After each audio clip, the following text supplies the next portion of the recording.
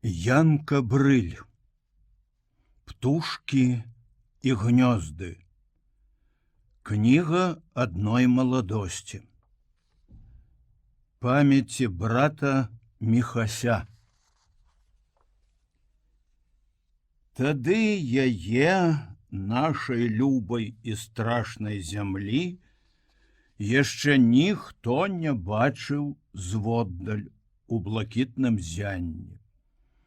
Самотная, яна паволі вусцішна круцілася ў чорнай бездані, загадкава паслухмяна і вельмі дакладна паварочвала да святла то адзін, то другі бок жывога глобуса, мокрага ад крыві і шурпатага ад руін. На тым баку, дзе была ноч, па хрусткім снезе, да касцей прапякаючы босыя ножкі, у белай кашульцы бегла дзяўчынка. Ад вёскі, дзе лютавалі забойцы, у другую, яшчэ незнаёмую вёску, дзе таксама чакала, хто ведае што. Яна не крычала. Адна ў сцюдзёным бязмежжы, на вачах у высокіх і абыякавых зорак, яна ўжо толькі шаптала адзінае слово, якім чалавек пачынае жыццё, слова вялізнай сілы і зусім бездапаможнае. Яе сустрэлі коннікі, яны былі са зброяй і спяшаліся туды, адкуль чуліся стрэлы і крык, дзе пачынаўся пажар. Дзяўчынку паднялі на рукі пад кажух, сказалі, адкінуўшы суровую жорсткасць і паходны мужчынскі цынізм, што ты не плач, маленькая, ўжо не бойся, мы людзі. У родным цепле яна, як парастак, адышла, дажыла да першай усмешкі, расцвіла пасля пладаноснай красой, здабыла святое право называться словом маці. І сын яе, новыя светлыя вочы бессмерця, сёння ўжо марыць услед за першымі пра міжзорны палёт. Ну, а навошта яны, што былі ў тую ноч бясконца доўгую, хто ў салдацкіх акопах, хто ў партызанскім седле, хто за дратамі фашысцкага лагера. Навошта яны ўспамінаюць, расказваюць, пішуць многа, як быццам, а ўсё яшчэ кажуць і мала, і бледна. Горкая памяць ахвяр, светлая памяць сяброў, трывожная дума пра тое, што будзе.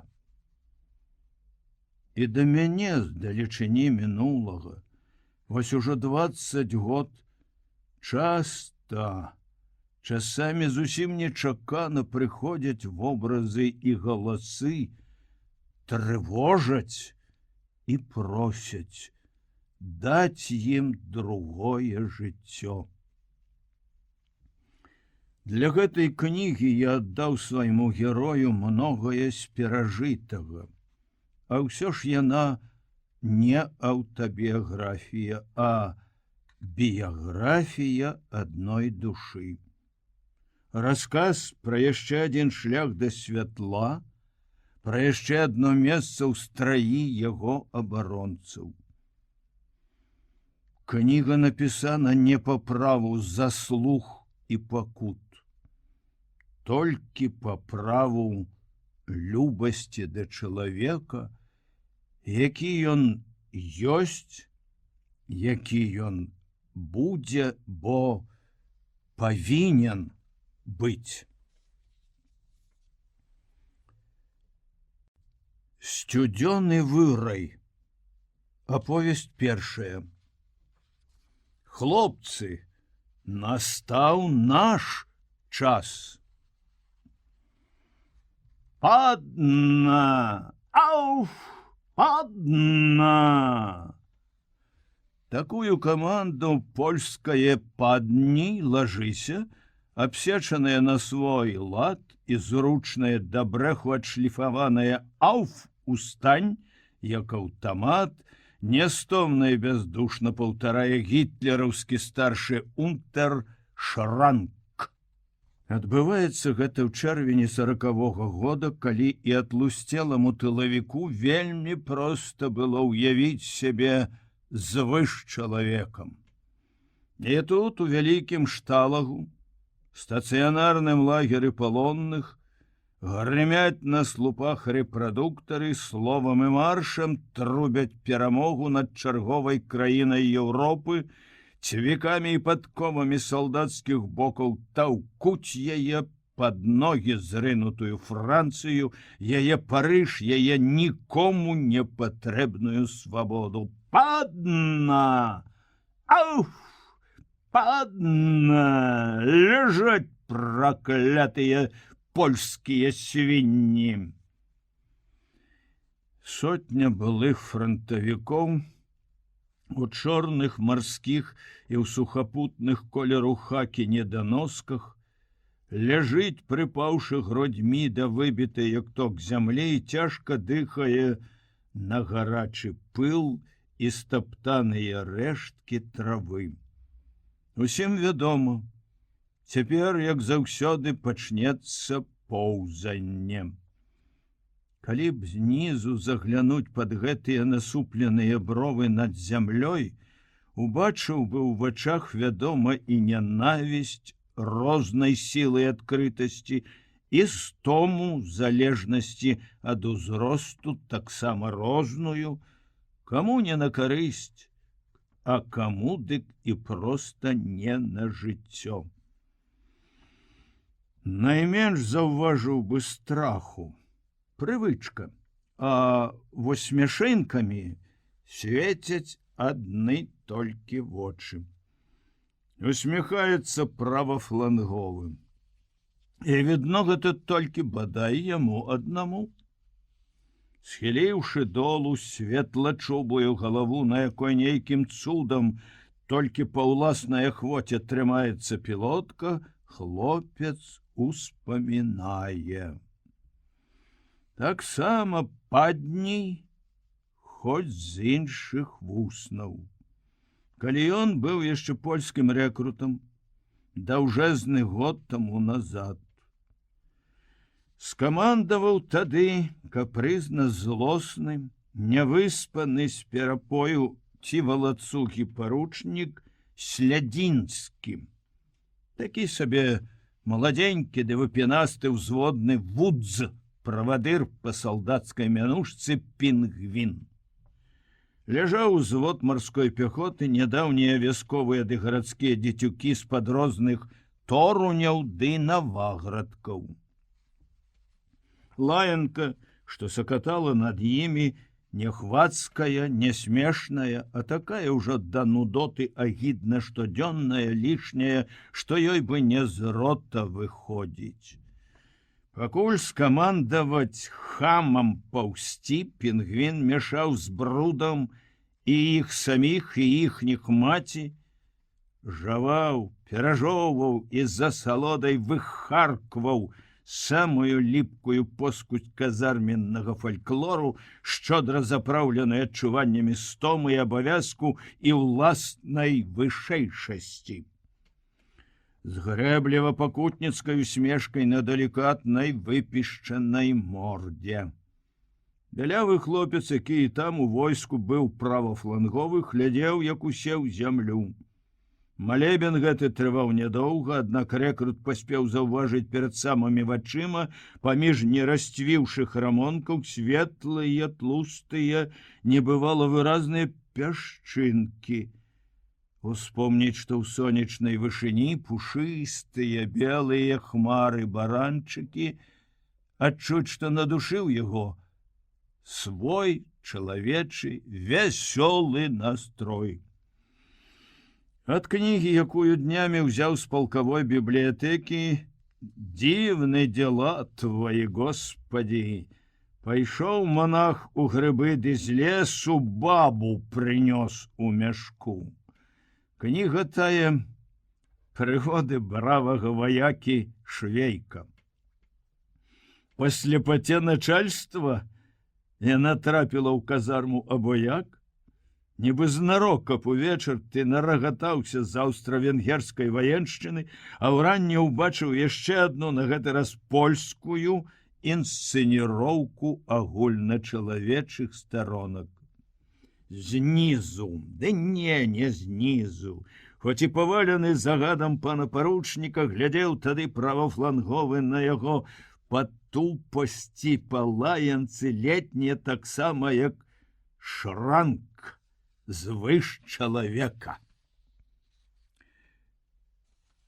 Не тое ўсё гэта, думаў тады салдат. Ну, не найгоршае яшчэ можа быць. А я вытрымаю, не паддамся. Тут мимолетный ўспамін оборвала команда. «Паусти! Цундоннерветтернлих нохмаль! Паусти!» Палонныя паўзуць, так, як і ўчора і пазаўчора, паволі зберагаючы сілы, выдатна, як пад шнурок трымаючы раўнення. Шранк забягае ззаду доўгай лінейкі, зноў, як учора бачыць, не адстае ніхто, няма каго як быццам падганяць, именно толькі як быццам. Бо раптам ён заўважае, што ногі ў вышэйшых даўжэйшыя адстаюць. Кідаецца да гэтых ног і б'е носкамі моцных наглянцаваных ботаў у стаптаныя запыленыя падэшвы і абцасы. Забегшы спераду, ён заўважае зноў, што лінейка паўзе ідэальна. І гэта цундоннерветер перастае быць цікавым. Звыш чалавеку званне старшага унтара камандуе ўстаць, построиться по 3 и с песней марш. При гэтым ён і сёння не забываецца напомніць, што чым лепшы будзе спеў, тым хутчэй абед. По шырокай лагернай вуліцы, абапал якое стаяць спачатку маладзенькія дрэўцы прысадаў, а далей цагляныя нізкія доўгія блокі, з песняй ідзе сотня дашчэнту вымучаных, выкачаных у пылі людзей, а перад імі немец у седлаватай шапцы з галунамі на каўняры, з выглядам вартым меднагалосых труб і кветак. Польская песня пра вясновую раніцу, пра терпкую расу і румяную чэсю, што выганяе на пашу валоў. Песня, якую не зацягала, не затаптала казарма, народная песня, якая вышэй за ўсе войны, гучыць пераможным маршам. А унтер Шранк здалёк відно ўспрымае гэты спеў незразумелае. Ферфлухте, проша пана, як трыумф свайго камандзірскага генія, як належнае нацыі арыйцу. Ён перарос героя Гашыка. Ён і агідны, і смешны інакш, чым швейкавы начальнікі, чым той шляхецкі фюрерчык Слядзінскі. Шранка палонныя палякі ахрысцілі бомбавозам. Ён таксама дзябёлы, грымучы, нахабны і недасяжны для помсты, як тыя самалёты, што бомбілі іх у дні вайны, амаль зусім безабаронных і тады.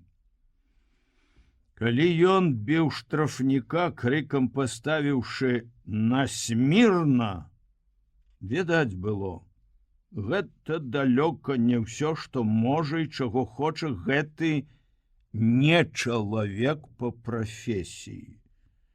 Калі ён надоечы вёў па лагернай вуліцы ў камендатуру мараканца, як на повадзе, залыгаўшы за шыю разматаным і скручаным палотнішчам тюрбана, па пісталеце ў руцэ і па ўсмешцы ясна было, што ён ахвотна зрабіў бы з абстрыжанай, несамавіта светла-шэрай галавой маладога смуглага афрыканца ў французскай форме. Зрабіў бы і зробіць абы сігнал, гэты двухногі рэзервуар нянавісці і самаўпэўненага нелюдства, прытоеных толькі да часу. Агромністы натоўп з усіх праходаў паміж блокамі плыве на цэнтральную вуліцу. Песня. Большасць не разумее яе, як і шранг. Это французы, арабы і негры з іх каланіяльных войскаў, галандцы, трохі англічан, бельгійцы. Навічкі, што прыбылі сюды днямі, не разумеюць не толькі слоў гэтай песні, але і наогул не могуць пакуль што ўцяміць, да чаго яна і з якой такой радасці. Але ж чуваць з натоўпу і галасы: «Браво, хлопцы! Няхай жывуць штрафнікі!» І словы гэтыя кветкамі ляцяць на бесказыркі, пілоткі, непакрытыя галовы тых, што спяваюць, а песня гучыць, як ніколі магчыма не гучала, на злосць праклятай няволі, на злосць плюгаваму бамбавозу. І ўжо не толькі ў вачах правафланговага, але і ў іншых амаль прыкметна для тых, што абапал дарогі іскрыцца горкая, гордая радасць пратэсту і веры. Правафланговы цяпер запявала, і моцны голас яго звініць задорна, як на свабодзе.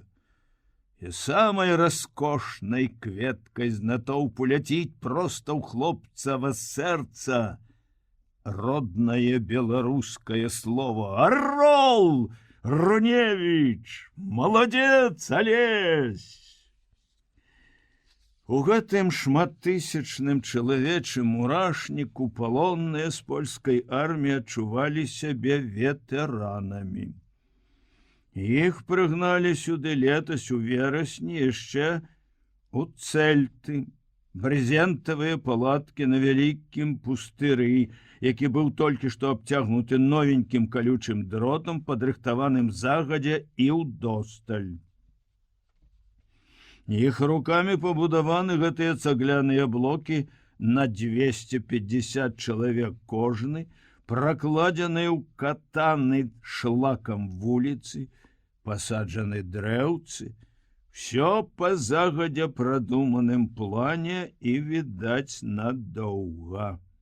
Это яны, каго не адразу пагналі на працу ў вёскі, ў маёнткі, на заводы амаль да самай вясны, пакуль не зроблены былі блокі, ўдосталь паспыталі, як спіцца пад лопат брезенту, у берлагу з перацёртай саломы, калі прачынаешся часта пад снегам. Грэешся сам ад сябе ды ад мізэрнага, абы ты жыў, казённага пайка. Сотні дзён і начэй гаворана і думана было палякамі, што гэта швабам не Польшчу асядлаць з усіх бакоў, што вось вясна сваё пакажа, вясна ды Англія з Францыяй. У красавіку, калі ў лагер прыгналі чалавек з 30 англійскіх маракоў, узятых пад Нарвікам, палякі сустрэлі іх вельмі радасна. Сыны Альбіёна трымаліся з ворагам горда. Зойдзе ў іхні барак які-небудзь нават герр-гауптман ці лейтнант, пафанабэрыцца наконт таго, што Энгланд хутка і немінуча будзе капут. А тады знакам арыйскага рыцарства кіне на стол пераможаных пачак ці 2 цыгарет. Так і ляжаць яны. Ніхто не кране, хоць курыва свайго няма. Нават калі іх частуе каторы з палонных, англічане спачатку спытаюцца, ці не з нямецкіх гэта рук. Праўда, так было толькі спачатку. А ўсё ж на зайздрасць прыгожа. Пасля прыгналі галандцаў, блакітна-шэрую масу і цёмна-сініх гвардзейцаў з белымі аксельбантамі. Адны з гэтых людзей былі надзіва крыўдна нетрывушчыя. Толькі і нылі каля кухні, наіўна чакаючы дабаўкі. Чыстенькія шнуры другіх красамоўна даводзілі, што да зямлі яны нават не дакраналіся. Галандцаў лагер сустрэў непрыхільна.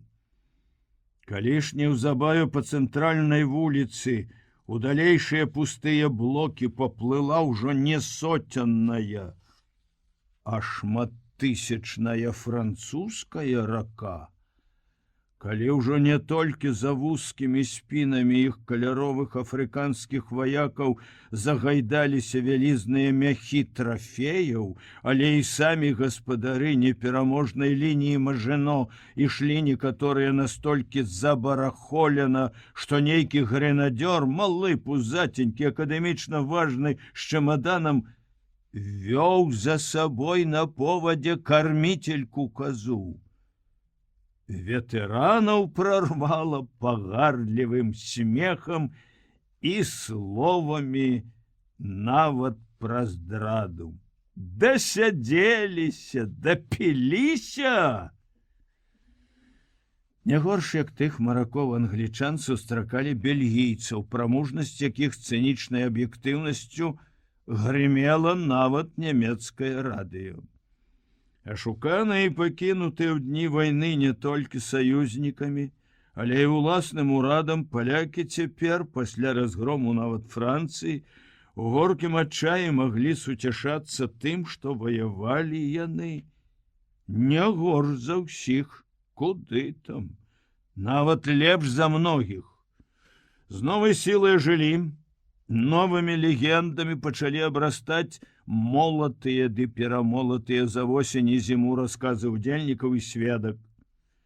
Права на гордасць давала ўжо не толькі суровая страшная праўда фактаў, не толькі яшчэ ды яшчэ раз узбітая над тою праўдай пена ва ўсякім узросце блазенскага, на хмельнай выдумцы настоянага самалюбавання, палякі ганарыліся нават і стажам няволі, тым, што яны ветэраны, якія тым часам усяго паспыталі, і гора, і здзеку, і смаку пратэсту ды ўцёкаў. Штрафкампані, штрафная рота, нейкая сотня найбольш непакорных, пакуль што толькі салдат польскай арміі лічылася лагернай гвардыяй.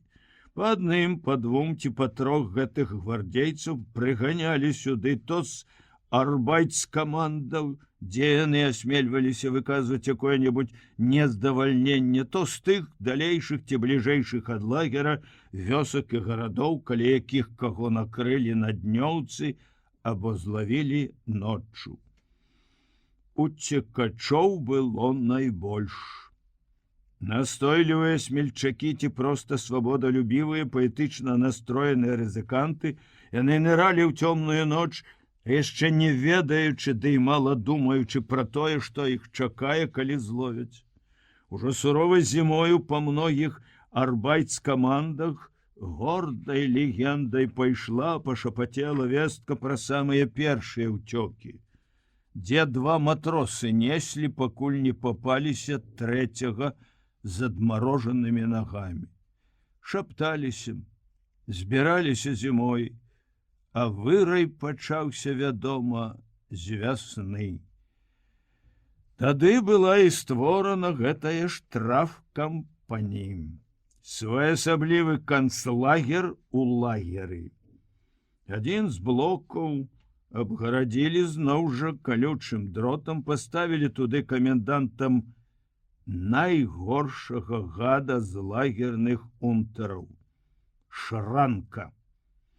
І он падабраў сабе з радавых вахманаў, канваіраў, 2 адпаведных памочнікаў, утрох яны будзілі штрафную і клалі спаць, і кармілі, і вадзілі на працу, і займаліся з ёю так званай гімнастыкай. Суткі тут пачыналіся ўвечары, калі выдаваўся хлеб. 160 грамаў хлеба, да якога кавалачак не больш за запалкавы карабок, ці мармеладу, ці штучнага мёду, ці крывяной каўбасы, і чай, горкая мята, што памагала, як гаварылася, ад абжорства. Зрэшты, гэта быў не які-небудзь спецыяльны, а агульны лагерны паёк. Хлеб і да хлеба глыталі адразу, бо практыка показала, што пакідаць палавіну на ранне лішняя пакута. Ён табе, браце, заснуць не дасць. Багатаму, сам ведаеш, не спіцца. У лагерным фальклоры было і такое, што як толькі ў барак заходзіў нехта з іншага блока, абавязкова было каму крыкнуць: «Хавайце хлеб!»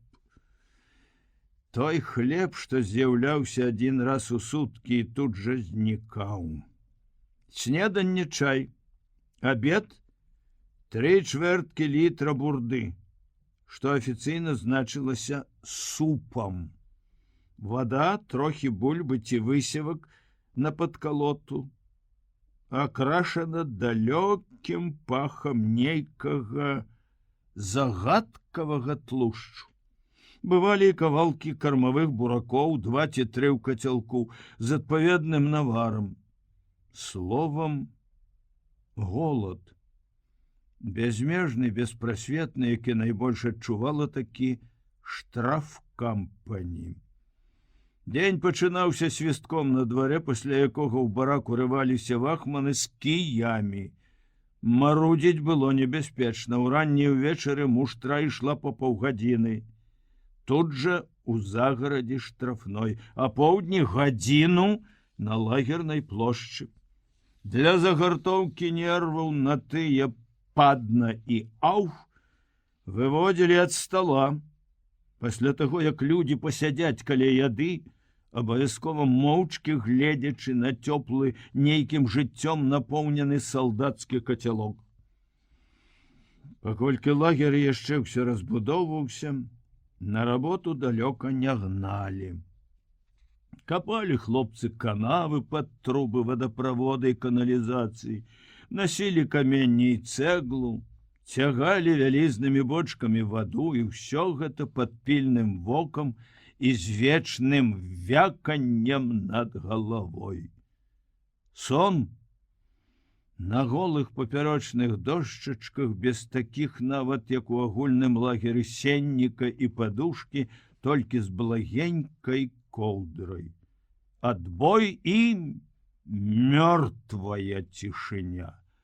Захоўваючы яе, гвардзейцы навучыліся пералазіць сябар да сябра, каб адну коўдру падаслаць, другою накрыцца, а легчы спіной да спіны, і шэпты, смех былі даведзены, як тое раўненне, да ідэалу, і вышэй нават і сам бомбавоз не прычэпіцца.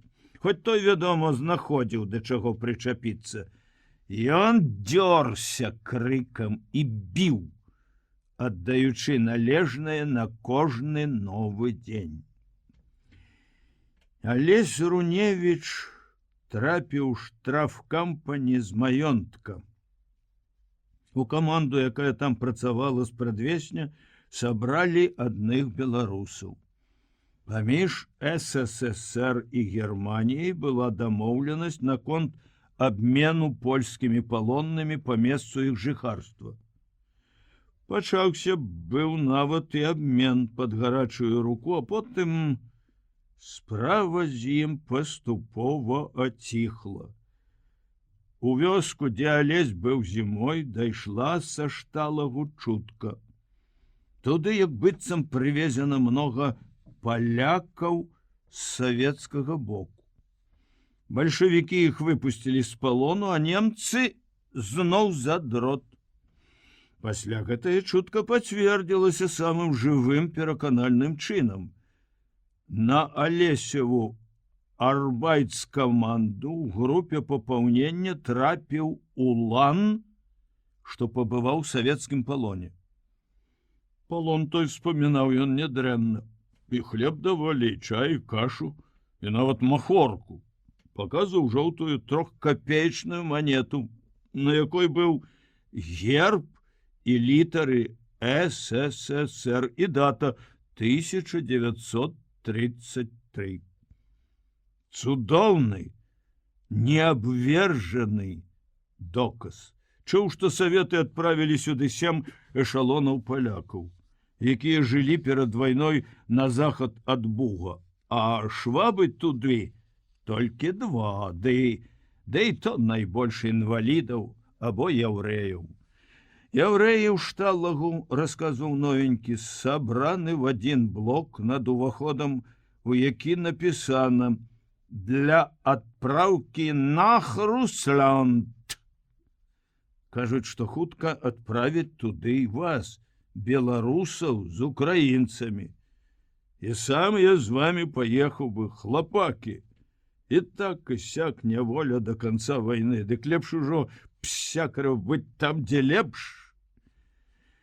За восень і зіму Руневіч і сябры яго, хто з усходу з-за Буга, 3 разы запаўнялі анкеты для таго нібыта, каб вярнуцца, і то неўзабаве да хаты. З дзён і начэй, з гадзіны і мінут паволі складалася тое чаканне, поўнае маладой, неспакойнай тугі і надзеі, без аніякай звесткі ад сваіх, без аніякай упэўненасці, што і да іх дайшло твоё першае слово «жыву». І вось на прадвесні 40-го года было нарэшце аб'яўлена: «Беларусы, да маткі!» Колькі дарэмнай радасці.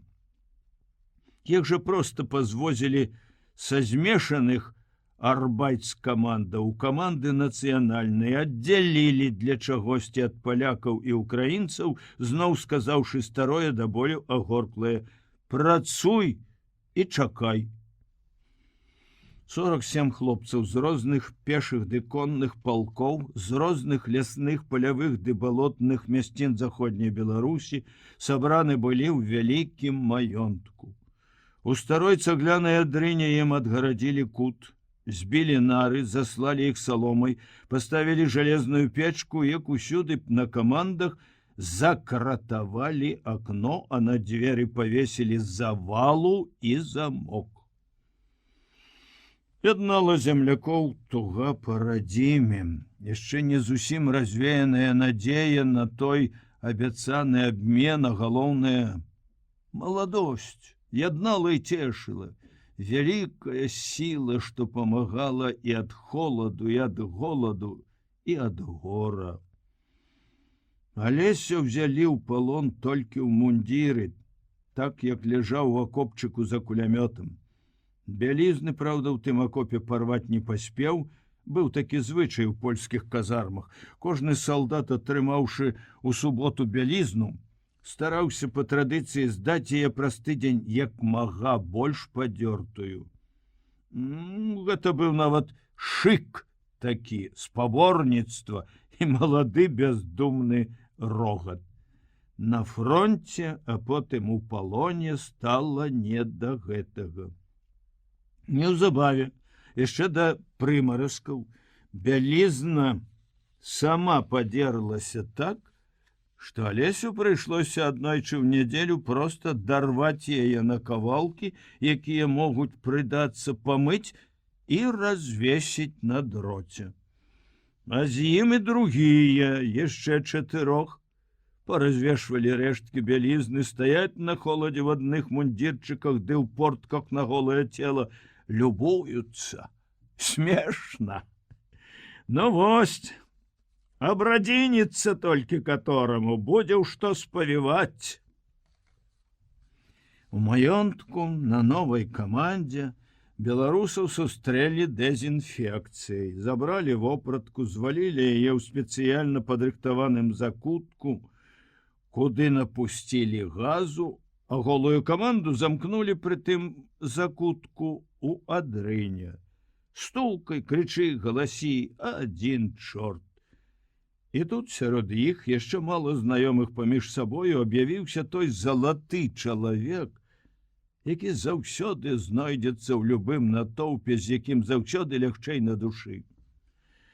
Невядомы Алесю дагэтуль Мішка Венік, нярослы хлапчына з заечай губой, знайшоў у кутку пад нагамі нешта накшталт паласатай посцілкі. Накрыўся ёю, як рызай, узняў руку са складзенымі шчопцямі і загалёкаў на папоўскі лад. Радуйся, ворона, радуйся, сорока, радуйся, и ты, веробей, чудотворца. Адрына выбухнула рогатом, а неўзабаве голы азяблы хор падпяваў ужо свайму бацюшку па-анёльску. Чулливо и нават стройно. Удивительно, удивительно, удивительно. Аднак маладосці хапала ім не на ўсё. Стаялі над хлопцамі 2 вахманы і мясцовы батрак, шчуплы рыжавусы дзядзька у сіняй форме пажарніка з вінтоўкай і штыхом пры боку. Старэйшы вахман, неяк фарфорава-пашлавата прыгожанькі унтер Хельмут, які выгульваўся тут пасля франтавога ранення, удачліва пасучыся пры салдатках, амаль штодня быў пад мухай і пра каманду мала дбаў, спадзяючыся на другога вахмана. Любіў толькі сяды тады зайсці ў барак і прычапіцца да лупатага і рахманага дзецюка з дзіўным прозвішчам Кэнць. Чапляўся унтер ад лішняй дасціпнасці, стане перад хлопцам, уталопіцца грозна і лічыць: 1, 2, 3, 4, 5, Кэнць. І рагоча, просто таки па-дзіцячы здаволены самім сабою і жыццём. Другі вахман, тоўстенькі метуслівы ефрэйтар Гланц Папір, да мобілізацыі гандляр яйкамі, звягаў па-бабску, тоненька, многа і злосна. А стары рыжавусы пажарнік надта любіў расказваць палонным, стоячы пры іх дзе-небудзь у полі ці каля горбы кампосту, што ён не проста аднафамілец, але ж і блізкі сваяк, то племяннік, то ўнук славутага Эрнста Морыца Арнта, паэта, якіх вельмі мала. А па-другое, у тую вайну сам ён обер-ефрэйтар Ганс Оскар Арнт быў у рускім палоне. Але, як і належыцца нямецкаму салдату, прабыў ён там у Ферфлухте Сібір'ён толькі 6 дзён.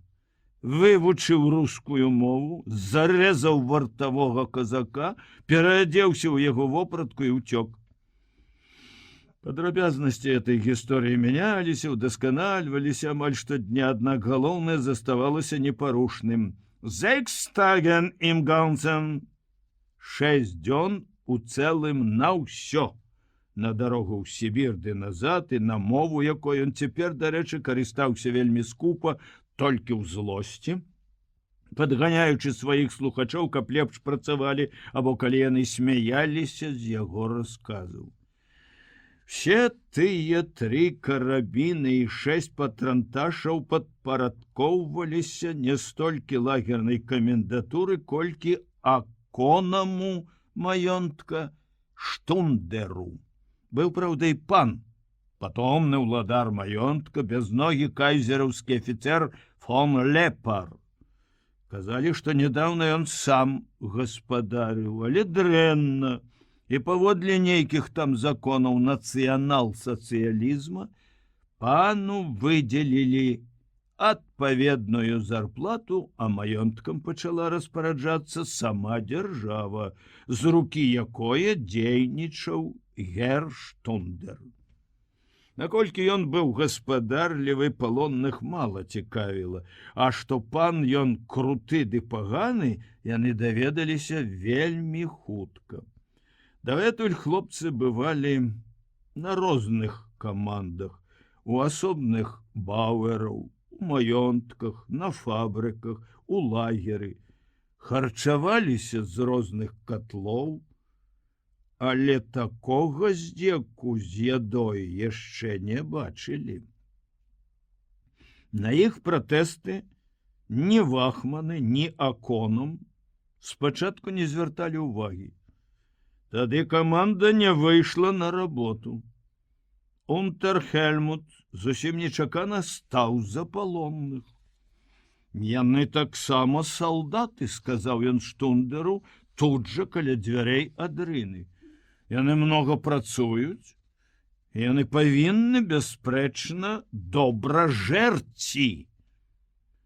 Аконам уступіў, бурда пагусцела, прыбыло трохі хлеба, з'явілася нават такая акраса, аднак ненадоўга. Тым больш, што унтера неўзабаве адклікалі ў шталах. Гаспадарлівы Штундер падсунуў палонным нядошлага кныручка, смярдзючае мяса, якога настолькі псавала баланду, што нават з голаду нельга было цярпець. Тады каманда зноў збунтавалася. Не выйдзем на работу і есці не возьмем, пакуль не выклічаце з лагера камісію. Было ж, казалі на адной камандзе, што прыязджала камісія, ды заступілася. А ў шталах наязджала нават праверка з міжнароднага чырвонага крыжа. У тыя дні, расказвалі, хто бачыў, і яда была лепшая, іх вахманы так не крычалі. А сам лагерны камендант, грозны і недацяжны бог у маёрскіх пагонах, проста віляў каля тых ягамосцях з партфелямі. Тут, аднак, выйшла інакш.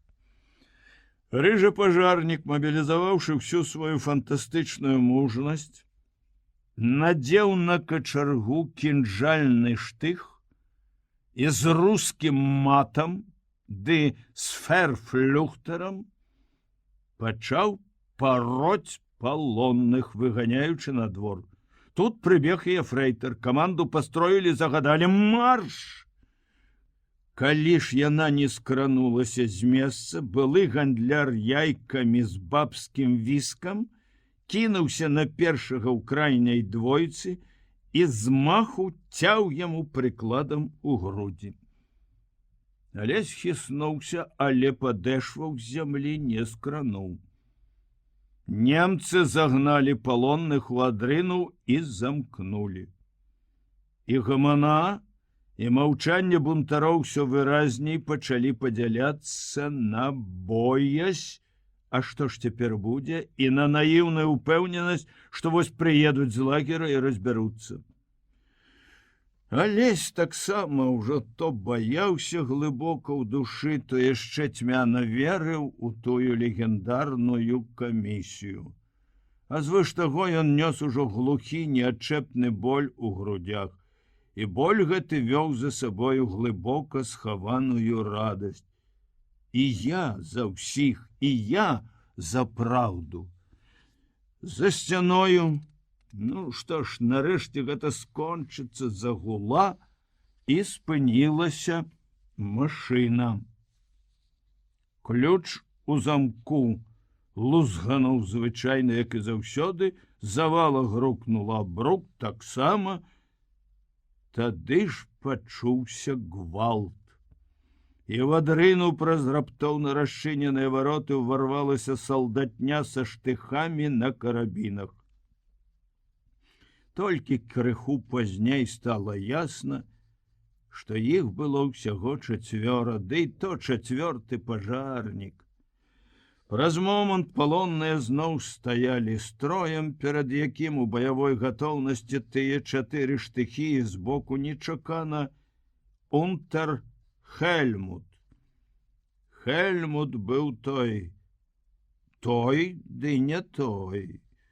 За сотні вёрст паляцелі кудысьці і блазнаватыя кепікі з канця, і тая дзіўная салдацкая салідарнасць.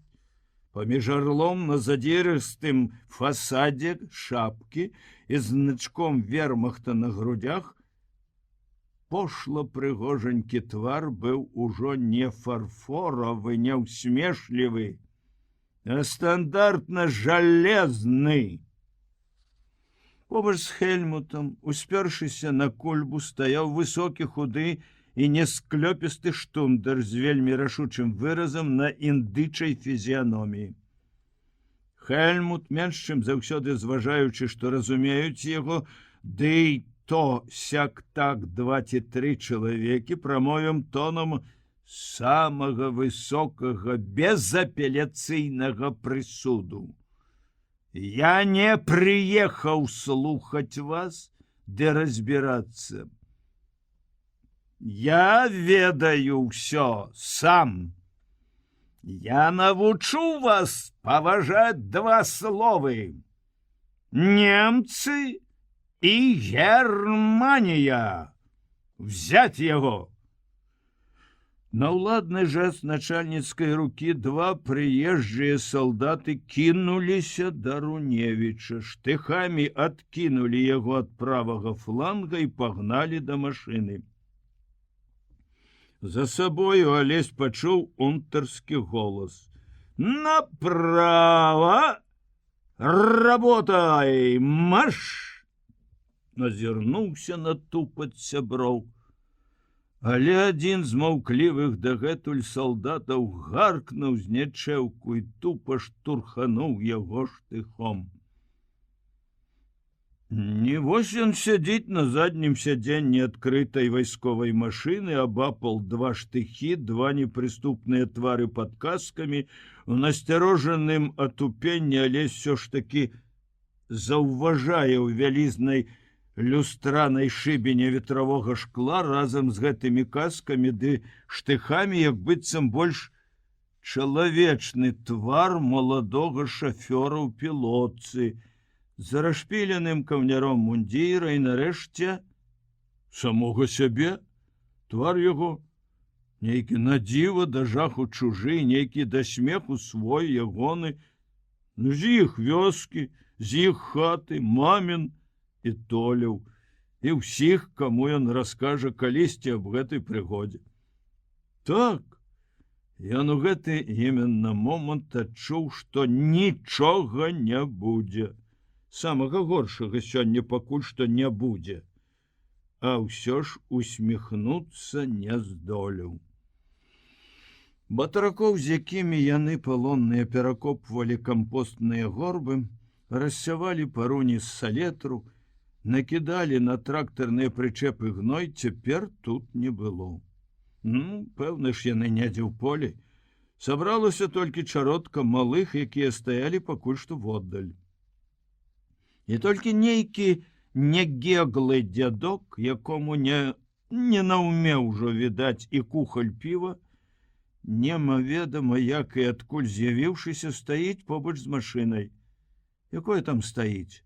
Ён нават усміхаецца, выставіўшы недаедзены клык ад знаку непрыкрытай батрацкай беднасці, узнімае руку, якая ўжо ўсё аддала фон Леперам, і сіпла каркае: Хайль Гітлер, Хельмут, і ви, Герштундер.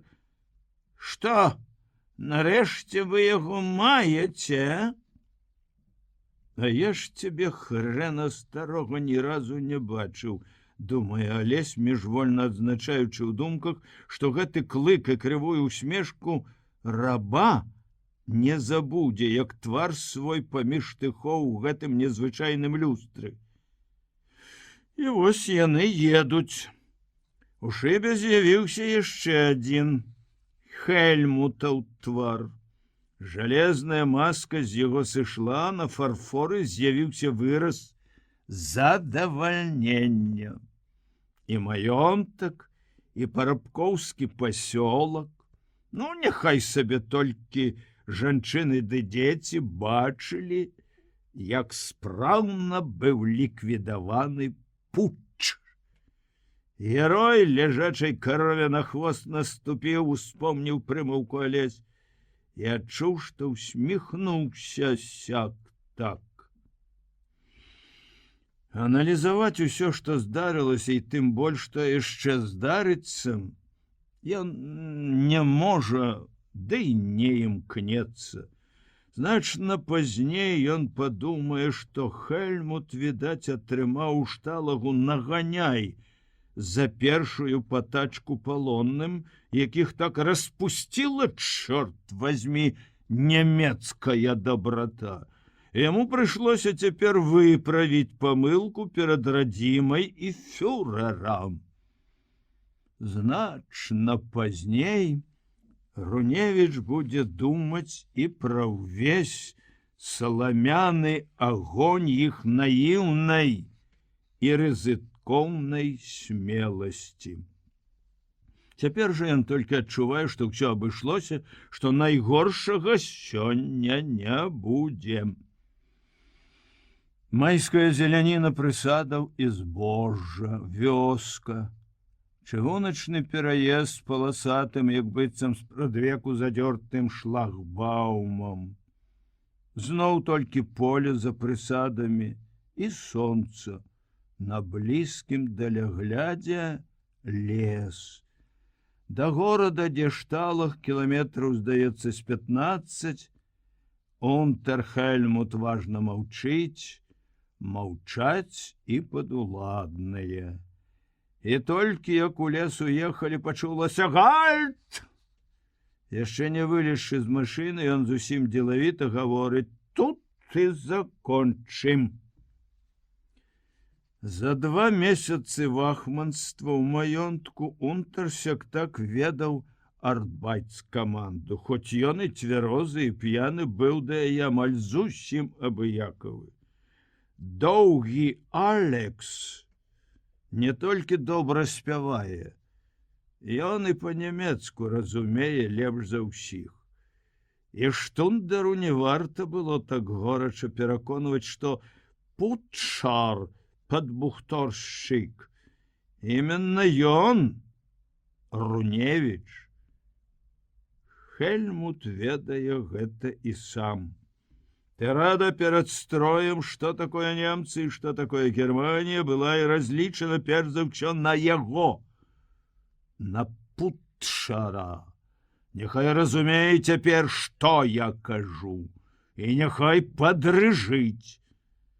Аднак, пакуль рабіць абяцаны канец, фарфоравы прыгажунчык адышоўся крокаў на 3 і, адвярнуўшыся толькі ў профіль, пачаў праяўляць шчодра апетую рэмаркам непасрэднасць.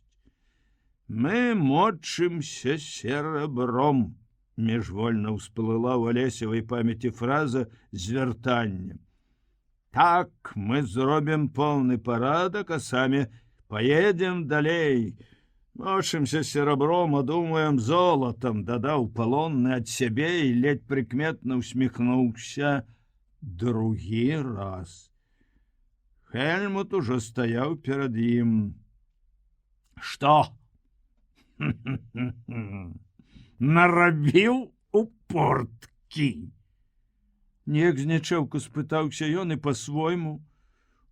усім і сабой здаволены зарагатаў. Это ж яшчэ, мой мілы, не ўсё. Ты паспытаеш у нас, што азначае штраф кампаніі. Так Руневіч пачуў гэтае слова упершыню. Ты ўсё праходзіць. У другой палавіне чэрвеня, адбыўшы свой месяц, Алесь выйшаў на волю. Это не агаворка. Такое ў хлопца было адчуванне, калі ён з цеснага катуха штрафной роты з-пад бамбавозавай апекі вырваўся в агромністую загарадзь агульнага лагера. Няволя, голад і туга на гэтым, праўда, не канчаліся. Аднак на такім прасторы, у такім шматлюддзі, на пляцы ў блоках лягчэй было хавацца ад вахманаўскіх вачэй, ад лаянкі, удараў ботамі, кулакамі.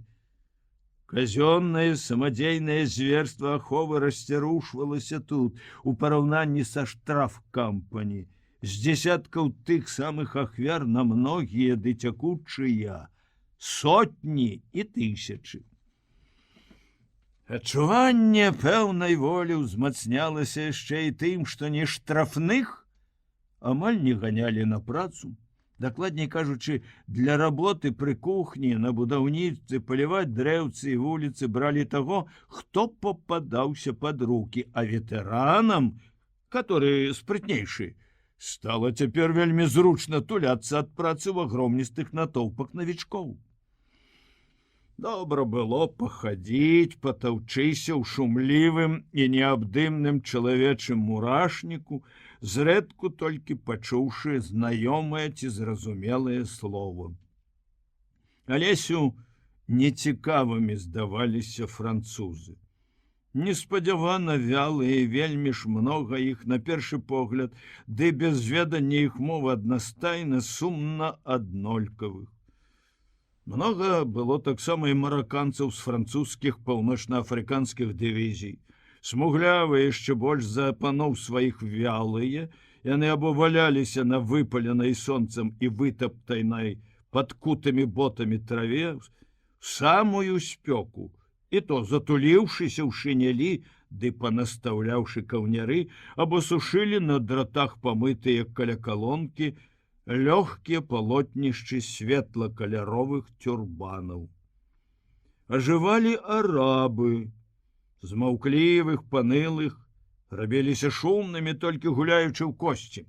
Просто на зямлі, падкурчыўшы ногі ў абмотках, а яшчэ больш на лагерным рынку, дзе цэлы дзень кішэла спекуляцыя, ці лепш сказаць, змаганне чалавечай прагнасці з усемагутнай сілай голаду. Алесю дзіўна было, незразумела, якую вартасць у параўнанні з кавалкам хлеба мае, скажем, нейкі бінокль, бранзалет, залаты гадзіннік ці нават шинель. А людзі хапалі гэтыя рэчы адны дрыжачымі рукамі, моўчкі глытаючы радасць, другія нават рагочучы, радыя, што ашукалі. А побач, глядзіш, другі такі ашуканец, наіўны аматар, не проста выжыць, але ж і цацку прынесці да хаты, сам стаіць з учарашняй ці пазаўчарашняй удачай і прагнымі тужлівымі вачыма з'ядае кавалачак хлеба ў чужой руцэ. 40, 80, 120 грамаў, чвэртка, палавіна, 3/4 пайка, шэры наздрасты кавалачак салдацкага хлеба быў такі фантастычна магутны эквівалент, што да зеніту яго, да поўнай вагі цэны, здаецца, і не даходзілі. Нават самы азартны гандляр не мог не пашкадаваць самога сябе хоць на чвэртку, паўчвэрткі пайка. Неграў З французскіх каланіяльных часцей было няшмат, і таму, відаць, яны карысталіся вельмі вялікай увагай. Алесю яны цёпла напаміналі маленства, школу, экзатычныя кнігі пра падарожжы па Афрыцы і больш за ўсё хаціну дзядзькі Тома. А назіраючы, як некаторыя з ветэранаў не могуць нацешыцца ды надзівіцца з чорных дзікуноў, думалася пра дзікунства наогул. Мыецца, скажем, негр каля калонкі, а навокал збіраецца цэлы натоўп. Яшчэ раз падзівіцца, што вось ён выцірае свой чорны наглянцаваны твар ручніком, а ручнік застаецца белы. Мало таго, неяк адзін асабліва дапытлівы польскі дзядзька з саламянымі вусамі падмятай палявой канфедэраткай, як следапыт пайшоў за неграм у прыбіральню. І праз хвіліну выскачыў адтуль з дзіцячай радасцю на бягу, крычучы землякам: «Вой так, адась, як бога кохам, ушыстко чарне!» А чорны дзікун неўзабаве пад пахіхікванне белых спакойна, ледь невелічна прайшоў міма, пакавыхваючы характэрна адкінутай назад дробненька кучаравай галавою, пабліскваючы попельна-шэрымі пятамі босых ног, сухія лыткі якіх былі не вельмі па-вайсковаму абкручаны абмоткамі. Сенсацыяй было здарэнне каля рэвера, лагернай санчасці. Лёгка параненага француза перавязаў нямецкі фельдшер фельдфебель, і раптам чорны з чародкі палонных, што прыглядаліся, стоячы побач, зрабіў яму заўвагу. Па-нямецку і ветліва. Немец ударыў яго і аблаяў. На гоман збегся, заўсёды гатовы натоўп. Немцу сказалі, што гэты чорны славуты медык і ведае некалькі моў. Фельдфебель пажадаў яго ўбачыць яшчэ раз. Ды негр не выйшаў з барака. Не хоча, сказалі пасланцы. Тады натоўп, галодны інтэрнацыянальны натоўп, прывітаў гэтыя словы задаволеным крыкам, смехам, свістам, апладысментамі. І немец падаўся адтуль, стуліўшыся, як пад халодным ліўнем. Руневіч свістаў ды галёкаў разам з усімі, здаецца, больш за многіх рады, што і не ведаючы чужых моў, можна выходзіць усім так здорава зразумець галоўнае. Аднак без мовы пагана. Вось ён, Алесю, у пары з другім дзяжурным па блоку стаіць з катлом у чарзе каля кухні. Чарга вялікая і, як усё тут цяпер, міжнародная. Пар на 5 за Алесем стаяць з катлом два маладыя вясёлыя негры, гамоняць штосьці, рагочуць, пабліскваючы авечымі бялкамі вачэй зайздросным багаццем зубоў. А потым адзін падыходзіць і становіцца перад Руневічам. «Ну-ну», — гаворыць той, казытліва ўзяўшы чорнага пад пахі. Негр рыўком павярнуўся, драпежна ляснуў зубамі, і разам з сябрам сваім, які застаўся з катлом на іх месцы, яны так молода, так задушэўна зарагаталі. За імі і нашы хлопцы, і ўся чарга, хто бліжэй, і так шкада было, што нельга вось пагаварыць з людзьмі. На ўсё такое Алесь глядзеў спачатку толькі з-за дратоў штрафкампані. І не дзіва, што выхад з-за іх хоць трошкі, хоць неяк напомніў пра волю. Галоўнае ж, тут у агульным лагеры не было той муштры, што зверствам сваім выганяла з цябе і так небагатую сілу.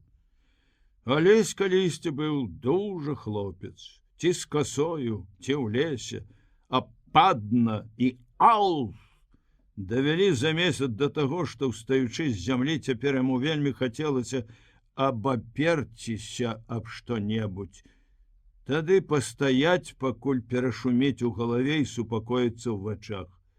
У польскім блоку, куды Руневіча перавялі са штрафной, пра казарму напамінала толькі малітва ў ранні ўвечары. І абавязковая тут таксама, як казыранне немцам-начальнікам і раз у тыдзень паверка. Палонных афіцэраў тут не было, для іх былі недзе асобныя лагеры, афлагі. Хапала затое унтэраў, асабліва старшых. Ефрэйтары ды капралы, пераважна хлопцы абавязковай службы, да гэтага часу амаль канчаткова растварыліся ў салдацкай масе. Зрэдку толькі які-небудзь звыштэрміновы служака нібы праз сон падаваў прышыбеяўскі голас.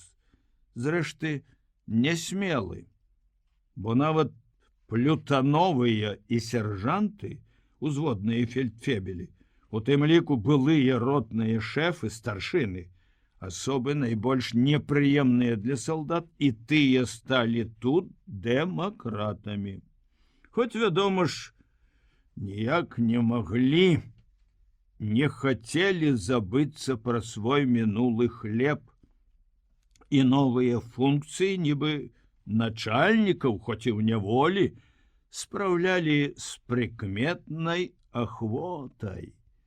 Прызначалі дзяжурных, назіралі за парадкам, праводзілі пастраенне на паверцы, двойчы ў дзень паднімалі лянівую вольніцу на малітву. Алесю, які яшчэ падлеткам на маміна гора сам пакінуў маліцца, смешна было цяпер ужо не салдату, скаванаму суровай дысцыплінай, а палоннаму, станавіцца з дарослымі людзьмі ў лінейку паміж трох'яруснымі нарамі і доўгім няшчыльным сталом і цягнуць старасветскую ды ксяндзоўскую хвалу пану Богу за ўсё, што з табой не здараецца. Праўда, і самі палякі спявалі далёка не ўсе з належнай адданасцю справе. Было аднойчы так, што ў самы разгар літаніі у расчыненае акно з двара заглянуў мараканец. Здаравенны, чорнабароды ў бледна-ружовым тюрбане. Нейкі час ён з недаўменнем, але ж і спакойна глядзеў і слухаў, нібы стараючыся зразумець, ці не яму адрасавана песня. Пасля, не дачакаўшыся канца, ён азірнуўся, выцягнуў з-пад шыняля белы жмуток тавару, распасцёр яго вопытным жэстам перад сабой, дзелавіта прамовіў: «Камарад, кальсон!» Навожную нудоту рванула маладым здаровым рогатам, нават і дабравольны шэф ледзь узяў сябе ў рукі, каб крыкнуць: «Адставіць смех! Зачыніць акно! Яшчэ раз! На малітву!» Спалі на сенніках і падушках са стружак, ператвораных за зіму шалпатлівую пыльную сечку. Бяду сваю елі без вахмана над душой. Ну, а ўжо не папасціся на работу, у пару уцячы з блока ды знікнуць у чалавечым моры, это залежало ад удачы і спрыту кожнага паасобку. Алесю пакуль што ўдавалася. Находзішся, наглядзіся, наслухаешся і зразумелага, і не, ажно самота возьме за душу. Сумота найбольшай самотнасці. Сярод такой небывалай і дзіўнай ненатуральнай безлічы людзей. Куды лепш было паміж тымі, што загаралі дзе-небудзь у самым глухім кутку агромністай лагернай загарадзі у глыбокай нязбітай нагамі траве з такімі самымі, як і на волі, кветкамі. Адкрыеш сонечнай пяшчотнасці худыя, удараныя прыкладам грудзі, і соладка, чмурэўшы ад спёкі, слухаеш, як балюча пяе ў табе сваю тужлівую, няўмольную песню «Цар голад». Або пад звонкі лепят сапраўдных жаўранкаў над сапраўдным калоссем за драцянай сцяной агароджы, глядзіш на лёгенькія белыя хмаркі і думаеш, нібы малы, што ёсць жа на гэтым шалёным свеце куток, дзе любяць, нябось, і цябе. Палонным, якія працавалі на арбайцкамандах або хадзілі на работу са шталагу ў горад, выплачвалі па 13 лагермарак у месяц. За гэтыя боны вузкія белыя паперкі з чырвоным трохкутнікам можна было купіць толькі тое, што не ахоплівалася картачнай сістэмай: брытву, кавалачак постнага мыла, пачак махры, падобнай на жытнюю сечку, чамадан, губны гармонік, а то, сабраўшы бонаў 70, акардэон. Аркестр польскага марскога флоту трапіў у палон амаль у поўным складзе. Толькі, вядома, без інструментаў. Адной камандай хадзіў ён у горад на работу і да лета ўзброіўся акардэонамі. Першы канцэрт, дазволены лагернай камендатурай, легальна лічыўся от сабе святочнай пробаю сіл. А ў сапраўднасці, як шапталіся ў польскіх бараках, ён прысвячаўся героям Нарвіка, той самай групе англійскіх маракоў, што яшчэ ўсё трымалася в адносінах да немцаў з найбольшай у лагеры годнасцю і карысталася выключнай павагай большасці ветэранаў. Англія не прайграла яшчэ ніводнай вайны, яна яшчэ сябе пакажа. Чуліся, праўда, і іншыя галасы. Адзін з найбольш сталых па ўзросту палякаў, лысы сяржант, сказаў аднойчы ў вечерняй дыскусіі, што ключык ад усяго, мне здаецца, трымае ў сваёй кішэні пан Сталін. Сяржанту не пярэчылі, аднак і радасці ніхто асабліва не праяўляў. Палонных беларусаў, што радаваліся вызваленню сваіх людзей з-пад ненавіснага панства і ўз'яднанню родных мясцін з краінай, якую яны заўсёды лічылі радзімай, частка палякаў або ненавідзела, або не магла зразумець і па-чужому маўчала. Былі, вядома, і такія сярод польскіх сяброў па нядоле, што і разумелі крэсавякаў, і зайздросцілі ім і плацілі за чалавечую дружбу тым самым. Так бывала на змешаных арбайцкамандах. Тое ж цяпер адчуваў Руневіч у польскім блоку, што ад каго. Большасць яшчэ ўсё глядзела на Англію, адзіную найбольш жаданую надзею вызвалення. Перад аркестрам на лавах, вынесеных з блокаў, сядзелі імяніннікі з экзатычнымі марскімі бародкамі, з люлькамі ў зубах, пазакладаўшы нагу за нагу, амаль усе з непакрытымі галовамі, высокія, светлыя, некалькі рыжых, як на падпал. А ўжо за імі мора галоў і шматгалосы гоман у чаканні чагосьці і сапраўды незвычайнага. Алесь сядзеў на даху драўлянага барака ў групе шчаслівых, то весела, то зусім абыякава адчуваючы, як растае пад ім і так нагрэты на сонцы толь. Все это нішто. Галоўнае, перад 3 радамі аркестрантаў першы сядзіць, другі стаіць за ім, трэці стаіць за другім на лавах, горда ўзброеных зіхатлівымі шчытамі акардэонаў. З'яўляецца дырыжор, пажылы, нават сівы марак. Ён дастойна, з лёгкай усмешкай кланяецца англічанам, другім паклонам прымае іх прывітальныя словы ўсмешкі, тады паварочваецца тварам да зіхатлівых шчытоў і ўрачыстым велічным жэстам уздымае рукі. Спачатку ціхім, пасля нарастаючым шумам марской хвалі поплыла над натоўпам журботна-задушэўная палома, неапалітанская песня «Голубка». Без слоў яна цяпер, але ж гаворыць сэрцу вельмі многа.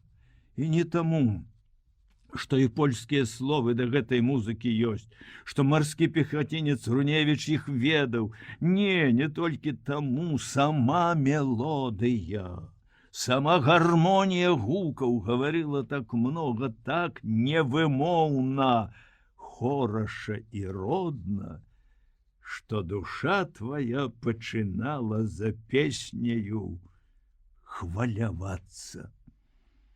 Спачатку бачыш, як нараджаецца з гукаў карціна суровай шэрай пустыні, па хвалях якое барознічы пеністы след, ідзе яшчэ адзін, які па ліку карабель.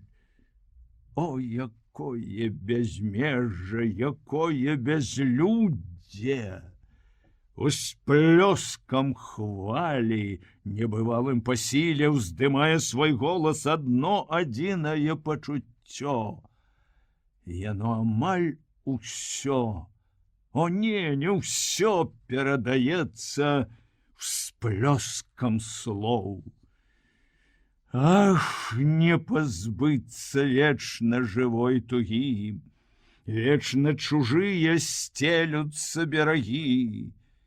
Нас не прыгорне к сэрцу сцюдзёны свет, хай жа лютуе бура і ўдаль і рве.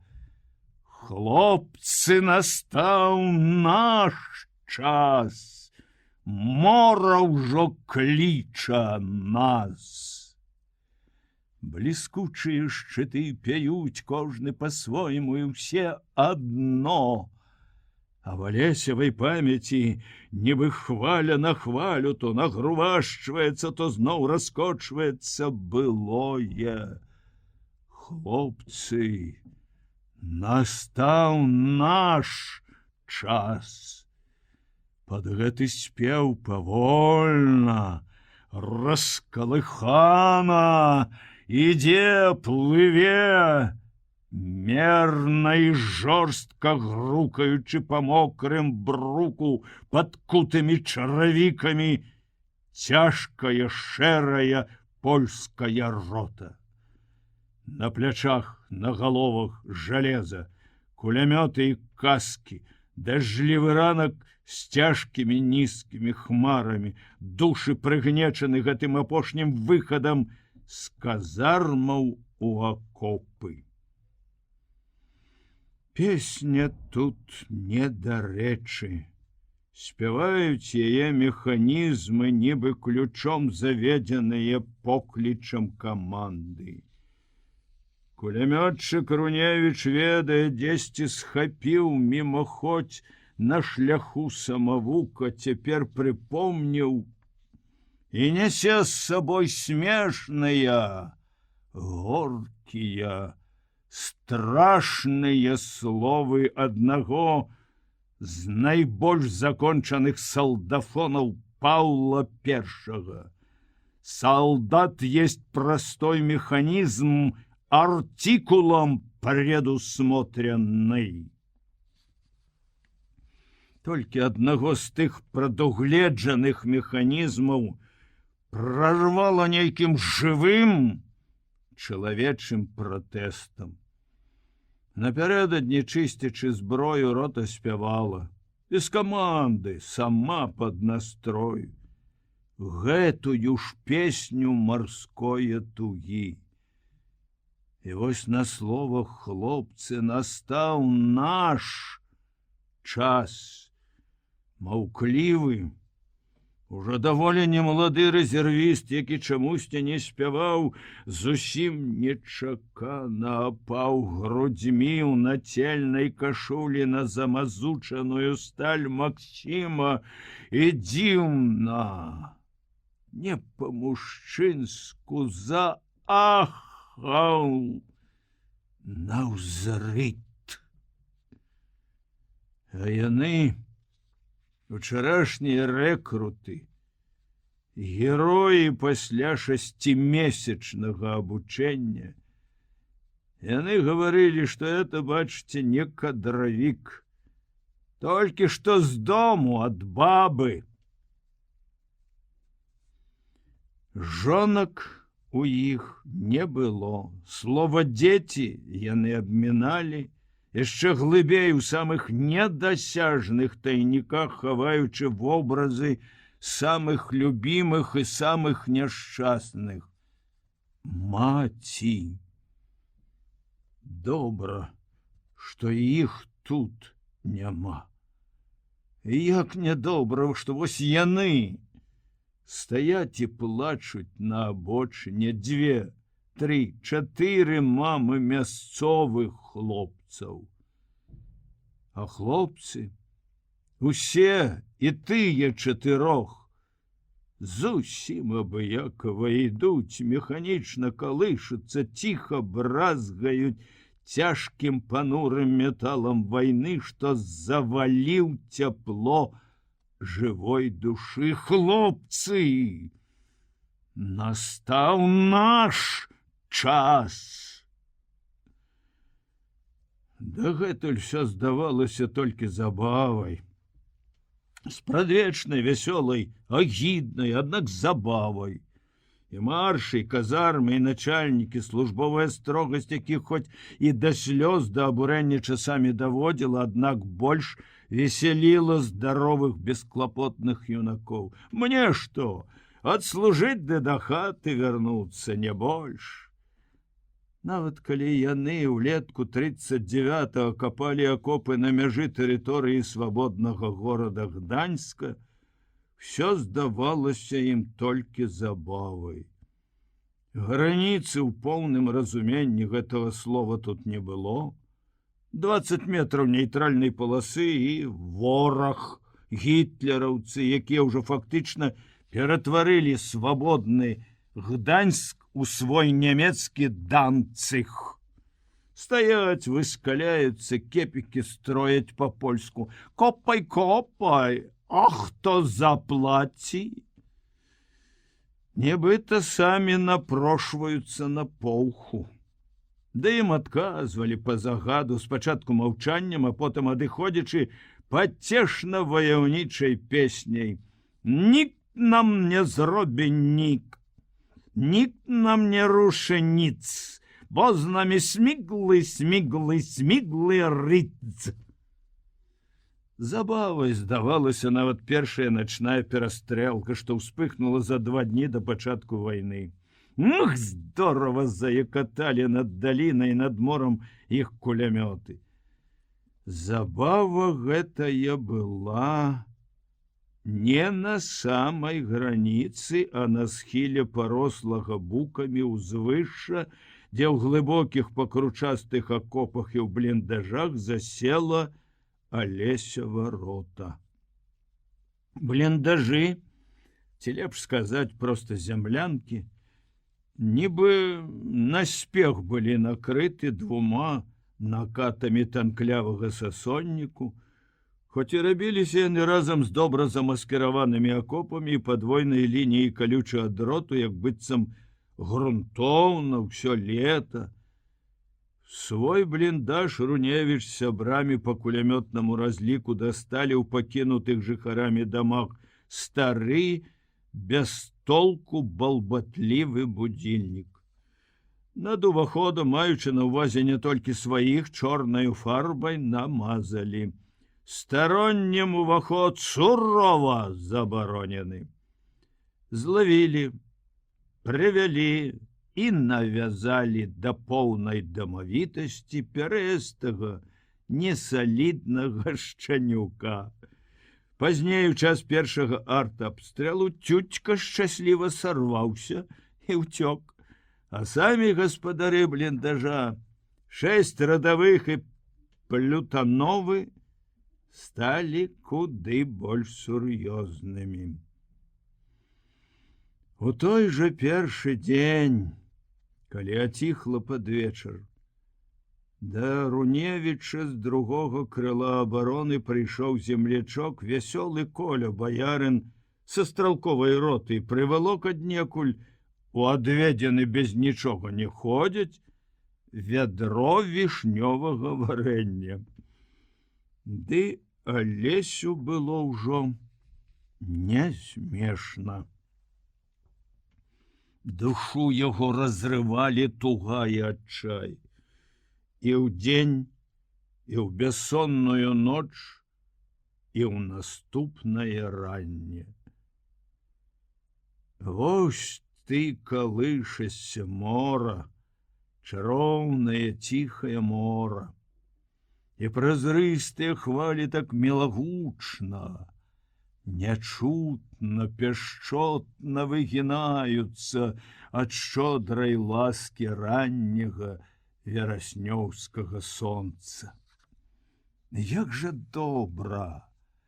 Крутою сцежкай у ляшчэўніку пад высачэзнымі шапатлівымі парасонамі букаў, асцярожна, амаль бесшумна, бяручыся за галлё, спусціцца да вады, зняць з галавы дурны жалезны гаршчок, распяразацца, разуцца, каўнер расшпіліць і ціхенька, каб толькі сонца бачыла, зайсці па самыя калені ў мора. Здарова, сонца! Няўжо ты тое самае, як і там? Адкуль мяне паклікалі сюды? Там, дзе маладзенькая, мною пасаджаная рабіна сарамлівым дзяўчом ірдзіць перад старым акенцам, у якое ты гэтак часта свяціла і мне. А я не той самы, бо ўсё, што мы, салдаты, робім, што і мне часамі нават і праз горкі сум здавалася дагэтуль забавай, стала жудаснай і нелюдскай работай. Нядаўна яшчэ свабодны, самастойны, закаханы ў прыгожую праўду любасці да чалавека, упэўнены ў шчырасці, сіле свайго пратэсту супраць вайны. Цяпер я толькі механізм, бязвольны, прадугледжаны чужым артыкулам. Гэта, сонца, жахліва, што ўжо вайна, што ўжо і мы на самай блізкай дыстанцыі сышліся са словамі: хлопцы, настаў наш час. Палома змоўкла даўно. Акардэоны спявалі пасля штосьці іншае. Потым наогул закончыўся незвычайны канцэрт. Але высокі светлы юнак, што сядзеў на бараку, яшчэ ўсё чуе яе. Тую песню марской, чалавечай тугі.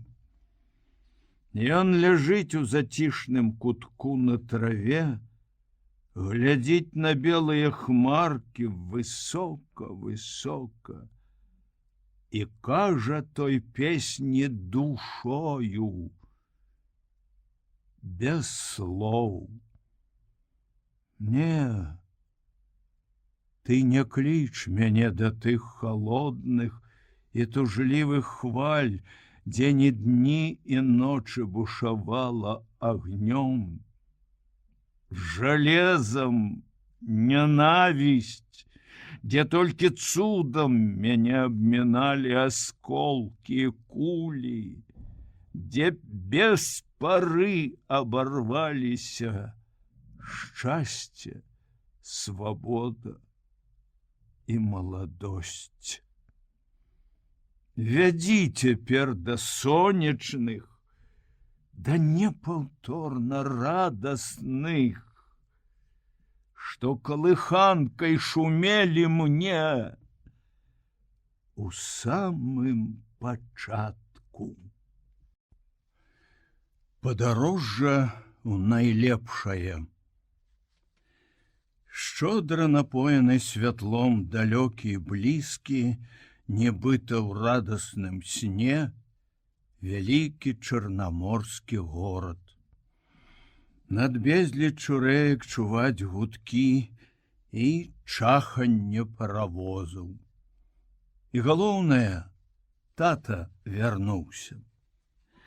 Ось яны, хлопчыкі, самі сустрэлі яго і ідуць з вакзала да хаты ўтрох па светла-шэрых шурпатых квадратах шырокага тратуара.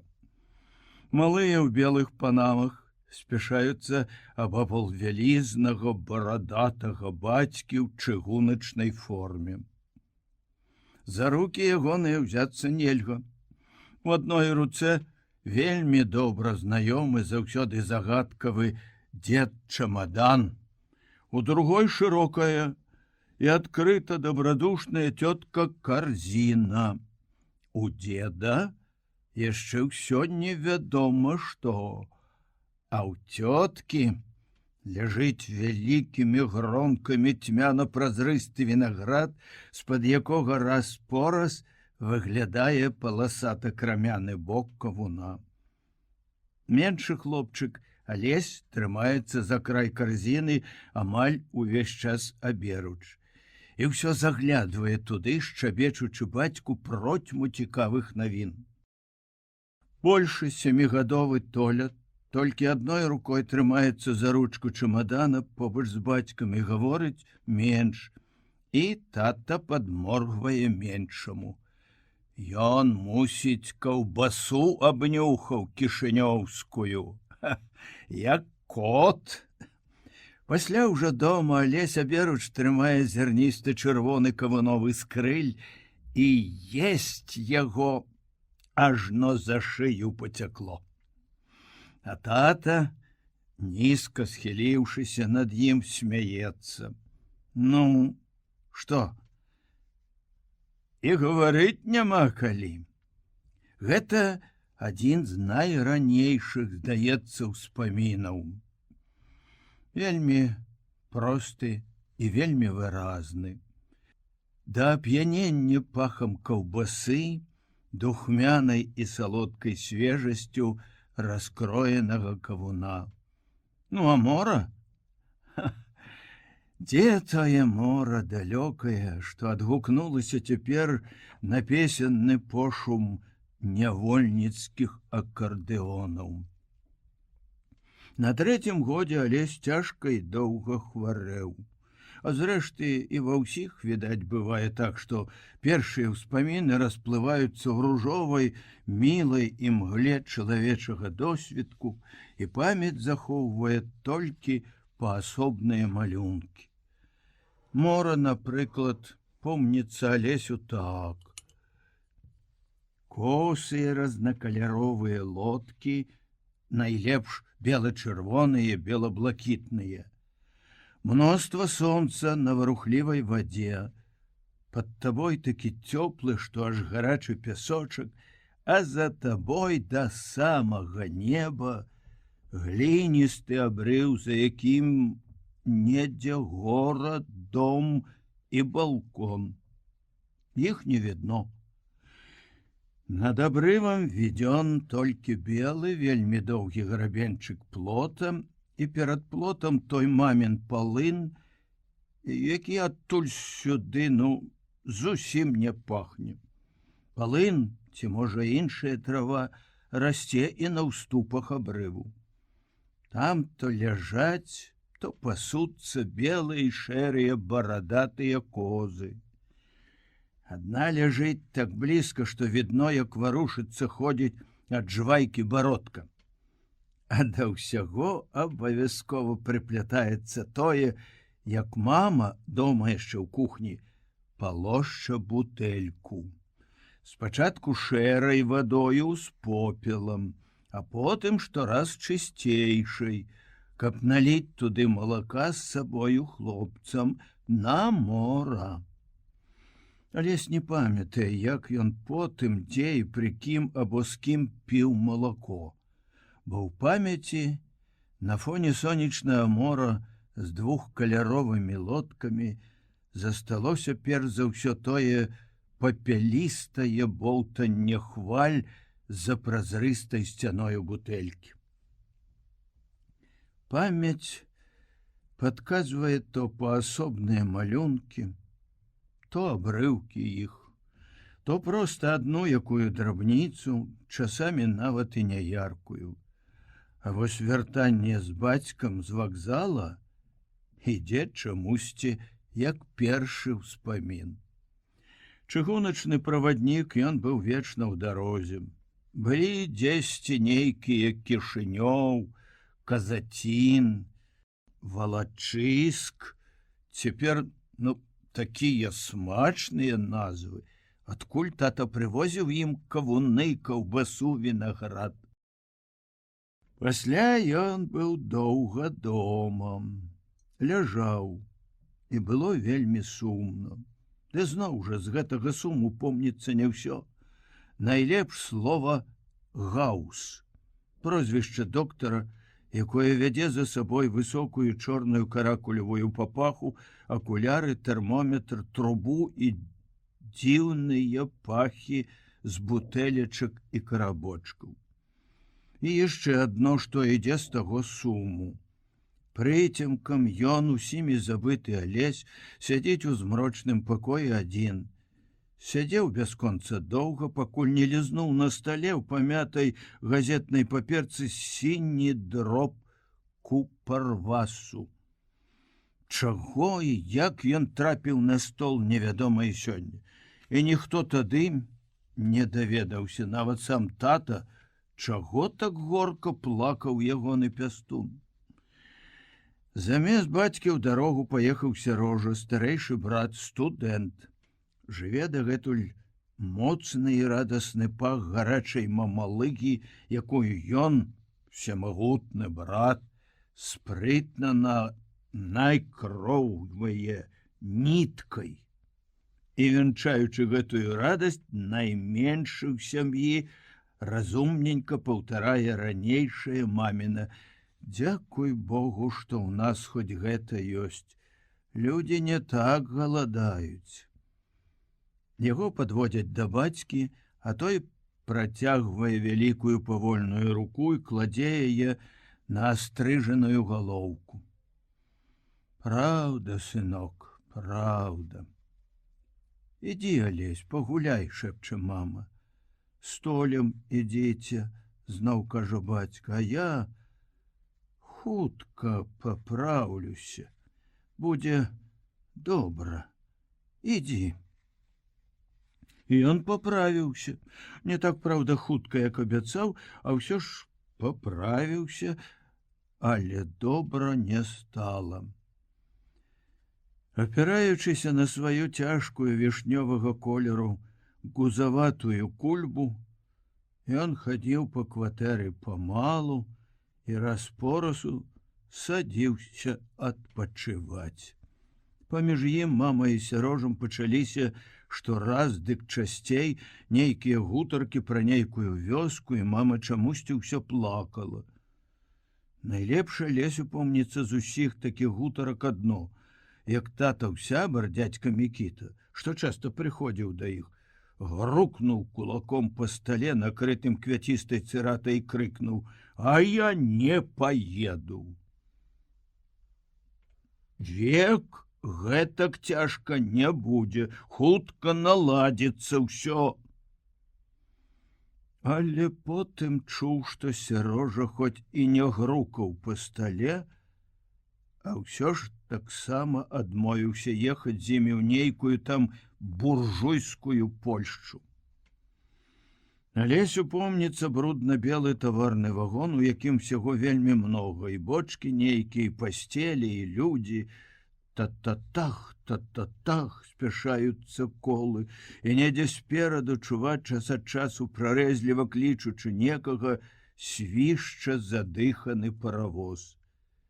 «Бачыш, Алесь, валоў?» — пытаецца бацька. «Вундзе, глядзі, хахол паехаў на валах». «А што гэта, валы?» «Ну, як табе сказаць? Корова гэта такая добрая тётка, што дае малако, а вол коровін муж ці не муж. А, так сабе, дядька. Ну ўжо ж у цябе, Мікола, і розум, здзіўляецца сумная мама. Алесь, ён, вядома, і тут на каленях у таты, паднімае над галавой ручкі, гладзіць яго барадатыя шчокі. А у нас там будуць такія валы? У нас? Ну, не, мы сабе купім коня. Такога вось, ён падкідае Алеся каленам. Оп-па-па! Ха-ха-ха! Іхні высокі, усемагутны Сярожа, які саскочыў з-пад ножкі вагона, ўжо калі цягнік пайшоў, даўно не махае сваёй студэнцкай шапкай. Яго ўжо няма. І ў таты няма ўжо слёз на вачах. Толькі мама панура маўчыць, ды ён, Алесь, амаль не заўважае гэтага. А што там такое чырвонае, тата? Это, брат, мак. З яго потым алею нагоняць. А цяпер, бачыш, як хораша, колькі чырвонага поля. А у нас там будзе такое? У нас? Будзе трошки, чаму ж? Ах, будзе, уздыхнула мама. Што там будзе, яшчэ адзін Бог святы ведае. Бацька маўчыць, а потым сумна усміхаецца. То ты плакала ехаць у вёску, то плача, што едзем. Нехта мог бы падумаць, што ты ў мяне паняй стала. За 8 гадоў, Кацярына. Ай, пакінь, кажа маці, і зноў яна плача. Алесю толькі што пайшоў 5-й год, калі яго перасадзілі з гарадскога на вясковы грунт. З таго часу і пачынаюцца яго амаль суцэльныя і больш выразныя ўспаміны з асноўным у іх новым нязведаным хараством прыроды, загадкавым чароўным хараством, якое паланіла нібы толькі што раскрытую душу. У прагнасці сваёй да новага малы як быццам забыўся нават пра мора. Толькі часамі яно прыходзіла сонцам і бела-чырвонымі бела-блакітнымі лодкамі, бязмежжам і зіхатлівай сінечай, і цёплым салёным плёскатам хвалявала да мілых усмешак пра сон. А дзень Алесева ява быў перапоўнены новым, бясконца цікавым, адно за адным. Вакол хаты быў сад. Пад каравымі стваламі разгалістых яблані высокіх груш, паабгрызаных у вайну казацкімі коньмі і прысмаленых ды прысушаных палявымі кухнямі, густы маленнік змяшаўся з куслівай крапівой і вялізнымі лапухамі. Потым улетку з яблынь і груша падала туды сакавітая спеласць. Сама падала, або Толя яе атрасаў. І трэба было, каб не апякаць рук ды ног, браць кіёк, расхінаць крапіву, а тады ўжо прыступаць яе ногой. Падэшва, небось, не баіцца. І паднімаць сваё яблыка або грушу. Тата казаў, што каб тут разам з крапівой не было і маленніку, дык ён узяў бы касу і выкасіў всю брыду. А так, яе шчасце, яе і хлопцаў, бо хоць там і пячэцца, маліны такія салодкія. Толькі паложыш яе, як цукерку, як духмяны шурпаты пухір на язык, толькі прыціснеш трохі. Смаката! А то, дык кажуць, яшчэ смакатэйна. І там яшчэ хаваюцца ды шмыгаюць, пацешна падкідваючы азадкамі суседскія трусы. Да толі за лесам прыходзілі яшчэ Володя і Стёпка, і разам яны паролі тых трусоў з маленніку тычкамі. Трусы смешна ўцякалі, а Толя крычаў тады, што ён Пётр вялікі і што ён на кані. Аднойчы бацька парастаўляў малых ад плота, загадаў ім схавацца ў кустах, а сам толькі за лесем на плячы пабрыў па тым маленніку і нагнаў на хлопцаў адразу 3 ці 4 трусоў. Аднаго з іх Пётр вялікі ледь не схапіў за заднюю лапу, але ж спатыкнуўся і нырнуў у куст, а спрытны ціхенькі Володя схапіў такі другога белага і, паваліўшыся таксама на ўвесь свет, загалёкаў: «Дядька, дядька, сюды!» Яны падбеглі ўсе, і тата ўзяў таго труса за вушы і падняў. Як ён пішчаў і дрыгаў лапкамі лупаты, як было добра і неяк боязна пакратаць яго за мякенькую поўсць, за румяную смешную мызачку. Як ён папёр пасля адпушчаны пад лапухі у іх прахалодную сцішнаватую засень. Але сядзіць на вялізным і казытліва горача духмяным возе сена едзе. Высока-высока над скошаным лугам дарогай узбожжы па шашы, дзе многа дзяцей і кароў і авечак, і воз так страшна калывае на калдобінах.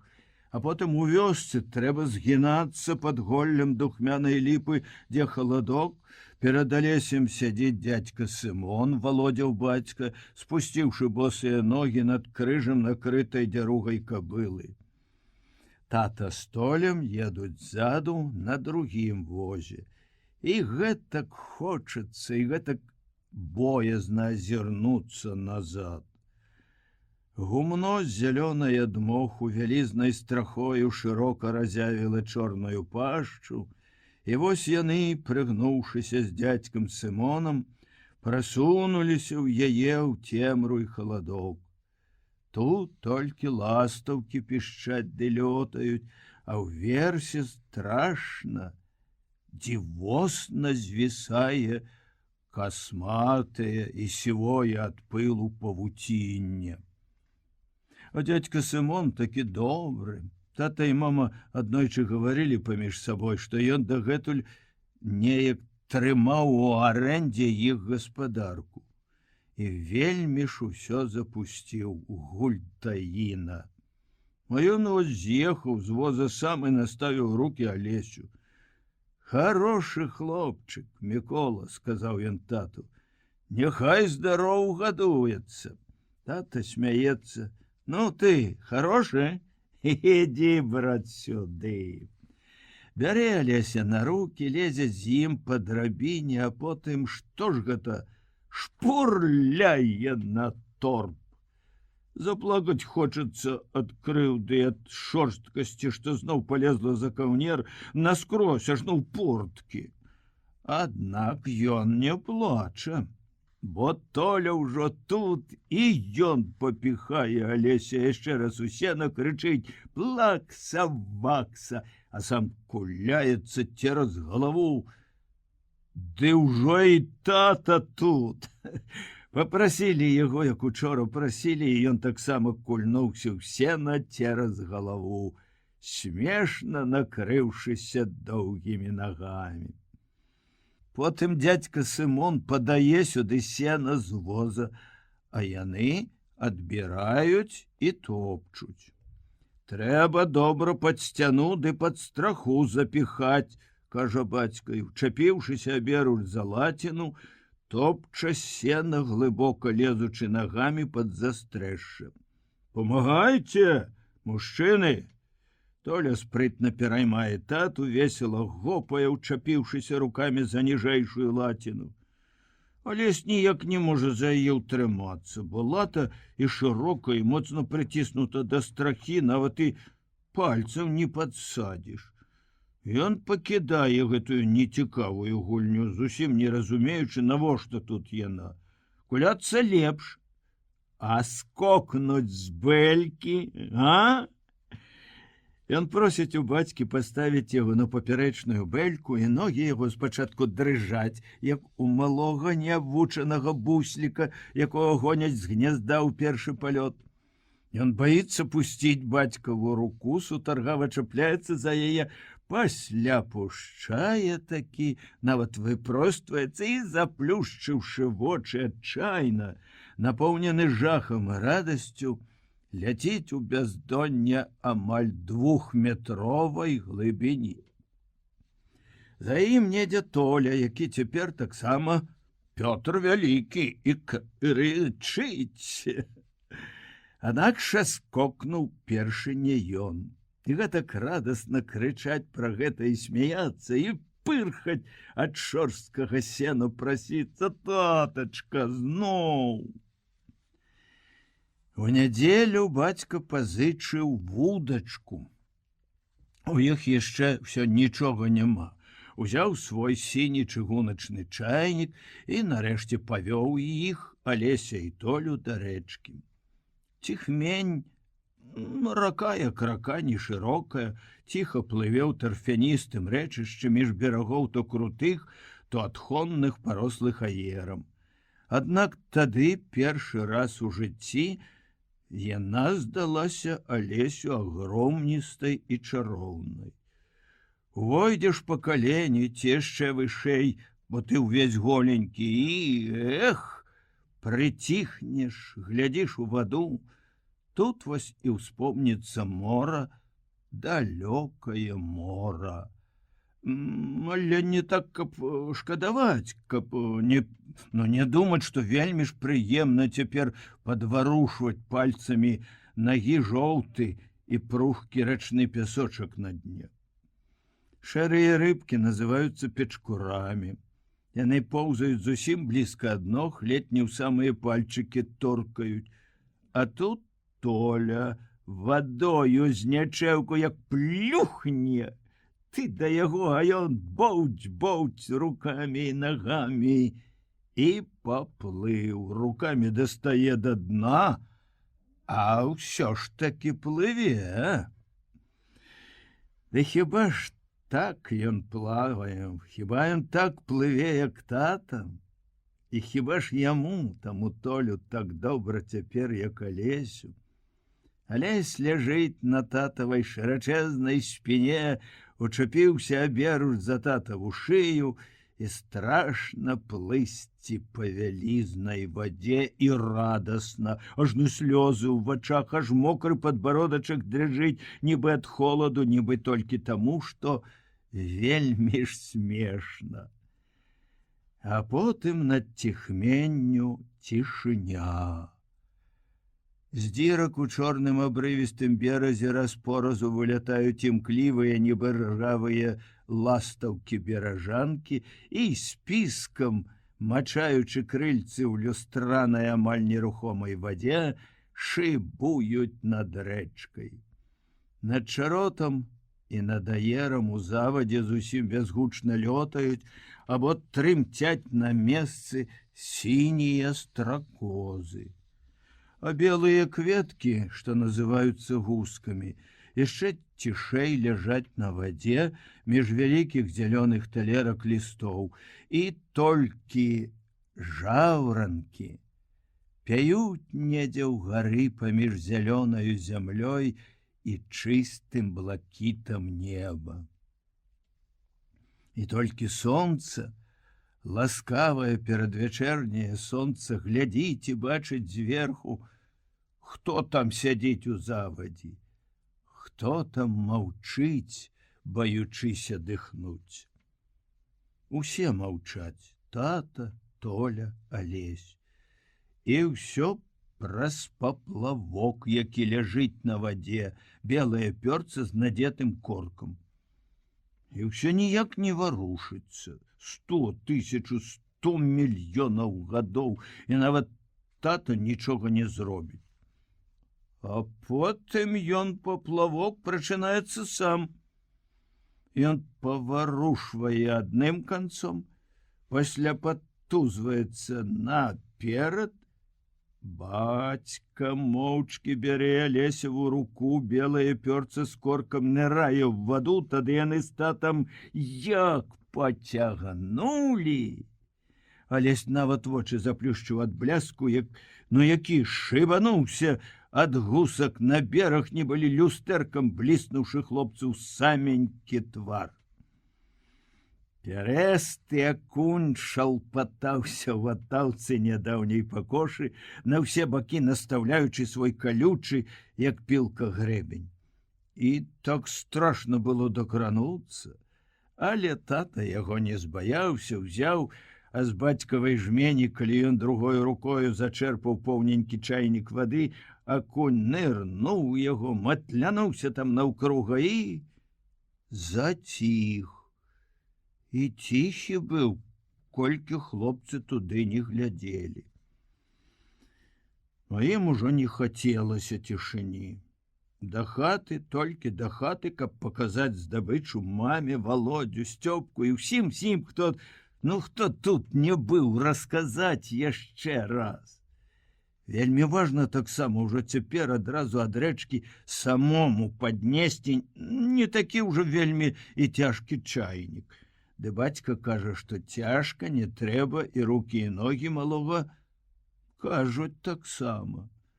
І ён бяжыць то побач з чайнікам па амаль зусім не калючай пакошы з ласкавай атаўкай, то па чорнай мяккай сцежцы першы за ўсіх шчабеча і спяшаецца туды, дзе заходзіць над іхняй вёскай харошае сонца, дзе іхняя мама, якую чакае вялікая радасць.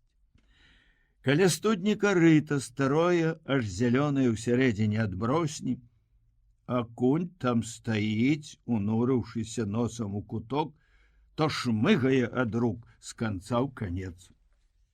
Алесь ужо не баіцца ягоных калючак, бярэ яго жмені з-пад нізу, дастане і глядзіць, як смешна ён пазяхае сваім шырокім ротам, нібы хочучы штосьці хапнуць. А пад вечар сталася нечаканае. Бацьку і Толю, калі яны ішлі з поля, Алесь спаткаў на вуліцы і адразу спытаўся, чаму гэта рыбка перавярнулася жыватом угару і не варушыцца. Бо ты, сказаў тата, замучыў яе. Як замучыў? Ну як? Не трэба было браць яе ў рукі, з вады вымаць. Алесь падумаў трошкі, вырашыў: а я больш не буду. Ну і добра, не трэба. Сёння ты, голубе, і мяне не чапай. Ідзіце з Толем, лепш пагуляйце. У садзе, куды яны пайшлі, Толя сказаў яму, што тата вельмі шкадуе маму, бо яна ўжо 2 дні не ўстае. Сумныя, доўгія дні. Бледны, высушаны хваробай мамін твар, нейкі чужы, абыякавы да ўсяго. Раі дакучлівых мух і мляўкі смак халоднай, нішчымнай заціркі. Уранні бацька варыў яе на прымусе, а сам ішоў у поле. У садзе былі яблыкі, грушы і слівы. Хлопцы жывіліся імі, не вельмі квапячыся на тую зацірку. Уже не можна было гуляць так свабодна, як раней бывала. Бегаць на пашу, на другі канец вёскі. Трэба было сядзець каля мамы, мухі ганяць, падаваць ёй вады. Сумныя, доўгія дні. І так ім, хлопцам, як вытрываць, а тут яшчэ апроч волі ды сонца ў пустым каровіным хляве такая небывалая спакуса. Бацька купіў ім нарэшце замест абяцанай каровы цялушку. Ах ты, пярэстая! Ай, якая любата! Притихнешь, выставишь руку, трусенька, труська. А яна расставіць вушы, утаропіцца і тэп-тэп па саломе ідзе.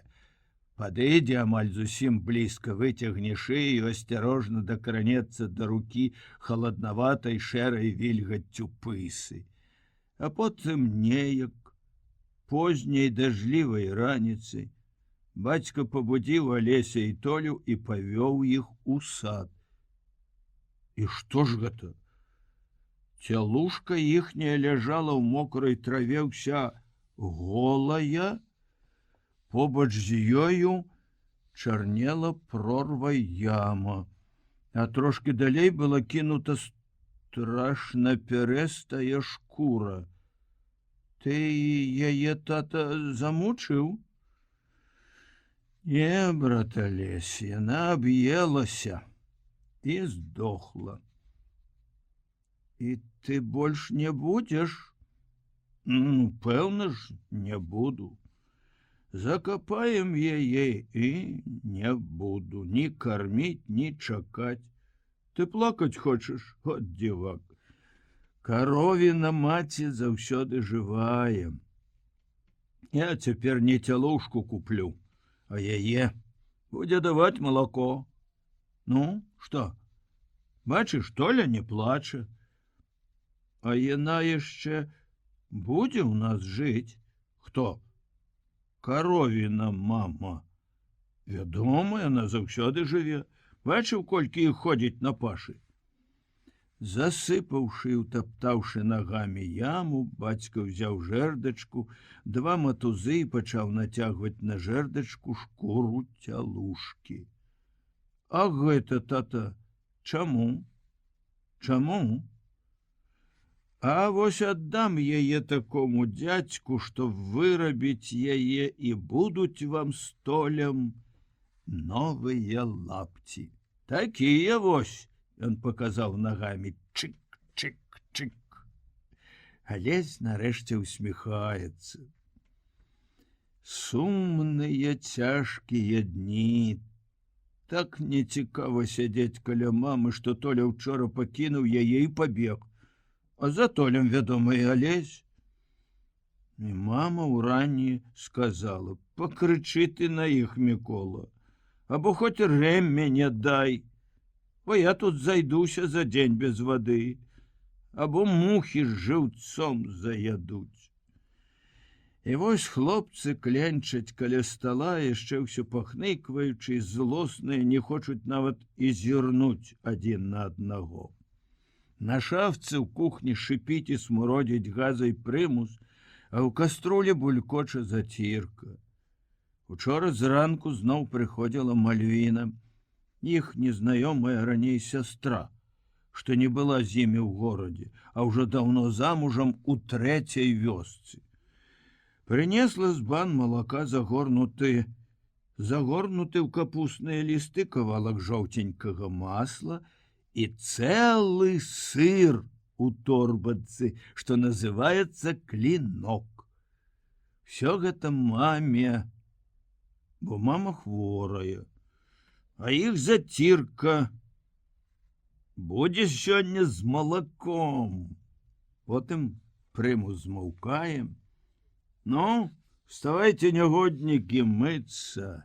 Толя даўно ўжо мыецца сам, а Лесю сёння памагае тата. Сам выцірае яго ручніком. Толя ўжо адвыкае патрошкі. А Лесь кожны дзень уранні ўвечары дае ўсім бусі. Звычайна бацька нагінаўся да яго, а цяпер ён падняў Алеся і пытаецца: ну што? Замест звычайнага добрай раніцы малы абнімае яго барадатую шыю і кажа: я больш ніколі не буду. І я таксама. Ты думаеш, што мне, а маму трэба шкадаваць. Толя яшчэ ўсё злосна, ён гаворыць: я есці не хачу. Я буду сядзець каля мамы. Ды бацька ўносіць з кухні не толькі зацірку, але ж і малако. Відаць, забыўшыся, каму яно, і масла ўносіць, і сыр на талерцы. І вось яны садзяцца зноў і зноў, як учора, ядуць Толя за Лесем, бо тата есць з хлебам зацірку. Маладзьбі ты, смяецца ён, гледзячы на сваіх памагатых. Пад'еў і зноў пайшоў, як кожны дзень. Унь калыхнуўся з касой у акне, у другім. Толя потым натрос многа яблыкаў, цэлую кучу насыпаў на стол, унёс з каморкі кнігу з цацкамі, і на змену яны сядзелі пры маміным ложку. Нават і не на змену, а разам. Маміны вочы заплюшчаны, расплюшчыць іх час ад часу, а потым зноў не глядзіць, толькі закруціць моўчкі галавой.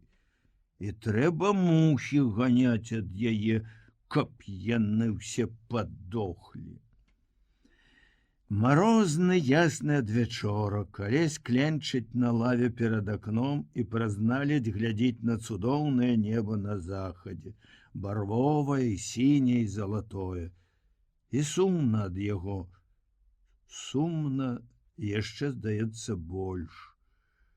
Малы ўпіраецца лбом у шыбу і адчувае спакваля, як ціхенька казычуцца рагі ад холаду, што растае пад гарачым. Што ты робіш, дурненькі? Прастудзішся яшчэ больш, кажа мама з-за прасніцы. Алесь трэ пальцамі там, дзе адтала, рыгу-рыгу-рыгу рыпіць мокрае шкло. Ну што ты робіш, а? Прадушыш акно. Нічога не можна. Тата ўжо хутка прыедзе. Паміж акном і плотам голы вішняк. Гоп! Хай, на галінках прыселі дзве птушкі, не вераб'і, а сініцы, бо ў іх зялёныя спінкі, воллі жоўтыя, галоўкі чорныя з белымі шчокамі. Цісік, цісік. Снуюць яны то вверх, то ўніз па галінках, карычневых, нават здалёк, а потым гоп, і яшчэ адна птушка. Чырвоная, пузатая. Ха-ха, снягір сеў на галінку цёпла-чырвоны, небліскучы ёлачны шарык. Мама, птушкам не холодна? Чаму ж, дзеткі, не? Зіма, ўсім зіма, а чырвонаму? І яму, і чырвоны не лепшы.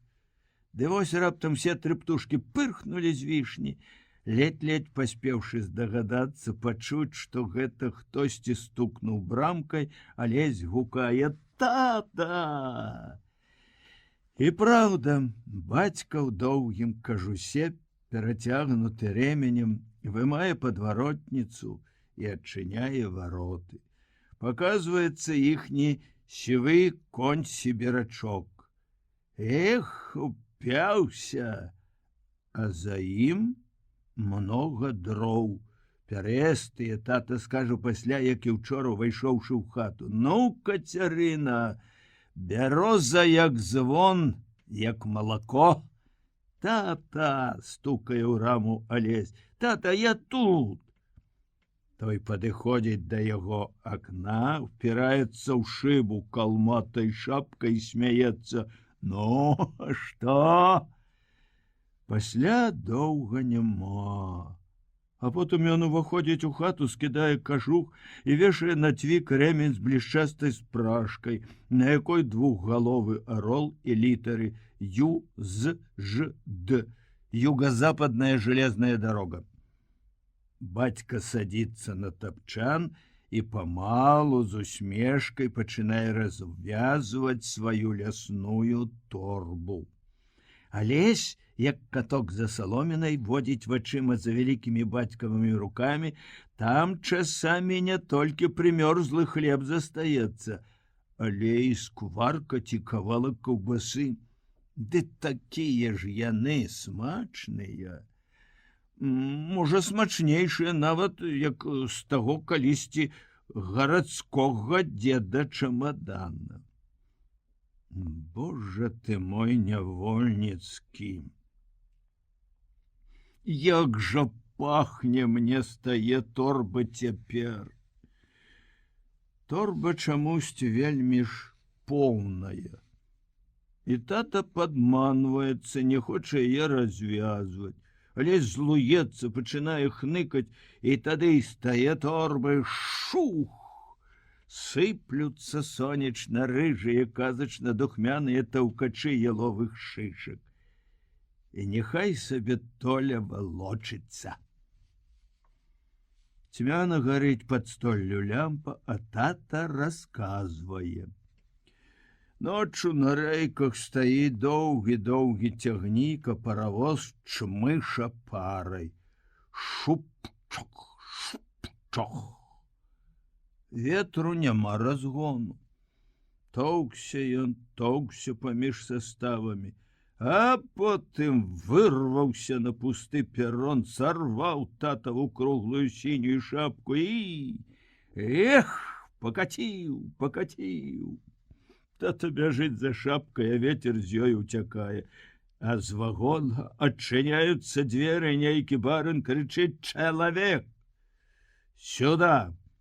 Тату няма калі, шапка вось-вось, а барин лаецца: «Сукін ты сын!» і попускае палкай. І тату гэтак балела. І мы бывалі не промахі, расказвае ён. Приношу я раз такой сволочи чай. А пенка где? Только с пенкой дурак. Что ж, вышел я с купе, дай, думаю, як хлопцы наши рассказывают. Легенько плюнул у шклянку. Понес. Видал, скотина, сразу так не мог? Смяецца бацька, смяюцца ўсё, а малыя за ўсімі. З печы Алесю і Толю добра смяяцца, добра глядзець. На іхніх лавах навокал стола сядзяць мужчыны-суседзі. Самы цікавы з іх дядька Роман. Ён гаворыць: не трэба, а тлеба. Замест ворона валёна. А на паразку жонку сваю палятка. У вайну ён ёй, кажуць, і пісьмы такія пісаў: далягая палятка. І самога яго называюць Ляман. Толя, які ўжо умее чытаць, кажа, што дядька Ляман якраз такі самы, як тыя татары, што калісьці ездзілі на маленькіх і шустрых сіберачках, вазілі пад сёдламі сырое мяса і палілі вёскі. Сапраўднымі лукамі, стрэламі, у калматых шапках і кажушках з вывернутай аўчыны. Сёння дядька Ляман сядзіць без шапкі, шырока расставіўшы на стале локці з бліскучай лысінай пад самай лямпай. Гаворыць ён вельмі мала, а калі загаворыць, дык Толя штурхае Алеся локцем, не шэпча яму: «Далягая палятка». І хлопцы хіхікаюць. Дядька Васіль расказваў пра вайну, як ён хадзіў даёш аршаву і кулачышчам, калі стукне па стале, дык лямпа бах Ляману на самую лысіну і патухла. А Толя за Алесем у смех. Лямпа не разбілася, яе зноў запалілі і павесілі, але цяпер ужо якраз на кручок, бо яна, відаць, толькі ліпела на самым краёчку. «Ціха вы!» — крыкнуў бацька на печ. Ён злосна зморшчыўся, але дзе там? Тады ён зняў з цвіка рэмень, стою з прашкай, што ЮЗЖД, ды як плясне, дык Толю, што крайне ляжаў, дасталося па мякішы. І Толя плача. Алесь, зашыўшыся ў кут пад пляцёнкі цыбулі, прыціх і слухае. Толя перш плача ад болю, пасля ад жаласці да самога сябе, пасля тату на злосць, а потым ужо ціха тоўхае Алеся нагой пад бок і з прыплачам шэпча: «Ты далягая палятка!» І хлопчыкі рагочуць зноў. Толя з восені ходзіць у школу. І за гэты час бацька не горш за яго навучыўся чытаць па-польску. У нядзелю, калі ён пасля снедання галіўся, Толя зноў дастаў з торбачкі сваю новую кнігу з харошымі цацкамі і пачаў голас чытаць. «Што?» — спытаўся бацька. «Пакажы». Узяў яго кніжку і сам чытае яшчэ раз. «Ojciec mluci, groch w stadole, matka серпом пошла в поле». Он нагарадзіў. Тады ўжо жаць няма чаго, калі гарох малоціць. Ой, пісакі!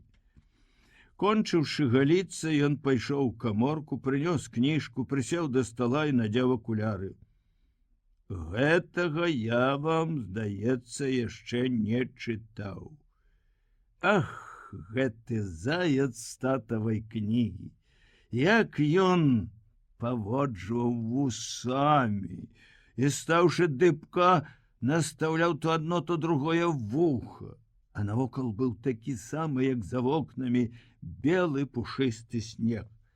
Тата, а дзень цяпер? Цяпер пад кустом недзе, а ўвечар зноў падкрадзецца да нашага саду. На загуменне сёння бачыў сляды. Пачакай, касавок, я табе снопік аўса падсуну». «А навошта аўса? Навошта?» «А мы паглядзім праз гуменнае акенца». І вось яны ўвечары ціха ідуць адзін за адным па глыбокай і сёння не вельмі рыплівай сцежцы. Бацька ў доўгім кажусе, за бацькам Толя, а ззаду Алесь. Дыхаючы ў цёплы пушысты шалік, ён стараецца і ісці, і носам пашморгаць як найцішэй. Бацька ціхенька адчыняе палавіну гуменных варот, і на доўгім таку ў цемры, трымаючыся за татавы рукі, яны асцярожненька падыходзяць да тыльнай сцяны, дзе акенца. «Ёсць! Ажно два!» — шэпча бацька, цікнуўшы ў яго. І першага ён паднімае Алеся. На снезе так недалёка, што добра відаць, стаіць аўсяны сноп, а два зайцы цярэбяць яго раз-поразу, становячыся дыбка. Зірнуў і Толя, а потым зноў Алесь. Там далёка за снапом і зайцамі гасцінец, як у кнізе. І, можа, дзядзькі едуць абозам, можа, і снег там пішчыць, Можа, зайцы таму і становятся дыбка, каб паслухаць. Што? Крыкнем? Шэптам пытаецца тата. Толькі ўсе разам. Ура! Закрычалі яны. Потым Толя, а потым Алесь яшчэ раз зірнулі ў акенца. Ага, памчаліся. Давайте і мы, як яны, сказаў Толя, калі выйшлі з гумна. Ты, тата, будь мядзведь, а мы зайцы, і ты ад нас уцякай. Раз, два, тры! Эх, і лёгка ж бегчы па ўтаптаным снезе ў новых лапцях. Гоп-гоп!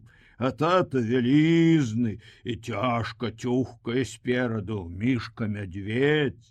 Алесь першы, ага! І вось ён толькі хацеў ухапіцца з-за палу даўжэзнага кажуха, але Толя, дагнаўшы яго, таўхануў, таксама хацеў ухапіцца. Хлопцы стукнуліся, і меншы заяц упаў. Ды так-такі ружовым чмысікам на мішкаў жорсткі валёнак і ў снег. Бывае, браты, горш, но нічога. Пакуль жаніцца загоіцца, кажа бацька, узяўшы Алеся на рукі. Глядзі, он тая самая вярба. Як на яе варона казала? Заплаканы заяц адсоўвае з рота заслінелы шалік, крычыць: «Што? Здохла старая качарга! Даўно пора было!» Так у той самай цудоўнай татавай кнізе. Да наступнай зімы яны абжыліся. Яшчэ ўсё восень была на дварэ, а ў іхніх вокнах новенькія дубэльты. Алесь падкорчыўся на лаве і глядзіць праз цьмяныя шыбы на гразкую вуліцу. Толькі яшчэ на бэзе сям-там трымаюцца лісты, а ў суседніх вялізных грушах і гола, і пуста. Добра было б па шклянацы мітрыволю за вокны. Яны не сырэлі б. Так гаварыў калісьці, устаўляючы дубэльты, бацька. Аднак таго таямнічага мітрыволю няма, і вокны сумныя, заплаканыя.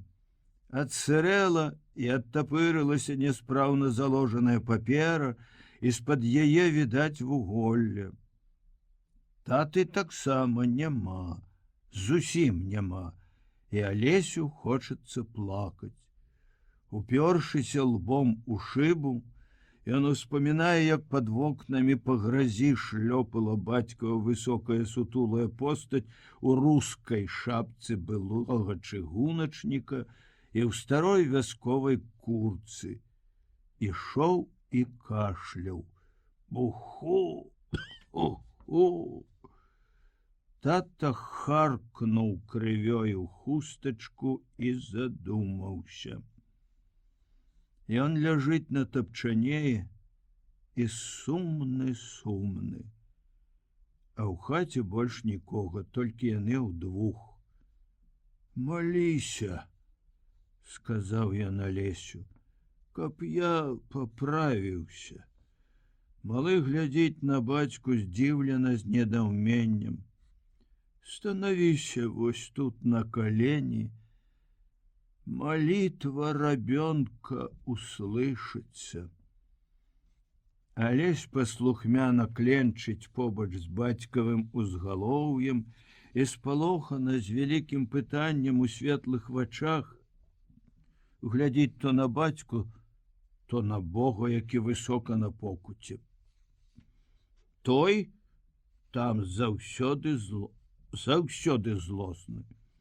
Прыціснуў адною рукою кніжку да грудзей, другую наставіў шчопцямі на Алеся і панура глядзіць не змаргне. Бог, як і тата, называецца Мікалай, а прозвішча яго Цудатворац. Гавары, сынок. Господи наш, ты добры, Алесь паўтарае за ім. Господи дай, шэпча Алесь, чакаючы, пазірае на бацьку. Чаму ж гэта ў яго так раптам і так дзіўна захадзілі, закалыхаліся грудзі? Чаму ён адвярнуўся да сцяны? Тата, шэпча малы. Ды ніхто не адказвае. Ён пытаецца, шэпча яшчэ і яшчэ раз, і гэта ўжо сцішна. Ён устае з каленак, падыходзіць 2 крокі да тапчана. І вось у адказ на яго маўчанне бацька паварочваецца ад сцяны, абнімае яго, туліць да казытлівай мокрай шчакі і горача, як ніколі, і страшна цалуе і твар, і валасы, і ручкі. Цяпер Алясь глядзіць праз цьмяныя запацелыя шыбы на гразь і шэпча другое пасля мітрыволю таямнічае слова. Наўрад, наўрад. Ат, Бог не без літасці, казак не без шчасця, казала ў тыя дні мама. Паправішся, Мікола, вось паглядзіш. А тата ўздыхаў. Ой, наўрад. І пасля ён ляжаў у труне, у чорных палатняных тапачках, а на дварэ ж было так холодна, так гразка. І ён не хацеў ужо ні смяяцца, ні плакаць. Каля яго таксама ў труне ляжала старая сіняя шапка з чырвонымі кантамі, тая самая, што вецер каціў яе па жвіры ад вагона да вагона. Наўрад.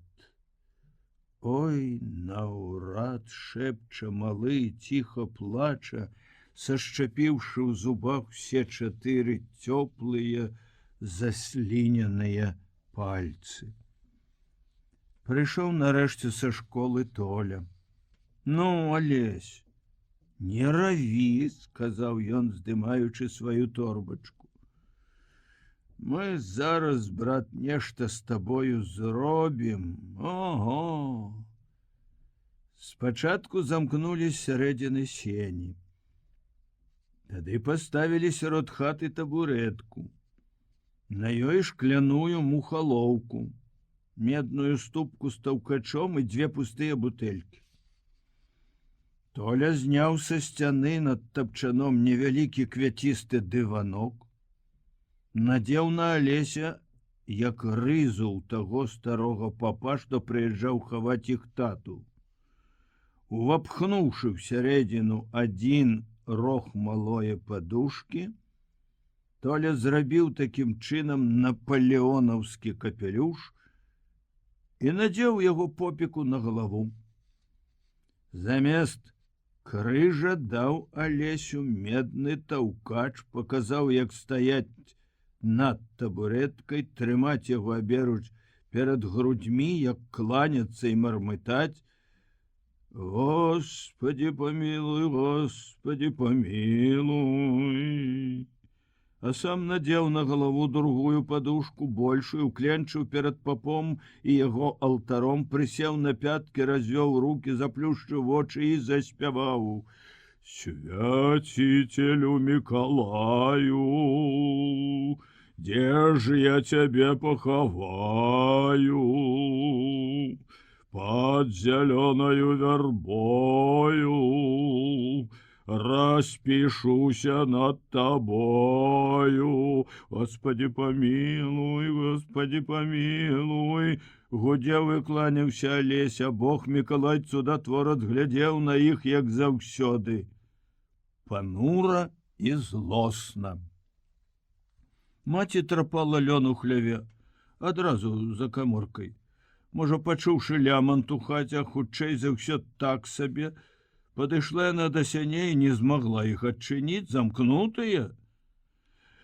Дастала з-пад лаціны даўжэзны ключ, праз дзірачку ў вушаку адамкнула засаўку, ціха ўвайшла праз сені ў кухні, зняла з цвіка тата ў рэмень, шах адчыніла дзверы ў хату і давай шалёстаць і папа, і дыякана. На гэты раз бацькавым ЮЗЖД больш дасталося Алесю. Насцябала бязбожнікаў, паставіла на калені. Попік нават і рызу скінуць не паспеў. О, маці білася моцна, але смешнае ўсё ж заставалася смешным.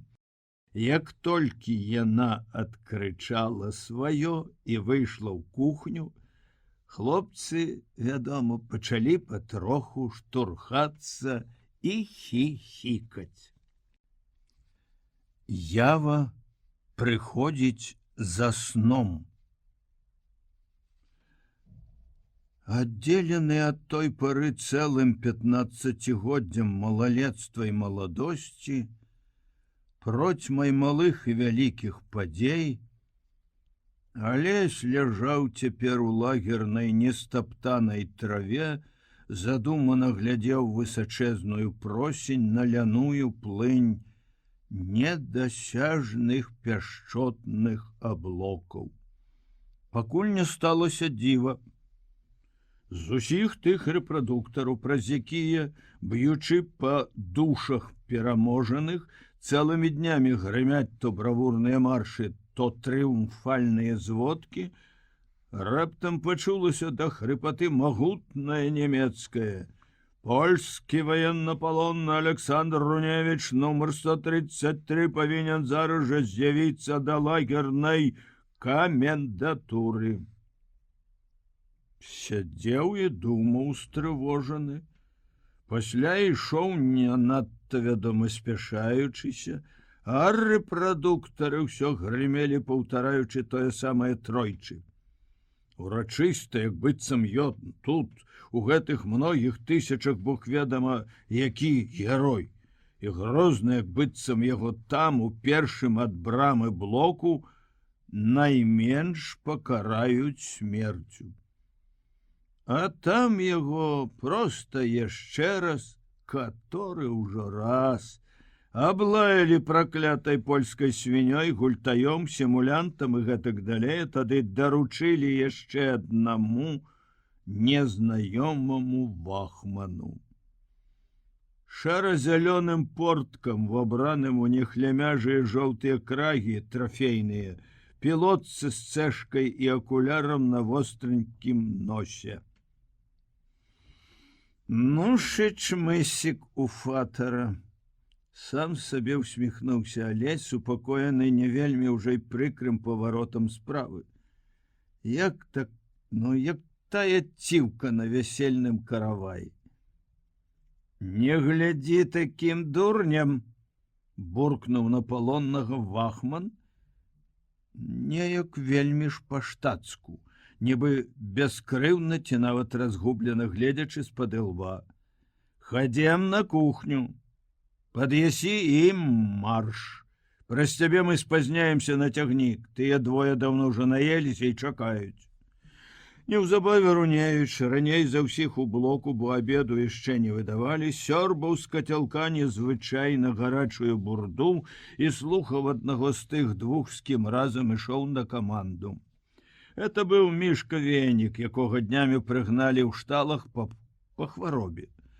2 разы толькі ён паспеў зайсці з санчасці да Алеся і расказаў па-свойму нязменна весела, што на былой камандзе у маёнтку фон Лепара, каб ён па вушы заляпаўся, гора паўзе сабе, як і паўзло да іхняга бунту.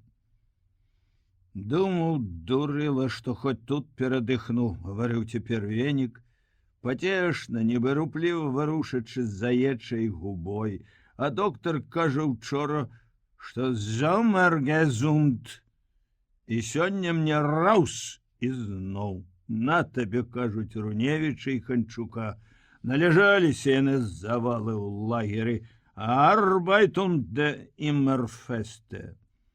Жары хутчэй, а то павалім ды адбяром. Не так ужо заўсёды і смешна бывала, што ён гаворыць ці вычварае. Гэты няўрымслівы Блазнюкаваты дзяцюк. Дзе ж ты яго смешнага і набярэшся многа, столькі балбочучы. Аднак бывала з венікам і весела, і хлопцы яго любілі. Аднак на губку тольку гэтую паглядзіш, ну як варушыцца, і то ўжо весялей. Незнаёмы Алесю Ханчук, маўклівы хлопец са шрамам на сківіцы і недарэчна зухаватымі вусікамі пад здаравенным гарбатым носам, за некалькі дзён суседства з венікам у санчасці прывык ужо відаць да смешнага, на якое і загадзя і пасля адказаў роўненька, як на фота, усмешкай. Толькі 1 гадзіна цягніком тупаў побач і дакучаў, як асенняя муха, вахман. 1 гадзіна, і будзеш есці смачна і шмат. Пайшлі хутчэй, ого! Бауэру касаве кормяць зайргут. За тыдзень будзе во! Тут ён спыніўся і з вінтоўкай на рэмені расставіў рукі абапал шчок, шчокі пры гэтым смешна надзьмуўшы. Зануда ты, сказаў яму венік. Надзьмешся, а потым яшчэ чаго добрага. Ён натапырыўся, зрабіў грозныя вочы, тады надзьмуўся і сам узняў шматзначны палец і нібы лопнуўшы здорава цмокнуў языком. Ханчук паслухмяна чмыхануў вусікі сваёю роўненькай фотаўсмешкай, Алесь засмяяўся таксама, новая штучка ў веніка доўга, відаць, муштраваўся. Марш! Крыкнуў вахман. Годзе тут жэрці, годзе плясці па-свойму невядома што, яшчэ і смяюцца. Я немец, zum Donnerwetter, і я вам марш! Алесі супу свайго гарачага не даяў, і кацялок ледь паспеў спаласнуць. Пад бабскі лямант вахмана яны дайшлі амаль да самай брамы, там ужо толькі ён змоўк. Пакуль палонных выпісвалі ў прахадной, яму самому трэба было і маўчаць, і цягнуцца на смірна. Ды вось яны і за варотамі. Размораная спёкай, так добра ўжо знаёмая вуліца, прамая як канал і доўгая да самага вакзала. Ну, пайшла наша свінка, простенька баразёнкай, не вытрываў венік. А злосны гад які! Няхай Бог па нам барануе. Толькі 1 гадзінка цягніком, толькі 1 гадзіна жахлівага крыку ў вагончыках кароткага вузкакалейнага составу. Крычалі, спявалі і рагаталі эсэсаўцы. Кукушка везла іх не больш мусіць за ўзвод, і гвалт, які яны ўзнялі амаль ад самага вакзала, быў толькі маленькай часткай трыумфу, якім у тыя дні была ахоплена Германія газет і рэпрадуктараў, механічна бяздушных вахманаў і гарлапанаў з узнятымі для Хайль Гітлера рукамі. З такім вось дзікім аскаленым рогатам, як гэтым. Палонныя, праўда, загнаны ў асобнае купе. Эсэсаўцаў ім не відно. У мутнай злавеснай паводцы іх ляманту перад вачыма Алесевай памяці ляцяць, мільгаюць, варочаюцца, як у пене хваль, нядаўна на пероне бачаныя твары. Па-чалавечы разнастайны і разам з тым па-салдацку стандартныя.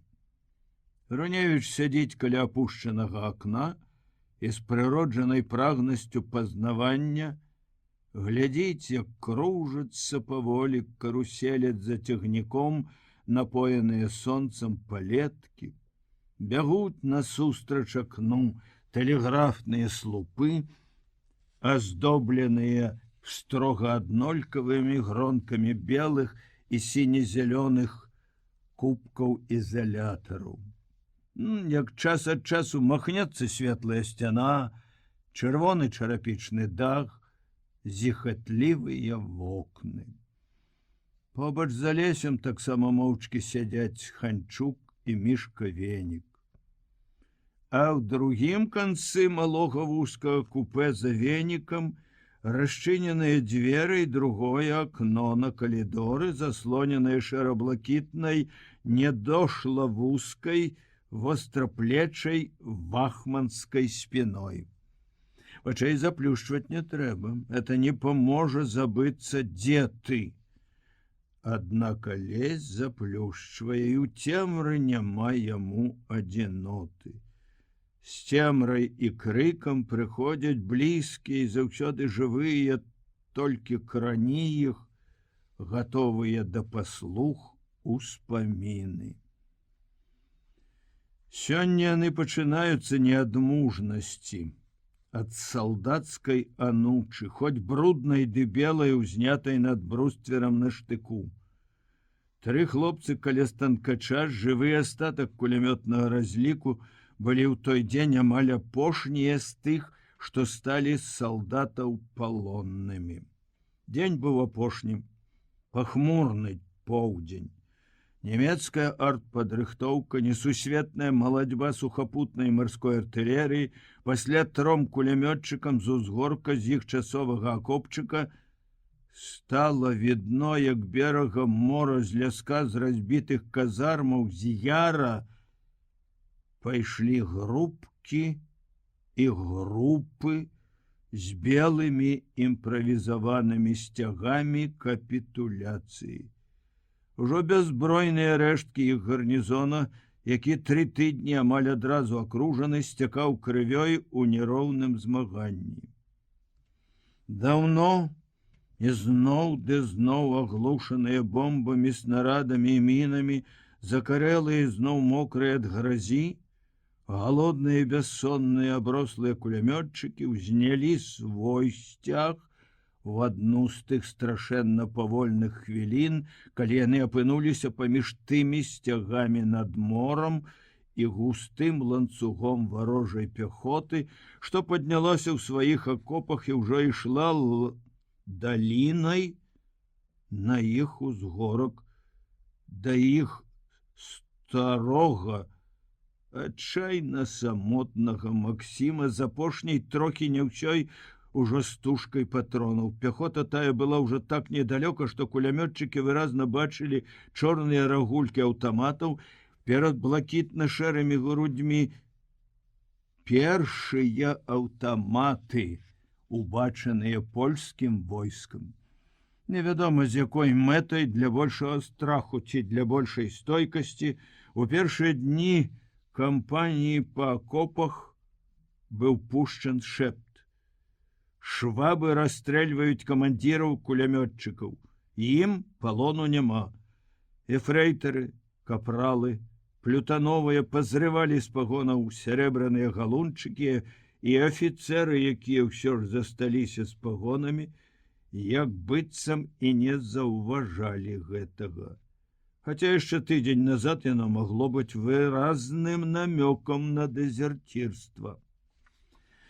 Пяхота з аўтаматамі бліжэй, смерць, не смерць, ды вось 3 кулямётчыкі ўбачылі, што афіцэр, які ішоў наперадзе, неяк нечакана вусаты і не ў касцы, як увесь ланцуг, а ў шапцы з вялікаю цэшкай, выняў з кішэні хустачку і памахаў іхняй анучы.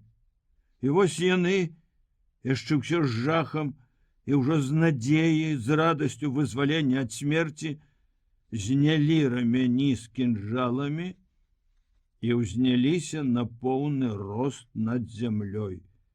Удзень першы раз за 3 тыдні. Тады ўспомнілі, хто яны, і, не змаўляючыся, інстынктыўна рванулі наперад і ўбок далей ад свайго станкача. У руцэ вусатага афіцэра быў пісталет. «Званне?» – спытаў немец, не паднімаючы пісталета. Але да якога чамусьці было скіравана пытанне, не зразумеў. Ну вось, няўжо ж яны ўбачылі наш кулямёт? Як ён па-іхняму, як? буксавала в адчаі думка: твоё званне, чорт возьми ты! Не разумелі нічога і іншыя хлопцы. Тады вусач працягнуў левую руку, паказаў на Алесяў пагон. Маланкай ірванулася здагадка. Белым бляскам холоднага жаху напомніла акопны шэпт. Камандзірам палону няма, і хлопец як мага хутчэй закрыўся словамі: «Рэкрут! Я рэкрут!» І рвануў, расшпіліў два верхнія гузікі мундзіра, выняў з-пад кашулі і сарваў са шнурка цёплы апазнавальны жэтон, які ім выдалі дзён за 2 да пачатку вайны. Афіцэр зразумеў. Больш таго, узяўшы на белую далонь гэты шэры і круглы металічны значок з надрэзам пасярэдзіне, ён прачытаў: «Барановітше рускі?» спытаўся, як бы усцешана здзіўлены. За нейкую долю секунды раней, чым бледны, аброслы, выкачаны ў акопнай гразі ўжо не салдат, а палонны паспеў згадзіцца, нядаўні страшны вораг таксама весела сказаў: «Рускі, добра! Рускі таксама бах-бах на нашым бока! Ты таксама рускі? І ты?» Ён тыцкаў на іх пальцам, і ў адказ усеяны вельмі ахвотна, чуючы ў гэтым яшчэ больш надзейны ратунак, згадзіліся. Не толькі Сасновіч, яшчэ адзін беларус, Алей Круль, паляк.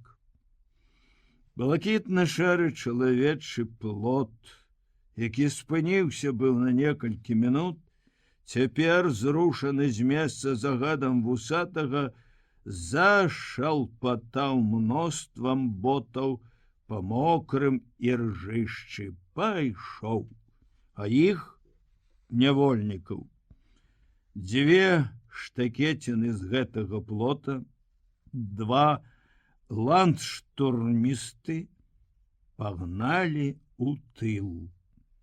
Пажылыя немцы, прыкметна ўсцешаныя такім паваротам справы, прыпыніўшыся ў тых акопах, з якіх яны нядаўна выйшлі, пагаварылі штосьці паміж сабой, парашпільвалі сумкі, дасталі для хлопцаў адзін акрайчык хлеба, а другі банку мясных кансерваў, пачатую і загорнутую паперу. Была тут і пагарда пераможцаў. Колькі дзён паляк не жор. Было магчыма штосьці ад таго, што рускі алф-піф-паф, аднак прасвечвала, здаецца, і простая чалавечнасць бывалых людзей. Прысеўшы на яшчэ цёплай, здаецца, саломе варожага седала, над якім яны яшчэ так нядаўна стрыглі ашчаднымі чэргамі са свайго станкача, хлопцы, даўно галодныя, прагна жавалі ворагаў хлеб, дзіўна, звычайна і сцюдзяніста мясныя, здаецца, металічныя, як каскія штыхі, кансервы. Руневіч еў іх наогул упершыню ў жыцці, міжвольна ўспомніўшы ржавыя бляшанкі, што ў маленстве знойдзеныя дзе-небудзь разам з калючым дротам і пустымі патронамі, напаміналі незразумелае і зманліва цікавае слово «вайна». Потым былых кулямётчыкаў разам з мноствам былых стралкоў, артылерыстаў, маракоў гналі па мокрым бруку на захад. Дождж, якому ўсё было абыякава, то спорна сыпаў, то абы церушыўся. А блакітна-шэрыя канваіры то проста механічна, то з тым самым варожым металам у голасе крычалі «Лёс і Шнеллер! Давай, хутчэй!» Немцы былі найбольш пажылыя, ні адзін з іх, магчыма, еў з тых бляшанак і ржавых яшчэ ў алесевым маленстве. І не было цяпер у страі на вачах у начальства нават ценю бывалае чалавечнасці. Наадварот, было нават самадзейнае зверства. Калі нейкі палонны, яшчэ не абстуканы да належнай дысцыпліны, адбегся са строю, каб на хаду схапіць за мокрае гічанне бручку, адзін з канваіраў не толькі зверам зароў на яго, але і ударыў прыкладам. І тупа, ўсё ж баючыся ці не хочучы прабіць да жывога, штурхаў хлопца штыхом, заганяючы ў строй. А ўжо сапраўдны крык палонныя пачулі ўвечары у польскім пагранічным горадзе. Не махманскі дарожны адзіночны крык. Ён быў памножаны на сотні маладых, поўных заядлай веры галасоў. Гэта былі эсэсаўцы і гітлер-югент. Спачатку яны крычалі, заганяючы палякаў на мокры брук турэмнага двара. Было ўжо цёмна, і гэты брук Руневіч неўзабаве адчуў сваім дашчэнту знясіленым целам. Падкупленыя момантам адноснай цішыні і нерухомасці, палонныя пачалі апускацца долу, лёг і алесь, ледзь нешчасліва падлажыўшы пад шчаку далонь. Ды тут на слупах і ў вокнах пустой турмы раптам успыхнула святло, і зноў пачуўся крык: «Устать, ферфлухте, польніше швайне! Пастроіцца!» Які там мог быць строй? Натоўп нядаўніх салдатаў толькі яшчэ гусцей збіўся в чатырохкутніку двара, адціснуўся трохі ад ворагаў, а край натоўпу сяк-так выраўняўся без ранжыру проста няроўнай сценкай знясіленых і няшчасных людзей. Пачулася каманда з лаянкай па-польску на нямецкі лад: «Што шакрэв, курва матч!» Лейтенант СС, маладзенькі, падкрэслена спраўны, памалу пайшоў перад строем. Час ад часу спыняўся і, прыплюшчыўшы вочы пад казырком, гаварыў, то важна зніжаючы голас, то поднимаючи его до крыку: «Что? Взяли Берлин? Где ваша Англия? Где ваша Франция? Где ваш рыцмиглы, курва матч? А, кретины! Все ваше там. Теперь мы с вами. О, майн год, што за морда! Ён утаропіўся ў нізкага аброслага мужчынку. Алесь, які стаяў у першым радзе, збоку і зверху скасавурыўся на сябра, што быў ад яго праз 3 чалавекі. Пазнаў. Это быў касіньер, якога ён днём прыкмеціў у калоне. Адзін з тых рабочых добраахвотнікаў, якім не хапіла зброі, якія па даўняй паўстанцкай традыцыі выйшлі на кулямёты, на артылерыю, на бамбавозы з косамі, асаджанымі з тарчма. На чалавеку над цывільным клёшыкам вісеў мундзір, знойдзены, відаць, на полі бою, разам з вінтоўкай, што замяніла касу. Твар быў багата аброслы, здаецца, сівеючай шчэццю, а галава абкручана бінтам, брудным і з чорнай крывавай праталінай. «Хто табе шапку даў, разбойнік? Много выпіў невіннай нямецкай крыві? Добрая шапка, выдатная, пакажы!» Яны рагаталі. Чародка яго падначаленых у светла-карычневых і ў чорных, як і ён мундзірах, яны здаволена галёкалі, а ён працягнуў руку і тузануў крывавы бінт салдата жменяю, як тузаюць за валасы. Палонны стрымана крыкнуў ад болю, закрыўся рукамі і адступіўся ў сценку сваіх. Натоўп калыхнуўся і загудзеў. О, вы, проша пана, яшчэ не здаволены. Чорны немец павярнуўся да падначаленых.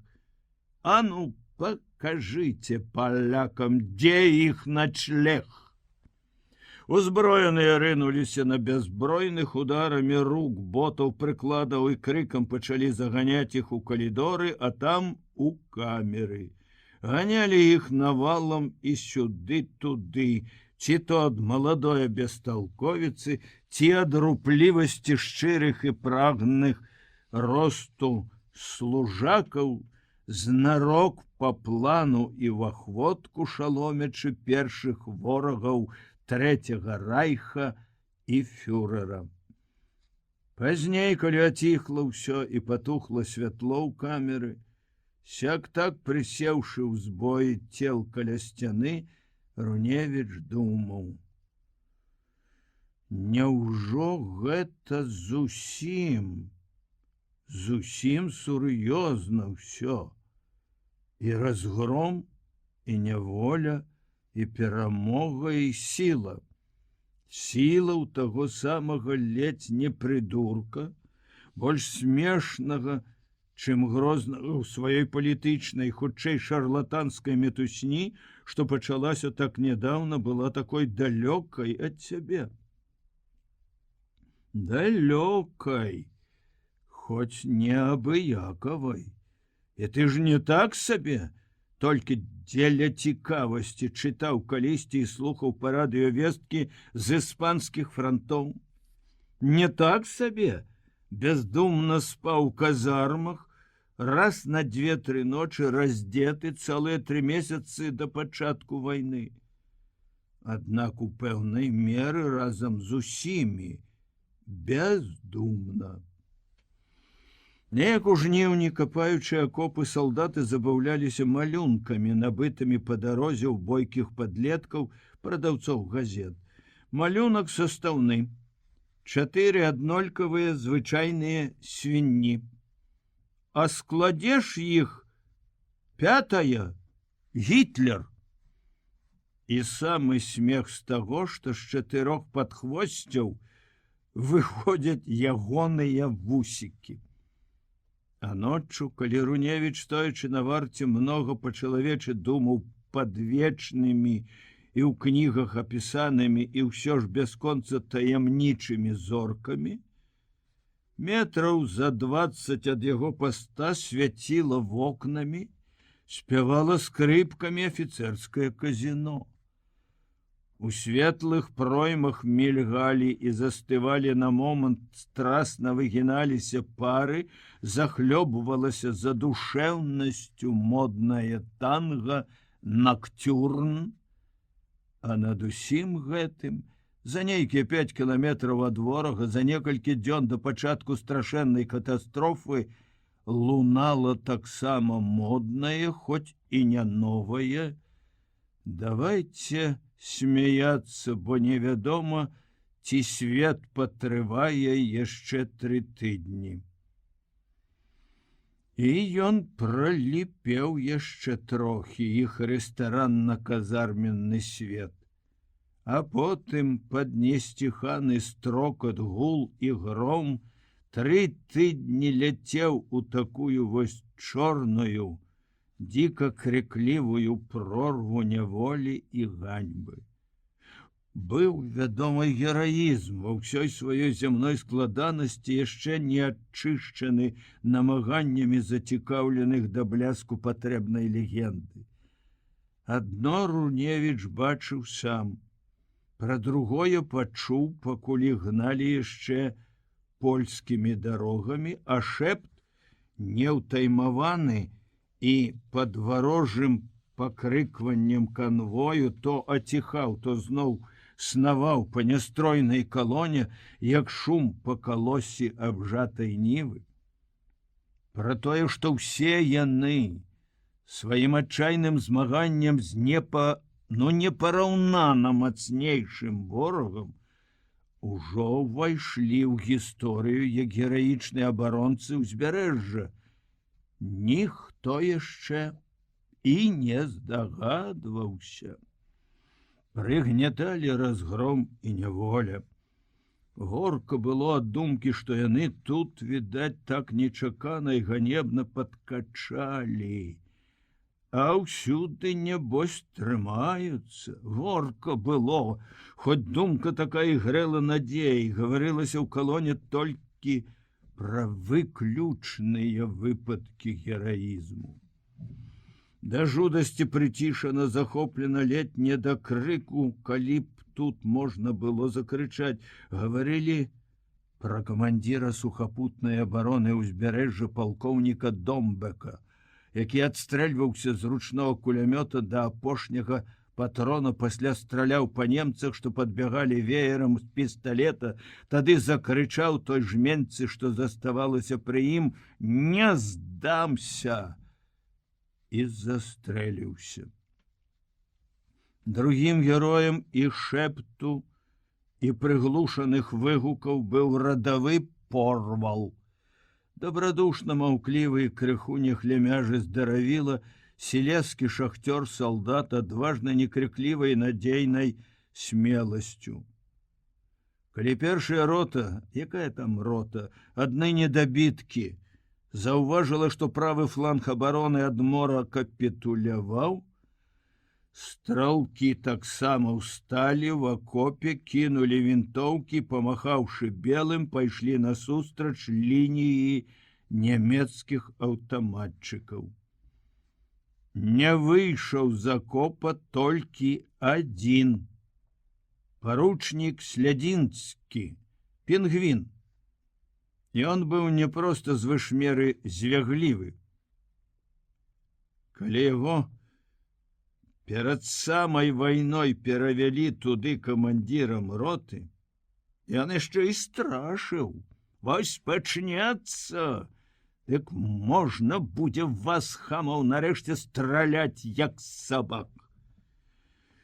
Яму, аднак, не пусцілі сваю гарачую спіну, хоць і шапталіся некаторыя хлопцы.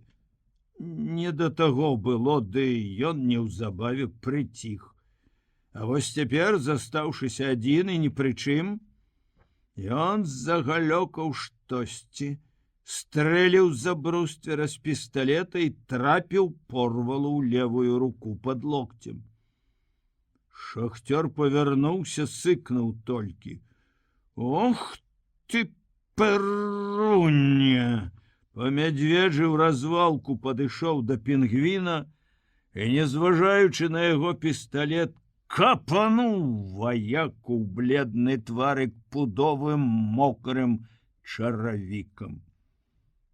Сам ён, курва, небось не застрэліўся. Жыць, кажаш, трэба. А мне? Сам ён ідзе вунь там, наперадзе, ўжо, здаецца, ў нядрэнным гуморы. Я меў шчасце іх бачыць. Ну, хлопцы, ён жа афіцэр, ён абавязаны. Пакалышы ты ведаеш каго, сламна за тыя самыя. Што ж, Домбек, по-твойму, не афіцэр? Я быў каля палкоўніка, і я ціха, Шваб падыходзіць. Так хвалявалася, так гаманіла мазольная маса, і мы ж адбегліся ад свайго кулямёта. Думаў цяпер у вагоне Алесь. Што ж гэта ўсё-такі? Ганьба ці не? Як мне глядзець на гэта, беларусу ў форме польскага салдата? Польскім салдатам ён сябе не адчуваў, як і ўсе яны беларусы. І гэта было натуральна для тых, каго звыш чалавекі накшталт пінгвіна, вышэйшыя і ніжэйшыя па рангу, і нават некаторыя з радавых не лічылі сваімі, нават і раўнапраўнымі людзьмі. Фашысцкі дух пілсудчыны, шляхецка-каталіцкая пагарда да хамаў і схізматыкаў, што ў дадатак яшчэ заражаныя камунізмам. А ўсё ж беларусы, народ цягавіты і смелы, не згіналіся і на вайне. Пакуль стаялася, стаялі добра, лепш за другіх палякаў. Это ўсё праўда, думаў Руневіч, але ж ведаў я ў тыя дні другое, што біліся мы, беларусы, не толькі за тую часовую санацыйную Польшчу, якая нас прыгнятала, а і за Польшчу вечную, за народ, за яго культуру, за яго жыццё, на якое абрынуўся смяротны вораг не проста дзяржаў, але ж народаў. Гітлерызм. Ведаў, думаў пра гэта і я. Я не хаваўся за спіны другіх, хадзіў в атакі, ляжаў пад агнём, здаваўся з апошнімі. Не быў героем, але ж і бабай не быў. Першы нумар у штурмавым кулямётным узводзе. Хоць вельмі ж не хацелася быць механізмам, прадугледжаным нечым артыкулам. Хоць была і яшчэ адна акалічнасць, што блытала справу. За некалькі дзён да пачатку вайны ў прапаганднай мітусні і гамане, якая то шугала да нябёс гісторыі саламяным полымем самаўпэўненасці і надзеі на англо-французскіх саюзнікаў, то асядала горкім попелам адчаю і спадзяванняў толькі на волю калісьці ласкавага да Польшчы пана Бога. Адна з тых газет, што траплялі ў казармы, надрукавала раптам вялікі партрэт Варашылава. Просто выбух, зусім нечаканы на фоне афіцыйнай антысаветчыны. І подпіс быў пад партрэтам, здаецца, штосьці даволі ўдала імглістае пра чалавека, у руках якога спачывае лёс вайны і міру. Это пакуль у Маскве ішлі і цягнуліся перагаворы з англічанамі і французамі. А неўзабаве ўсіх ашаламела вестка. Саветы і Гітлер падпісалі пакт неагрэсіі. Як зразумець было гэта далёка ад роднага свету, у верлівай каламуці чужой варожай прапаганды. Як непроста, нелёгка было разабрацца ва ўсім, захаваць сваё найдаражэйшае, сваё адзінае, што дае табе права лічыць сябе чалавекам. На самай грані смерці і жыцця з вуснаў нямецкага афіцера пачуў ён дзіўнае рускі аух піф паф. Ад той незразумелай спачатку весткі, чорт ведама навошта звязанай са здаволенай усмешкай гітлераўца, прыйшла да Алеся, да ўсіх беларусаў вялікая чалавечая радасць. Крыху пазней яны належным чынам усвядомілі, што ж адбылося там за Бугам. Яны, бяздомнікі і пасанкі ў чужой дзяржаве, зноў увайшлі ў сваю вялікую сям'ю, зноў далучыліся да савецкай радзімы. Яны, салдаты польскай арміі, недабітыя крэсавякі, нямецкія нявольнікі? Трохі, вядома, не так. Вольнымі сталі іх сямейнікі, іх землякі, іх далёкая, шматпакутная заходняя Беларусь. Яны ж, перамяшаўшыся з палякамі, пакуль што ляжалі густым покатам на мокрым бруку, пасля ў турэмных камерах, пасля пад брызентам сцюдзёных палатак, яны вось едуць пакуль што кудысьці да новага пана, яшчэ ўсё пад канвоем па крываваму праву штыха. Іх свабода і сёння пакуль што далёка, далёка на ўсходзе. Аднак сёння на 9-м месяцы палону Алесю многое ўжо бачыцца ясней, чым у тую кашмарную першую ноч, калі і радасць, і адчай, і горкі сум то праясняліся трохі, то зноў жахліва блыталіся в адно, танулі ў страшэннай стоме цела і душы, у стоме бяздоннай, якую все-таки прабіваў час ад часу жахлівы нечалавечы крык.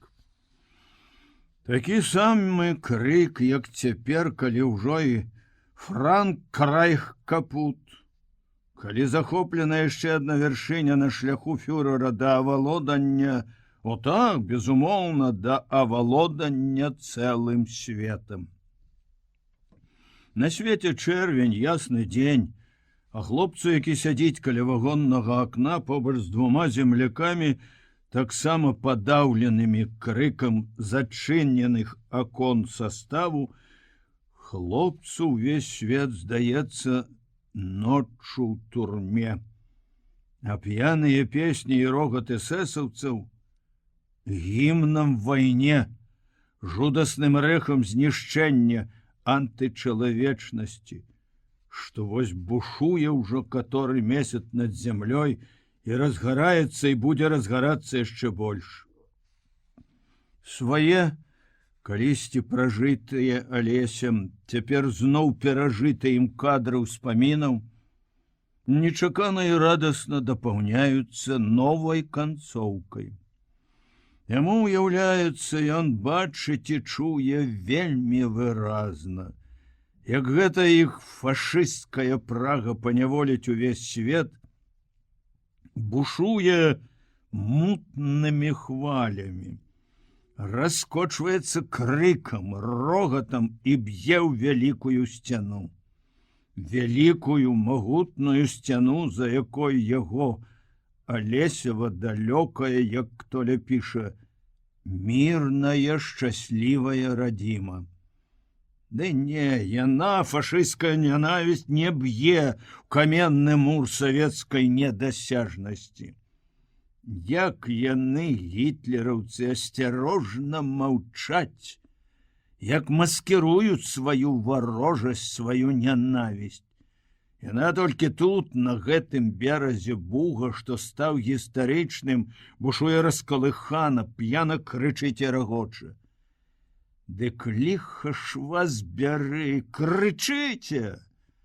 Мой свет, моя вера, надзея, любоў са мною. Я вернуся за сцяну, якую вам не прабіць сваім бушаваннем. Лямантуйце, мы ўжо тут трохі прывыклі да гэтага страху.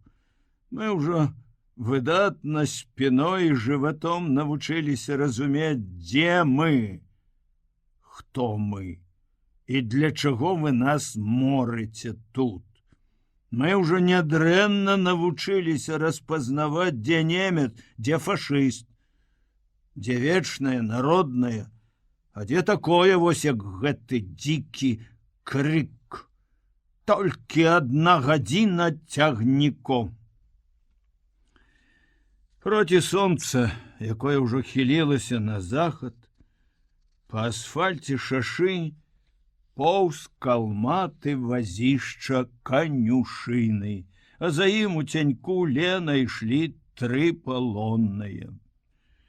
Чым далей ад шталага адначальства, тым вальней адчуваў сябе вахман. Зусім ужо не па-салдацку трымаючы вінтоўку, ён ішоў побач з дрыгатлівай, духмянай сцяной канюшынных галовак і гутарыў з бауэрам, які то адказваў яму, то сам пачынаў зверху ды моцна, нібы з вялізнай буслянкі глухому. Алесь жаваў ды смактаў мляўка салодкую сцяблінку і слухаў. Немцы гутарылі на мясцовым платдойчы. Цяжка было зразумець. Ён вучыў калісьці ў школе і цяпер на слых стараецца засвойваць літаратурны, агульна-германскі Гохдойч. Ды ўсё ж і да плата сяк-так прывыкаеш. І ў гутарцы гэтых двух памеранцаў можна таксама дабрацца да сэнсу. І гэтыя дзяўблі адно у тон вагоннаму дзікаму крыку пра нямецкія танкі, падводныя лодкі, брутарегістартоны, лінію Мажино, мессершміты над Лондонам, слова капут, Франкрайх капут, Энглянд капут паўтаралася мноства разоў. І так і сяк успамінаўся Чэрчыль, Чэмберлен, Петэн, яшчэ больш ва ўсіх варыяцыях прасцяцкай павагі і вернападданніцкага захаплення Гітлер, а пасля ўжо, калі Вахман і Бауэр набілі аскому высокай палітыкай, пайшла звычайная сялянская гутарка пра добрае лета, пра касавіцу, пра недахват мужчынскіх рук. І дзіўна было Алесю, што і Вахман з выгляду мешчаністы, вастраносенькі акулярнік, не клерк які-небудзь, ды не дробны гандляр, а селянін таксама. Ён гаварыў пра сваё, пра жонку, трое малых і 14 моргенаў за Штэцінам. Гаварыў, як гаворыцца, пра самае галоўнае ў жыцці, і толькі час ад часу азіраўся на палонных, што вяла шкрэбалі за возам. Ды азіраўся так, як быццам ззаду ішлі яго коні з яго канюшынай. Культура, мармытнуў у вусікі Ханчук. Толькі хваляцца, што культура. А ніводнага слупіка нідзе няма, каб хоць ведаў чалавек, колькі туды кіламетраў. Ось валачомся з паўдня. Венік, які, нібы памагаючы Ханчуку, маўчаў ужо даволі доўга, зноў успомніў пра свой характар. «Эй, фатар, Раузабальд!» — гукнуў ён Вахману. «Тут есці хочацца, а ты балбочаш». Вахман нібы адмахнуўся. «Не пляці па-дурному. Мы ўжо прыйшлі». І зноў балабоніць сваё, пазіраючы ўверх на канюшынную вялізную буслянку, а неўзабаве на ўзгорку ён азірнуўся. «Касаў!» — гукнуў і паказаў рукой пад сонца у даліну. Гэта было мястэчка Бауэрнштэтхен. Так ганарацца, відаць, і яго жыхары. Думаў Алесь, на хаду разглядаючы свой новы, як надоўга толькі прыпынак. Ён працаваў у адным такім мястэчку больш за месяц, і Касаў толькі тым адрозніваецца ад вёсак, што мае рынак з крамамі, аптэкай, малачарняй, паліцэйскі ўчастак і рэшткі каменна-цаглянага муру, які ў далёкім мінулым рабіў з паселішча маленькую крэпасць. Ад рыначнай плошчы, як промні ад зоркі, разыходзяцца 5 ці 6 вуліц. Абапал бруку стаяць тынкаваныя, вясёлыя фарбоўкі або цагляныя домікі пад чырвонай чарапіцай, з суседскай цікаўнасцю пазіраючы адзін на аднаго з-пад халадочку кляновых ды каштанавых векавечных прысадаў. Перад дамамі агародчыкі з кветкамі, а на дварах накрытых ямах горбы гною, і перад самым кухонным акном прыбіральня.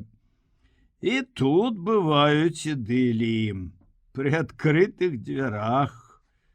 Каля адрын поўна всялякай тэхнікі для двара і для поля, а на дахах чароды голубоў, не так для прыгажосці, як на мяса. В мястэчку вялікая двухпавярховая школа, у якой цяпер шпіталь для раненых з французскага фронту. 2 піўныя бліжэй да рыначнай плошчы, адна кірха ў цэнтры, другая меншая, трохі наводшыбе, на цяністым, добраўпарадкавым, шчодра засеяным кветкамі могільніку. Ладнае возера з купальняй, мураваны грамадскі свіран, паравы млын і стаўбун электрычнага трансфарматара. Зусім наводшыбе, у самым канцы доўгай вуліцы стаяла старая, панурая, нібы знарок для палонных драўляная штуба, хата з ржавымі кратамі на вокнах, абгароджаная высокай сеткай калючага дроту. Каманда была яшчэ на рабоце у гаспадароў. У штубе толькі нары ды нары. Двухпавярховыя, засланыя шэрымі шурпатымі, як вывернутыя трыбухі коўдрамі з крапівы. У галавах шынялі, сумкі, чамаданы. На адной пасцелі красаваўся акардэон. Даволі часты і пажаданы спадарожнік артбайт-камандаў. Вахман не даў палонным нават прысесці. Пакіньце манаткі, пойдзем да Бауэраў, загадаў ён з парога, як найбольш пераканаўчы аргумент дадаў: там вас накормяць. Лаючы орднунг, парадак, згодна з якім трэба было зноў валачыся на тую самую рыначную плошчу, яны пайшлі за ім з ужо зусім пустымі, гатовымі да работы рукамі. На плошчы, каля дома шыльдачкай «Бюргермайстер» хлопцаў чакалі новыя карміцелі. 2 фрау і Бауэр, каржакаваты сіваваты дзед у саламяным капелюшы і шлейках на белай, вабранай у порткі кашулі. Як толькі палонныя з Вахманам падышлі да гэтай тройкі, дзед нечаканым і, мусіць, хітрым рыўком адарваўся ад баб, цапнуў Алеся за локаць і ці то сам сабе, ці то камусьці другому, каго ён хацеў, нават з закончанай крыўдай у голасе пераканаць у сваёй праваце, шапялява крычаў: «Гэты! Гэты!» Калі палонны крутнуў свой локаць з немцавай рукі і паглядзеў на дзеда забураным недаўменнем, той пачаў дзелавіта тлумачыць: «Не бойся, ты будзеш у мяне працаваць. Гуд работа, гуд хлеба, панье!» І тут жа, каб замацаваць удачу да канвойнага: «Вахман, Клебар, я пойду, калі так, ты запішы паляка за намі. За Карлам Камратам. Няма калі мне з бабамі гадкі тут разводзіць. Ком, панье, ком!» «Па-нямецку гаворыш?» — спытаўся ён у Алеся, як толькі яны адышліся. «Нікс!» — закруціў галавою палонны. Аднак старому гэта як быццам і не патрэбна было.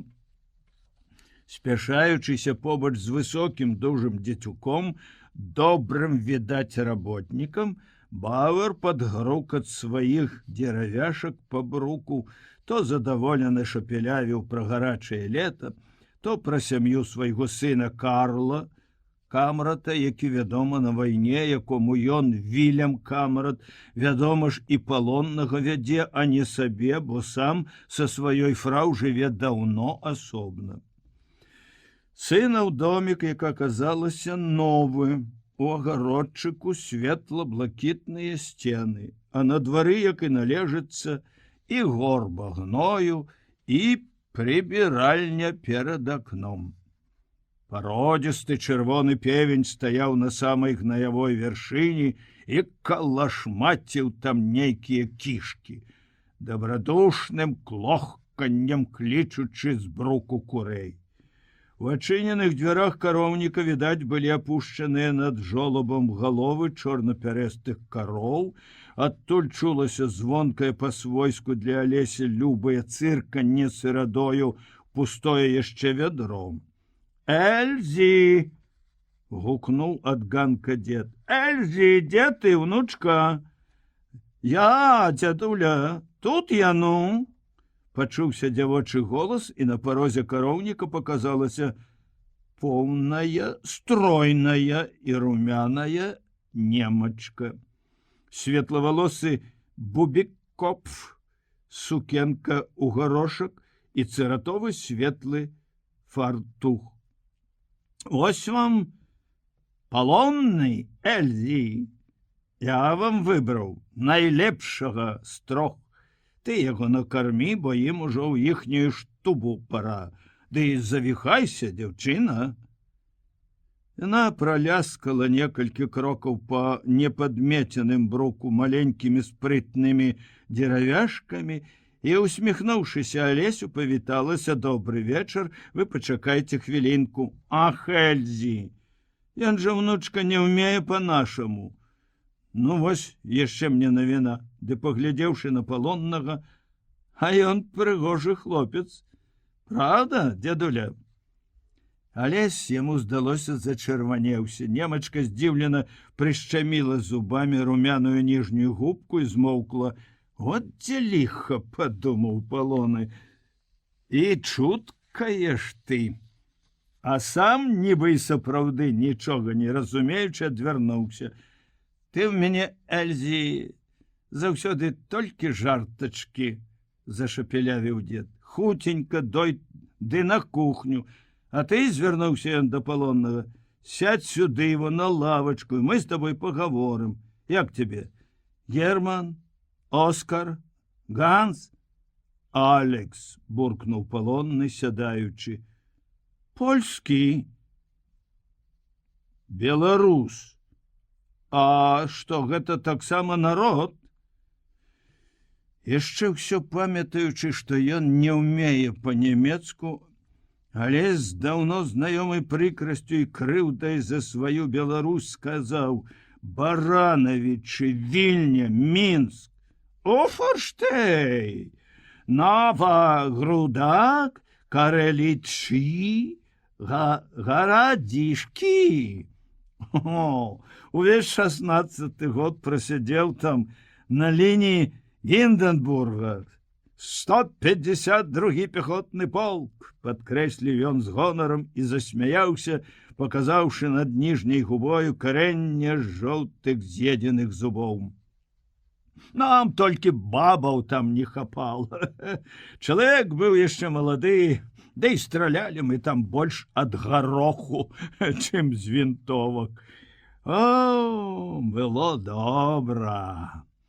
Алесю язык засвярбеў, каб сказаць, што сам ён якраз з-пад таго новагрудка, што там у іх і дагэтуль стаяць у ярах нямецкія бліндажы, што ты там, стары сукін сын, не адну, відаць, нашу хату разабраў на сухенькія дровы, не адну нашу вёску з торбай пусціў. Першы, відаць, і там дабягаў. Ды палонны яшчэ ўсё не ўмеў па-нямецку, маўчаў. «Ну, я пайду», — сказаў нарэшце дзед, устаючы. «Пайду да свае фрау. Хады адгэтуль, як мне цяпер, толькі 13 минут. А ты, Алекс, сёння фесте еш, ну, а заўтра фесте касіць. Гутэнахт?» Падаў хлопцу вялую руку і скрамянуў чамусьці па яго далоні скурчаным каравым пальцам. На вячэру сабралася ўся сям'я. Прыехалі з поля два хлопцы, большы, цыбаты і амаль дарослы голасам, і меншы, дробны і светленькі. Яны ездзілі ўкошваць травы. Прыйшла аднекуль поўная, спакойная мутар гаспадыня, а з ёю сінявокая дзяўчынка з доўгімі косамі. Вячэралі ў кухні. Кухня, як і ўсюды, дзе ўжо Алесь бываў, была ў іх ахайная, з белай кафельнай сценкай над плітой, з паліцай, на якой стаялі стандартныя белыя слоікі, аздобленыя блакітнымі гатычнымі літарамі смачных слоў: соль, перац, цукар, гарох. Пры яркай электрычнай лямпачцы відаць былі два надпісы, таксама готыкай і таксама вядомыя. Адзін над плітою: руплівасць прыносіць благаславенне, а другі пад Хрыстом у цярновым вянку: я зрабіў гэта для цябе. Эльзі пазавіхалася каля пліты, падала на стол славутую картофельн і жоўтую кашу яечню, якая ў алесевых пасынках называецца тыцкала. Спакойная, поўная мутар устала, за ёй усталі ўсе, нават і палонны, які сядзеў дагэтуль трохі воддаль ад стола.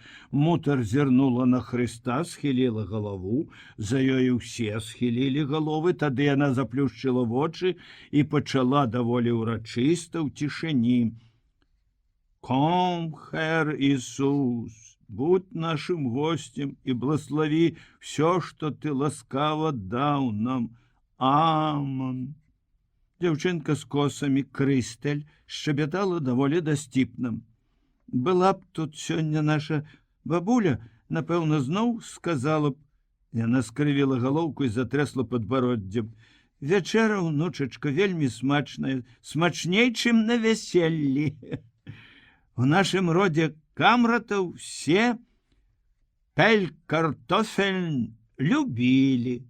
Правда, Эма?» Спытаўшыся ў маці, нібыта ў невесткі малая не вытрывала і пырхнула смехам. «Я сёння так стамілася», — адказала гаспадыня, вяла жуючы, «што мне всё не да смаку. Затое мама... затое маме я ем хачу, но я ахвотна ем. Хаця я і лепш, як вядома, вару за вашу Эльзі. Праўда?» «Праўда, праўда, дачушка», — адказала маці. Эльзі тым часам наабірала сабе поўную талерку бульбы, памяла яе лыжкай, палажыла чарпак яечні і моўчкі пачала акладацца. «Любіць пампушка і можа», — падумаў Алесь, цікнуўшы туды з-пад лба. «Палажы яму, Эльзі, яшчэ», — па-свойму стомлена вяла азвалася гаспадыня. «Сам бяры». «Ах, майн год, ты ж нічога не разумееш». «Эсен, ам», — показала яна на яду і заплямкала ротам. «Я не голодны», — з усмешкай буркнуў Алесь і толькі сказаўшы, схамянуўся, што гэта выйшла ў яго па-нямецку. Эльзі зірнула на паляка здзіўлена, пачырванела і, пагразіўшы яму пальцам той рукі, у якой была лыжка, пакруціла галавой. «О, жулік! Што ты гаворыш, дачка? Як жа так можна?» По-свойму, не павышаючы тону, здзівілася маці. «Нічога, можна!» І усміхнулася Алесю такім чынам, нібыта паміж імі штосьці ўжо ёсць. Зрабілася нават у кухні віднее. Алесь забыўся, што ён не галодны. Дрыжачымі рукамі набіраў сабе яшчэ талерку бульбы, узяў чарпак і хоць вочы гараць, але ж душа радуецца, раз і яшчэ раз зачарпаў сабе таго самага стыцкала. І немцы, здаецца, глядзелі на гэта нічога прыхільна. Разгаманіліся. Все наперабой пыталіся, адкуль ён, колькі яму гадоў, дзе навучыўся па-нямецку, ці ёсць у іх у Расіі картофель. Ці верыце, Алекс, што Энгленд будзе таксама хутка капут, як і Франкрайх? Ці праўда, што ў іхнім шталагу негры заелі 2 вахманаў на смерць, а 3-му адгрызлі вуха, што... Са спакойнай грунтоўнасцю мутар расказала яму пра сваю сям'ю. Эльзі і Крыстэль дочкі, адной 18, другой 13. Большы хлопец Курт, іх сын, і яму ўжо 16 гадоў, гаспадар. Меншы хлопчык Оскар, наняты пастушок, ажно са Штэціна. Фатер іхні на вайне з самага пачатку. У Польшчы быў, цяпер у Францыі. Стары чалавек, які прыводзіў Алекса, гэта іхні дзядуля. Фатэраў, фатер. Ён жыве ў нашым старым доме, і мы яму з яго бабуляй, маёй свякроўю, даём на ўтрыманне. Ён добры, хоць і бурчыць, як усе старыя людзі. Прыходзіць цяпер памагаць, вучыць Курта, камандуе. Заўтра ён прыйдзе, паедзе разам у поле.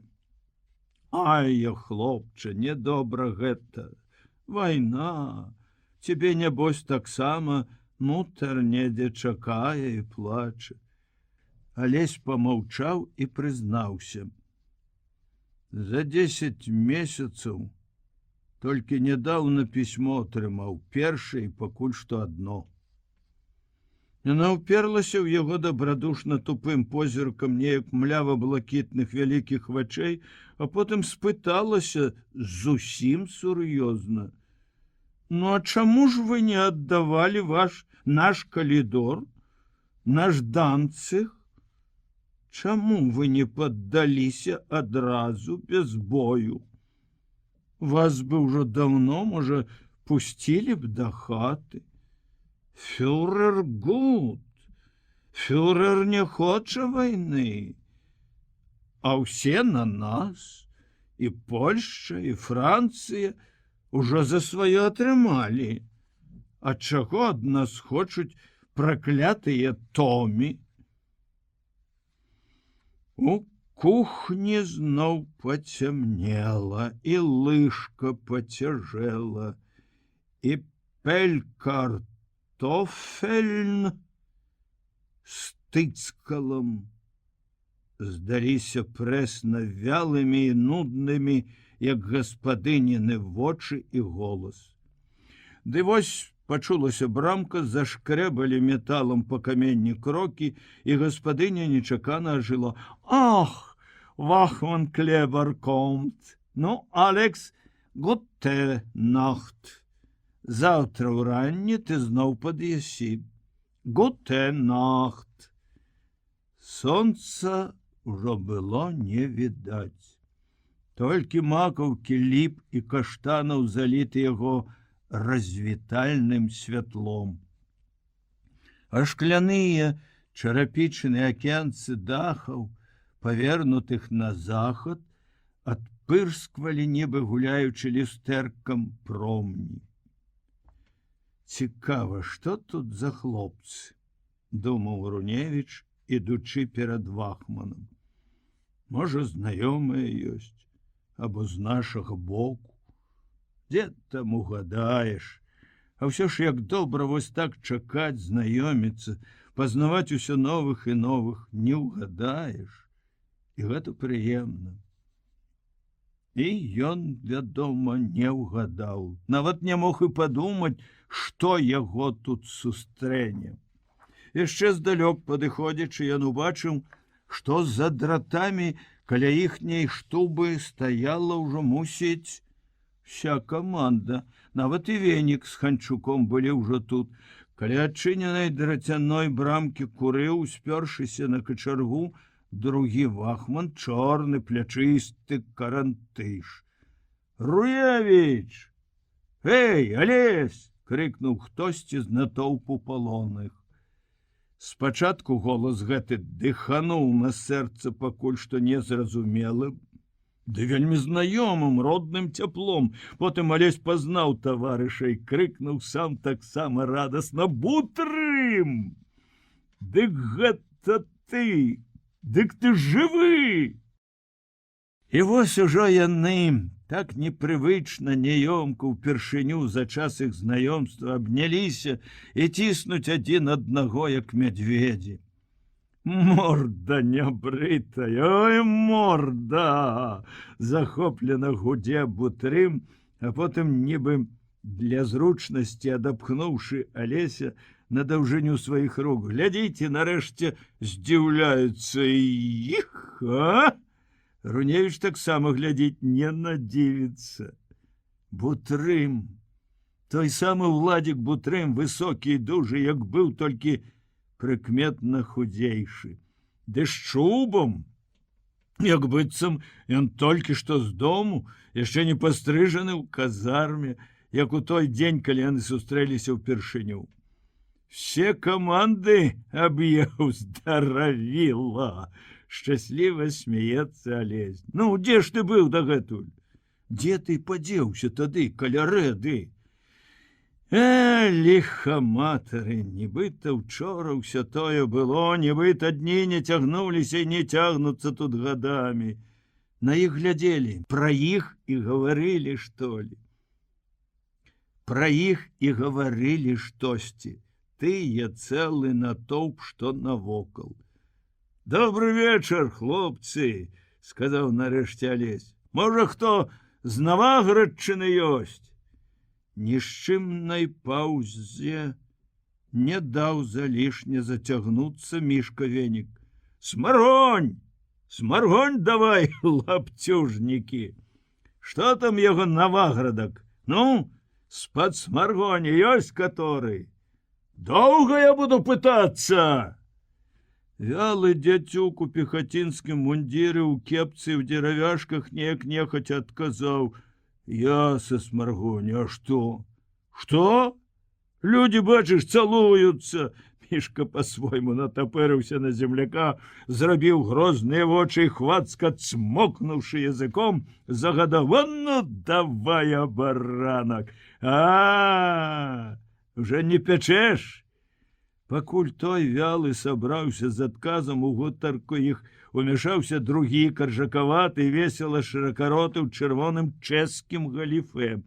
«Ужо наеўся, кажа, ні сабе не пячэ, ні на продаж, абжыўся!» «А ты гарачыя порткі!» — спытаўся Венік. «Відаць, з-пад Гродна, Сакун!» «Далей трохі, Сакольшчыны. Можа, даводзілася быць? Не быў яшчэ, на тым тыдні заеду. Назбіралася ж вас тут, абібокаў, з усіх канцоў свету. Пачну, відаць, патрохі адпускаць да хаты». Мішка і тут прыйшоўся даспадобы. Хлопцы ахвотна абкружылі яго чародка, яшчэ ахвотней смяяліся. Ціхі насаты ханчук знайшоў ужо сваіх палішукоў і, пачырванеўшы ад радасці, ўсё ж такі ціха, як быццам нават таямніча пасміхаючыся ў вусікі, гаварыў, шаптаўся збоку з 3 землякамі. «Што ж, няма тут нашых, дык няма», — сказаў Алесь. «Хадзем, Бутрыме, і мы пашэпчамся, хоць ты не наваградскі. Дзе ты спіш?» Гаспадарлівы Уладзік адразу на дварэ дамовіўся са сваім суседам, што той перайдзе на новае месца. І вось яны ляжаць зноў побач, амаль пад самай столлю на другім паверсе.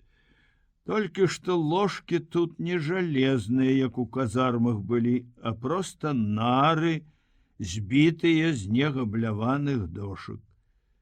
Павернешся, скрыпяць ды калываюцца абодва паверхі адразу, як быццам ляжыш ты на возе снапоў.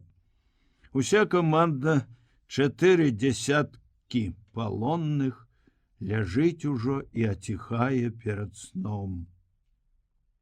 Толькі ў кутку каля Веніка чуваць бубненне, і час ад часу ўспыхвае не вельмі прыглушаны смех. Алесь і Уладзік паспелі ўжо тым часам перакінуцца першымі весткамі, хто, дзе і як перажыў гэты час ад іхняй ростані на фронце. Бутрым трапіў у палон за некалькі дзён да іхняй капітуляцыі, ды і так яшчэ што запісалі, загінуў без вестак. Утрох яны не вярнуліся з разведкі. Адзін толькі ён застаўся ў той перапалцы жывы, паранены ў нагу.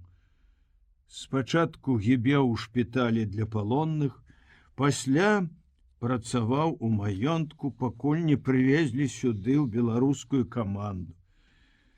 Падзяліўшыся з сябрам амаль тым самым хлебам перажытага, Алесь глядзеў цяпер на яго ў вечерным рэдзенькім змроку, прыўзняўшыся на левым локці, думаў, успамінаў. А яшчэ я пішу свайму дарагому, што Лёнік наш усё плача. А чаму дзед татку завёз, толькі кажух ды боты прывёз. На другім тыдні іх вайсковай службы ў першыя дні знаёмства Уладзік, шчырая душа, нават і жончынага пісьма не змог чытаць адзін, а здымак яе паказаў яшчэ да пісьма. На Лесю нават няёмка было перад сябрам, так яна спадабалася яму тая бутрыміха на фото. Это што сказаць, крутнуўшы галавой? Ну ж, брат, а? І бабку ты сабе адхапіў. Сястры ў яе часам няма, а? Ці можа у вас там за вашым несвіжам усе такія? Сказаў, пасмяяліся, а чужая чарнявая ў белым береце, па модзе надетым моцна на левае вуха, прыснілася яму так нечакана, так хвалююча, што нібы і не было на свеце ніякага Бутрыма, а былі толькі чорныя вочы яе, гарачыя губы і поўныя дужыя загарэлыя рукі. Алесь прачнуўся з іх цяплом на шыі і ўсю раніцу так прахадзіў нават пасля сцюдзёнай вады. І не змог бы ўжо мусіць разам з Уладзікам яшчэ глядзець на тое фота, як не хацелася. К чорту! Яны цяпер адчуў салодкі водгалас тае няёмкасці, падумаўшы, што здымак у Бутрыма, відаць, не згубіўся. Хлопец твой ужо добра падрос, спытаўся, каб узяць сябе ў рукі. Пытанне пра пісьмы з дому было адным з самых першых пытанняў, якімі яны абмяняліся ў пачатку размовы. Уладзік на гэта быў шчаслівейшы. Ён атрымаў іх ужо аж 4. Араць паедзе, браце, пакуль мы выкараскаемся з гэтага нямецкага дзярма. Таксама прыцішана забубніў Бутрым. Ён памаўчаў. Яны гэта бабы могуць. Ручку яго абрысавала мне ў другім пісьме. А мой, праўда, не яна, а сам. 3,5 гады было якраз у гэтым месяцы 6-го.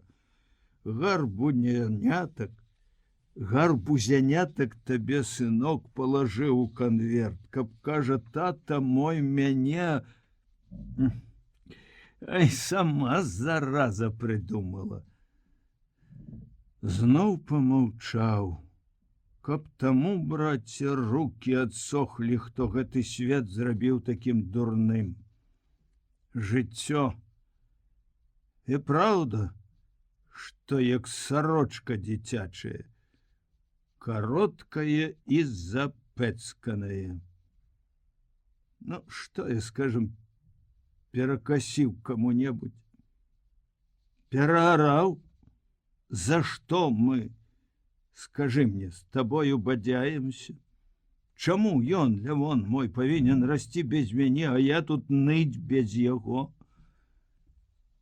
і людскія, і не людзі, на ліха яны мне, немцы. За якія грахі я павінен ім тут адрабляць?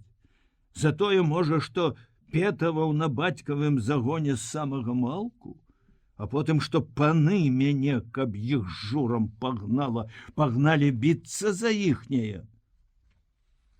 Ён павярнуўся наўзнак і заціх, як нябожчык.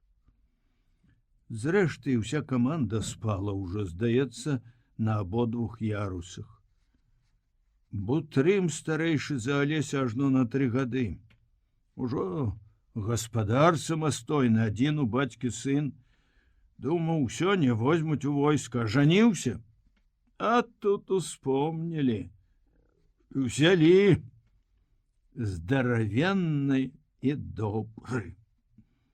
Гаворыць, нехта сказаў бы груба, все называючы поўным дакладным імем, але ў ягонай гаворцы гэтая грубасць зусім не ўражвае, як не ўражвае на нікога там, дзе гной, кветкі, хлеб жывуць па-суседску адно з аднаго.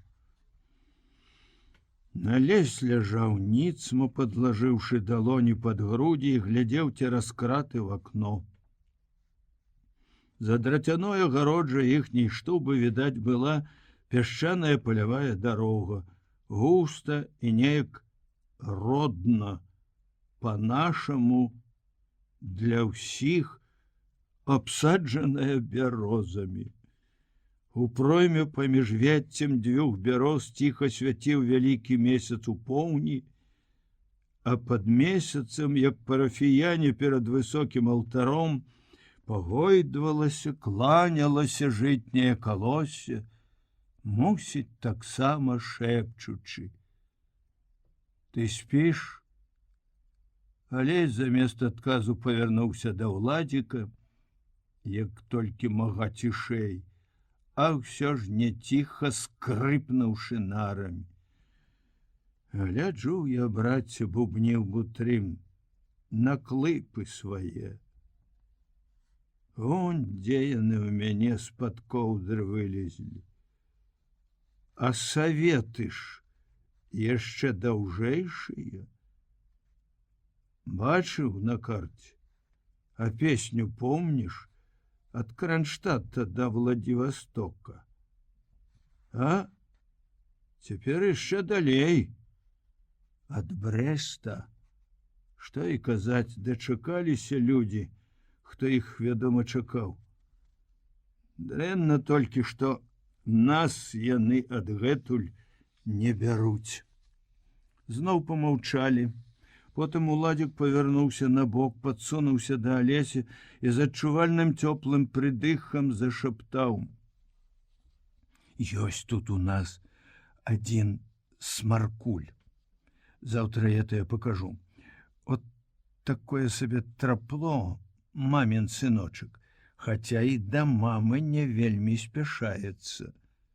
Тут яму вельмі ж усё даспадобы. А компасам хваліўся разоў колькі. Дык потым компас гэты узяў ды прапаў. Бутрым прыўзняўся і дастаў з-пад ашмётка падушкі свой мяты латаны мундзір.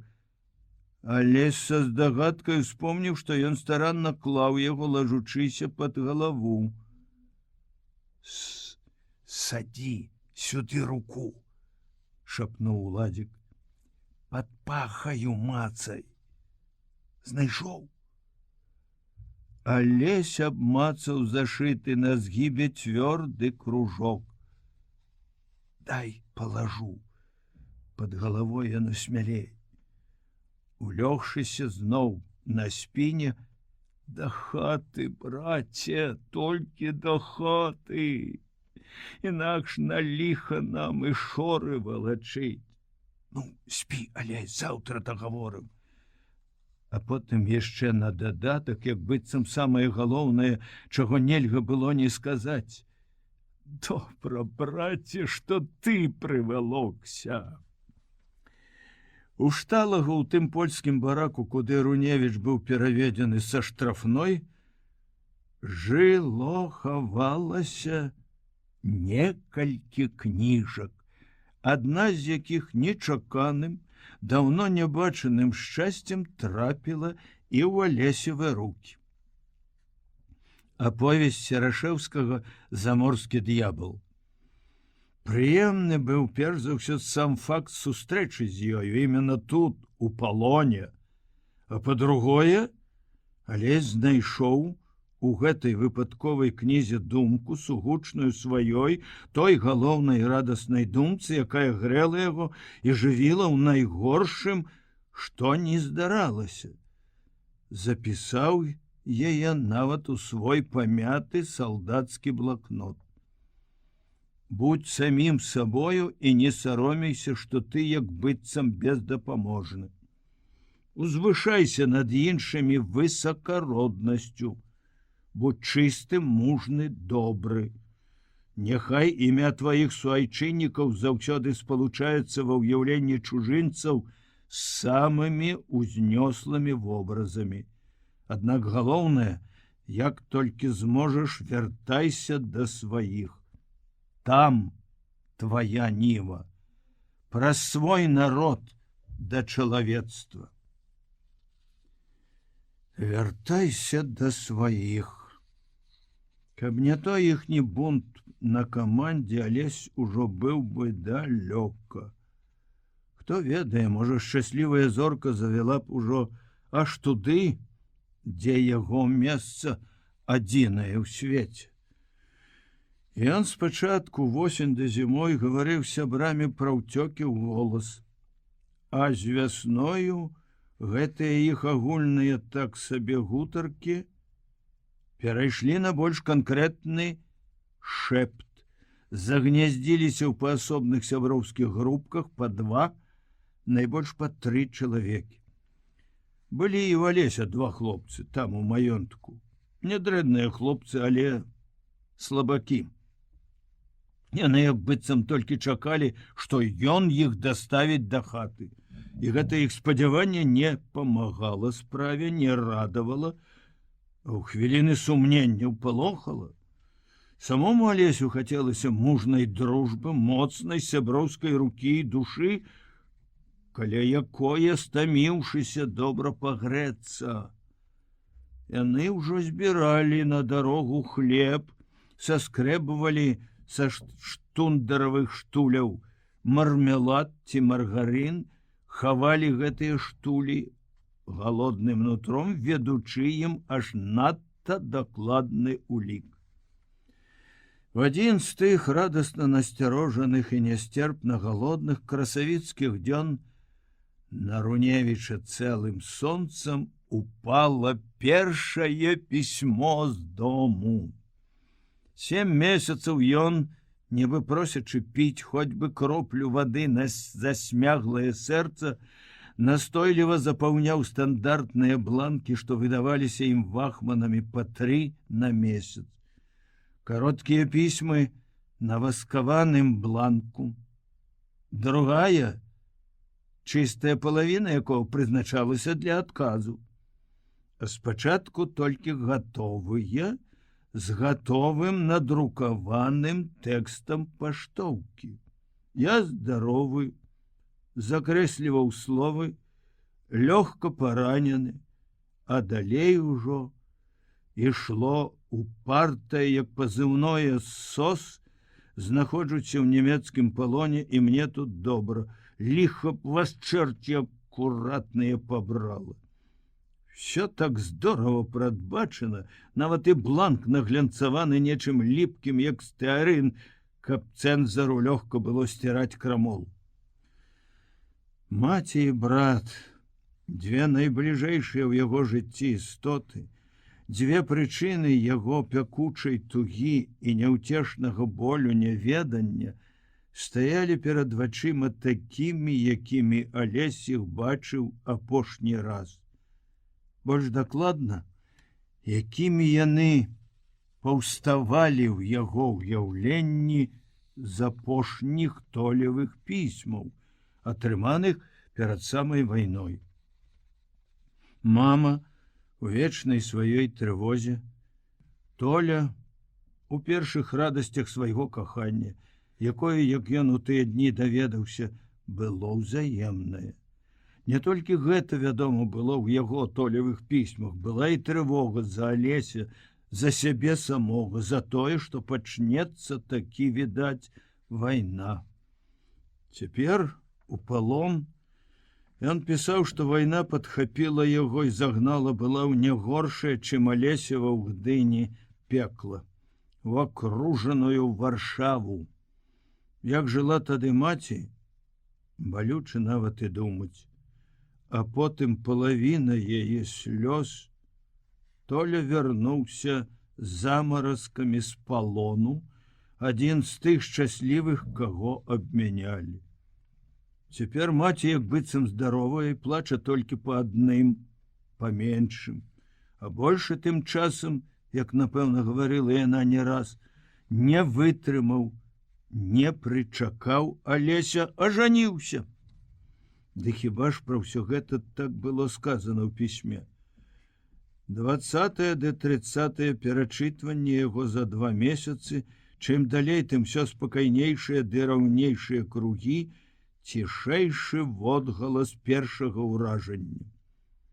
Тоўсценькі мітуслівы ефрэйтар глянц папір.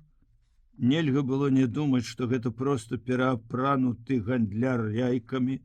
Дастаючы са свае сумкі пісьмо і даючы яго палоннаму нумар 133, не мог, вядома, і ўявіць, што за зарад ён трымаў у руцэ. Просты стандартны савецкі канверт з гербам у левым кутку, з маркай у правым, з простодушнай парадай. Хочешь, чтобы письмо дошло быстро, пиши адрес правильно. Конвертыкі дагэтуль быў зайздроснай, ледь не абстрактнай для Руневіча рэччу ў руках яго шчаслівейшых сяброў, азначаны быў паштовым штэмпелем іх сельскай пошты, а адрес старанна прыгожа вывела рука, почерк якой Алесь, здаецца, пазнаў бы і вобмацкам. Дрыготкімі рукамі ён адарваў краёчак канверта, выняў знаёмы, родны, як хлеб маленства, лісток, сашытка ў клетачку. Густа і роўненька пастрочаны фіялетавымі радкамі дробных літар, схапіў вачыма словы: «Дарагі наш Алесь, мы з мамай, з маёй Аняй толькі і думаем», і адышоўся з чарады сяброў у бок. Гэта было адно з тых пісьмаў, якімі Толя нястомна упарта дзень за днём лавіў яго Алесеву хвалю, клічучы з невядомасці першае слово. Апроч тых звычайных для старонняга чалавека фактаў, якія Толя паведамляў, відаць, у кожным сваім папярэднім страчаным для Алеся пісьме, быў яшчэ ўсхваляваны расказ пра «Наша за ней вялікае шчасце. З зімы чакаем цябе, дарагі, ўжо ўтраіх. Мама, Аня і я. Пра вечары ў чырвоным кутку, пра першы ў іхніх пасынках савецкі самадзейны спектакль. Як жа нам не хапае цябе, хлопцы і дзяўчаты не раз успамінаюць. Пра ціхі дон, не перадаць, які гэта шэдэўр, пра радыё, што ўжо не ціхенька у навушніках, а на ўсю хату паюць там Мінск і Масква. Не нацешуся Глінкам, Чайкоўскім, народнымі перламі. Словом, пра ўсё незвычайнае новае, што прынесла туды ў мінулым верасні свабода, пра ўсё, чым жыў цяпер Толя. І вось са слоў яго і з-пад тэксту, якога было куды там непараўнана больш, Руневіч адчуў, здавалася, з найбольшай сілай канчаткова, што час для выраю прыйшоў. Ды справа, як вядома, павярнулася інакш. У тым, што сталася, Алесь не каяцца. Інакш зрабіць з тым іхнім бунтам ён не мог. Часу вясны, што ж таксама ўжо лішне не варта шкадаваць. Ды і кампаньёнаў тых таксама. Замест вясны ёсць лета, якое не толькі пагрэе, але ж і накорміць. Замест тых двух сяброў, што заслабыя для рызыкі, ёсць новы, дужы, ды і не новы, а ўжо даўні сябар, неяк вельмі ж свой, патрэбны, як успамін пра родны дом, мілы Бутрым, які быў недарэчна, так непатрэбна загінуў калісьці без вестак, а сёння так нечакана і так, дарэчы, знайшоўся. Світае.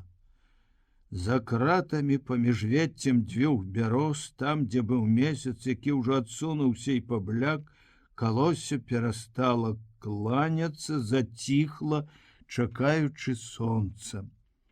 Алесь прызняўся, заўважыў, што фортачка прычынілася, піхнуў яе на двор, і на яго расхрыстаныя грудзі ціха дыханула прахалодай. Павярнуўся наўзнак.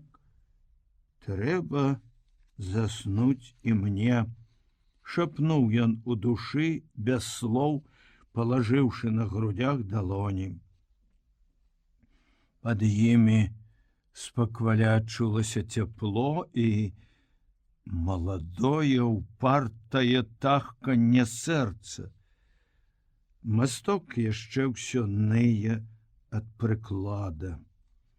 І так жа хочацца, каб хтосьці пагладзіў цябе па чупрыне, па лобе гарачым. Тая, што жыве яшчэ толькі ў марах, пакуль невядомая, толькі жаданая, каб прыйшла яна з роднага свету, наблізіла вочы да тваіх вачэй, заглянула ў душу, прыпала да губ тваіх цеплынёй. Будзе. Будзе яшчэ і свабода, і шчасце, думаў Алесь, і яшчэ раз шапнуў, цяпер ужо так, што сам з усмешкай пачуў свае словы.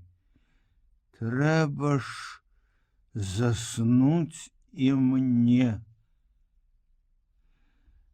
Аднак доўга яшчэ не мог. Хлеб надзённы і рэха гадоў. Пасля таго, як у славутым камп'енскім вагоне было падпісана трагічнае для Францыі перамір'е, і ў Касаве ў выкананне загаду пра ўсенародны трыумф на цэлую дэкаду былі вывешаны все сцягі, а кірхі бомкалі пераклікаліся двума званамі тройчы на дзень, ажно падскоквалі пеўнікі на шпілях. Ідэі нацысцкай звышчалавечнасці ўбіваліся ва ўсе мазгі да металічнай нудоты настойліва. І вынікі былі. Алесь адчуў іх у сям'і сваіх новых гаспадароў. Неяк цыбаты, даволі такі сімпатычны з твару курт, купіў машынку, каб абстрыгчы Оскара.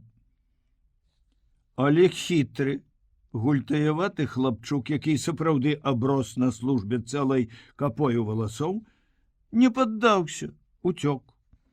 Тады гаспадарык паклікаў з канюшні паляка. «Слухай, Алекс, — сказаў ён на дварэ, — давай я цябе абстрыгу.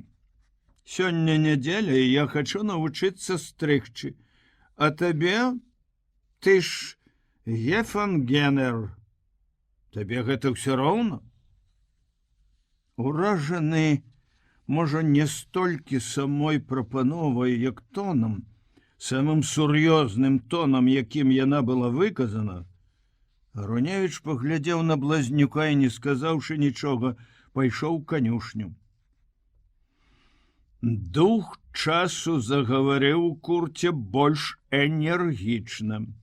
Праз некалькі мінут ён зноў паклікаў палоннага на двор да самага ганка, працягнуў яму в адной руцэ боты, у другой шчотку і баначку крэму і, як мог суровей, загадаў: пачысць, але як след і хутка.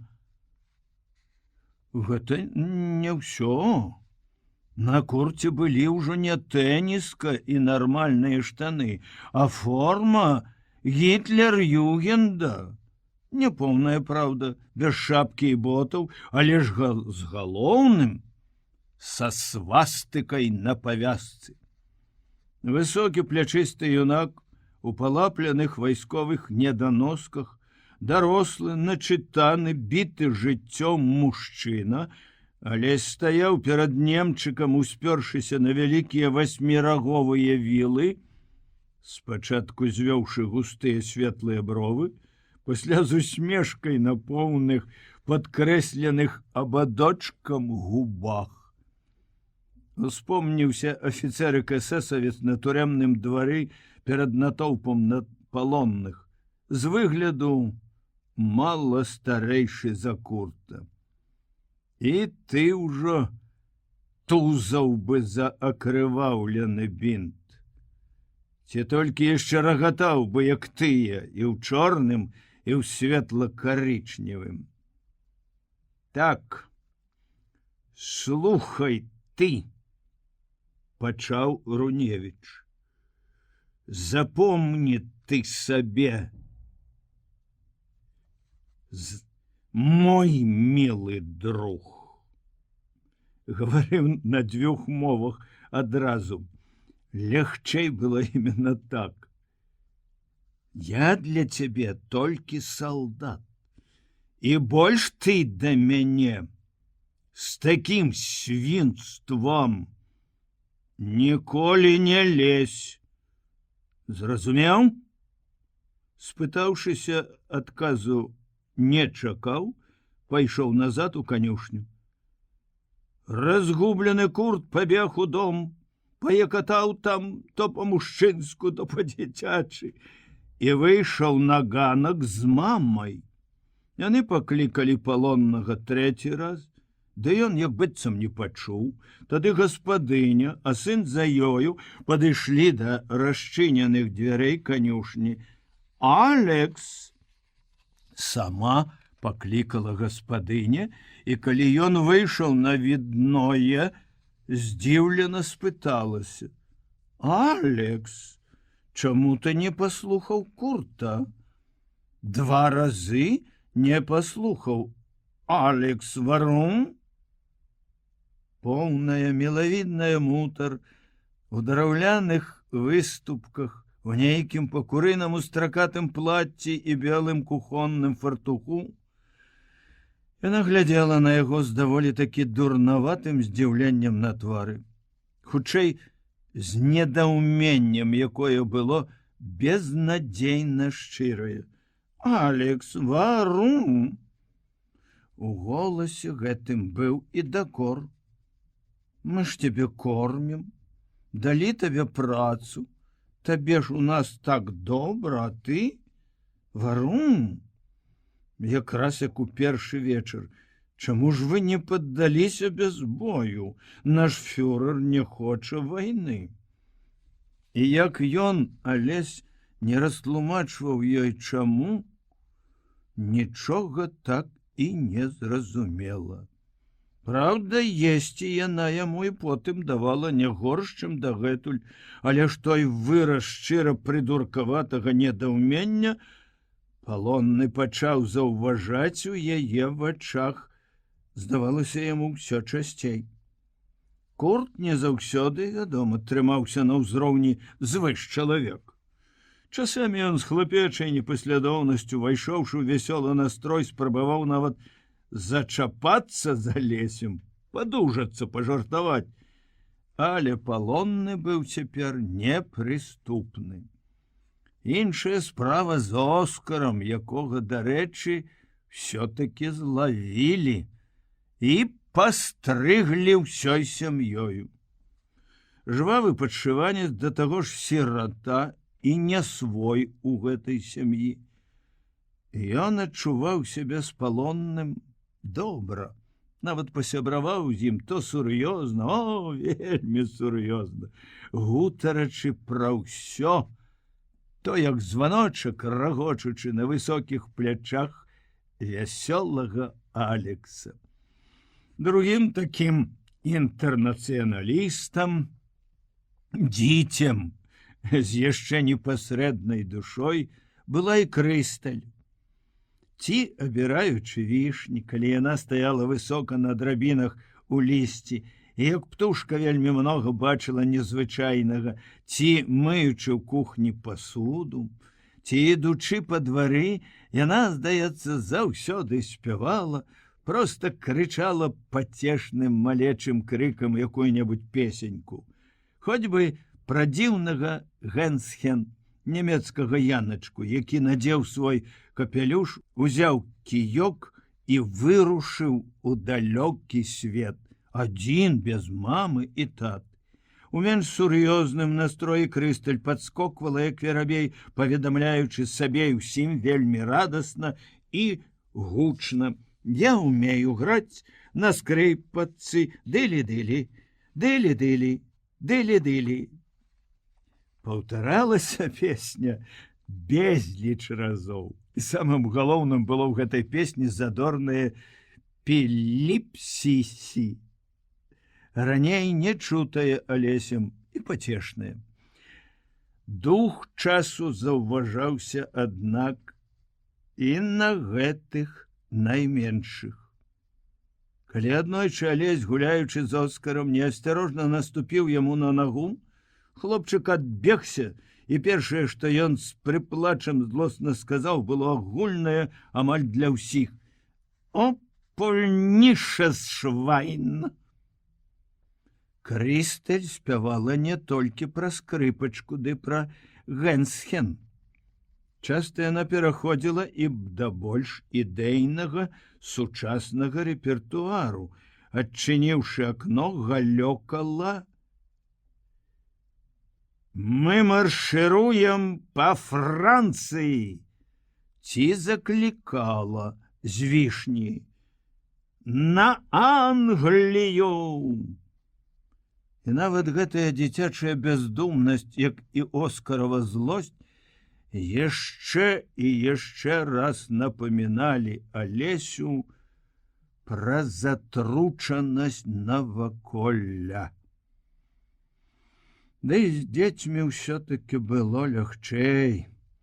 Праходзячы каля палоннага, Крысталь абавязкова старалася зачапіць яго, папхнуць худою загарэлай ручкай ці тузануць за мундзір і, адбегчыся не выпросячы: «А ну, дагані!» Разварушыць Алеся ёй удавалася, вядома, не заўсёды. Аднойчы, калі ён быў асабліва пануры, сінявокае светлакосае дзяўчаня, зачапіўшы яго, адбеглася і, стаўшы ў позу, прамовіла: «О, Алесь, вы такі прыгожы! Я люблю вас так моцна!» Сарвалася з тэатральнага тону, пырснула звонкім смехам і пабегла. Адкуль маглі паходзіць гэтыя словы, на што яны маглі намякаць?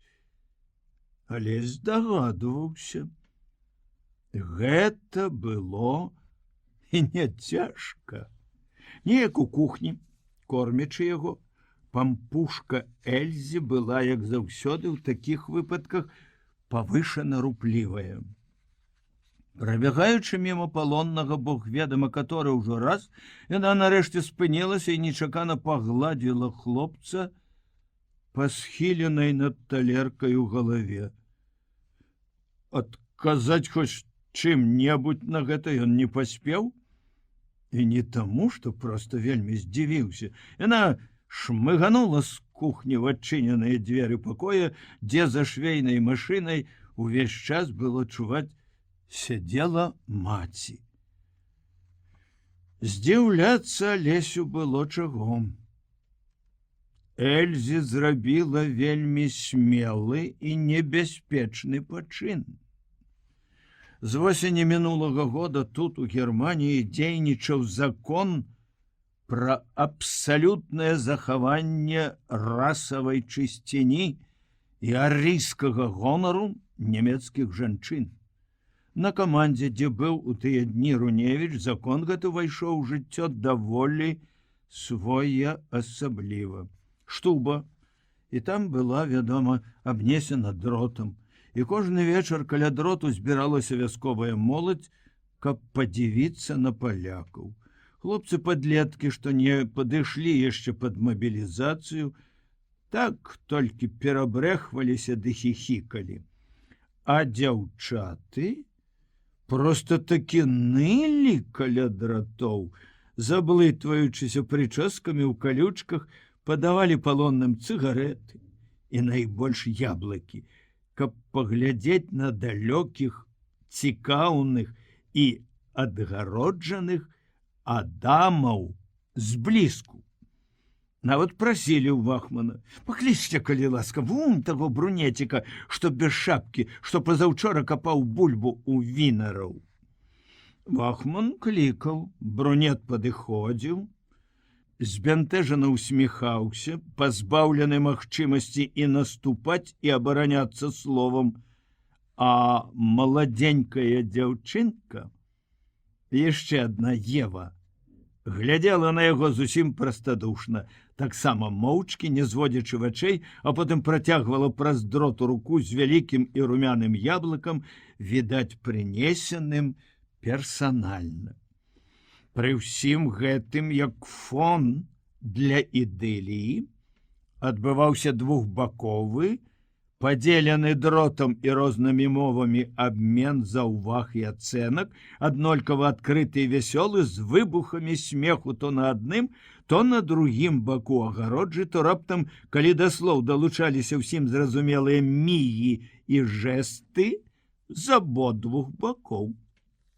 На мігі і жэсты вялікі майстар быў Вахман Пауль, нядаўна мобілізаваны вясковы дзядзька, вельмі рухавы каля жанчын, смяшлівы і недурны. Неяк увечары ён увайшоў у штубу з лістом паперы, крыкнуў «Ахтунг!», пастаяў, паглядзеў на паперу, пачухаўся, плюнуў і пачаў тлумачыць змест яе па-свойму. Спатрэбілася толькі 4 словы: поляк, дойче марушка і Гітлер. Паўзы паміж гэтымі словамі адпаведна і красамоўна запаўняліся міжнароднымі жэстамі, ахамі, охамі і выразамі твару. Усё разам гэта перадавала сэнс гістарычнага дакумента у цэлым зусім дакладна і пераканаўча. Калі паляк памкнецца да нямецкай маруські, дык Гітлер яму за гэта рабіўся крыважэрны жэст ніжэй пояса, шах-мах і за акно. І ўсё гэта пакрылася нямецка-польска-беларускім рогатам. «О, Доннерветтер, ніх нохмаль!» З усімі разам смяяўся канвойны і, пакруціўшы каля скроні пальцам, заключыў: «Яны там сядзяць, пішуць, а я вам тут чытаю». Закон гэты не столькі, можа, дзейнічаў, колькі проста вісеў над галовамі немак чорнаю хмарай, якая час ад часу падавала больш ці менш суровы голас затоенага і вельмі пільнага грому. Недзе дзяўчыну засталі з палонным. Яго адразу паслалі ў канцлагер, а яе пастрыглі нагала і абвозілі па бліжэйшых вёсках на паказ. Адна фрау-салдатка, амаль усе фрау-салдаткі, дала палоннаму хустачку І пра гэта заслужана ганьбуючы яе грымела потым раённая газетка. «Ахтун, фрау und медаль! Это вам не тая, не кайзераўская вайна». У тую вайну в адной з прыморскіх вёсак, дзе Руневіч быў на камандзе, доўга працавалі рускія палонныя. «Цвайг дон казакен». Абодва здорава танцавалі ў прысядку. Стары Бауэр паказваў Алесю даволі дакладна. І адзін з іх, Васілій, вот такі чуў, пакінуў па сабе памяць. Колькі празоў Алесь, возячы гной, не праязджаў каля салатавага доміка з мансардай, в адным з яго вялікіх вокнаў рассоўваліся над вазонамі беленькія гардзіны. І тая казацкая памяць, чарнявая Анхен, усміхалася палоннаму і зусім па-зямляцку, па-свойску прыжплюшчвала вока. «А ты гэта чаго?» — падумаў цяпер у кухні Алесь, прыемна ўражаны новым сігналам.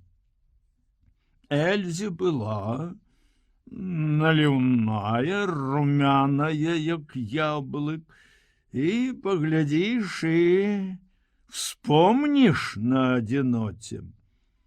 Ды вось неяк, калі яны, Эльза і Крысталь, апоўдні ўходжваліся з пасудай, а палонны яшчэ еў каля стала, спазніўшыся з-за работы, всёй ідыліі з румянай ды наліўной прыгажосцю прыйшоў нечаканы канец.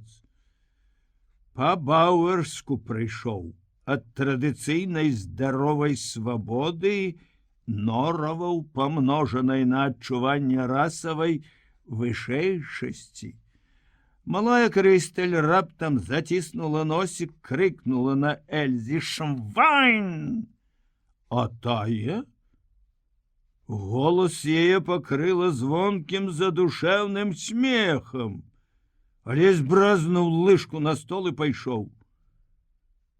І ўжо ніколі больш Эльзіна прыгажосці залёты не краналі яго па-ранейшаму. Дзядуля і бабуля прыходзілі сюды даволі рэдка, асабліва бабуля. Старая, відаць, разы са два збіралася загаварыць з палякам, глядзела нават на яго, не могла трасучы падбароддзем, ды так дагэтуль і не сабралася аказацца.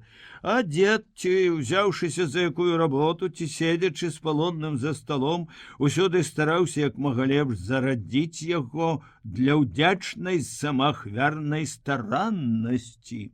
Сахор, сякеру, касу. Всё ён паспяваў падсунуць Алесю так спрытна і ў час, з такім выглядам, што хоць ты дзякуй яму за прыхільнасць. І ўсё ж шапяляваю прыгаворкай. «Іммерфест, юнкіммерфесты!» А калі елі «Іммершнеллер!» Няма чаго сядзець. Лусту сваю, найчасцей памазаную самаробным мармеладам, дзядуля клаў на далонь і рэзаў на кавалачкі. І адзін за адным кідаў тыя кавалачкі ў рот, за кожным разам абціраючы аб кант хлеба нож. Потым паспешліва запіваючы кавай. Праз тонкую наздрастую лустачку, на каравую далонь або на валасатыя пальцы часта капне чырвоная кропля рэдкага мармеладу. Стары старанна злізваў яе, пэцкаў жаўтлява-сівыя вусы, саскрабаў астатак плямы ножом і нож аблізваў таксама. Калі ж гаворка ішла тым часам пра вайну, пра цэлы свет капут, як толькі пажадае фюрер. Або чаго ўсе хочуць ад нас? Дзядуля трымаў свой вялікі самаробны кухонны нож угару вастрыём, нібыта кайзераўскі штых, ці нават крыжацкую мізерыкордыю, і гаварыў гэты каптюх, што мог смуродзіць за сталом ды прыгаворваць: «О, здорава! Гэты бядак на 20 гектарах загідна шчырай і новай і спрадвечнай урачыстасцю. Мы змагаемся за наш хлеб. Нам трэба жыццёвая прастора». Крывавы пісях мармеладу з куточка рота поўз на дрэнна паголены старэчы падбародак хама, якому все, як плануецца фюрерам сусветным маштабе, павінны служыць. Мой сын Карл рабіў Полен und Frankreich капут. Ён камрад, ён дойче солдат. Ён пойдзе і на Англію. Яна павінна быць таксама пакарана. Юден пал'яхен францозен Энглианден всёдермо. Вялікая Германія.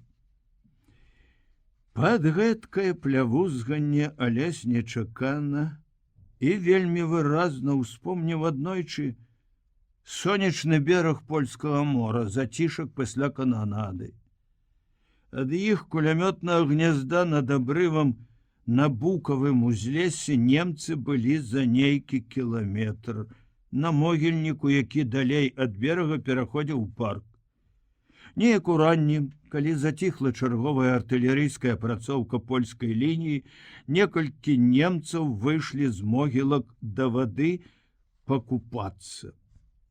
Голыя, сям-там прыкрыўшыся рукамі, здалёк амаль поўнасцю зліваючыся з пясчаным фонам, зліваючыся весела, в насмешку з праклятых палякаў, зноў прыглушаных, убітых у зямлю агнём. Юден, пал'якен францозен, Энгланден, усё дерьмо. Можа, і твой работнічак, і твой змагар за хлеб і прастору быў там, думаў Руневіч, гледзячы на старога. Можа, гэта я яго заўважыў. Зноў узняўшы над зямлёй галаву, зноў павёўшы біноклем па варожым беразе. Можа, гэта яму далося дапаўзці назад ад берага пад чаргою майго станкача. Тады, каб заўважыць яго, патрэбен быў бінокль. Цяпер я вас бачу і так, з кожным днём выразней. Алесевы думкі ўсе былі на радзіме дома больш, чым раней. Назначаны для ўцёкаў дзень поўз да яго павольна, аднак і няўхільна. І часта хлопец, думаючы пра немцаў, якіх бачыў навокал, успамінаў цяпер бутрымавы словы. І людскія, і нелюдзі. На ліха вы мне, немцы, на ліха вы мне тут.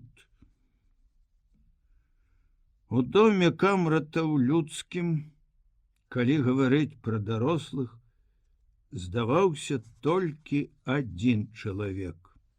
Это быў стары батрак з дзіўным для Руневіча, як быццам славянскім прозвішчам Ракаў. У доме камрата ўсе ад Оскара да дзядулі называлі яго без іроніі Гер Ракоў. Стары гэты жыў недзе на іншай вуліцы, у нанятым пакойчыку, удваіх са сваёй старенькай фрау, якая, ён казаў, глядзіць дому і таму ніколі не паказваецца сюды на месца мужавай работы. Гер Ракаў быў прышлы работнік і толькі для працы ў полі. Неяк загадкава для Алеся салідны, нібы ён быў калісьці вялікім чалавекам. Тады набраўся культурнасці, для паўнаты якой не хапала, здаецца, толькі гальштука, нават за плугам ці з касою. Гаварыў стары ціха, на мясцовым плаце, ад чаго гаворка яго злівалася для Алеся у амаль незразумелае, манатоннае, але не злоснае бурчанне. Аднак у найбольш адказныя моманты, хочучы, каб палонны зразумеў яго, Герракаў мог і паўтарыць тое самае, ды яшчэ на Гохдойч, у меру сваёй магчымасці выразна.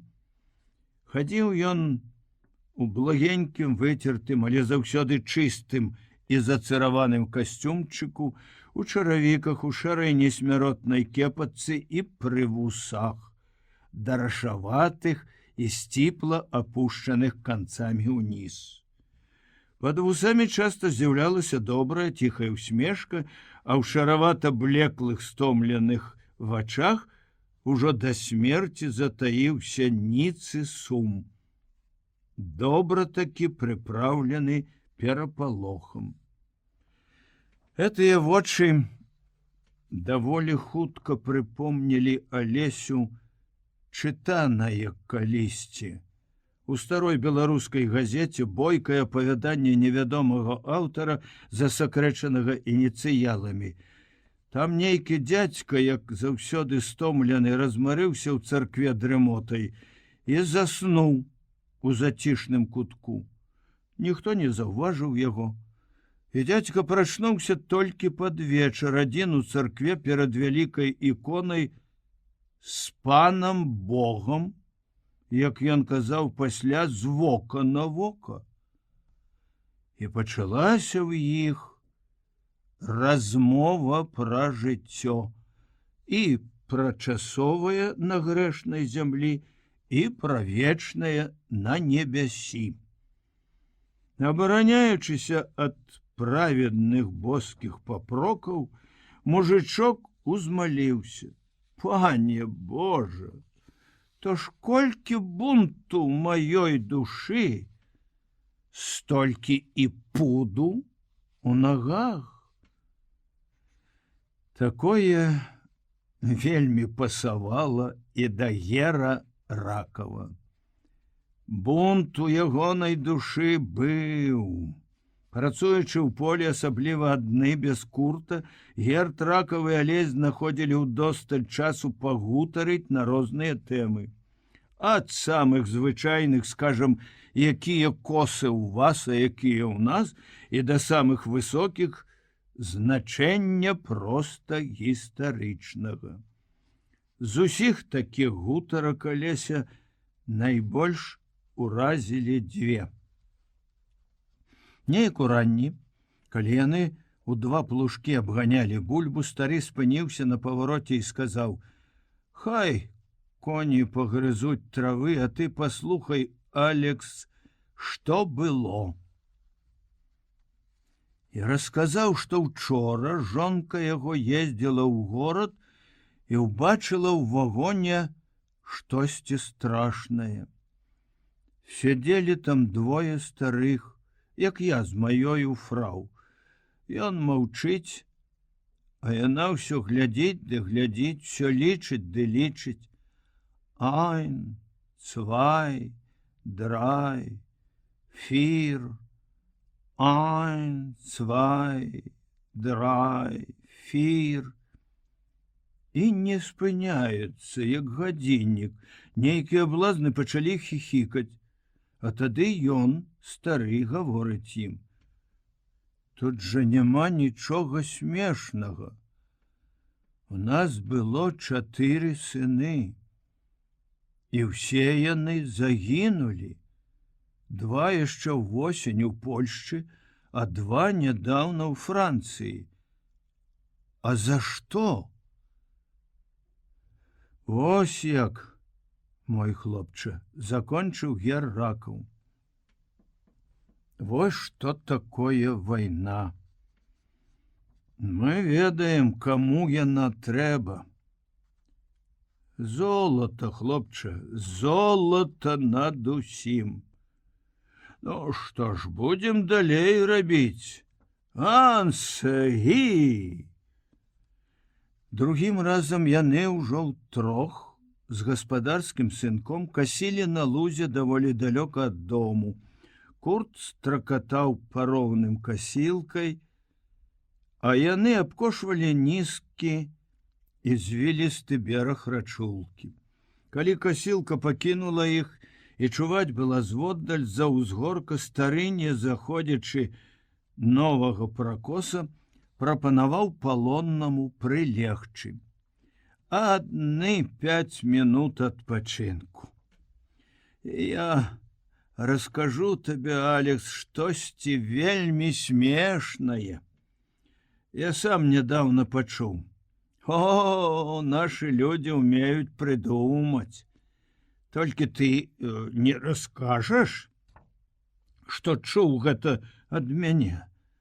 Ты чуў ужо, ты ведаеш, як гэта ў нас. Быў чалавек і няма, маўчы і думай. Петля? Сякера? Заксенгаузен? Людзі знікаюць, хлопча, і след прападае. Ну, то пачнём. Тут Геракл даў яшчэ адзін доказ свае загадкавай саліднасці. Ён выняў з нутраной кішэні пінжака, што ляжаў на пракосе, маленькі блакнот з заловачкам, вырваў з блакнота лісток і прылёг на пакошы. Лажыся, Алекс, і глядзі. Я буду рисаваць. Не, я буду гаварыць паволі і на Гохдойч. І буду яшчэ пісаць. Ты зразумееш, слухай. Фюрер пайшоў да варажбіткі, якая варожыць па літарах. Напісала яна вось так. Ён паволі друкаванымі літарамі вывеў на лістку Гітлер. Напісала і чытае па літарах. Тут у стале ляжыць рэвалюцыя. Не, крикнул фюрер, это зусім немагчыма. У мяне ёсць СС, ЭСА і Гітлер-Югент. Тады яна напісала вось так. Стары перавярнуў лісток і старанна вывеў толькі па 2 літары. Божа мілы! Сказала варажбітка. Гэта всё табе не дапаможа. Глядзі і чытай Адольфу па літарах. Такое дерьмо, такія падлізнікі ёсць у кожнага. Ты зразумеў мяне, Алекс, ты. І ціхі, салідны Геракл затросся на локцях ад смеху. Куды падзеліся з яго вачэй той ніцы сум і той пажыццёвы спалох. Ён аж на слёзы выцер, выняўшы з кішэні чыстую, складзеную квадратикам хустачку. Толькі ўжо, Алекс, я прашу цябе. Я табе, хлопча, веру. Крамольны лісток з блакнота ён вельмі старанна падзёр на дробныя кавалачкі, падумаў, устаўшы, куды іх падзець, падышоў да рачулкі і шырокім узмахам сыпануў на быструю ваду. Ну, хлопча, будем далей косіць. Вось толькі пра бунт у душы.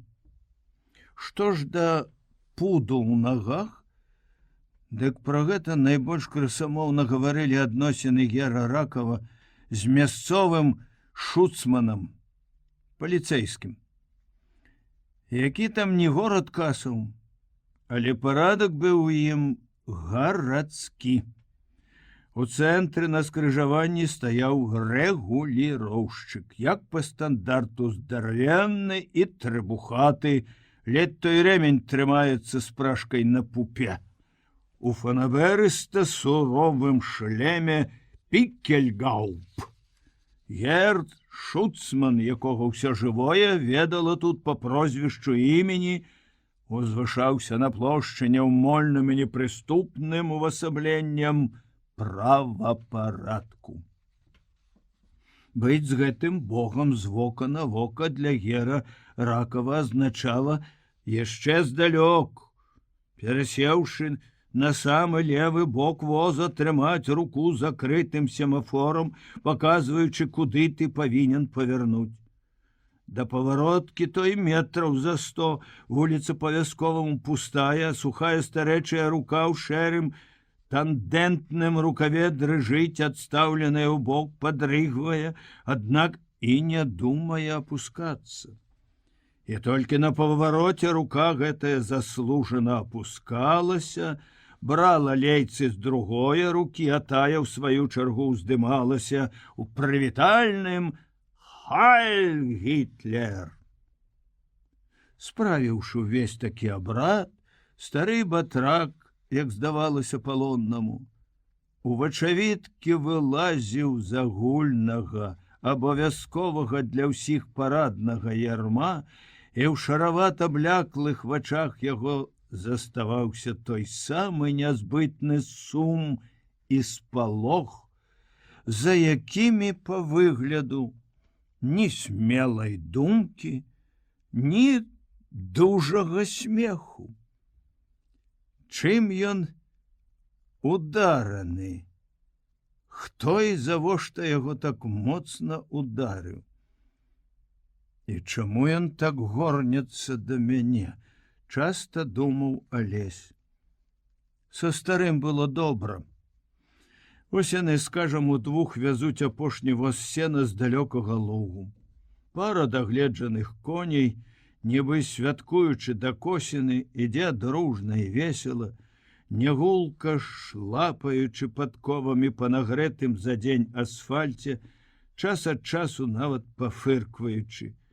Гумавыя скаты калёс коцяцца настолькі бязгучна, што, заплюшчыўшы вочы, вельмі лёгка ўявіць сябе на палубе катера, які паволі плыве па спакойнай вадзе.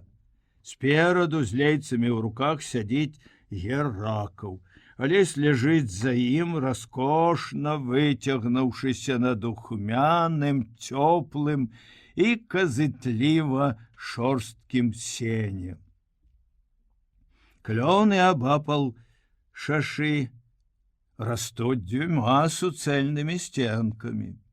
Галлё, праўда, не злучаецца над шашою, і даланястае лісце не чапае чамусьці сена і людзей, а толькі варушыцца воддаль.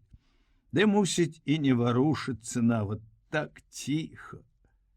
У вузкіх зялёна-ажурных проймах лістоты паміж дрэвамі справа распоразу бясконца паказваецца вялікае барвова-стомленае сонца, што не заходзіць яшчэ, ўсё збіраецца па дабраце з-за любасці да ліпнёвых прастораў.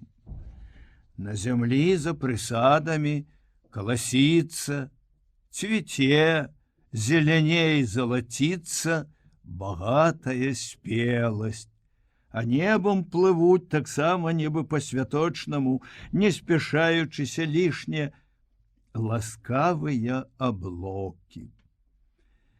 Стары рабацяга, не надта турбуючыся, слухаюць яго, разумеюць ці не, час ад часу бурчыць сабе штосьці, хутчэй за ўсё прагрэсіўнае. А ты думаеш пра сваё. Так, Алесевы думкі цяпер як ніколі, здаецца, дагэтуль усе па радзіме, на радзіме. Што? Што вы кажаце?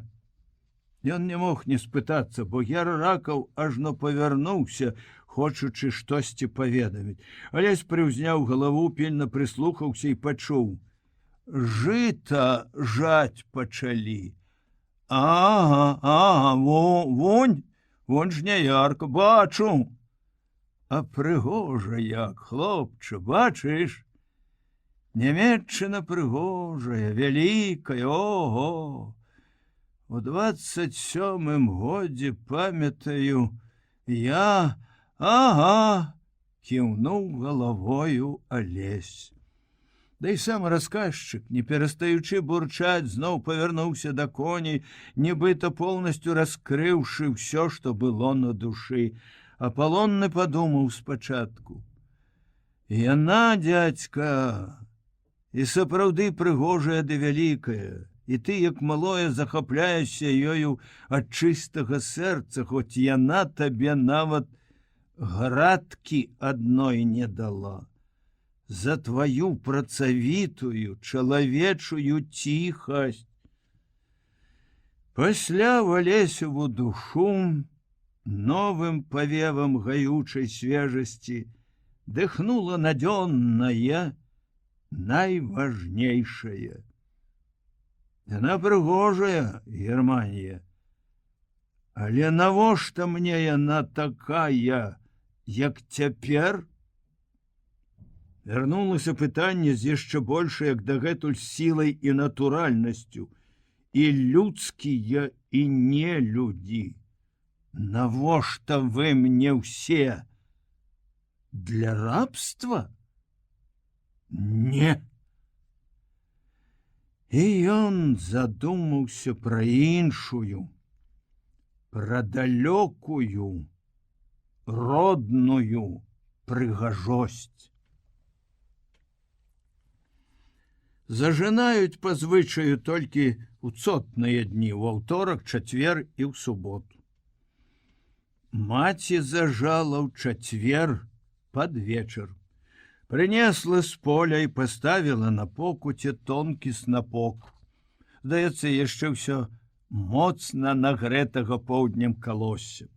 А на загоне засталіся начаваць лапінка свежага ржышча, 2 пасмы жыта, паложаныя накрыж, а на саламяным крыжы лустачка хлеба з соллю.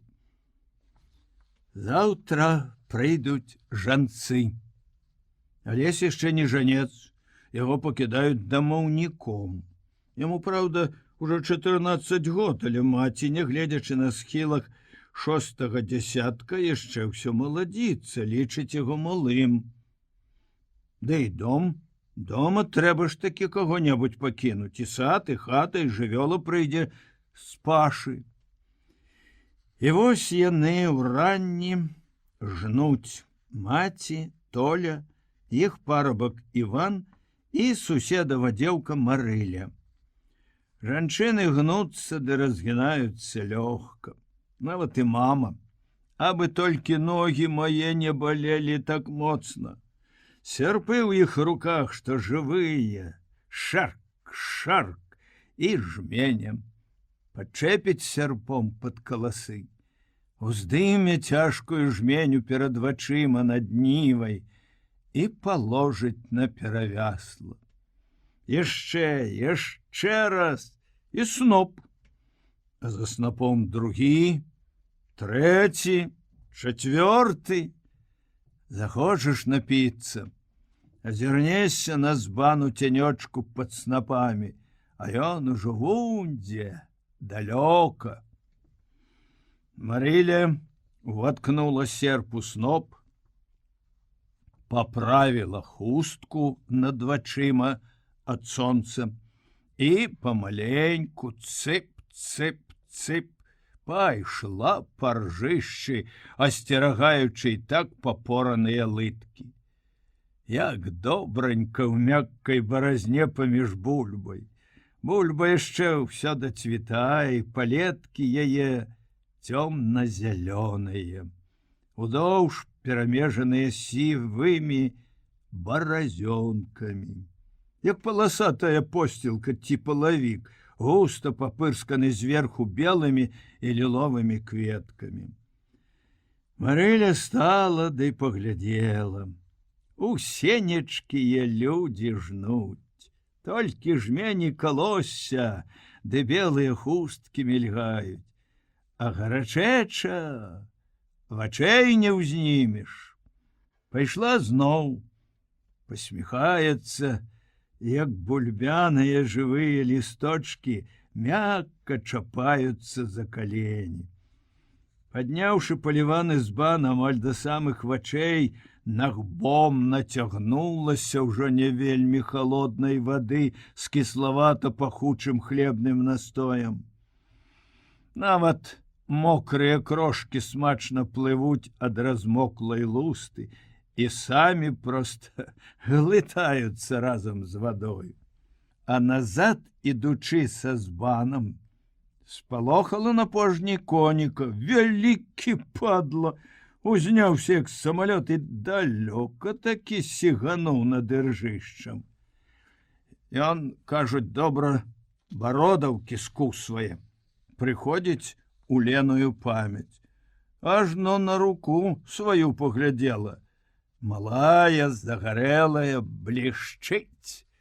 Іван вясёлы, да і прыгожы, як цыганчук, які кучаравы і чарнавокі трымае збан і просіць: «Ну, пацягні, Марылько, хоць глыток, колькі ж я піць буду? Каб узбэнчыло, я ж толькі што напілася, но я цябе прашу». Марыля здаецца на просьбу і, смеючыся, п'е яшчэ раз, абы адчапіўся. «На, палягчэло». «Ох!» — уздыхае Іван. «Хоть прылажуся ў тым месцы, дзе твае губкі былі». І, нацягнуўшыся, дадае: «Ой, да любок жа саладзей». І Марыля рагоча, задаволеная, трасучы пад новай ярка-квяцістай кофтачкай багатымі маладымі грудзьмі. Сярпы зашаркалі зноў. А конікаў гэтых і меншых і большых і немач іх ведае, ажно ў вушах ціскае. Пра што яна магла думаць, Марыля? Добрае жыта, але чужое, а ёй толькі 2 злоты ў дзень. А пад'есць хоць. І пад'есць хоць, не тое, што дома. Бацька з Захаром недзе там калоцяць сёння. Ну, што пазаўчора ўжалі на гары ды падсушылі. Калі сёння казмелі, дык Марыля расчыніць, вярнуўшыся. Мішка не дачакаецца. Мыць раздзела надоечы, хоць дзенькі, хоць ты плач. Мама нябожчыца прыгаворвала: «Пакідайце хлеб на бабовы цвет». А хіба ж зімою лягчэй без яго? Цяпер хоць шчавель які, ці кропля малака, ці ўжо і бульба скараспелка. А тут яшчэ і на сукенку ці на туфлі збяры. Яшчэ і смейся ды спявай, як тая Дуня Драчова, што на вяселлі сваім танцавала з падбоем на 5. Дык жа хоць на вяселлі. А мне ж ад Вялікадня ўжо 28. Толю 17 год. Гімназіст на канікулах, без шапкі, ў белай майцы, дужы і загарэлы. І жнец нішто сабе. А потым глядзі ты. Так задумаецца, што ж настане, і глядзіць. Вылеты, татка, думае маці, бо і смяецца абы што якое. а то і замаркоціцца невядома чаго. Маці ўсё бачыць, хоць сама і тут, як заўсёды, такая сур'ёзная, не адагнецца і завіхаецца спраўна і думае. Ёсць пра што думаць. Перад смерцю Мікола казаў, каб сыноў не вучыла, бо нічога сама не вырабіць. От сабе, класаў 4 ці 7, ды ўсё. Сам то і гаварыць няма чаго, вучыў бы хлопцаў. Ну так, а што ж яна? Хіба ж ёй прывыкаць гаспадарыць самой? Сяк так паднялася на ногі, крыху абжылася. Каторы ўжо год, як вярнуліся ў пустыя вуглы на голае поле. Сергей пісаў: «Памагу», і прыслаў адзін раз 5 чырвонцаў, а другі раз 3. А колькі ж болей прыйшлі. У самога сям'я. Ох, недарэмна гаворыцца, ўдава шалёная галава. Всё ў яе выйшла на выварат не па-людску. Трэба было не парабка наймаць. Добрых людзей не смяшыць, а свайго старэйшага пакінуць гаспадаром. А меншы ўжо хай бы вучыўся. А то вось і гэты затым уплянтаўся. Хацела не пусціць. Пабаялася, каб не зрабіў сабе чаго. Так плакаў рэспуст і страшыў яшчэ, намякаў. І рэменем ужо не паможаш.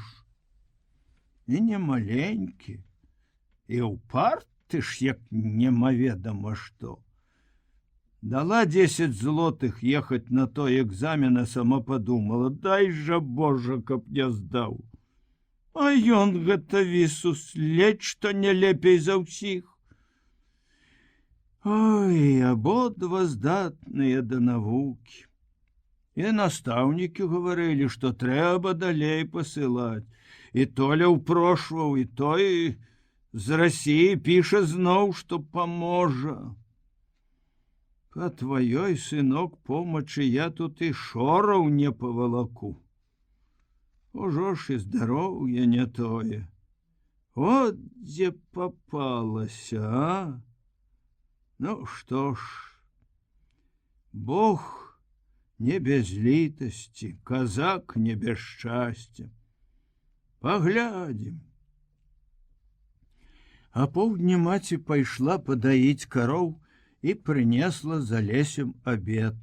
Яна гаршкі з капустай і кашай, а ён вялікі збан малака з тварагом. Хлеб і сало прынеслі адразу ранку. Паставілі ад сонца снапы, зрабілі халадок. Марыля з Іванам, рагочучы, палеглі жыватамі на снапах. Толя накроіў хлеба і салам, пачалі есці, пахрумстваючы свежымі агуркамі. Алесь сядзіць і пазірае. Даць табе кашы? — спыталася маці, калі ўсе пад'елі. Ён то і папалуднава ўжо дома, але еў бы і тут. Толькі што крыўдна яму. Чаму не адразу, не разам? Еш, еш, сынок, нарабіўся, смяецца Іван, а за ім і Марыля. Не хачу, кажа маме Алесь. Што за не хачу, крывіць яна.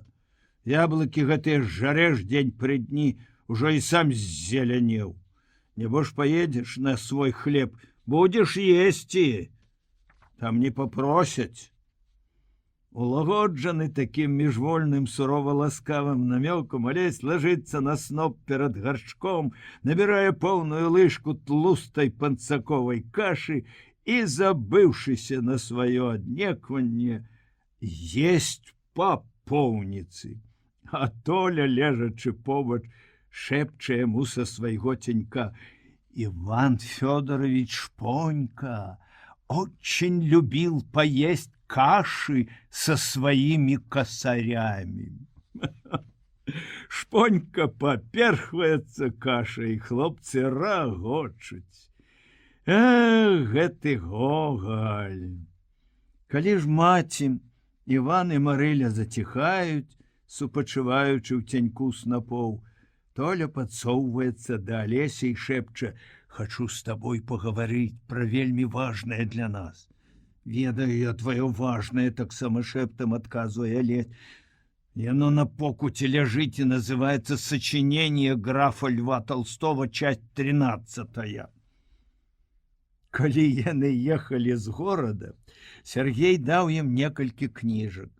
Усе яны перачытаны ўжо даўно і ўдоўж і ўпоперак. Летась хлопцы пазычылі ў суседняй вёсцы ў сваяка тоўсты том Гогаля. Пратрымалі яго аж дагэтуль, да і то не хочацца аддаваць. Алесь дык і яшчэ ім толькі дыхае. У школе, а для Толі ў гімназіі былі польскія кнігі, а цяпер на канікулах іх не хапае. Прыходзіцца па некалькі разоў перачытваць тое самае, нават і сумнаватае. Не дзіва, што прысмокчваешся да Гогаля. А тут зусім нечакана Толя даведаўся, што ў глухаватага макарца у яго найменшай у пасынках хаціне ёсць на гарышцы цэлы куфэрак кніг. Макарец набраў іх недзе, як гаварылі пры бальшавіках у панскім двары ці ў мястэчку. Всё ў тым куфэрку было. І часопіс Ніва, і стрелковый устав, і Толстой. Балдаты ўсё-такі яшчэ, шэпча Толя. З ім хочаш як найлепш, а ён? А што? Няўжо ты цяпер не пайшоў бы, не пачытаў бы? Это ўжо з дуру ці са злосці за балду, сказаў амаль у голас. І маці, што нібыта спала, аказваецца, з-пад локця. Куды гэта пайшоў бы, пачытаў бы? Ага. Хто з вас меншы, хто большы? Да хоты, Алесь! Пустыя гаршкі забяры, ды глядзі мне там не слух. Ну, Марыля, Іван, уставаймо. Калі зірнуць здалёк па-даросламу, і ў гэтага балды ды неслуха пачатак сталасці быў па-свойму складаны, нялёгкі. Вось ён, Алесь, зноў насваволіў. Дарма, што ўжо і форма куплена. Не толькі экзамены здадзены ў тую гімназію, дзе павінна пачацца змаганне за свой шлях у жыццё. Рабіў з хлебнага квасу, варэння і соды віно і разбіў паліваны слоік з вішнёвым варэннем. А маці нагадзілася з поля і сваёю суровай моцнай рукой адлупцавала яго як след. Застаўшыся зноў адзін, дамаўнік пакуль што нічога не робіць. Не крышыць зелля свінням, не ідзе ўкапаць бульбы, а сядзіць у хаце нібы у знак пратэсту, на падлозе спіною да халоднай печы і думае пра тую грубую гаспадарлівасць, што ўмее толькі біцца ды крычаць, і пра сваю другую маму. Пачалося праз Рыся Лясоту. Сынок багатага асадніка, летне на цэлыя 4 гады старэйшы за Алеся, Рышард прыйшоў у іх 7 клас суседняга мястэчка, дзе яго летась выключылі са школы за паводзіны. Бойкі і спрытны прыгажун Лясота самы вельмі хутка набіўся да Руневіча з дружбай. Толя ўжо быў у гімназіі, і Алесь у многім цяпер адзінокі, паддаўся спакусе дружыць са старэйшым. У рыся гэтага заўсёды былі папяросы і грошы. Ён фундаваў і ліманад, і марожанае. Ён паказваў такія адкрыткі, нават цэлыя альбомы і часопісы, насіў у кішэні такія рэчы, ад якіх 13гадоваму Алесю было хоць і брыдкавата, але ж вельмі цікава. Рысь навучыў яго і курыць, і яшчэ больш, і лгаць, ахоўваючы іх таямніцы, навучыў таму, што хлапчукоў нармальна вясёлых і чыстых робіць схільнымі да падазронай адзіноты. Слізняк агідны. Захацеў потым нейкіх прысягаў з пацалункамі і слязьмі на вечную дружбу да самага канца. Дастаў кнігу пра нейкіх спліністаў. На патаемных сходах тых людзей, закаханых у смерць, усё напамінала пра галоўнае, і клуб іх, як дамавіна сярэдзіны, і сталы, як труны, і кубкі для віна, як чэрап мерцвяка. Чыя прыходзіла чарга, таго саджалі ў вялізны шкляны шар і апускалі на марское дно. Это было, як быццам, вельмі здорава паглядзець, што робіцца ў глыбінях, а потым, калі ад націску вады шар той лопне, памерці. Па прапанове лясоты хлопцы вырашылі стаць спліністамі. Спачатку добра пагуляць, а потым рысь украдзе дому пісталет, і ў назначаны дзень яны застрэляцца.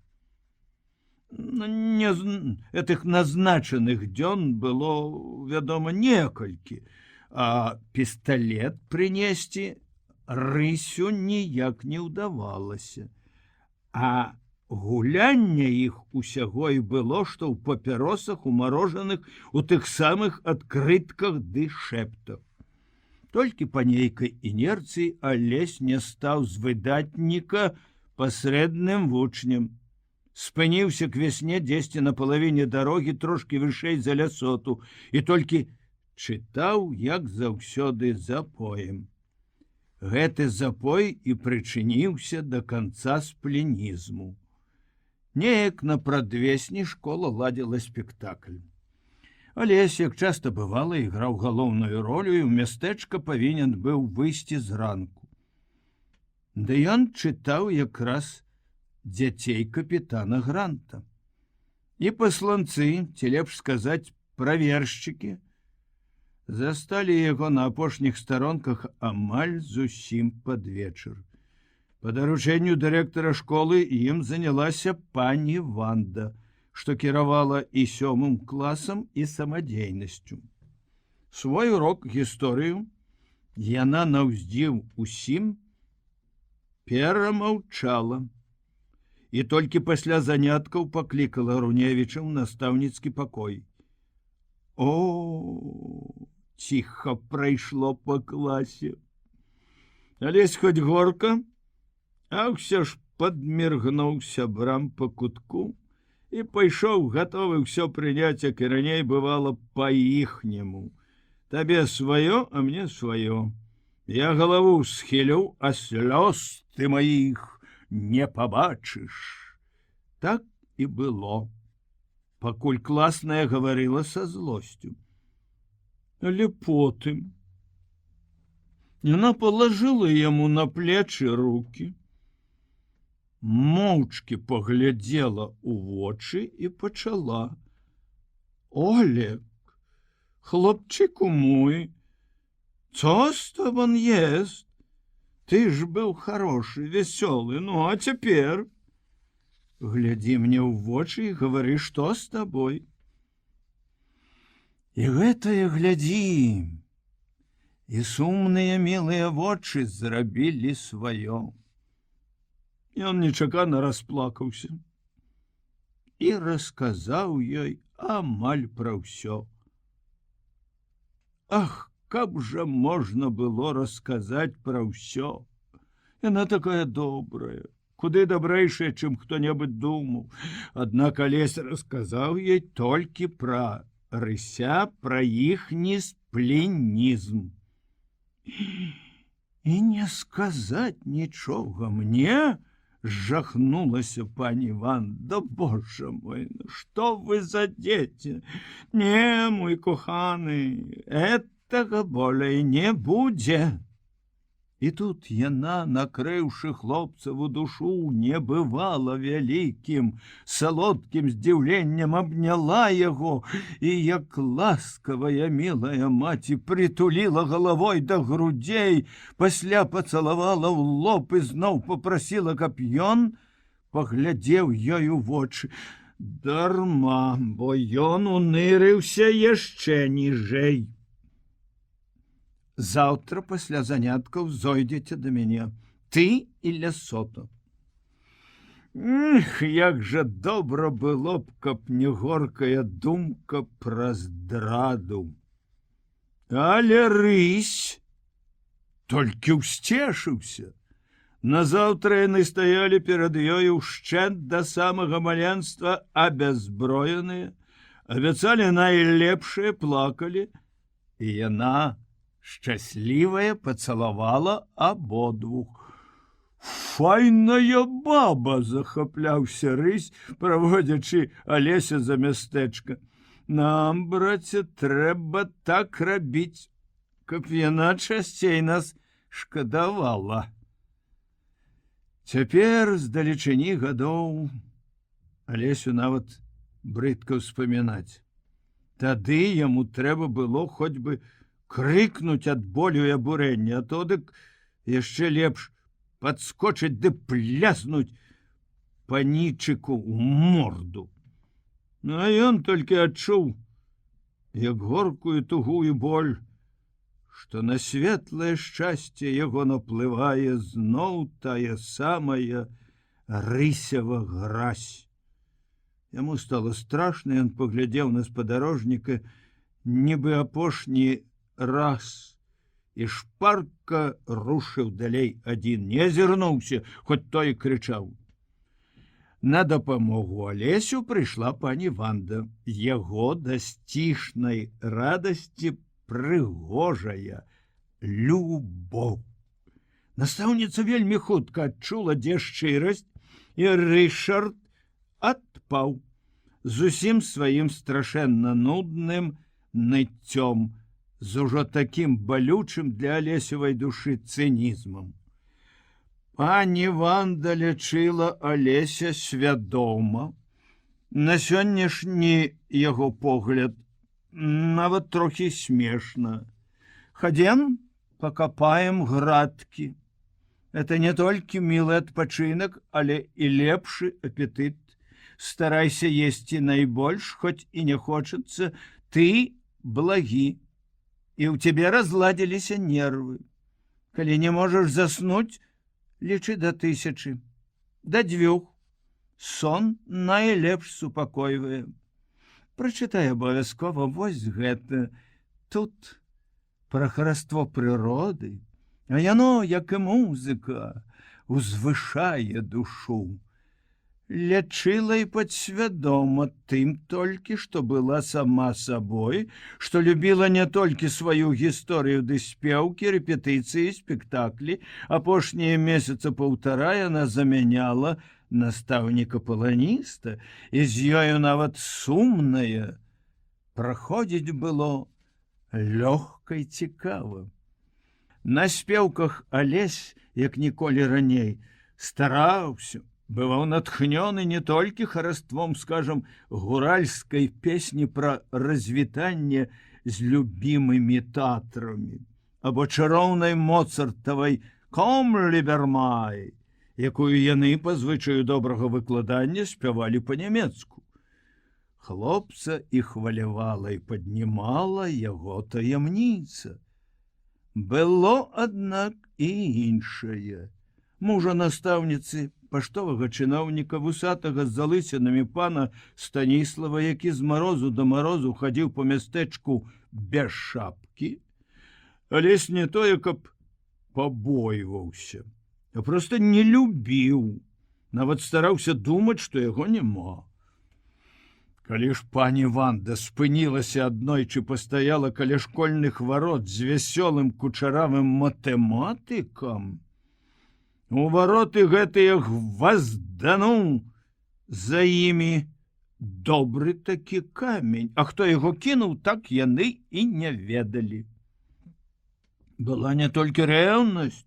Аднойчы пані Ванда грыміравала яго перад спектаклем, падводзіла бровы, далонь залоўкам, трымаючы перад хлопцавым тварам, усхваляваны гэтай беленькай духмянай блізкасцю, ён міжвольна і як ніколі смела дакрануўся губамі да яе рукі, нават вачэй не заплюшчыўшы. Яна ж як быццам і не заўважыла. Пані Ванда не толькі лячыла Алеся. Пасля заняткаў, а то часамі і на перапынку, калі настаўніцкі пакой бываў пусты, другая мама выклікала яго туды, забыўшыся, дзеля чаго выклікала, многа і моўчкі цалавала. Алесевы вочы, шчокі, упіралася ў ягоны лоб сваім і так глядзела ў душу яму карымі ненагляднымі, страшнымі. Прасіла аднойчы шэптам, зусім ужо не як настаўніца, пацалаваць яе так, як ён цалуе маму.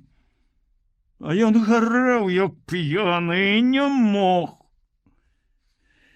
Дзіўная.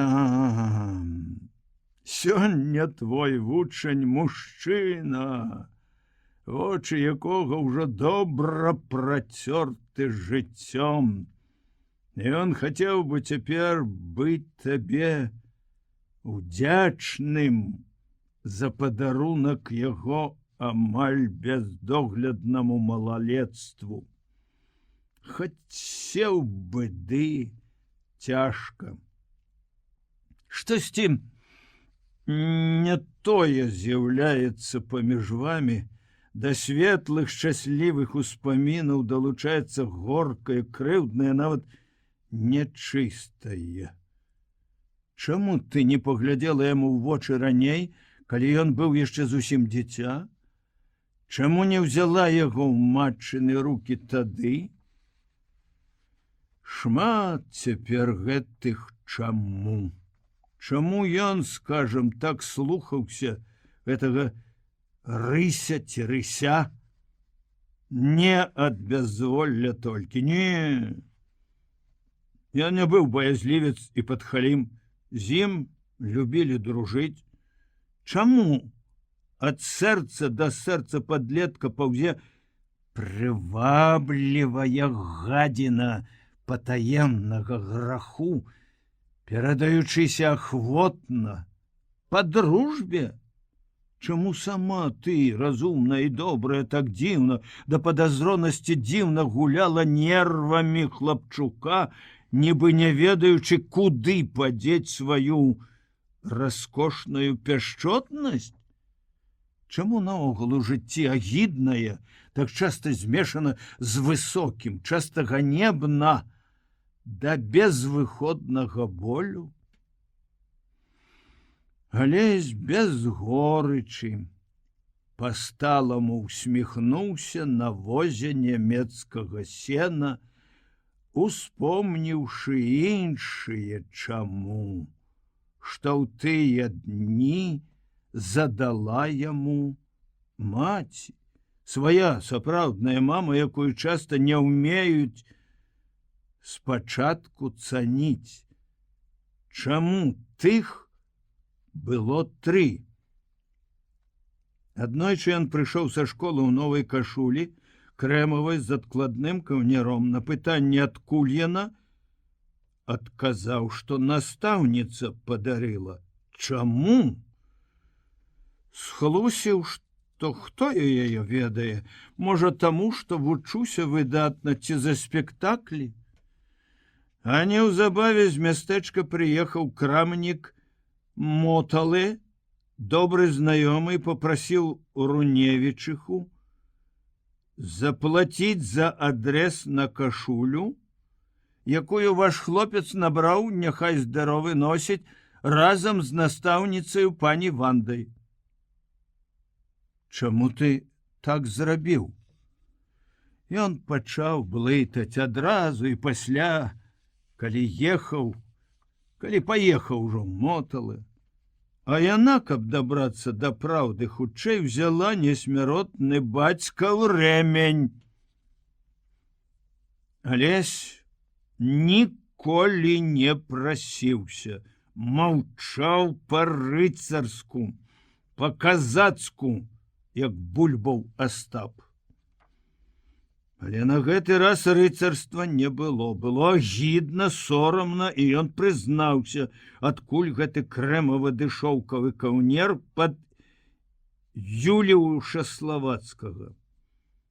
Прызнаўся скупа і асцярожна. Кажа, ты попрасіў свае мамы 3 злоты. Я пашыю табе кашулю. Я не прасіў вас, бо думаў, што все роўна не дасце. А ёй сказаў, што вы дазволілі набраць у Моталы на павер. Назаўтра мама разбудзіла яго да сонца. І не таму, вядома, каб у яго палепшаў апетыт, не для мілага адпачынку. Захварэла Іванова маці. Ён пайшоў туды, ў сваю вёску, і нешта заначаваў. А сеяць трэба? Пакуль табе ў школу рассею і пойдзеш. Спачатку яна сеяла спраўна, не горш за любога мужчыну, а ён пабіваў перад ёю раллю. Калі ж прыселі адпачыць, яна на пачатым мяшку аўса, а ён на баране, маці доўга глядзела моўчкі на свайго апошняга і нарэшце сказала тое трэцяе чаму.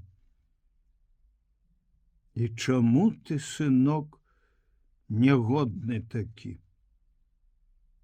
Скажы мне, чаго табе трэба яшчэ? Ну, скажы.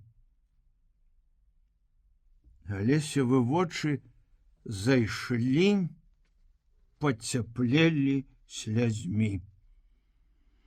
Зямля под бараною і ў руках крышылася тлустымі грудкамі і пясчынкамі, здавалася, дыхала, прасіла сонца і дажджу, і жаўранкі маліліся ці не, сваволілі, яны плялі, як бязмежную сетку, сваю шчабятлівую радасць у чыстым блакіце.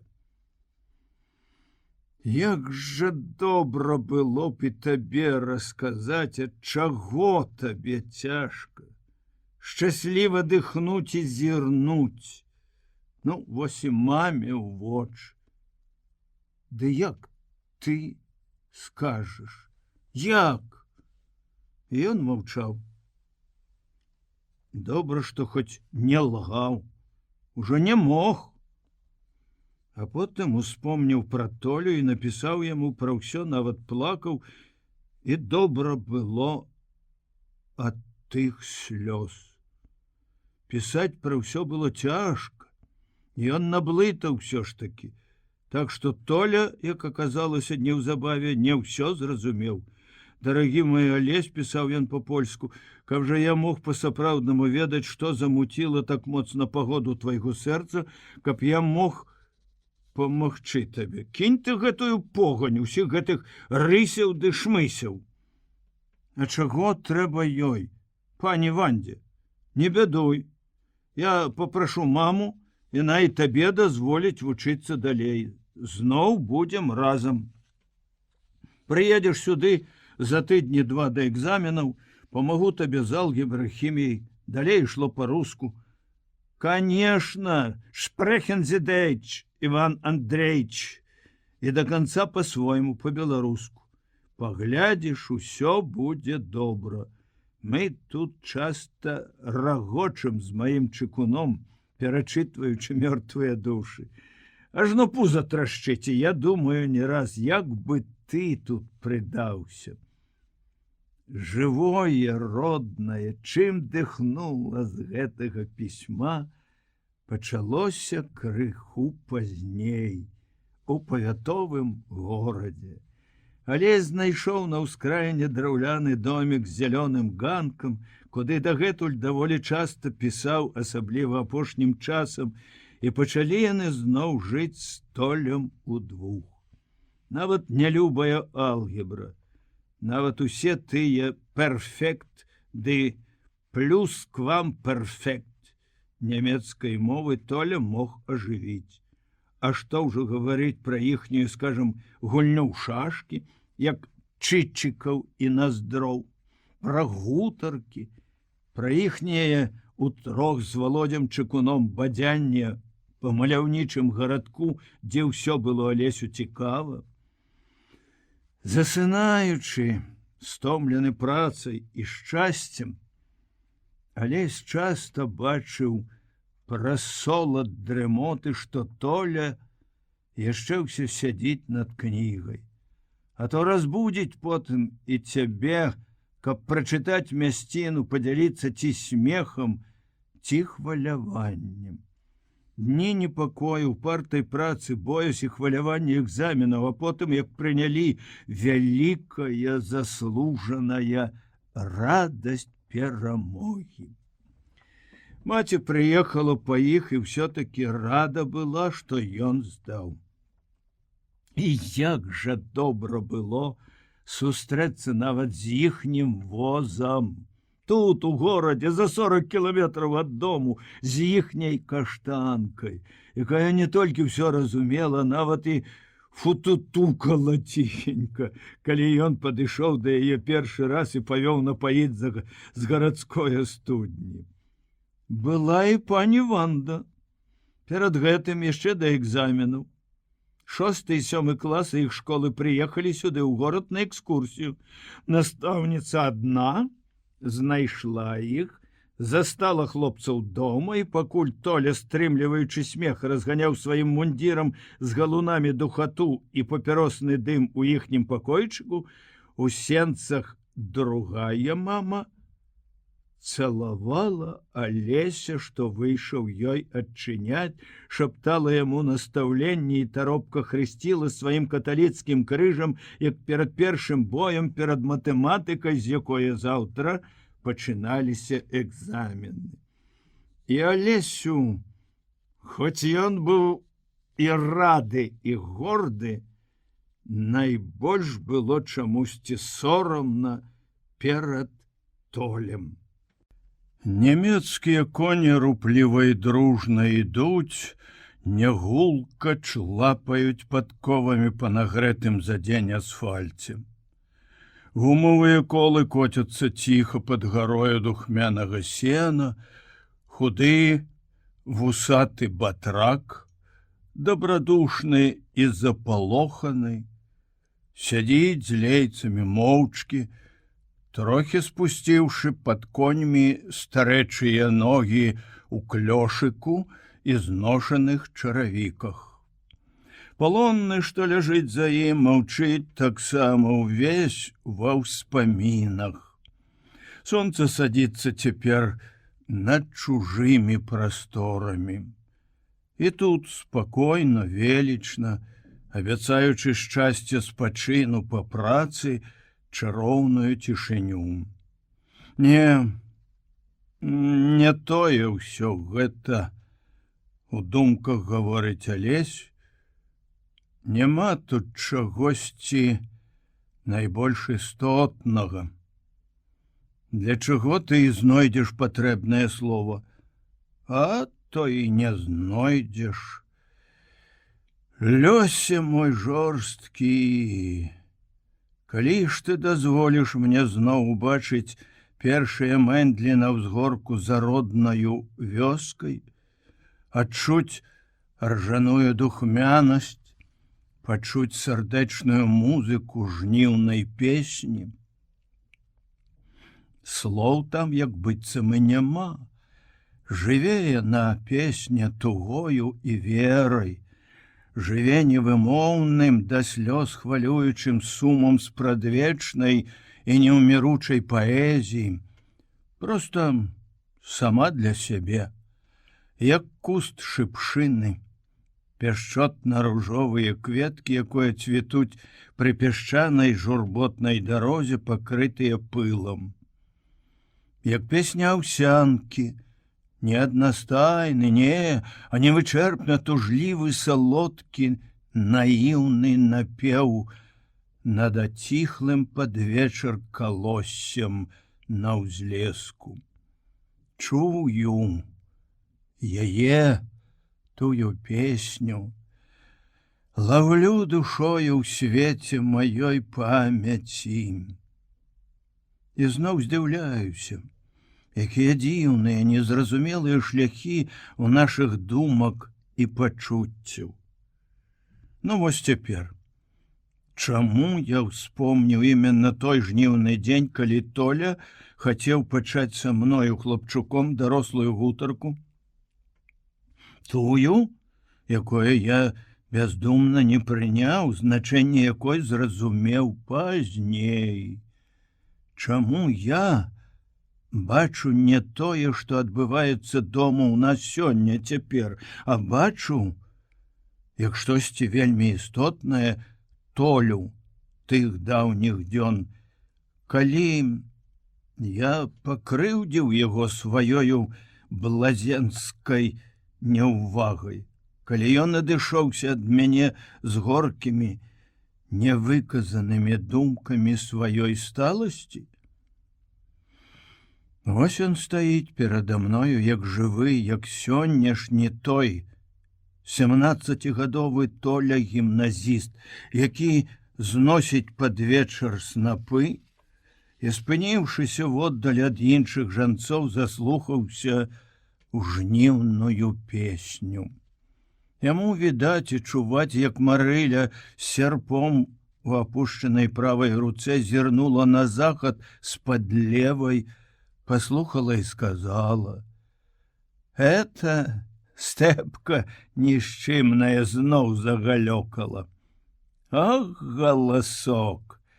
Ажно з 20-го поля чуваць, і жне, і спявае, не адагнецца». Ды не стэпка гэта, думае Толя. Это спяваюць і поле, і сонца, і людзі, і я. Так сардэчна, высока і сумна. Ён не спявае, слухае, стоячы над градою яшчэ не пастаўленых у мэндлі снапоў. Песня толькі ў ягонай душы, у вачах, і суму ў іх многа таксама. Я не адразу зразумеў твой сум. Праз 2 дні была нядзеля. Іван яшчэ досвіткам пацягнуўся з вудамі на Тихмень, а яны, прачнуўшыся на сене пазнавата, і таму, што дзень быў пахмурны, вырашылі да рэчкі не ісці, пакупацца дома, а тады найлепшае пачытаць. Нагрэлі вады, падаслалі багата каштанчын хлеў, унеслі туды балею. Толя змываў Алесю спіну без дурыкаў, абліваў яго потым таксама. Ну і Алесь шараваў яго шырокую загарэлую засланку, маці, кажам, мужчынішча, плечы як засланка, яшчэ нічога, так сабе. А вось калі дайшло да аблівання, не вытрываў. Узяў вядро халодненькай, не разбавіўшы шчыгуна, загнаў святога Анатолія ў кут і, як той рук не настаўляў, як не прасіўся, сказаў: «Цяпер мы з вамі пагаворым, кайся!» і пляхнуў. Аж той загалёкаў і кінуўся біцца. Ды з гэтым не выйшла. Алесь выскачыў голы на двор, бразнуў дзвярыма і ўзяў іх на заскак. Сяк так дагаварыліся на мір. Пасля чыталі на сене. Для большага святла, адчыніўшы гуменныя вароты, хрумсталі цакаўныя мокрыя сёння яблыкі. Паслухай, толькі кавалачак, сказаў потым Толя, і прачытаў з той самай растрэсанай кнігі Толстога. Штосьці пра тое помніцца, што кожны чалавек павінен мазалём зарабляць свой хлеб, пра шчасце стаць побач з тымі, хто корміць і адзявае людзей, пра радасць адчуць сябе сярод іх, працоўных і прыгнечаных сваім чалавекам. Гоголь все-таки лепш, сказаў нешта такое Алесь, кіўнуўшы на свой раскрыты тоўсты том. Тады Толя сеў на пасцелі, моўчкі глядзеў кудысьці сумна, а потым пачаў: Вось ты мне, брат, мама нам, маці, а хто нам Іван? Я вучуся, а ён толькі на 3 гады старэйшы за мяне. Робіць на нас з табою хлеб. Ён нам у вочы як быццам нічога не кажа. Да я і сам разумею, што ён думае, што думаюць пра багацейшых бедныя. І праўда, заўсёды з імі. І камуністы кажуць так. Вось і ў Толстога пра гэта, і я табе не для смешачак прачытаў. Мне ўжо агоркла ўсё. Ён помаўчаў, па-свойму паглядзеў нейкі дальні сум і дарэшты збянтэжыў Алеся зусім нечаканым і нават страшным вывадам. Абодвух маці вучыць не зможа. Не выцягне у яе ні гаспадарка, ні здароўя. Аднаму, которому вучыцца, што ім дасць гэта? Ён, напрыклад, не хоча разлукі, ды і наогул, галоўнае не ў гэтым. А вучыцца ім можна і дома, самім. І пра гэта напісана ў кнізе, якую ён ужо другі месяц чытае, адну. Ён не хоча разлукі. Прыехаўшы з гімназіі на свае першыя зімовыя канікулы, Толя здзівіў Алеся небывалым, нечаканым. Увечары, калі палеглі спаць, абняў яго і неяк вельмі ж сур'ёзна, казычучы вуха, шапнуў: «Як я рады, што прыехаў!» Алесю было тады проста няёмка, нават і смешна. Пасля ж, калі ён ад уласных злыбедаў дабраўся ў Толю ў гарадскі пакойчык, хлопец і сам неяк зусім па-новаму адчуў, што такое разлука, сустрэча, дружба. Падлеткамі мы сталеем, як і расцём вельмі хутка, думаў на возе палонны. А ты, ён усміхнуўся зноў да далёкага брата, ты хацеў, каб я пасталеў табе проста адразу. Всё прыйшло ў свой час, і сталасць, і новыя раставанні. Што ж, няшмат ужо засталося, пакуль мы з Бутрымам збяром трохі хлеба і падамося туды, дзе кончыцца яна, найгарчэйшая з нашых разлук. Цяпер моя чарга прыйсці дадому. І я прыйду. Ну, а Толя прыйшоў да Алеся раней, другім пісьмом. За 3 дні да таго запаветнага вечара, калі яны з Уладзікам меліся выйсці. Прачытаўшы гэтае пісьмо бадай з той самай прагнасцю, што і першае, Алесь спачатку задумаўся, пасля паказаў яго Бутрыму. Быў вечар, ужо без сонца. Яны стаялі каля штубы ў загарадзе, дзе таўклося яшчэ некалькі сяброў, якім таксама, хоць і стомленым, не адразу хацелася ў пыльную дахату на скрыпучыя мулкія нары. Стоячы тварам да дроту, Бутрым паволі чытаў вачыма, ўсё ж такі паварушваючы для самога сябе сухімі, бясколернымі губамі. Калі ён апусціўся позіркам па фіялетавых радочках слоў да апошніх «твой Толя», Руневіч спытаўся: «Што?» «Гэ!» — спакойна адказаў Бутрым. Алесь адчуў, як пахаладзела ўсярэдзіне. Праўда, адразу ж з'явілася маленькая добранькая думка, што ўладзік мог ляпнуць так проста для складнасці. Бо яны ж яшчэ пастушкамі, кожны недзе на сваёй пашы, і самі гаварылі і чулі такое па 100 разоў на дзень. Але думку гэтую тут жа накрылі крыўда і злосць. Дык што? Табе пісьмо майго брата Г?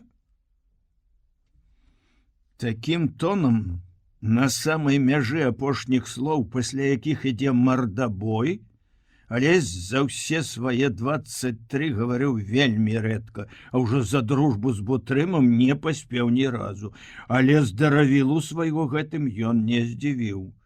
«Аво, надзьмуўся. Я пра тое, што брат не раіць табе уцякаць». Што ж ён думае? З мамінай печы, з-пад жончынай коўдры? Нам тут з табою, як кажуць, сядзі, будзе ды чакай, што будзе?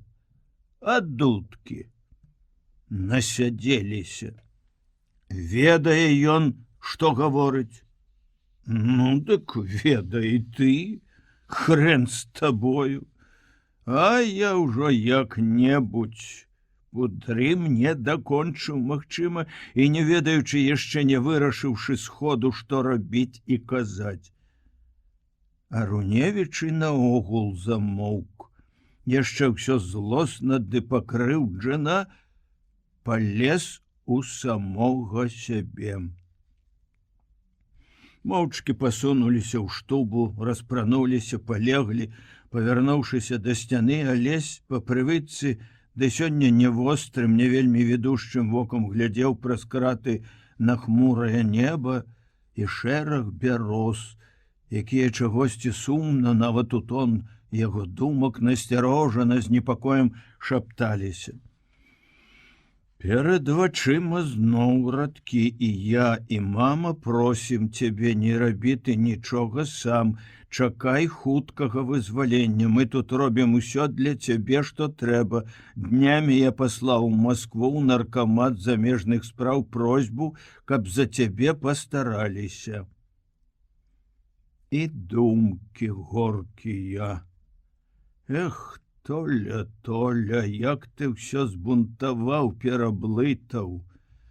Як быццам я тады на возе сена не так сабе, а прадчуваючы нешта ўспамінаў цябе. І наогул і тое рашэнне пакінуць гімназію, якім ты быў, збунтаваў увесь мой свет. Пастой. Няўжо табе і сёння многае больш зразумела, чым мне? Я тады быў падлетак, уражаны, адразу здзіўлены, а потым і рад, і ўдзячны, што паслухаўся. Ну, а цяпер? Што мне рабіць цяпер? Цяпер былі тыя узрушана трывожныя дні, якіх ён так доўга чакаў, да якіх рыхтаваўся з зімы. Вясной замест волі ўцёкаў прыйшла штрафкампані. Сёння ж іх воля абрываецца гэтым пісьмом, пасля якога зноў настройвайся на чаканне, а воля вунь яна за гэтым дурным і ржавым жалезем на акне. за дротам на слупах, за пяском на дарозе. Нават на гэтым пяску, дзе ён паставіць першы свой след, якое там нават вось тут яна побач з ягонымі нарамі, абы саскочыць з іх, ушапіцца за краты і добра рвануць. А што ж будзе далей за гэтым жалеззем і дротам? Што будзе каля тых дратоў над бугам, перайсці якія, вядома ж, не тое, што тут. Ты паверніся сюды. Это было сказано яму не словамі, а нечаканым да ўздрыгу нечаканым дотыкам суседавай рукі да плечука. Алесь павярнуўся. Ну, скажам, піша ён, твой брат, не ўцякай, а чакай. Ён за цябе паклапоціцца, это вядома. А хто ж закіне слова за мяне? Зося моя. На браце толькі ўмее цягнуць, як той конь, ды плакаць. Баба. Стары, не моглы ўжо, ды і граматы ў яго. Адзін, кажа, клас на 2. З небожчыкам бацькам закончылі. Адна мне песня застаецца. Ногі мае, ногі, нясіце мой азадак, а ты надзьмуўся, як мыш на крупы. Чаго? Алесю хочацца сказаць, хто надзьмуўся. Здзівіцца нават, нібыта забыўшыся, што і леглі яны, як ніколі сярдзітыя, ды ўжо тая злосць адышла, як прыйшла. І аднекуль ад нейкіх багатых запасаў вярнулася яснасць у дружбе. Але ж не кветачкі соваць пад нос. І ён пачаў пра тое самае іншымі словамі.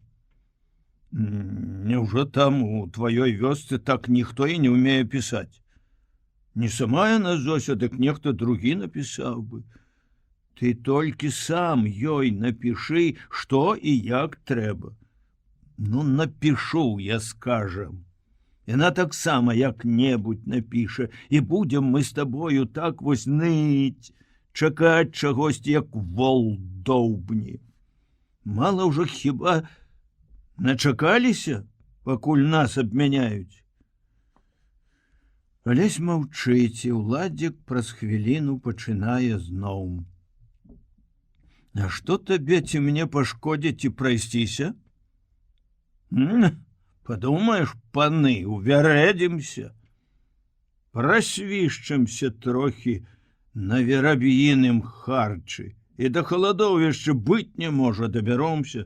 А там мой дома, ты пісаны, а я не пісаны, самаходь прывалокся.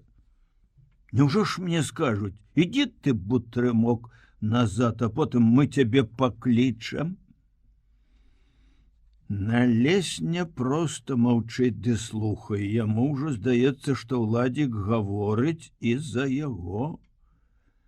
І за простымі ад самай раллі словамі сябраў стаюць, шумяць зялёнай сонечнай лістотай будучыя карціны волі, вялікай дарогі, вобразы і пачуцці, здорава назапашаныя, вынашаныя ды выпішчаныя за сотні дзён і начэй. Што ж гэта? Легкадумнасць, паэзія, цяга ў вырай, непераможны закон? Потым абдумаем у дарозе. Слухай, шэпча Алесь, нахіліўшыся бліжэй, а чаму это нам конча праз 3 дні? А чаму не цяпер? Ды тут яго малады паэтычны парыў натыкаецца на сталую сваю ж разважлівасць. Хаця, брат, трэба і выйсці нам не ў гэтую пару. Каб за першую ноч махнуць найдалей. Эх, Александр ты мой Миколаевич, усё ты сам, як стары, разумееш. А мы давай, можа, заўтра, а? Так і пачнём святою серадой. Всё на дзень раней. Зноў уладзік сказаў, як за двух.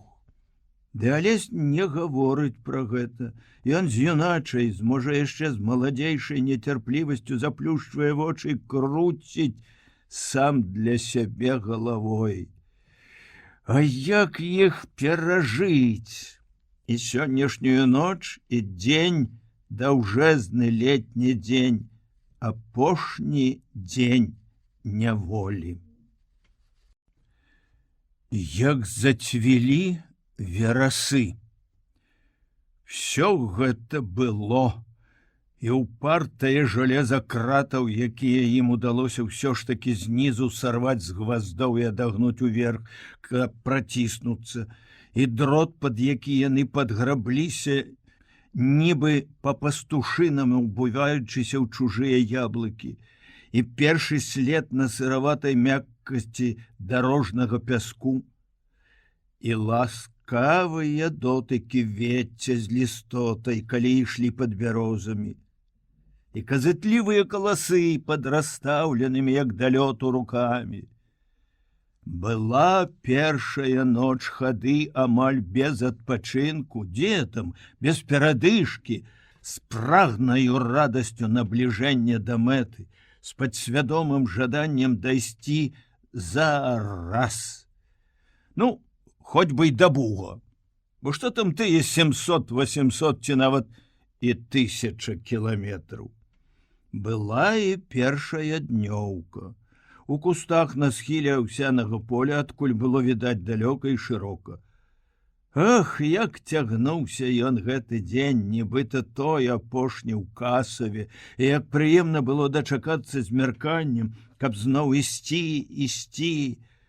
Другая ноч, другая днёўка, трэцяя, чацвёртая, і так яны гэтыя ночы і дні сталі іх новай сапраўднасцю, новым жыццём і радасным і нялёгкім.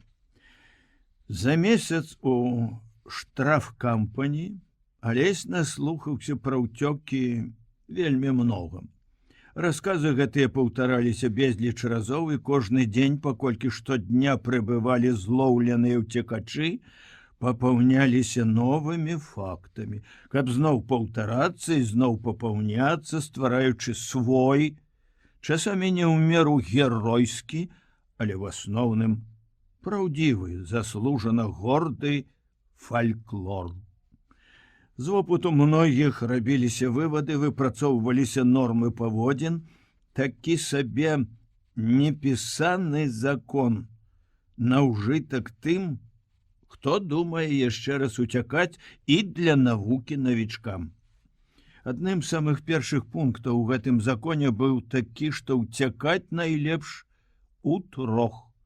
Адзін захварэе, дык удвух яго нават і паднясуць. На днёўках менш даводзіцца кожнаму дзяжурыць, зручней перапраўляцца цераз рэчкі. Словам, як гаварылася, адно дзіця няма дзяцей, двое дзяцей, што адно, а трое сям'я. Узброены гэтым вопытам, хоць і чужым, Алесь тлумачыў навічку, яшчэ большаму за яго навічку ў гэтых справах Бутрыму, што ім неабходна знайсці сабе трэцяга. А каго ж? Яшчэ раз пачыналі, лежачы шэптам перабіраць, і ў кожнага знаходзілі штосьці такое, што ім не падыходзіла. Уладзік настойваў на сваім. Калі ўжо браць абы каго, дык лепш ісці ўдвух. Падумаеш, такі ўжо ты там, у той штрафкампані закончыў курсы. Хто як хоча, так па свайму бацьку плача. Будзе ў нас і свой вопыт. Руневіч нарэшце згадзіўся, бо ведаў ён тут хлопцаў менш, а пра лепшага з тых, з кім ён прыйшоў у Касаў, пра Веніка, Бутрым амаль абражана сказаў: нам што, па-твойму, смешачкі трэба ў дарозе? Блазнюк твой Венік, і больш нічога. Словом, сабраліся выходзіць удвух. І Бог, як смяяўся потым Алесь, пакараў іх за пераборлівасць. Следам за імі у акно і пад дрот зусім нечакана вылезлі яшчэ два. Нібы на злосць найбольш нецікавыя. Вялы ды кіслы Іванюк і пажылы Зданевіч не проста важна маўкліва, нейкі патайны, непрыемна загадкавы чалавек. Алесь і Уладзік агрызнуліся на іх адразу ж пад бярозамі. Ды тыя попрасіліся ісці разам толькі першую ноч. Крычаць тут не будзеш? Пайшлі. На першы дняўцы аказалася, што спадарожнічкаў трэба не толькі весці, але ж яшчэ і карміць. Вы што, так і збіраліся без запасу?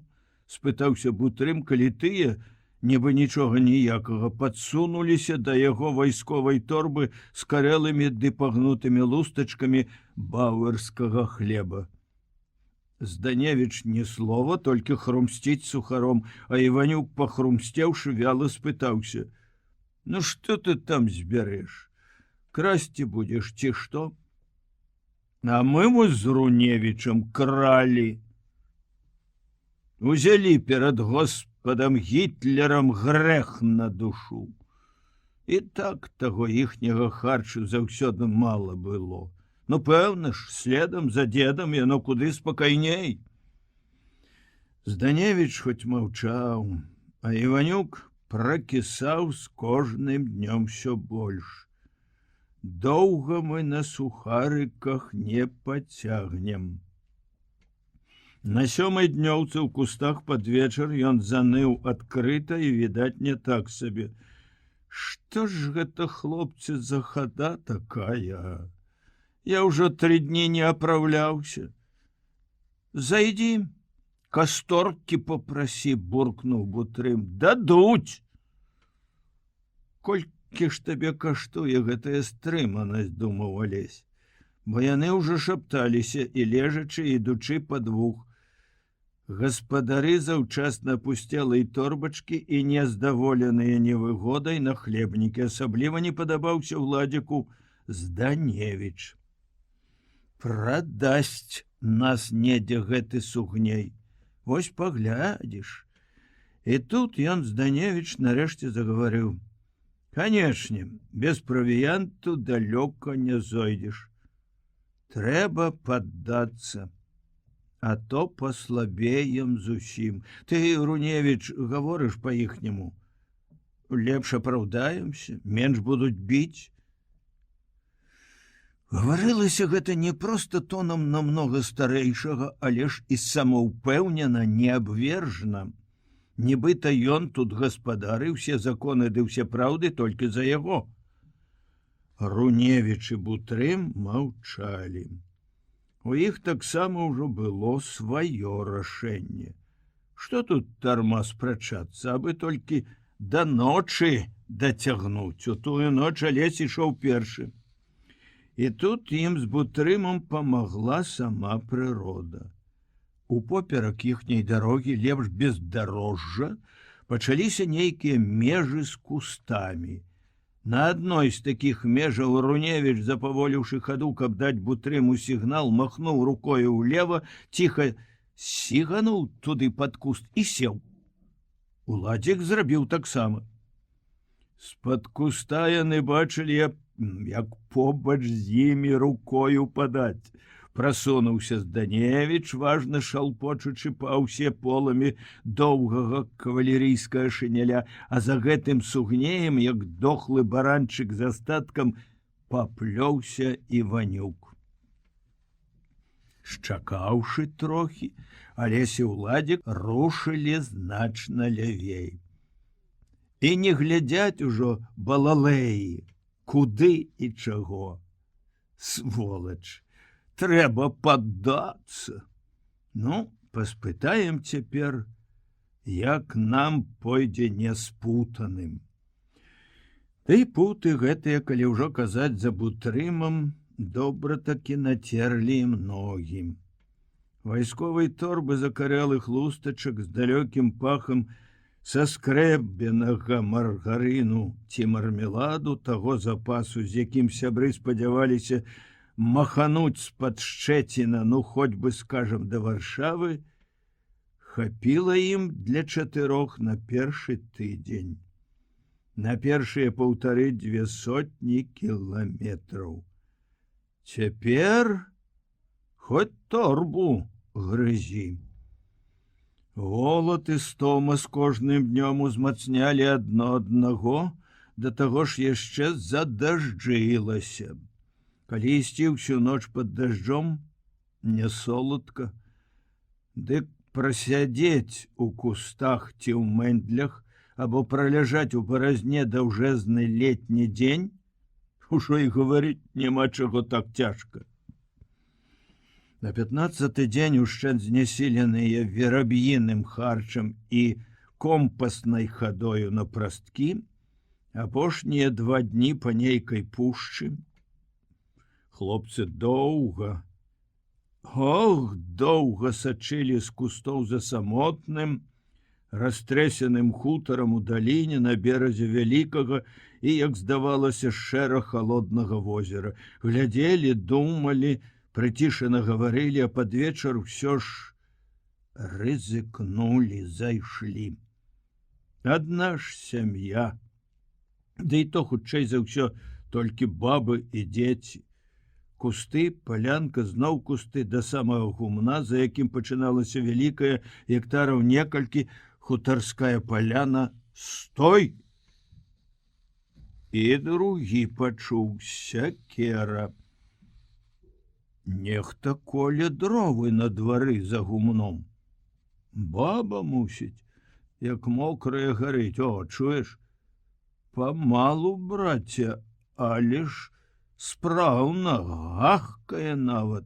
Ну, другая баба і гахне. Ды што нам гадаць? Падкрадземся, паглядзім. Цікнуўшы з-за гуменнага вугла, Алесь убачыў, хто гэта. Пайшлі, сказаў смялей. Які, браце, пан, такі страх. Стары, сухашчавы бауэр, у дзіравым капелюшы, у дзеравяшках на босую нагу і сам спалохаўся.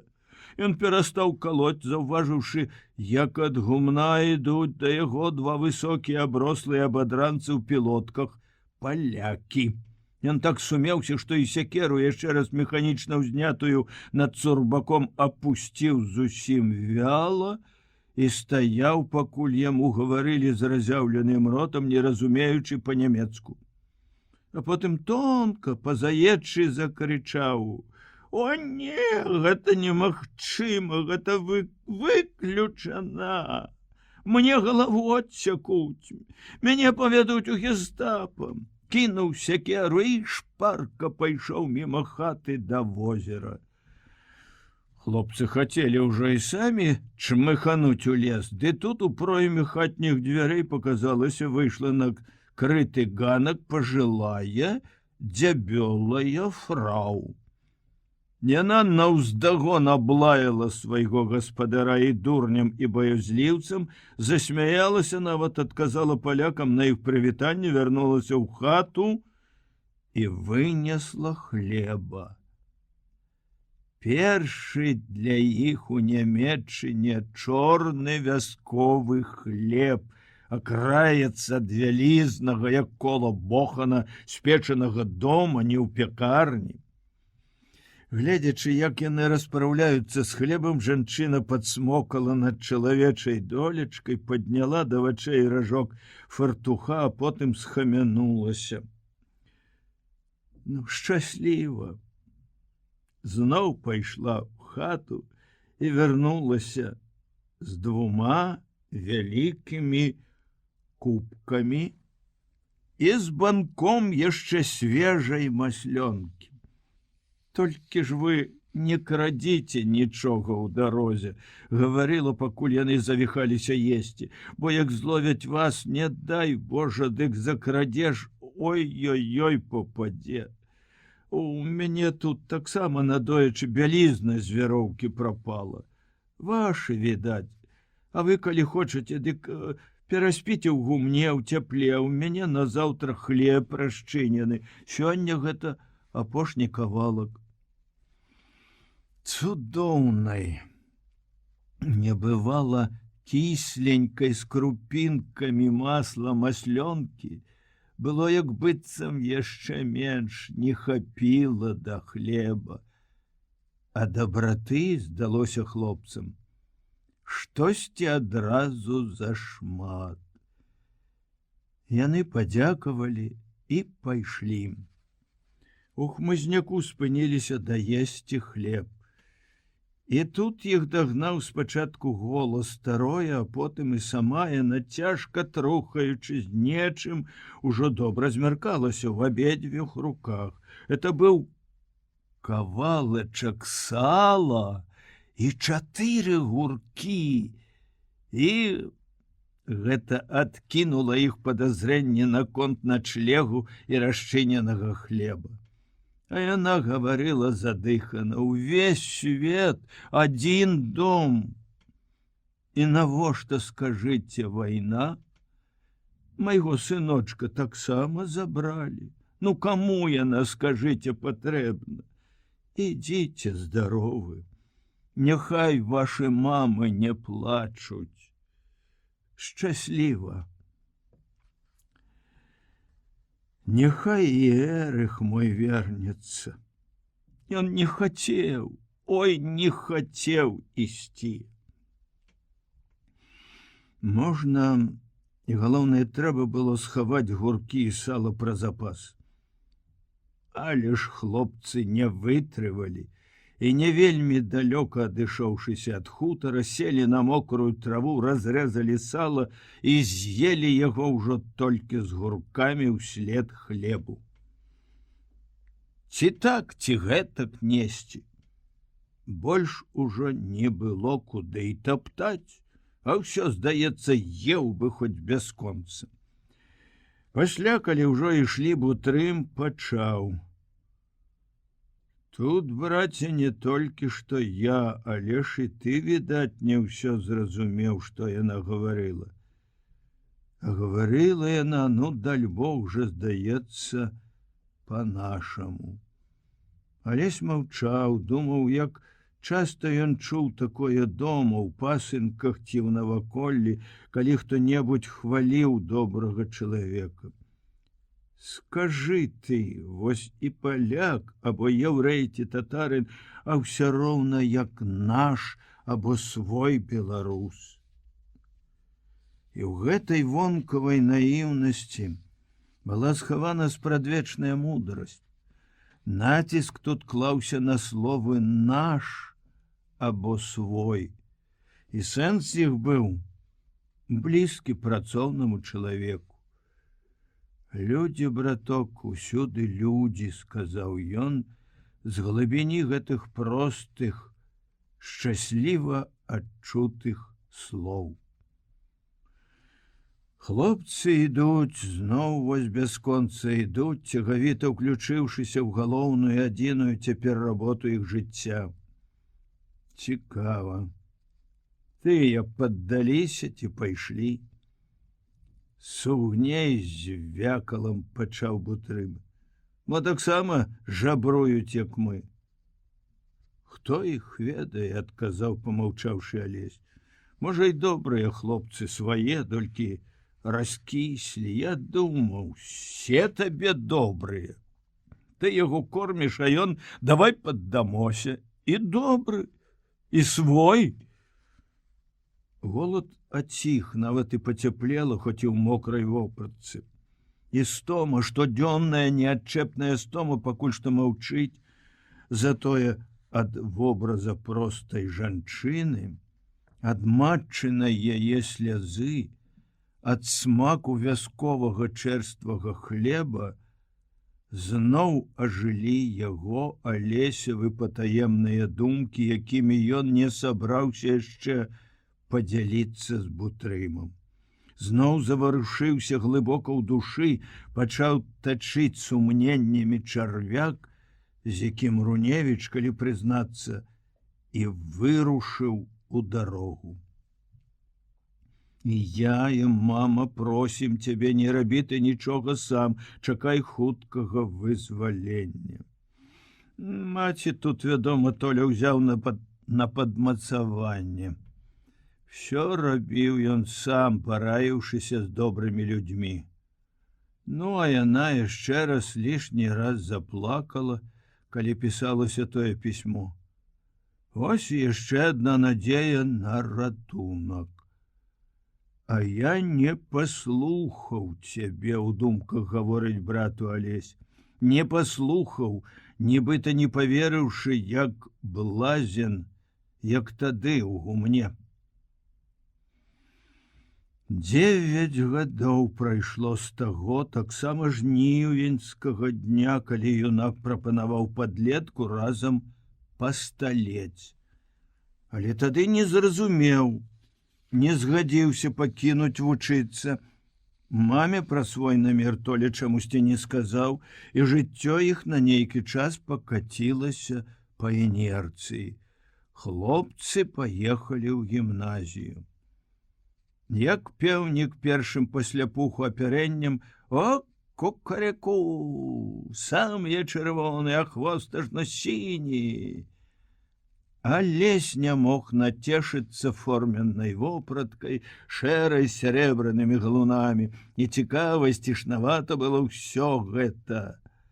Белыя пад скляпеннямі класы і калідоры былога кляштара, у якім размяшчалася гімназія, і незнаёмыя яшчэ і недасяжныя настаўнікі, якія тут называюць пан ці пані прафесар, і куды больш сур'ёзныя кнігі, якія тут можна, а нават і модна насіць без нічога пад пахай. Праўда, сухі, крыклівы пан прафесар Жджарскі за першую кантрольную па алгебры уляпіў Алесю чырвоную і вялізную, як на варотах, 2, прымусіўшы нядаўняга выдатніка з паўшэхнай, добра такі са страхам задумацца. Праўда, былі і іншыя непрыемнасці. На перапынку панскія сынкі падбухторылі Алеся, што слабак, і ён шчапіўся дужацца з другагоднікам. Не паваліў яго, і на падлозе ўкачаўся ў яшчэ не на цвёрда засохлую охру. Тыя самыя завадатары надумаліся аднойчы сарваць дадатковы урок лацінскай мовы, а ён, разам з нямногімі, раптам узбунтаваўся, што маці яго сюды не для таго паслала, каб лайдачыў ды лгаў. Лаялі хамам і здраднікам. Ён адбіваўся і плакаў са злосці, адзін і чужы, пакінуты нават і тымі нямногімі, пакуль яго не абараніў малады здаравенны возьны, прыбіральшчык. Было, аднак, вясёлае, куды больш. Перш за ўсё яны столем.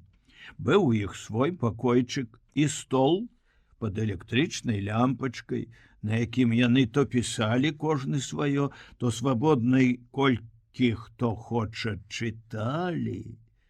Потым быў пасля вёскі горад з тратуарам, што здорава, то дошкай, то цэментам шаркаў пад новымі чаравікамі, з вясёлымі прысадамі абапал бруку, грымотнага пад вазамі кірмашнікаў і нагамі разгалёканай песняй пяхоты, з кінатэатрам, куды цягнула магнітам, з цэрквамі ды касцёламі, што час ад часу ажывалі над кронамі і дахамі з прадвечным перазвонам, з мноствам па-рознаму пахучых магазинаў, з добай, каламаззю, ваніллю, селядцом, з раскошным святлом у вялікіх, часта затаямнічаных гардзінамі, чароўна напоўненых музыкай вокнах дамоў шматпавярховых, як здавалася Алесю, з вакзалам, адкуль Нагадваючы мілы свет маленства, па-сяброўску па змоўніцтву клікалі ў таямнічую даль гудкі паравозаў. Не было толькі мора для поўнага падабенства з тым амаль ужо легендарна далёкім горадам, што часта хваляваў яго ілюзіяй былога страчанага шчасця. Калі не ўлічваць той, на думку Алеся, зусім выпадковай двойкі, і меншы Руневіч вучыўся таксама нядрэнна. Гэта было ўжо заўважана і нават загаворкай адзначана на першым месяцы вучобы. Ды вось у пачатку другога месяца на ўздзіў сябрам і начальству абодва Руневічы і 4- і 5-класнік забралі раптам дакументы і паехалі дамоў. Мілы дядька Адам, малы гарбаты Толя Хросны, каравец суседняй вёскі, што шыў ім калісьці Соединенные Штаты шарачку, незносимыя пастухоўскія порткі з нагруднікам. Рэдка ён ад свае працавітай машыны, ад калецтва свайго пускаўся ў такое далёкае падарожжа. Але ж трэба было, каб іменна ён прыехаў, каб ён прывёз ім сумную вестку, якая вырашыла ўсё. Шэра-рудой суконнай жакетцы з дажджавымі кропелькамі на варсінах, у новай неабмятай кепатцы, што аладкай накрывала яго вялікую галаву, у клёшыку ды ў чаравічках, з высокім для яго, як посах, ядлоўцавым пугаўём у правай руцэ, дядька Адам, нібы ў казцы якой, як па чароўнаму выкліку, з'явіўся раптам іхнім пакойчыку. І амаль са слязьмі свае дабрадушнасці ў голасе і на вачах загаманіў па гарадскому ды па мясцоваму. А хлапцы ж вы мае ненаглядныя. Па адрасе хату знайшоў, па канверце. Хроснічак Толя, і ты, Алесько, як панічэ, каб жыў отец нябожчык Миколай Змітрович, сэрца б яго сіяло ад радасці. Бедная Кацярынка, кума. Яны ўстрывожыліся, і Толя Хросны ад намёку адразу пайшоў да поўнай і сумнай яснасці. Што там? Бяда, сынке мае. Івана пазаўчора паліцыя як забрала, дык і учора яшчэ не было. А ў самой у беднай зноў ногі разбалеліся. А работа ж яна не хоча чакаць. Учора да вечара я памагаў. Помачы ад мяне ад калейкі няшчасная, як ад козла малака. Мальвінка не прыбяжыць, дачушка, памагчы. Свая сямейка, свой клопат, а Сярожа Миколаевич, сынок, яшчэ далей. Сама ўсё, подружка моя дарагая. Баранаваць узяла нейкага смаркача, а сама пакутніца з сявенькай. Не работа гэта з яе нагамі, адно страданьё, хлопчыкі. Хросны паехаў начаваць у заезд, Толя правёў яго, і як вярнуўся, хлопцы спачатку доўга гаварылі, а потым у ложку Алесь плакаў, адвярнуўшыся да сцяны, ціха кусаючы губы і пальцы, і не змог бы, відаць, адказаць каму-небудзь, нават і Толю, чаго ж ён плача. Толя зноў гаварыў сваё, як у тую нядзелю на сене. Цяпер ён уже нібы проста адразу ўзяў меншага за руку і павёў куды трэба. Алесь пайшоў, як ідуць за старэйшым сваім, згадзіўся кінуць усё, забраць манаткі і ехаць з дядзькам Адамом да хаты. А плакаў ён, калі меркаваць цяпер з адлегласці гадоў, і па маме, Здалёку разлуцы, убачыўшы яе горкую долю зусім інакш, і па сабе яшчэ ўсё памалечы ўражаны на крутым павароце. Назаўтра вечарам і ноччу, пакуль яны ехалі полем ды лесам, дзядзька Адам то бедаваў у голас, што ж гэта ён нарабіў, што яны нарабілі, і што цяпер і ім, і яму, старому дурню, скажа дома кума Кацярынка. То бедаваў ды апраўдваўся, то забываўся пра такі непрадбачаны вынік свае паездкі і зноў расказваў, што быў ён тут на судзе за сведку ў суседа, які гніла безгаловае, судзіцца з сынам, таксама не лепшым, за поле. І расказваў па-свойму так жыва і смешна на розныя галасы, што і сам рагатаў аж да слёз, і яны рагаталі. Маму прыезд іх спачатку проста такі ашаламіў. Пасля хапіла слёз і лаянкі і ім абодвум, і дзядзьку Адаму. І назаўтра яшчэ і потым яна то плакала са злосці, то лаяла свайго кума за вочы, а то ў вочы, і доўга яшчэ не магла даўмецца, што нарабілі яе студэнты. Нават як быццам і змірылася з гэтым хутчэй, чым зразумела. Іван прыйшоў з пастарунка праз 2 дні пасля іх прыезду, увайшоў адвячоркам у хату, абапёрся плячыма аб вушак і нейкім не сваім голасам ціха сказаў: «Здравствуйте. Я, цётко Катрыно, да мамы свае не пайшоў. Яна яшчэ, відаць, нічога не ведае. Няхай і не ведае, можа. Я толькі трохі паляжу. Дзень-два». Іх старая суровая маці сказала: «Не, яна не сказала спачатку нічога, а жахнулася, паглядзеўшы на хлопца пры лямпе, такі ён быў збіты. То клянучы тых нелюдзяў, то дакараючы самога Івана, што і ён палез у палітыку, паслала яму на тапчане, маўчала, пакуль ён, сціснуўшы зубы, з балючай натугай здымаў нага аб нагу боты, асцярожна лажыўся, а потым, як гэтая немка сёння на хутары, падняла да вачэй фартух. «Можа, няхай тебе, Толя, хоць шкіпінарам натрэ?» «Не трэба, цётко, вылежуся я і сам, і плакаць не трэба. Чым горш, як той казаў, тым лепш». Толі за лесем ён нібы і не заўважаў. Назаўтра маці з Толем паехалі дасяваць, а Алесь быў дома. І толькі тады, калі яны з Іванам засталіся ў хаце ўдвух, то як быццам заўважыў яго ўпершыню. «А вы чаго прыехалі? Абодва зараз.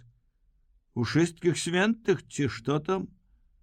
У пасынках на вяселле ці на святочныя вечарыны часцей за ўсё наймалі музыку з другіх вёсак. Гром і маланка, гармонік, скрыпка, кларнет ці цымбалы і вялікі бубен, ад якога ажно ў жываце пачынае бубніць. А так сабе паскакаць калі-небудзь упрошвалі глухаватага макарца, у якога былі не толькі кнігі ў салдацкім куфэрку, але і скрыпка, і барабанчык. А раз дык з'явіўся ў нядзелю яшчэ і другі барабанчык. Нехта прынёс. 2 чалавекі, зухаватенькі рыжы шулейка, жанаты мужчына і спраўны дзяцюк Іван, які прыйшоў сюды парабкаваць з далёкай незнаёмай вёскі, 2 макарцовы памагатыя, выраблялі ў той адвячорак проста штосьці несусветнае. Старая скрыпка галёкала, Як яна толькі спраўлялася, польку. Смык, заціснуты ў дужай карэлай руцэ, скакаў, матлашыўся перад страшэнным і смешным разлётам чорных вусоў, перад скрыўленым ад натугі усмешкі свежапаголеным падбароддзям. Адзін барабанчык, які ў шулейкі, узняты на ўзровень ягонага левага вуха, шумеў званочкамі і драбіў пераборам, ну, як заўсёды, хвацка. А другі, што ў Івана, дык той ужо вырабляў. Ай, не дай ты ды не прывядзі. Ён не толькі званіў і драбіў пад жывою булаўкай, не толькі тыркаў гулкай скурай пад вялікім пальцам, ён то дрыжаў, высока ўскінуты ў шалёнай радаснай трасцы, то попадаў пад локаць, то на чубатую цыганскую галаву, на адно, на другое калена, пад узняты абцас, пад другі, дакранаўся да зямлі і за дзівам ды захапленнем натоўпу зноў узлятаў над Іванавым чубам. Адкуль жа ты, братко, і ўзяўся гэтакі? І вось ён ляжыць цяпер, пастарэлы адразу на многа гадоў, не па-свойму маўклівы і сумны, і Алесю так страшна, да жудасці страшна відаць, што ён, вясёлы добры Іван, пад нагамі. У твар, у вочы, у грудзі таўкуць яго боты паліцыянтаў, па руках, па спіне, па галаве цапамі б'юць іх гумовыя палкі. За што? Ён песні спяваў пра саветы. Ён хоча, каб яны прыйшлі, каб з імі разам прыйшоў іх далёкі харошы сярожа. Спытаўшыся пра шысткіх свентых, Іван неяк крыва усміхнуўся, як быццам нехаця. А Алесь адказаў па-сур'ёзнаму, знова яшчэ неўзмужнелай гордасцю. Не, мы зусім пакінулі вучыцца. Будзем дома, як людзі, рабіць. Ну і к чорту з іхняй гімназіяй. Ты бачыў, як? Усміхнуўся Іван. А яно, братко, і правільно. Чым горш, як той казаў, тым лепш. Вось згалее, паноў, дык і будзем вучыцца па-свойму. Яшчэ не толькі вы, і я паспею, можа. Вот халера. Што? Што табе? Можа, вады? Ды не магу, братко, доўга гаварыць. Ён помаўчаў. Я ў цябе не вады папрашу. А збегай ты, Алесь, да Тимоха. Скажы, што я прыйшоў, няхай ён зойдзе. Бяжы, братко, ды падтрэсвайся, зноў усміхнуўся ён. Ганулін Тимох жыў у другім канцы вёскай. Яны з Іванам дружылі, шапталіся нешта. Алесь ужо хадзіў да яго па Іванавай просьбе не раз і не два. То што-небудзь сказаць, то што-небудзь прынесці, але вось так, як сёння, Алесь да Тимоха яшчэ не хадзіў. Ніколі ён не быў яшчэ такі дарослы. Бо яму ўжо, здаецца, ён думае, як не думаў, відаць, ніколі раней, што яны вельмі добра зрабілі, вярнуўшыся ў родную вёску да родных людзей з іх працай і горам і радасцямі і надзеяй. А хто ж настойваў, каб вярнуліся? Вспамінае ён. І першае яшчэ непэўнае, амаль паўсвядомае пачуццё сяброўскай братняй удзячнасці встае в Алесевай душы на згадку пра Толю, што цяпер недзе вучыцца сеяць. Шлёпаючы босымі нагамі па нехалоднай яшчэ гразі, хлопец схапіў у памяці, як мячык на ляту, адну з тых першых лацінскіх фразаў, якія паспеў завучыць. «Шчаслівы земляроб», сказаў ён. Пра Толю і ўжо нават пра сябе. і засмяяўся так радасна, што захацелася і сапраўды падбегчы. Бяжы, братко, ды патрэсвайся. Іван адляжаўся пасля пастарунка і дабыў іх да каляд, як і згаджаліся. Шукаць сабе новы хамут, прывыкаць да новай сям'і і вёскі пайшоў ён не вельмі ахвотна. Затое Толя ўсцешана сказаў пасля, што гэта быў першы і апошні ў іхняй хаце парабак, што цяпер яны будуць рабіць свой хлеб самі. Толькі Алесь часамі зноў не мог да канца зразумець, чаму яму трэба было пакінуць вучыцца. Як і цяпер, ён хоць і верыць Толю, не можа ўцяміць па-сапраўднаму. Ну, чаму гэта не трэба уцякаць з палону, з фашысцкай няволі, да хаты і не ўцякаць? Пагодлівых дзён і начэй было больш, чым дажджлівых і хмарных. Тады на душы ўцекачоў рабілася трохі лягчэй. Зноў да Алеся вярталіся словы. Гэта было ў тую ноч, як зацвілі верасы. Жыхароў занёманскіх лясных паселішч празывалі у алесевых пасынках ганакамі. І таму, што яны ганялі плыты, і таму, што гаварылі замест гэты гэны. Празывалі, вядома, без злосці, нават з пэўнай пашанай да працавітасці і спрыту лесуноў, якім з пясчаных шматкоў ды палосак было б не пражыць. Ганакі, ў сваю чаргу, всіх нелясных называлі палявікамі. І гаварылася гэта, калі і без злосці таксама, дык з пачуццём вышэйшасці. Хіба ж яны ведаюць, таўкачы, што такое наш Нёман і пушча. Прызнаўшыся, дык Алесь і не ведаў. Кіламетраў 5-6 ад іх вёскі за пашай і лугам за іхняй ціхменню быў казённы лес.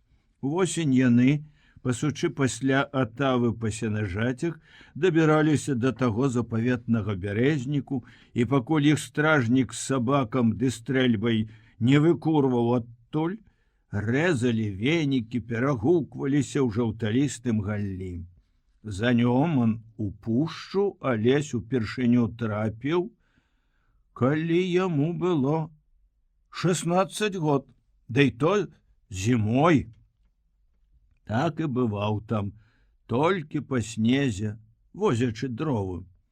Таму і не дзіва, што ён, палявік, чытаючы калісьці танкаву нарач упершыню, як быццам і не заўважыў там верасоў, што зацвілі ў тую ноч. Цяпер яны, гэтыя словы, ажылі ў яго памяці, бо хлопцам часта той верас слаўся ў цемры пад ногі, блытаў іх, узмацняючы стому, і выпешчваўся перад імі на сонцы ў шчырым барыце ў рэдкім бярэзніку. Назаўтра пасля хутара над возерам дняваць ім выпала таксама ў лесе. А выпала таму, што за кароткую ноч хочацца прайсці як найбольш, і ўсё спяшаешся, ўсё ідзеш, пакуль дзень не паложыць цябе, дзе ўжо выпадзе. Адзін раз зручна, а другі на самым краёчку якой-небудзь меншай, а то і большай небяспекі. Патроху з часам прывыкаеш і да такой рызыкі, робішся і смялейшы, і менш асцярожны. Цяпер хлопцы ляжалі на ўзлеску ў верасе пад бярозамі і бачылі перад сабой не вельмі каб і далёка чыгуначны раз'езд, бліскучыя рэйкі і белы домік з блакітным ганкам, акенцы якога адсвечвалі сонца. Цярпліва, прызвычаена і ўсё ж па-новаму, да яго ты не вельмі прывыкнеш. змагаючыся з голадам, які спяваў сваё, ледзь глядзеў, як на ўзроўні вачэй і навокал куды не павернешся і скрыцца бэзавымі кветачкамі верас. Удыхаў яго земляны травяністы, неакрэслена мілы пах, і міжвольна з нуды займаўся разборам свае неадчэпныя песні. Гэта было ў тую ноч. Хіба ж ён зацвітае абавязкова ўначы? І хто гэта калі бачыў? У маленстве часта хацелася падпільнаваць, як гэта засынаеш. Але ніколі так і не ўдалося. А то неяк, пасучы карову, узышоў з пашы на рунь і даўгавата такі ляжаў там, абапёршыся на локцях, прыглядаўся, як гэта, мама гаворыць, жыццё пасля дожджыку расце, Богу дзякаваць, у вачавіткі. Чытаў недзе потым, што толькі чыстыя сэрцам бачыць сапраўднае хараство. Ён быў, здаецца, не горшы за іншых дзяцей, глядзеў на свет памалечы, даверліва, чыста, а ўсё ж такі не падпільнаваць. Не падпільнаваць. Ну як падкрадзецца сон, не заўважыць, як жыта расце. Не ўдалося. А ты бачыш, як упэўнена кажа, гэта было ў тую ноч, як зацвілі верасы, ды яшчэ й падкрэсліваем, як зацвілі ў бары звонам апаўшай расы. Ай, ды што я пляту?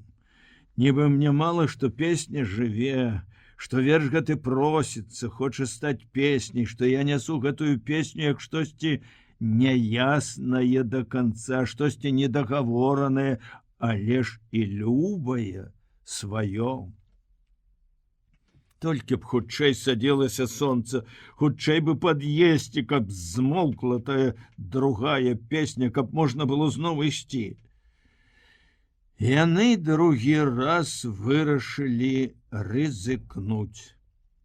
І пайшлі на збліжэнне са шчасцем і небяспекай яшчэ пры сонцы, як толькі яно барвовым кругам надзелася на вяршыні далейшага лесу.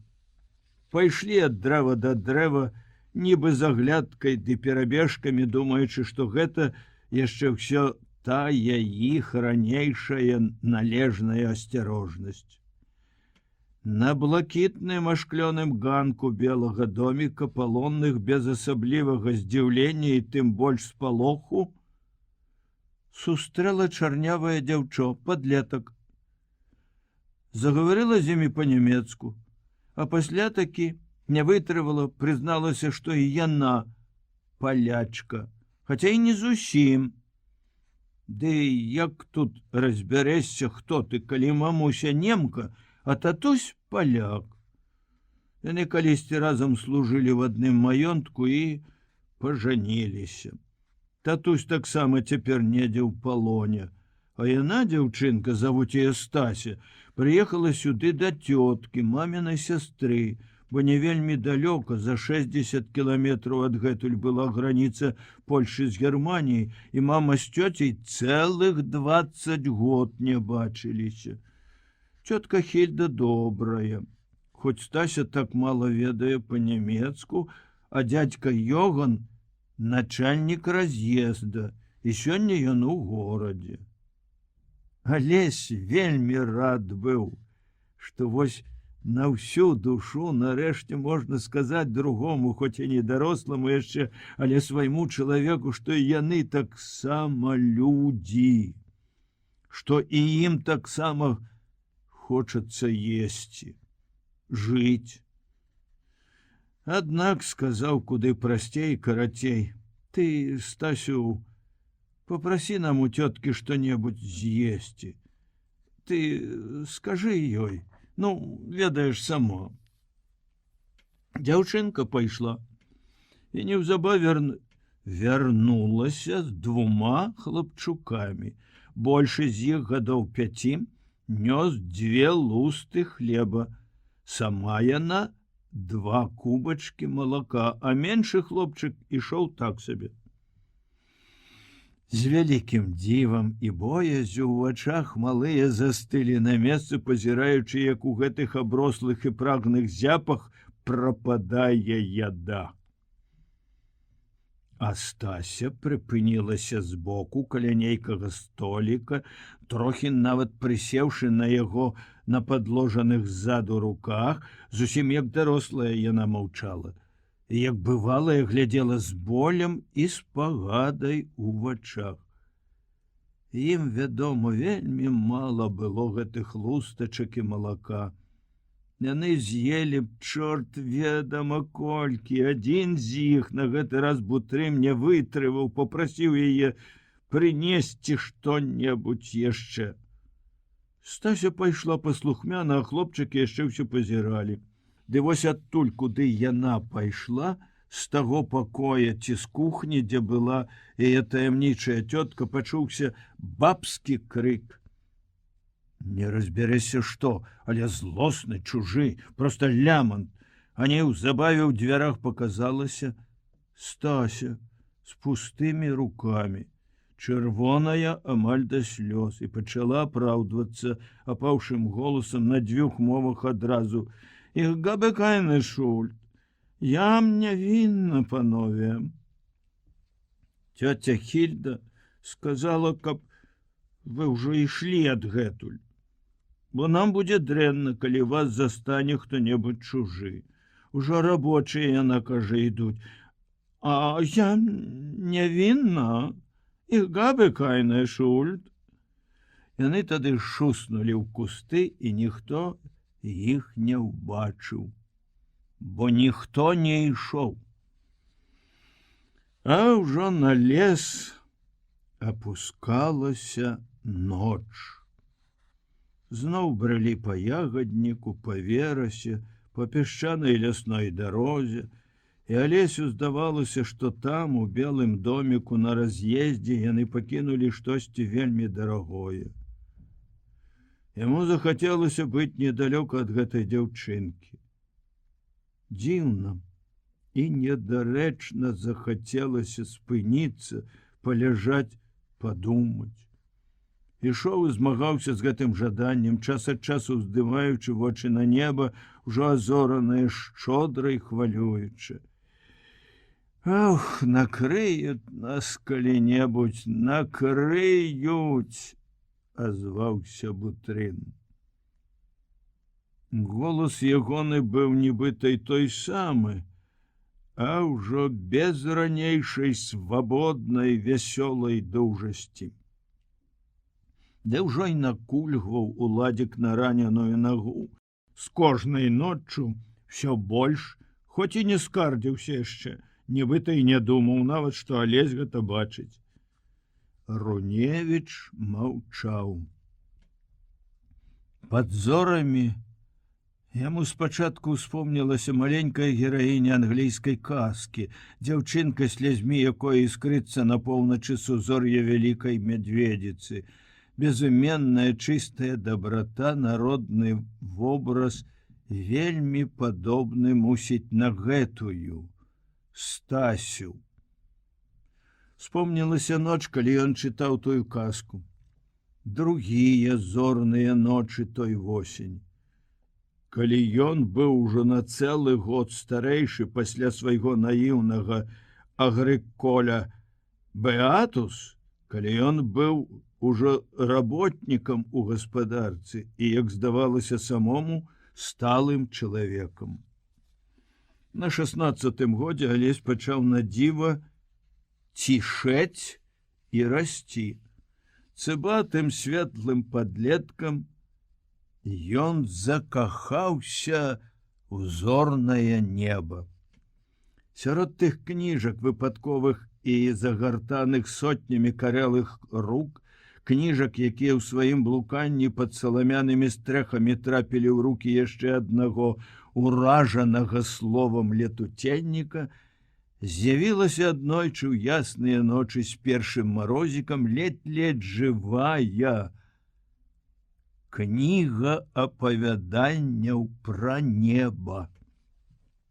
Аўтар яе, французскі астраном Фламарыён, стаў для Алеся адным з тых першых, што сцерлі з неба разумнай і мужнай рукой папоўскую нечысць. Пераканаўча з усёй нагляднасцю мастацкае слова адкрылі хлопцы, што там, у версе, няма, вядома ж, ніякіх богоў, ні в виде старца, ні в виде мужа средних лет, ні в виде голубемнем, ні ў іншых якіх-небудзь відах. Праўда, яшчэ і раней, як толькі розум пачаў намацваць дарогу у блытаным гушчары першых жыццём і кнігай падказаных пытанняў вечнага і часовага, былі моманты, калі хлапчук жахаўся ад думкі, што і жыццю, і сусвету няма ні канца, ні пачатку, ні краю. Бог стварыў неба і зямлю. А хто ж стварыў Бога?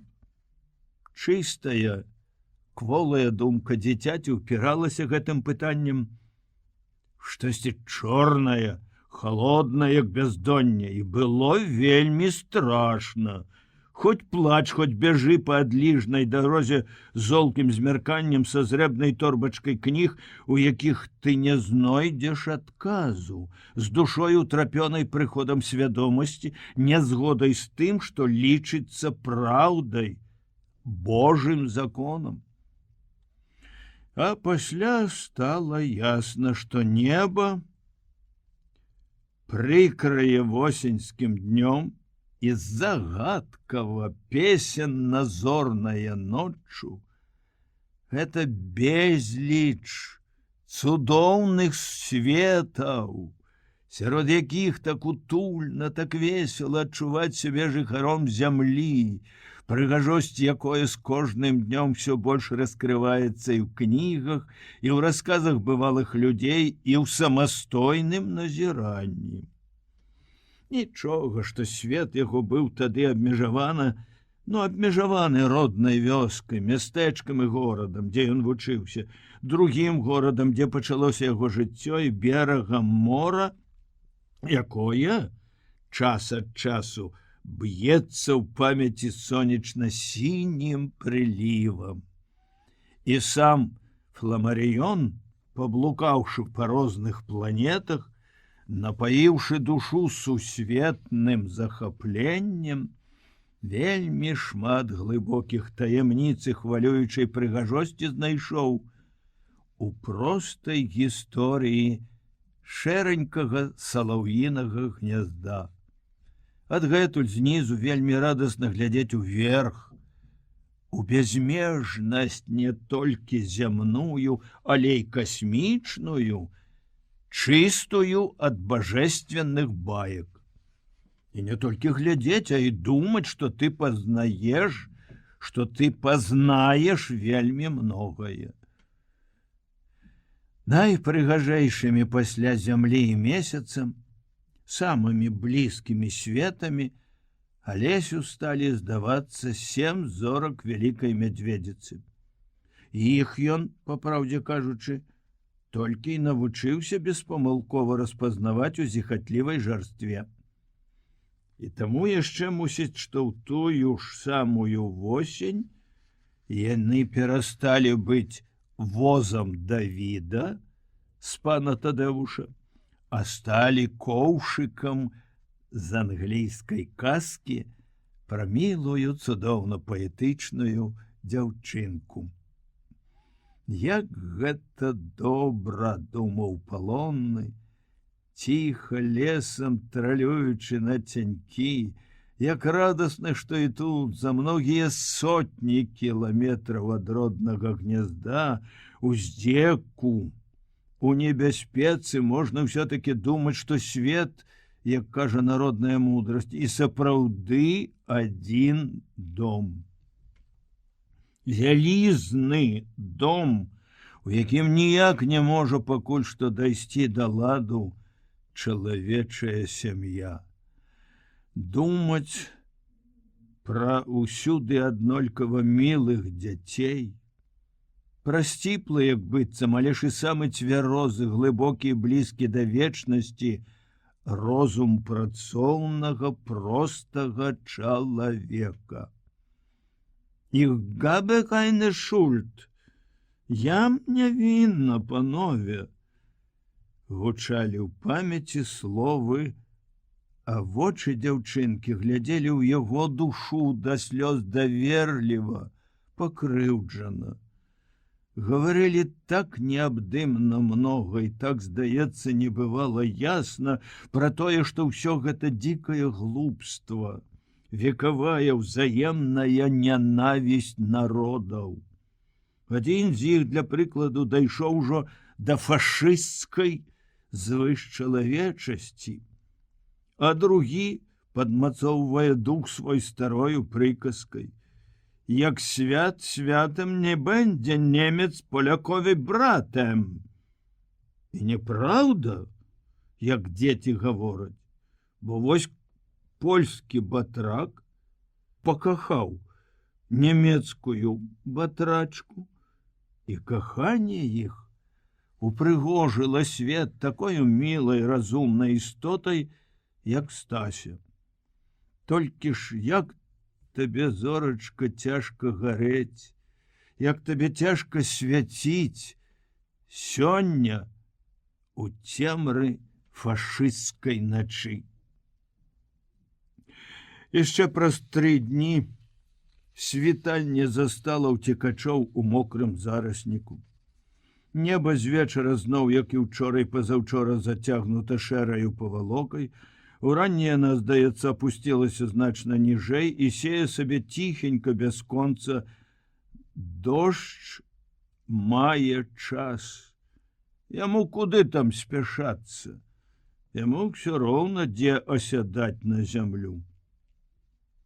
І няма нават людскай яліны, пад якой можна сесці, схавацца.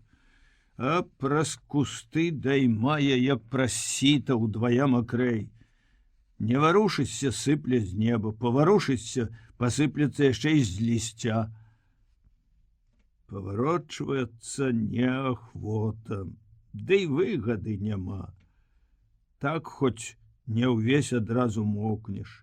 Неправда, скрозь дапячэ. І трэба добра трымацца, каб не дрыжаць і целам, і душой.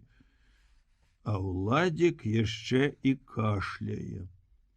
Мало што разбалелася нага, што яму ўжо ніяк не схаваць свайго кульгання, дык вось яшчэ і гэтае бухуканне. Ляжыць ён трохі воддаль, дзе прылёг адразу пад другім, як здавалася, таксама зручным кустом. Раз-поразу ён унурвае паміж рук галаву і, дарма намагаючыся рабіць гэта ціха, глуха бухукае кашлем, уздрыгваючы мокрымі плячыма. Чым жа я цябе пашкадую, бездапаможна вяла думае Алесь. І няма ў яго адчування віны, бо і сам ён наліты нейкім шумам ды звонам, толькі што яшчэ не кашляе. Хоць грудзі ныюць, нібы ўсё яшчэ ўспамінаючы крыклівага ефрэйтара, ужо без гордасці, а з нейкім пякучым ныццём. Прыкурчыўшыся, як заяц, заплюшчыш вочы, і тады пачынаюць хадзіць перад імі, кружыцца абрыўкі розных вобразаў, успамінаў пра рознае і адначасна пра адно. Не-не, ды зноў з'яўляецца тое самае. Высачэзная шэрая каменная сцяна, перад якой бушуюць звар'яцелыя, брудна запененыя хвалі. Тады ў вагончыку вузкакалейкі толькі 1 гадзіна цягніком побач з п'янай ад перамогі бандай эсэсаўцаў, калі сцяна тая ўяўлялася Алесю упершыню, было толькі радасна, што яна ёсць, што яна непахісна стаіць, што каб толькі табе апынуцца за ёю, і ўсё будзе добра, каб толькі табе перабрацца туды. Цяпер жа яна пачала паяўляцца інакш. Ён адчуў сябе ўсё ж такі тут яшчэ, дзе шалёныя хвалі. Яны кідаюць, б'юць яго, і ён ужо змогся, а за сцяну ж яму неабходна перабрацца самому, уласнымі сіламі, якіх вось няма. І ўжо каля бутрыма не пагрэешся, хоць ён заўсёды здаваўся табе такім моцным, хоць ён заўсёды патрэбен як свой чалавек, як жывы напамінак пра край твае мары.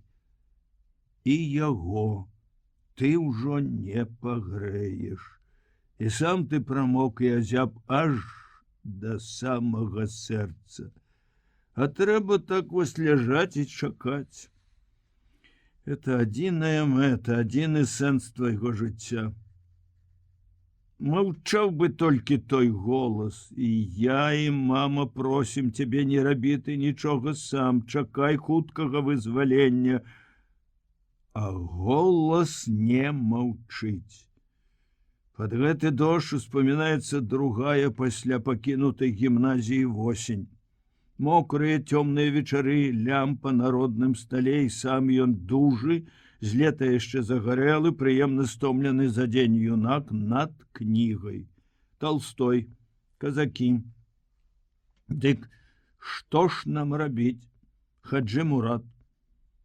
Любоў да жыцця, да мудрай прастаты і простага беднага чалавека, да цяжкай сумленнай працы, да тых, што працуюць. Любоў, што хвалюе, да захаплення. Разам з Толстым у тыя вечары зайшоў да хлопцаў Горкі. З усёй абветранай сонечнай абаяльнасцю сваіх басяцкіх апавяданняў прыйшоў сурова, безлітасна глыбокі, Дастаеўскі з братамі Карамазавымі. Як добры бацька з далёкай дарогі вярнуўся ў хату, так здавалася, спакойна мудры бывалец Караленко.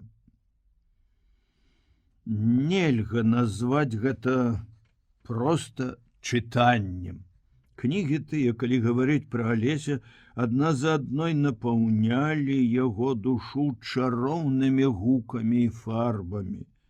Вачам давалі відушчасць, прабуджанай думцы адрошчвалі крылы. І нічога, што сёе-тое бывала часамі, як сёння бачыцца наіўным, смешным. Скажам, тая абавязкова зрэбная кашуля, якую дядька Адам пашыў Алесю за помач у маладзьбе. Першая, горда здавалася, самастойна заробленая рэч. Як тыя боты, не раўнуючы, што сам сабе пашыў Леў Мікалаевіч. Нават і тая праява захаплення жыццём, калі ён, Алесь, месячнай ноччу адзін у полі, укленчыў і дакрануўся губамі і носам да халоднай раллі, нібы Алёша у Дастаеўскага. Ну што, яшчэ ўсё шкадуеш, ці не? Так яго Толя спытаўся ў адзін з тых вечароў. Алесь адразу не зразумеў, а здагадаўшыся, толькі паціснуў плячыма. Шкадаваць, што не вучыўся, не пайшоў на панскі хлеб. Ну, што б там было б з ім, невядома. А цяпер усё ясна і проста. Цяпер яму добра, з прыродай, з працай, з кнігамі, з людзьмі. І ўсё, і нічого не хочацца. Іх дружба з Толем, іх давер'е адзін аднаму пасталелі, умацаваліся. Ніякіх лішніх слоў не патрэбна. Ну, А цяпер раней чарвяк, які тачыў яго сумненнямі, чаму я не паслухаў толі, я пайшоў, маўчаў хоць тады, калі яго пакрывала сабой, прымушала аціхнуць, няхай сабе задарагая, а ўсё ж сапраўдная паэзія цыганскай волі. Цяпер некалькі мокрых дзён начэй паэзіі гэтай няма.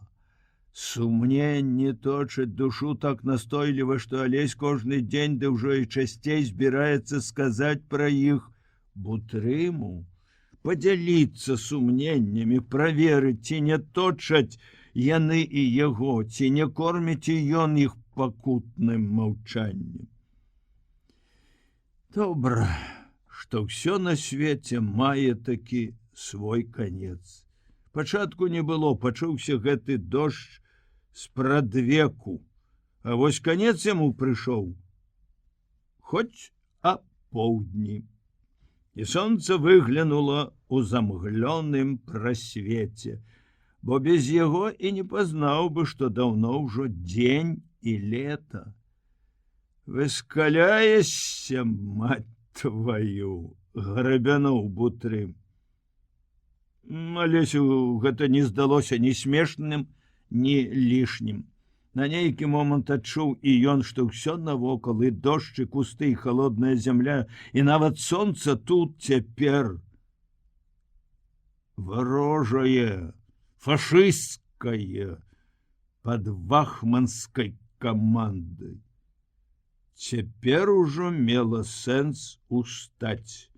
Алесь устаў, можна выкруціць, выбіць аб руку пілотку, выкруціў асцярожна, каб не распаўзлася. Страшэнна засвярбела галава. Успомніў, аж тузанула сутаргавым смешком, пасохлі вошы з нэндзы, ды колюцца. Нібы пра сон, за салодай, за чаем паскропчу прыну ўсімі кіпцямі. Пасля дастаў расчоску. Пачаў культурна па-чалавечы расчэсваць да болю заблытаныя валасы.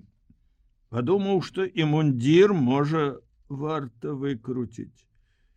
Лепш можа пабегаць, патупаць, пабіць рукамі плечы, як у мароз. А шоламу наробіш?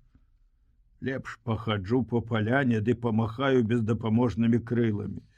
Ды не хочацца штосьці. Пастаю. Галіцца? За 3 цыганскія тыдні яны галіліся адзін раз. Цяпер ужо зноў пад рукою, як павядзеш па шчацэ, амаль сабачая поўсць. Уявіў свае тупыя лёзы, 2 толькі засталося. Нямылкі, як рэдзька, таўкачык мыла, памазок, люстэрачка. Яны вось пад кустом у мокрай брезентавай торбе ад процівагаза, нагнуўся толькі і ўзяў. А гэтак жа гэта далёка. Не буду. Прайдуся за той вунь куст. Можа, нарэшце хоць сёння пашанцуе. Пайшоў.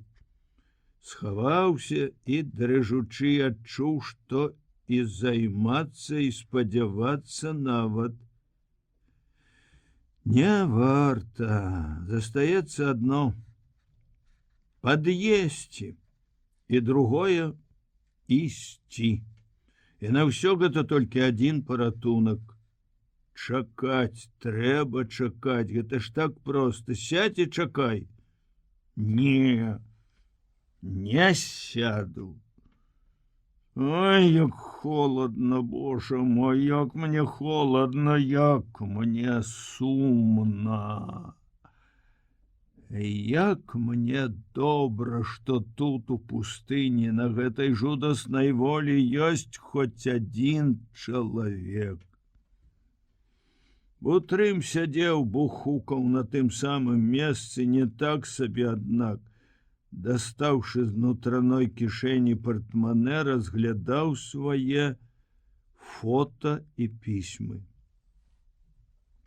Ён карыстаўся самотнасцю, але як толькі Алесь з'явіўся з-за кустоў, Уладзік не памкнуўся нават прыкрыць, што трымаў у руках. Алесь прысеў каля яго на кукішкі, абапёрся рукой на ягоны плячук, нібыта толькі для раўнавагі, але чамусьці так і не захацелася прыняць рукі. Цяплей табе ад гэтага, ці што? Думаў, замоклі, буркануў Бутрым. Алесь глядзеў на здымак у яго руцэ. Той самы белы берет, тыя самыя вочы і губы, а дзе ж цяпло гэтых поўных, як точаных і загарэлых, мусіць, рук? Дзе хмель гэтых гарачых вуснаў і тая неёмкасць, з якой ён калісьці не мог пасля сну зірнуць у Бутрымавы вочы? Няма нічога. Проста здымак. Нават і збеднілася неяк, пасумнела і папрасцела і пабрычэла ты за гэтае 1,5 гады. Пісаць яна, кажаш, умее? Пісьма ж сама пісала. Па-польску, як навучылі. Ты што ты хочаш, баба бабай? Куды яна там напіша? Ну, пакажы, дзе ўсе разам. Бутрым накрыў прыгажуню ў белым береце 5-мінутным здымкам такога ж памеру.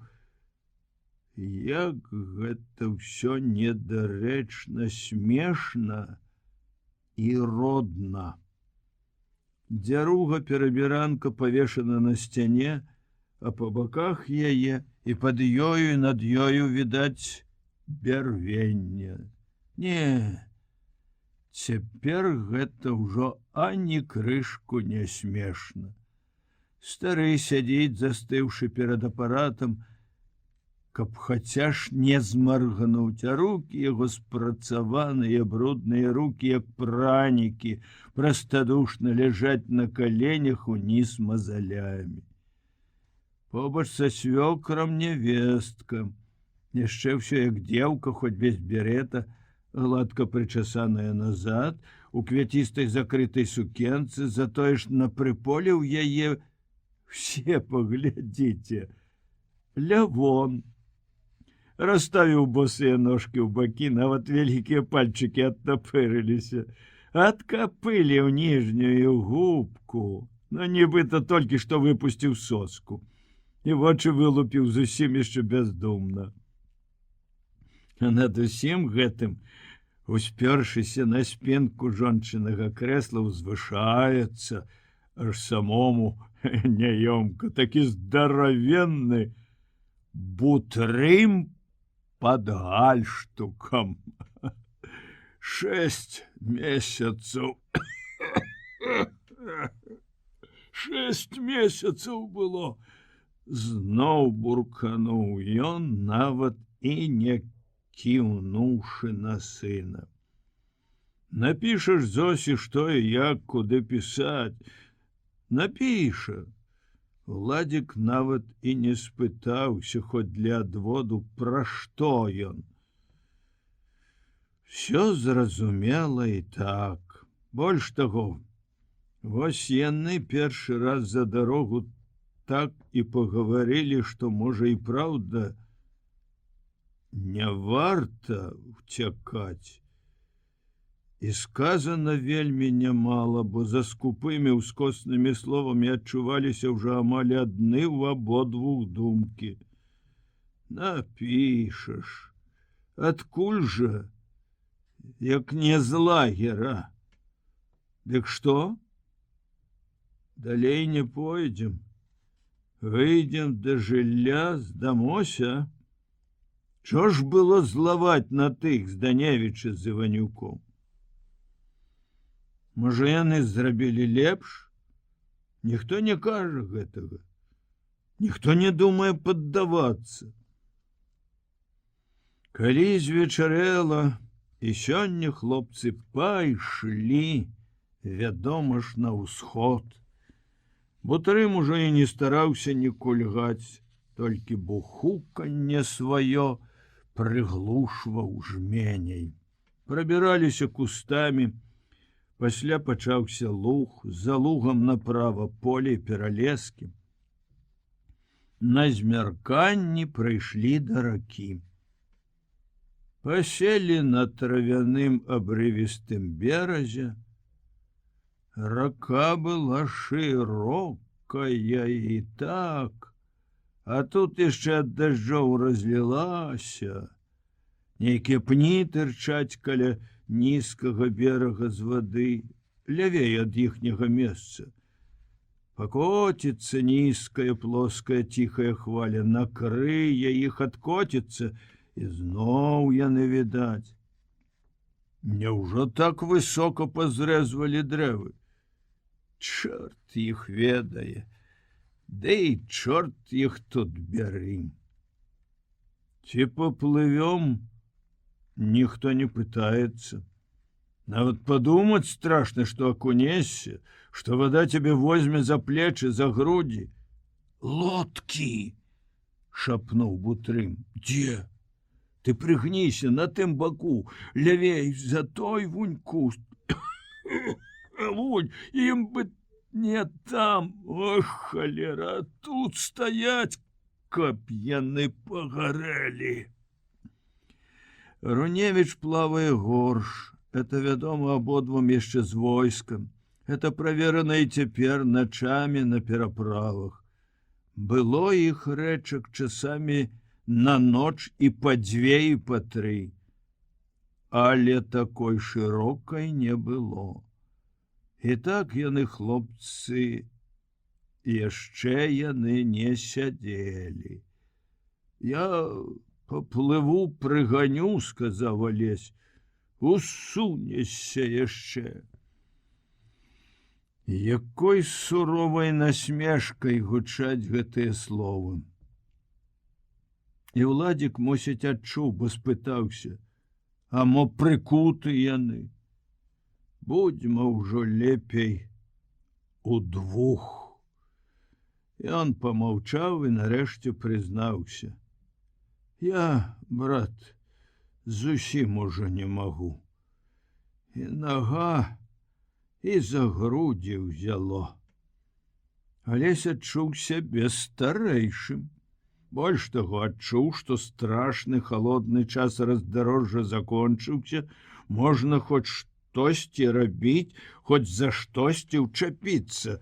Хадзем, сказаў ён, устаючы. Можа, зойдзем яшчэ раз. Тая ж яшчэ 4 дні таму казала Стася, што 60 кіламетраў да польскай граніцы. Гэта ж Польшча. Хадзем. І гэта было ўсё, што ён мог тут зрабіць, на што мог спадзявацца. Яны ішлі берагам у той бок, дзе поле, потым полем і ржышчам, барознамі бульбы.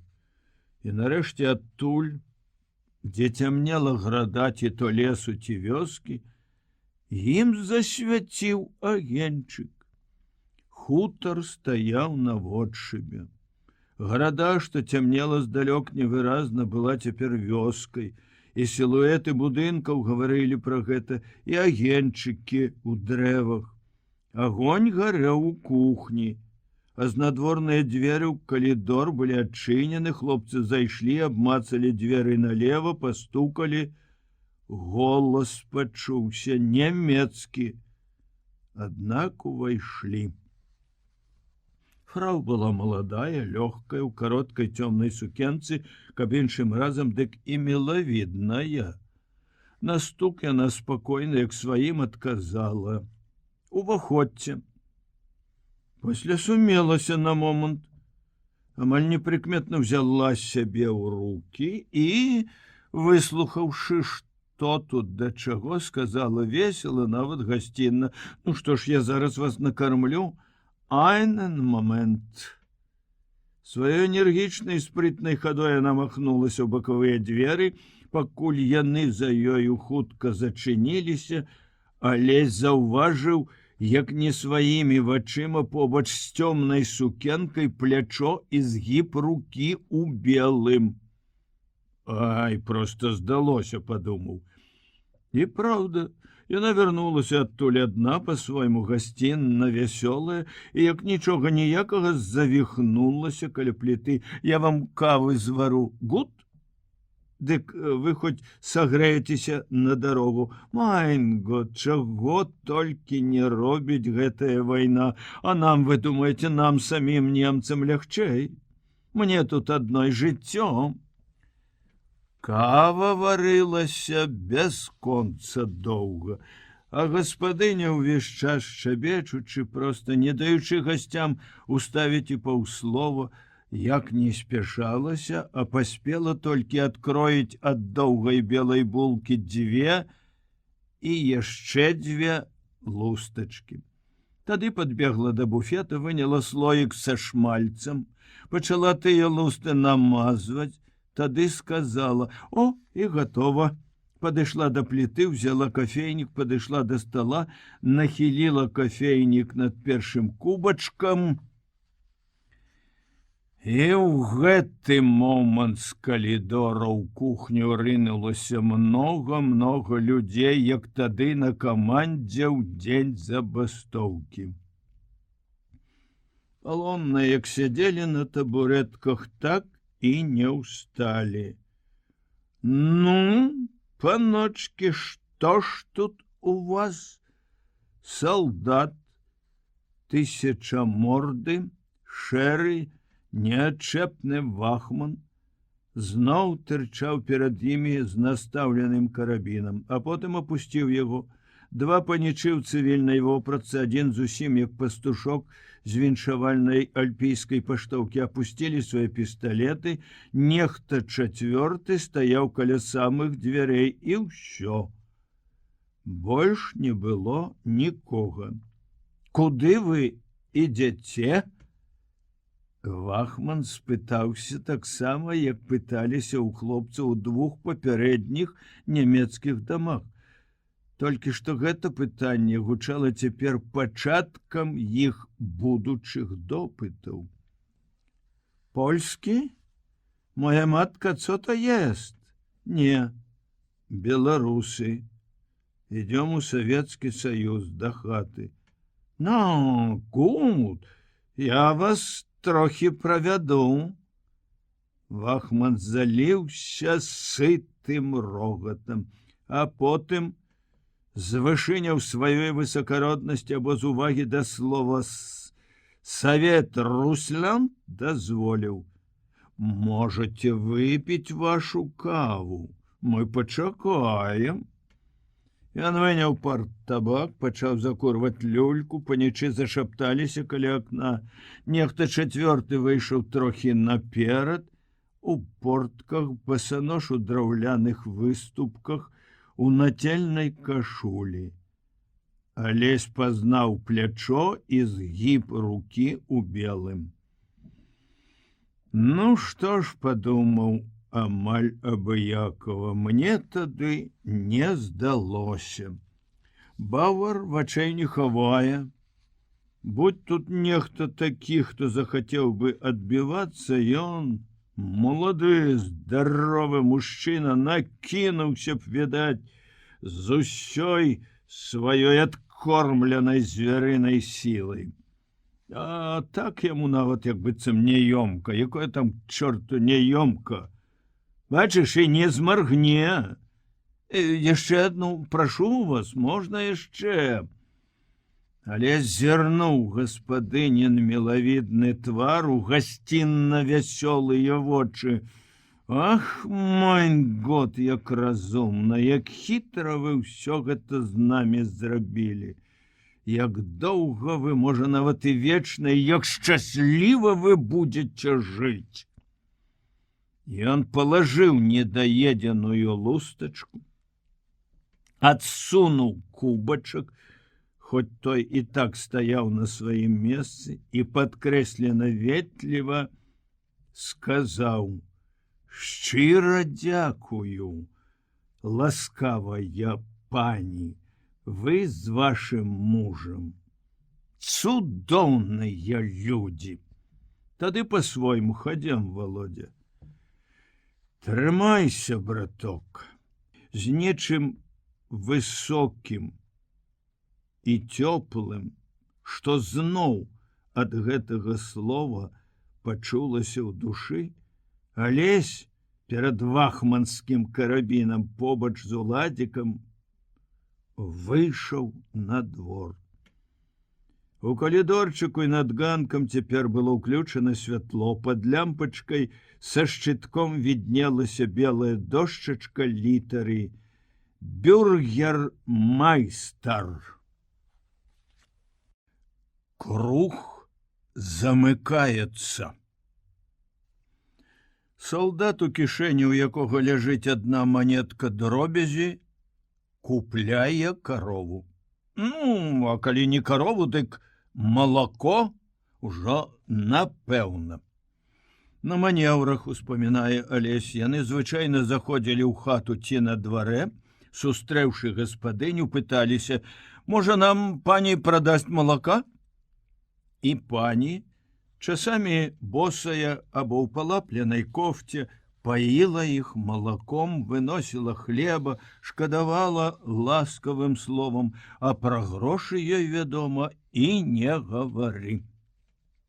Аднойчы яны ўтрох зайшлі на двор багатага за плотам ды за брамай хутара. Прывітаў іх сабака, што аж роўна цягнуўшы ланцуг, і цэлая процьма галаганістых індыкоў, якім салдаты адразу ж прысвіснулі. Тады з дому выйшла старая высокая гаспадыня і на іх добры дзень моўчкі кіўнула галавой, пачуўшы славутае: «Можа, нам пані прадасць малака?» Яна павярнулася і пайшла. Што рабіць? Ці чакаць?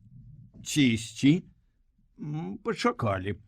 І даўгавата такі, давёўшы сэплі бедных індыкоў ледь не да белага каленнем.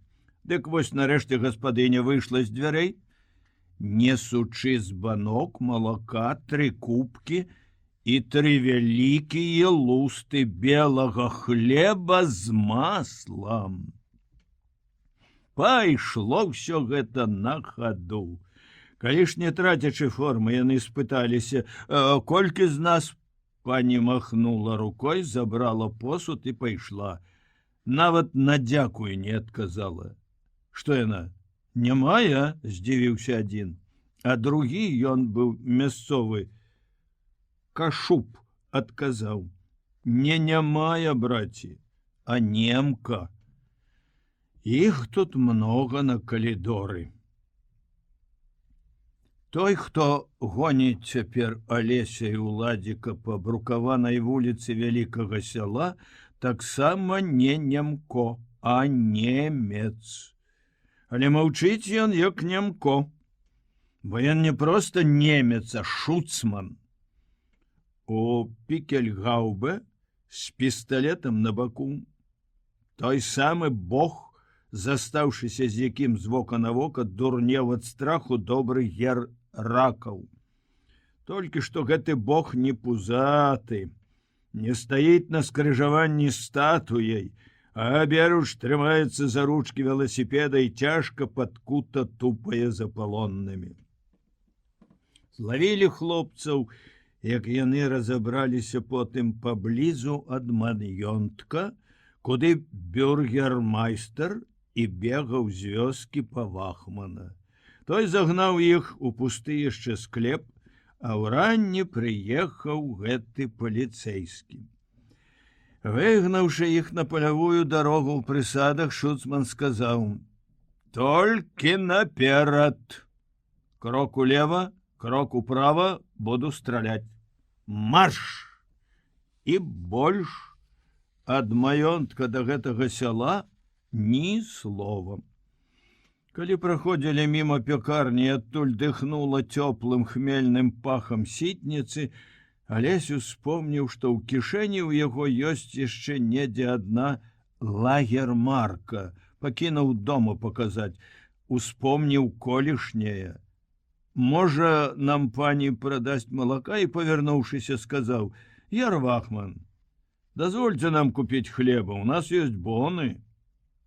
Хлеб-то па картачках, аднак натрапіш часам і на добрую душу. «Заткніся, марш!» Это ўжо і не немец. З сяла дарога іх павярнула на асфальт, бутры моцна такі кульгаў, ішлі памалу. Добра, што хоць не гоніць, і бухукаеш уладзік аж да слёз.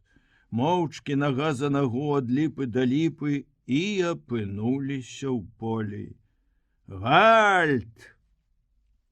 Прыставіўшы да жывата веласіпед, шуцман палез у сумку, пакорпаўся там, дастаў штосьці падазрона загорнутае ў паперу. «Мой другі фрыштейк, бутерброд з каўбасой, разламіце і марш, і пра гэта нікому ні слова». Яны жавалі на хаду, кожны сабе, не ведаючы, што і падумаць, а ён пачаў: «Я сам па сутнасці салдат. Мяне таксама мабілізавалі. У верасні, як толькі пачалася гэтая праклятая вайна, я ўдавец. Дома за 150 кіламетраў адгэтуль старая маці і дачка 6 год. Так, я сказаў і яшчэ раз магу сказаць: праклятая вайна. І я не хацеў бы, каб яна скончылася заўтра ўранку, а именно «Zum Teufel» сёння, вось цяпер. Як шмат людзей і тут у Германіі, думаў Алесь, робяць не тое, што яны хацелі б. Так, я таксама ахвотна пайшоў бы да хаты. Але што ж гэта будзе? Я сабе не хачу, другі сабе не захоча. Але ж парадак павінен быць. Хто ж пакарае праклятую Англію? Не нам разбірацца, што трэба, што не. Фюрер ведае, што ён робіць. Хлеб мы твой праглынулі, всё лягчэй цяпер, нават плявузга не слухаць. Вось і вы. Шчасце ваше, што вы не палякі. Трэба рабіць жніво, а вы уцякаць, а вас жа і кармілі, і даглядалі па-людску. Ну так, што ж гэта будзе, калі ўсім поўзаць хто куды? А?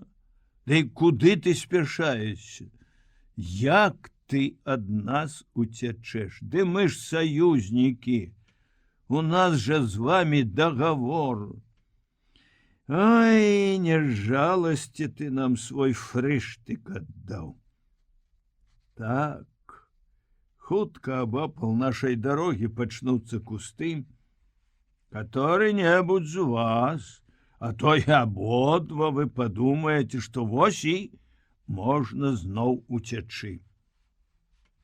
Але ж гэта я вам павінен сказаць памылка. Так, і за такую памылку вам давялося б дорага заплаціць. Першае, я павінен буду страляць, а я страляю вельмі добра. Маю нават узнагароды за гэта з арміі. Так, другое, за 3 кіламетры горад. Адтуль, як толькі я пачну страляць, за вами кінуцца салдаты з матацыкламі і аўчаркамі. Ну, а тады, зразумела, капут. Алесь усміхнуўся, хацеў нарэшце перакласці бутрыму, хоць збольшага, што чуў, хацеў хоць локцем яго штурхануць, напомніць штосьці адпаведнае для смеху, ды раздумаў. Чорт іх ведае, колькі там пуду у шуцманскіх нагах. Возьме ды пальне. Это табе не гер ракаў. Да горада паміж драбналесся, а потым полем было, як аказалася, не 3, а 10 кіламетраў. Сцены пакоя знізу даверху завешаны здымкамі адбіткаў вялікага пальца. Павялічаны здымкі настолькі, што нагадваюць мноства, несамавітае мноства бязлікіх стандартных партрэтаў. У прасценку паміж вокнамі на чыстым ад тых адбіткаў кавалку белай сцяны яшчэ адзін партрэт, абавязковы. Пад дзікімі вачыма фюрэра і свастыкай на яго рукаве ўнізе за пісьмовым сталом сядзіць спакойны, мяккагалосы мужчына в светлым цывільным касцюме. У пакой час ад часу бесшумна заходзяць іншыя, больш маладыя мужчыны, таксама як па стандарту ў светлых касцюмах і ў жоўтых туфлях, якія ступаюць надзвычай мякка. Галасы гучаць ціха і роўна, твары нагадваюць дактыласкапічныя адбіткі, толькі рухомыя. Маладыя прыходзяць, выходзяць, а той, што пад фюрэрам, сядзіць тут мусіць заўсёды. Куды вы ішлі? Пытаецца ён па-польску. Да хаты, в Савецкі Саюз, мы беларусы. Пасля вахмана в бюргермайстравай кухні пытанні другога немца і нават свае адказы здаюцца Алесю таксама ўжо стандартнымі. Стандартная стрыманасць ад слоў Савецкі Саюз, беларусы, прозвішча, імя, прафесія. Пакуль ідзе гэты ветлівы, нібы ўрачэбны допыт, у пакой бесшумна заходзіць і становіцца каля акна яшчэ адзін мужчына. Твар у яго значна старэйшы, валасы сівізной, вусы вельмі тактоўна падобныя да тых, што вышэй і левей на партрэце. Адчувае ён сябе тут непадначаленым. Свабодна, залажыўшы руки назад, прыпёрся да падаконніка, слухае, з якога шталагу ваш асабісты нумар, з якое арбайт з каманды. Выбраўшы даўжэйшую паузу, азваўся той ад акна. Я ведаю Беларусь. Загаварыў ён наўздзіў палонным па-руску. Я быў там у 18-м, на бронецягніку, Барысаў, Орша. І все так мірна дыміла, нібы той бронецягнік хадзіў да нас у госці ці ў грыбы. Што тут? Няўжо гестапа? Тое самае, пра якое і ў вёсках, і ў маёнтках, і ў гарадах, дзе пабываў, усюды гавораць, хто з захапленнем, хто з жахам. Тады ўжо яго у гестапа. А тыя ведаюць, што з ім рабіць. Чаму ж такая стрыманасць, такая ветлівасць, аж вусцішна? Як тады, калі бралі ў палон, калі рускі таксама піф-паф. Няўжо і гэтых звязвае дагавор пра неагрэсію? Абавязвае іх падцягнуць кіпцюры, ступаць далікатна мяккімі лапамі? Горад даволі вялікі, як той, дзе іх шталах. Звычайны горад з вітрынамі, кветкамі, кірхамі. І паход іх звычайная справа для тых, што любуюцца. Ясны і справядлівы малюнак. Шуцман гоніць палякаў па бруку, як і належыцца. Цікава толькі, куды? Але з уладзікам распранаюцца, здымаюць амаль зусім сухія, нарэшце мундзіры, палапленыя і на латах дзіравыя порткі, разуваюць карэлыя чаравікі. Стары ў цёмна-сінім халаце кідае ім з паліцы белае падавенства бялізны, шкарпэткі, штаны і курткі ў шара-сінюю палоску, нейкія шапачкі ці береты, падсоўвае ногой па цэменце падлогі грымучыя вялікія дзеравяшкі, клёмпы. Пры шэрай сцяне гэтай складской адрынішчы з высока паднятымі закратаванымі акенцамі ёсць і стаячая люстра. «Культуры ж!» — шэпча Алесь. Хлопцы глядзяць адзін на аднаго і вось нарэшце усміхаюцца. Потым яны, паласатыя, становяцца перад паплямленым праталенымі люстрам і бутрым прыглушана гудзе.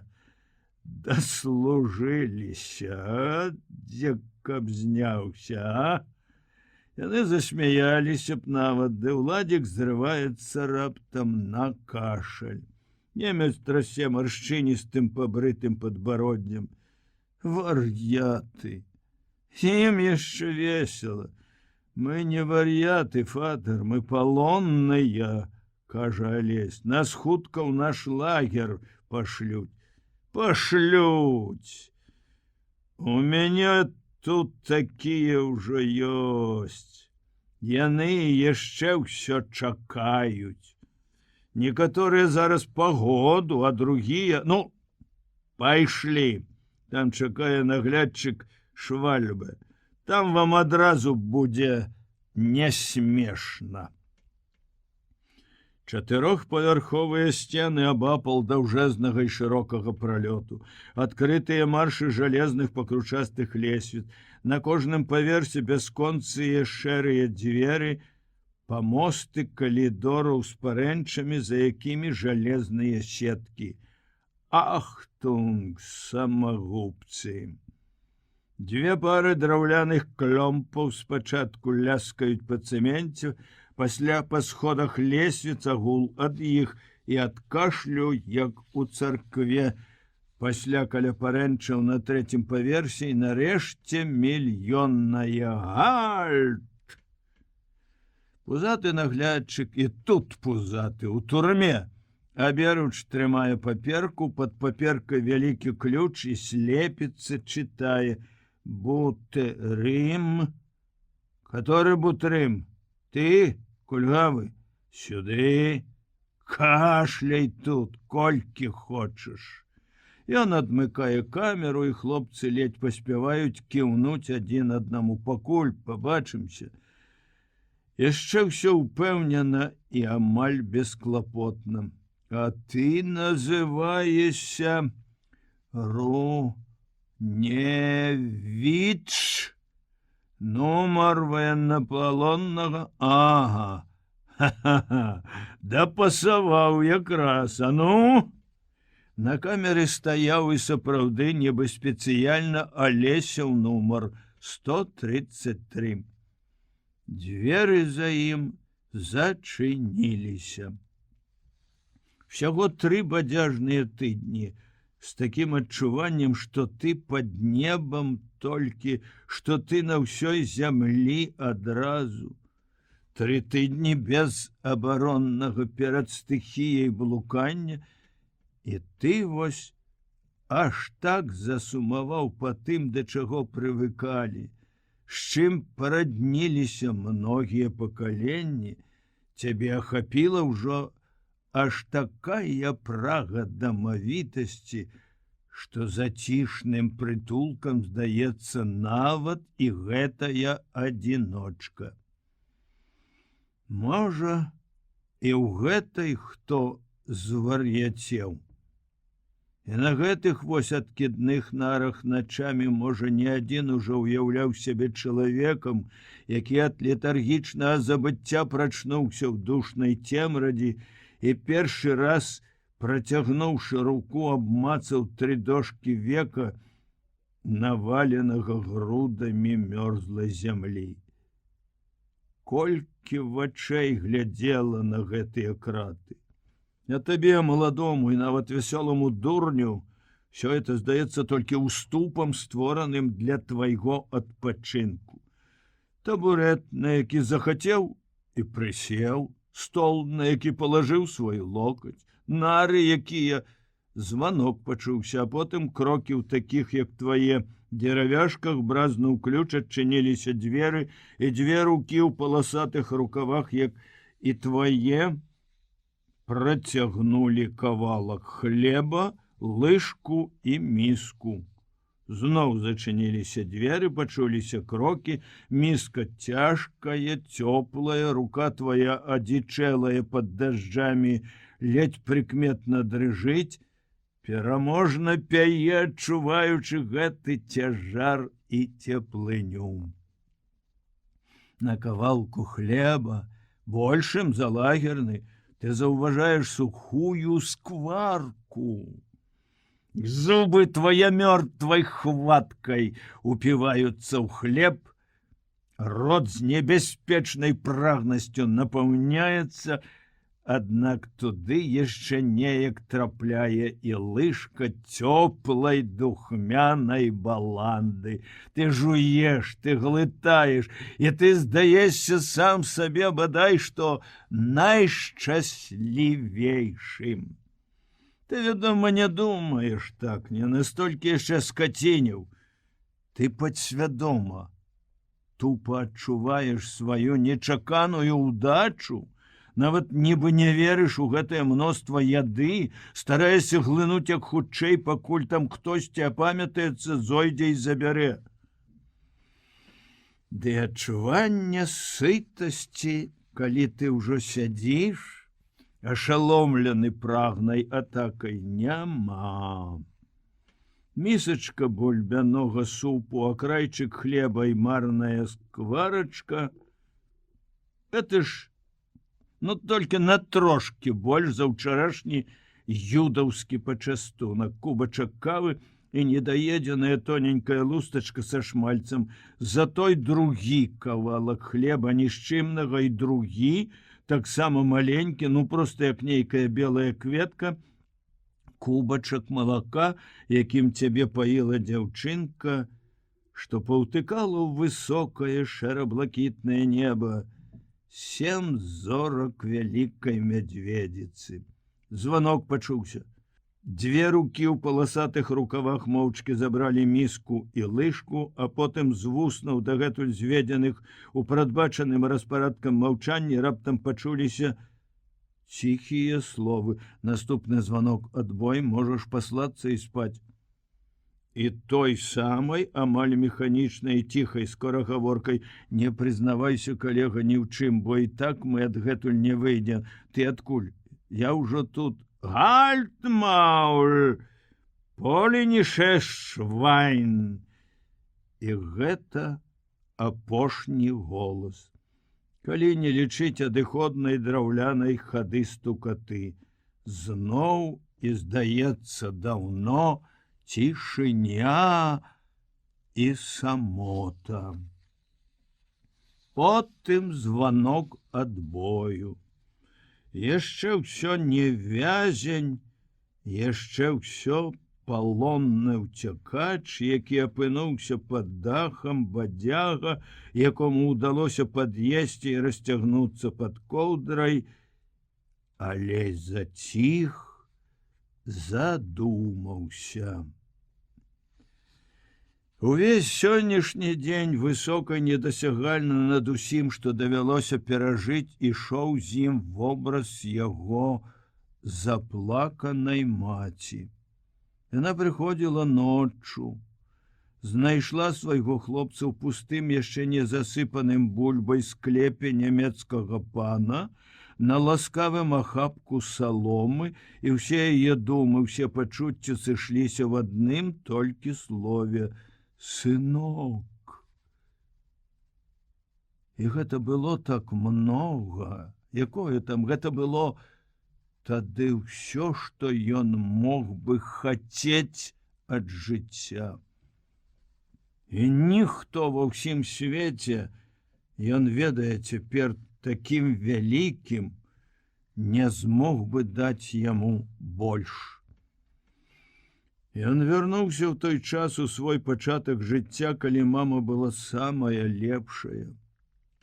Калі ў гэтым не бывала найменшага сумнення, не бывала нават патрэбы думаць так і дзякаваць камусьці за ўсё гэта, калі было толькі шчасце, само яно адно адзінае і ў ім і навокал яго.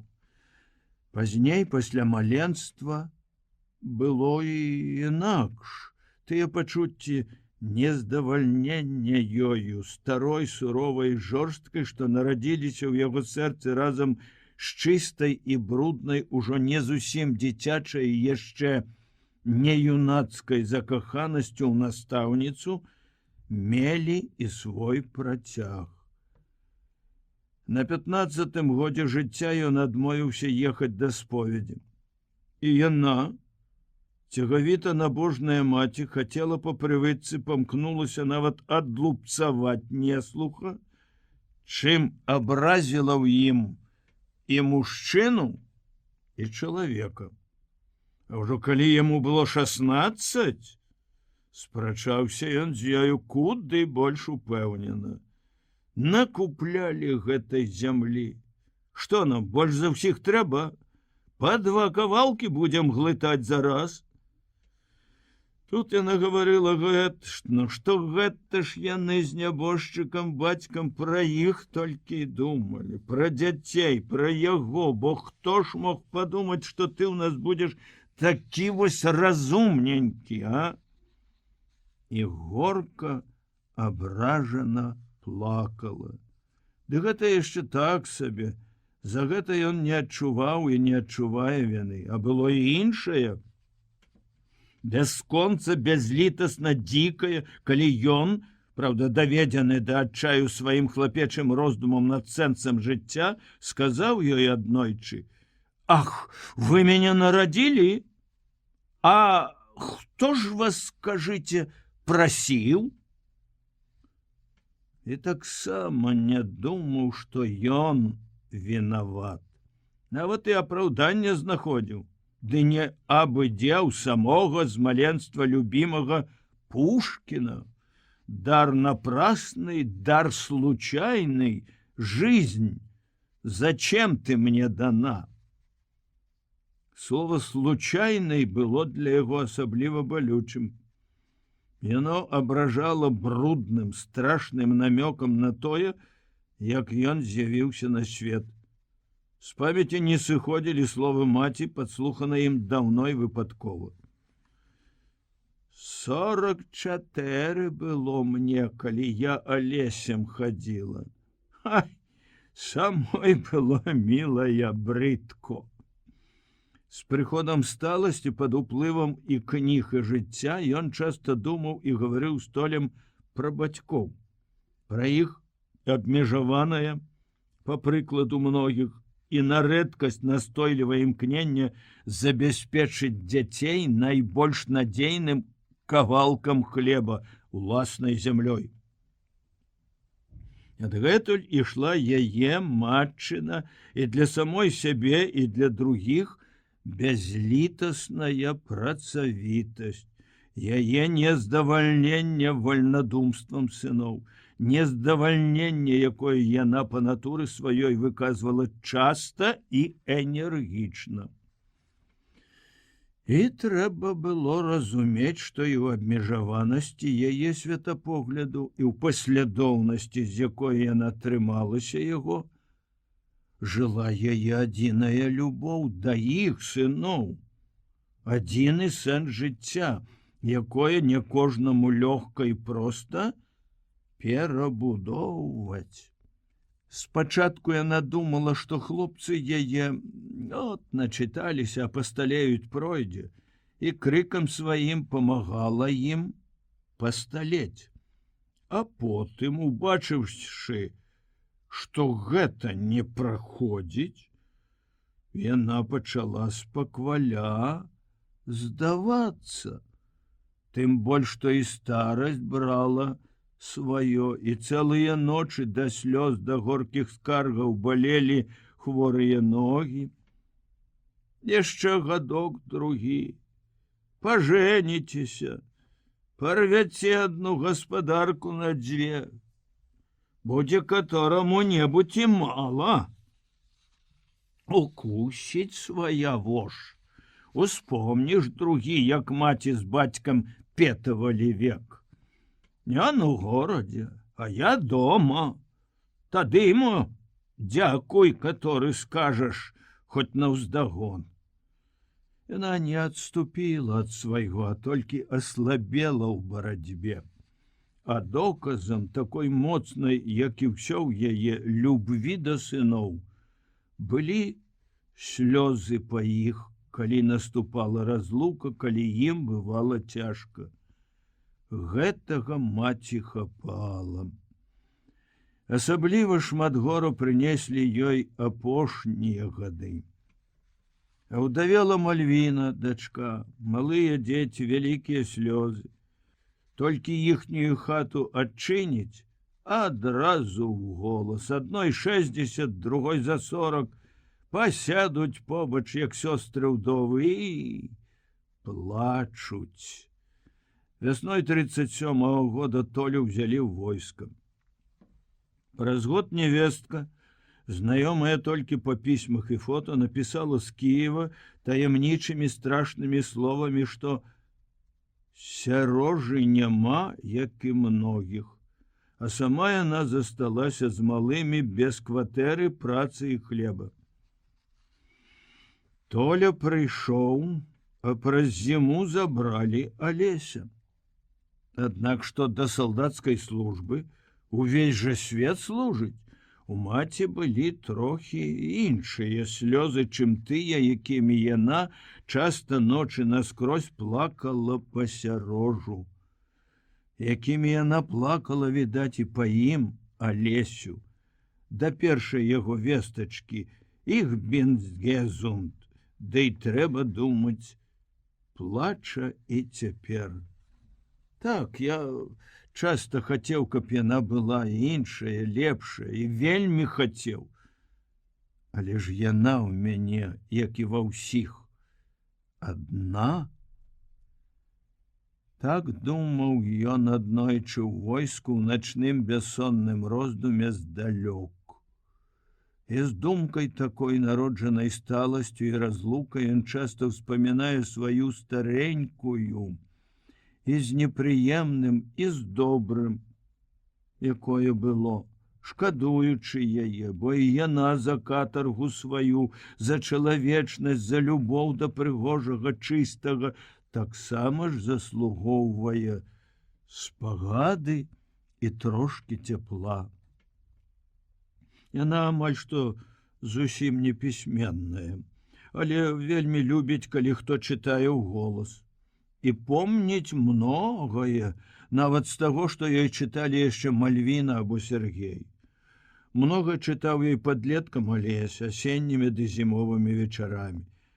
Тады яна рабілася другой. То ціха і нястомна слухала падвуркатлівы шум верацяна і механічна руплівае смыканне кудзелю, то добрадушна, неяк моладак, калі дык ледзь не па-дзіцячы, смяялася з чаго-небудзь, то спынялася прасці доўга, пра ўсё забыўшыся, думала, і на вачах яе паяўляліся слёзы. Любіла расказваць што-небудзь і сама, найбольш ахвотна з даўнейшага. Часта Алесевы думкі да сцішнавата радаснага адчування жывой, зусім рэальнай і, як у кнігах, цікавай гісторыі роднага наваколля, яна заносіла ажно в легендарна далёкія дні прыгону паншчыны, пра якую ёй таксама вось за прасніцай расказвала яе маці. Ці нават баба, здаецца, хай будзе на хлеб спор. Тады яшчэ снегу, казалі, наносіла па каменне, а ласедык трубілі на саменькім загуменні. Неяк запольцы нашы малацілі панскае. А пан прыйшоў і загадаў аднаго мужчыну разлажыць на пасадзе і біць за штосьці там, каб таксама нібыта 8 цапоў. Разлажылі яго, закасалі сарочку, спусцілі порткі, а сястра таго чалавека, Хвеськава баба Луцэя, я яшчэ як праз сон памятаю яе зусім старэнькую, кінулася пану да ног, галосіць, руки цалуе, не біце. Ну, добра, кажа пан, ты пацалуй яму азадак, дык не будуць. Яна і зрабіла так. Пан з цівуном рагаталі, а людзям гэта не смешна было. І сёння, сынок, нікому не смешна.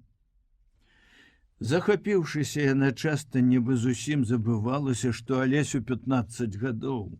Вспамінала, колькі яна дзеўка з добрае хаты паплакала, пакуль яе тата дазволіў ёй выйсці за беднага хлопца.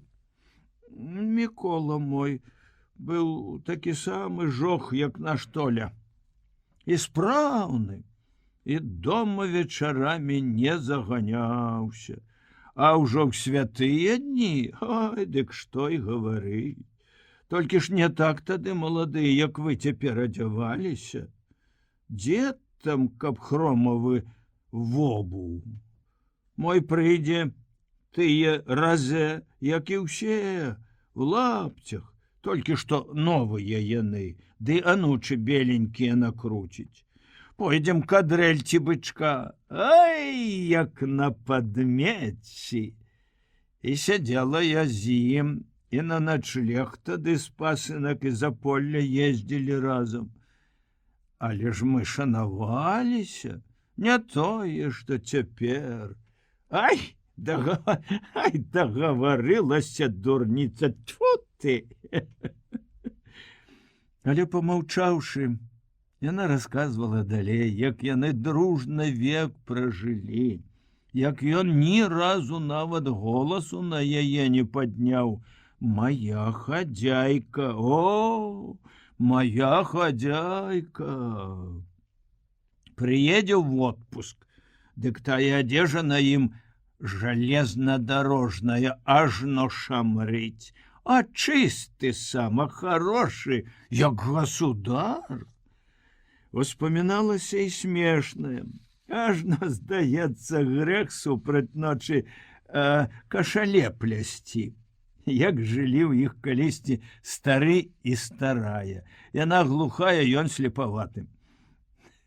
На правадэ увечар перад вадохрышчам узялі яны свечку, мелу кавалак, крыжы на вушаках пісаць, міску жыта і пайшлі ў свіронак. Дед пайшоў першы, ён там будзе стаяць у кутку, а баба пытацца з парога. Даўней яно так было по святому абраду.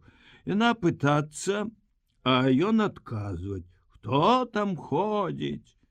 Пан Бог ходзіць. А што ён робіць? Жыто, пшаніцу родзіць.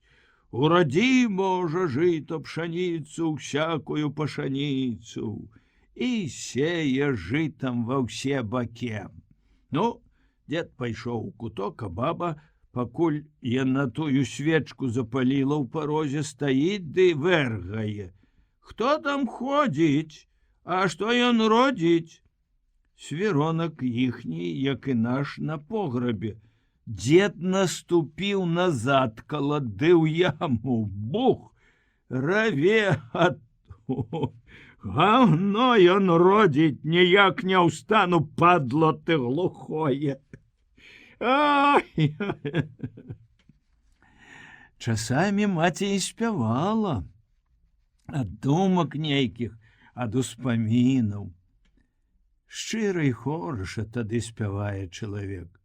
І сам ён робіцца харошы, хоць і голасу няма. У мамы Быў калісьці голас, была калісьці маладосць, і часта песня яе ішла адтуль ад маладое бездумнае радасці. А то ўспаміналася жытняе шапатліва гарачае мора, серп у руках, хустка над потным лбом, палатняная калысачка на стаяках у цянёчку снапоў, думкі пра мужа ў далёка-далёкім вагоне. І вось яна ціха, на рэштках сардэчнага голасу, пра ўсё забыўшыся, вяла. Ой, час, пара дадоманьку, упала раса на пожаньку, старым бабам ручки балять, у маладзічак дзеці плачуць. Цяпер Алесь, успомніўшы свой сон, цяпло яе слёз на сваім халодным аброслым твары, бездапаможныя пацалункі, адзінае найдаражэйшае слова «сынок», падумаў радасна, што пачуцці, які ён сёння носіць, куды мацнейшыя, можа, куды чысцейшыя, чым у маленстве. Я прыйду, дарагая. Я ўсё ж такі калі-небудзь прыйду. І ўсё зраблю тады, каб ты адпачыла ад слёз, ад пакутаў сваіх, ад беспрасветнай працы для нас, для зямлі. Ну, ты там бачыш цяпер, што не варта было надрывацца. Ты адпачнеш, будзеш сядзець пад хатай, дзе сонца асвеціць рабіну, яе хвалююча аранжавыя маладыя гронкі, дзе на градах яшчэ ўсё табою аполатых будзе пахнуць кроп. А старая карова, вярнуўшыся з пашы, толькі цябе будзе клікаць з даёнкай. А я буду зноў, як калісьці, і больш чытаць табе і тое, што напісалі другія, і тое, што напішу я сам. Тут ён яшчэ раз успомніў словы столевага першага пісьма. А рукапісы твае яна хавае ў скрыні так раўніва, што не даступішся і не ўпросіш. Ён павярнуўся на спіну і усміхнуўся, падумаўшы зноў, што сёння яму, як відаць, не заснуць тут на новым месцы. У шталагу Алесь, растрывожаны песняй «Хлопцы, настаў наш час», заціхнуў у траве адзін пад белым і высокімі аблокамі, думкі былі і такія. Як нас тут много, якое мноства людзей у адным месцы. Кажуць, 45 000. Як гэта дзіўна, нябачана, з розных краін, розных расаў, з рознымі мовамі, і ў кожнага, як тая бабуля, гледзячы на полк салдатаў, казала, яшчэ ж і маці недзе ёсць. Яшчэ ж было таксама і маленства. Каб гэта выйсці яму нейкім цудам наверх успамінамі кожнага, як расцвіла б яна, акружаная калючым дротам, кулямётамі, пражэктарамі зямля, вясняная трава якой дашчэнту і надоўга вытаўчана горка гуляшчымі нагамі. Думалася таксама і тады і раней, што ў кожнага з гэтых пакутнікаў апроч агульнай тугі па хлебе і волі, Апроч тугі па блізкіх ёсць яшчэ і туга па любімай працы.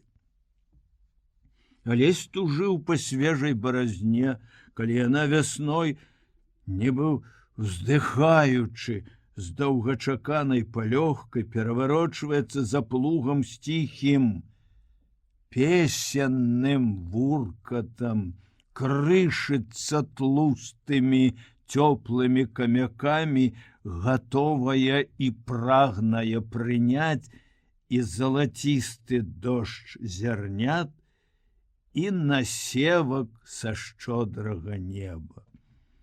А яшчэ больш тужыў ён па белым полі паперы, па баразне радка. Ды так тужыў, што на фронце ў самыя крутыя моманты хлопцу хацелася застацца абы з галавой ды з адной рукой хоць за такую цану. Толькі б жыць ды пісаць. Пачалося гэта даўно, амаль у самым недзе пачатку. Здаецца нават, што разам з жыццём пачалася яна, яго закаханасць. Хоць факты гавораць пра гэта трохі інакш. Спрытнейшы ў іхняй хаце быў Толя. Ён і рысаваў, здзіўляючы, радуючы гэтым яшчэ бацьку. Ён быў здатны і штуку якую прыдумаць, і забаўку пацешную зрабіць. Алесю было 9 год, калі ён склаў на пашы верш. Прыгнаўшы з ранак каровы, пачаў чытаць яго Толю, у якога тады нарывала нага. Дождж ішоў, Алесь намок, як цюцька, і пад мехам, але што там было яму да дажджу. Задыхаючыся ад радасці, ён расказаў свой верш. І нават забыўся прызнацца, што склаў яго з Марыліным Грышкам удвух. Хіба ж гэта так трэба рабіць, казаў Толя. Прачыкіляўшы на адной назе тапчана, дзе ён ляжаў да стала, майстар на ўсе рукі взяў на покуце стары шытак, пяро, чарніліцу і стаў паэтам. Дарэчы, Алесь і Грыша, ідучы непасрэдна ад жыцця, свой верш напісалі па-свойму, па-беларуску. Мы на ржышчы і на пашы, напасём каровы нашы, і хоць дождж усё ідзе, не баімся мы нідзе. А Толя, як заядлы паслядоўнік Пушкіна, хапіў куды вышэй. Напісаў ён таксама пра тое, што бачыў, што акружала іх усімі гукамі ды фарбамі, канкрэтна напісаў пра дождж, што плюхацеў за вокнамі.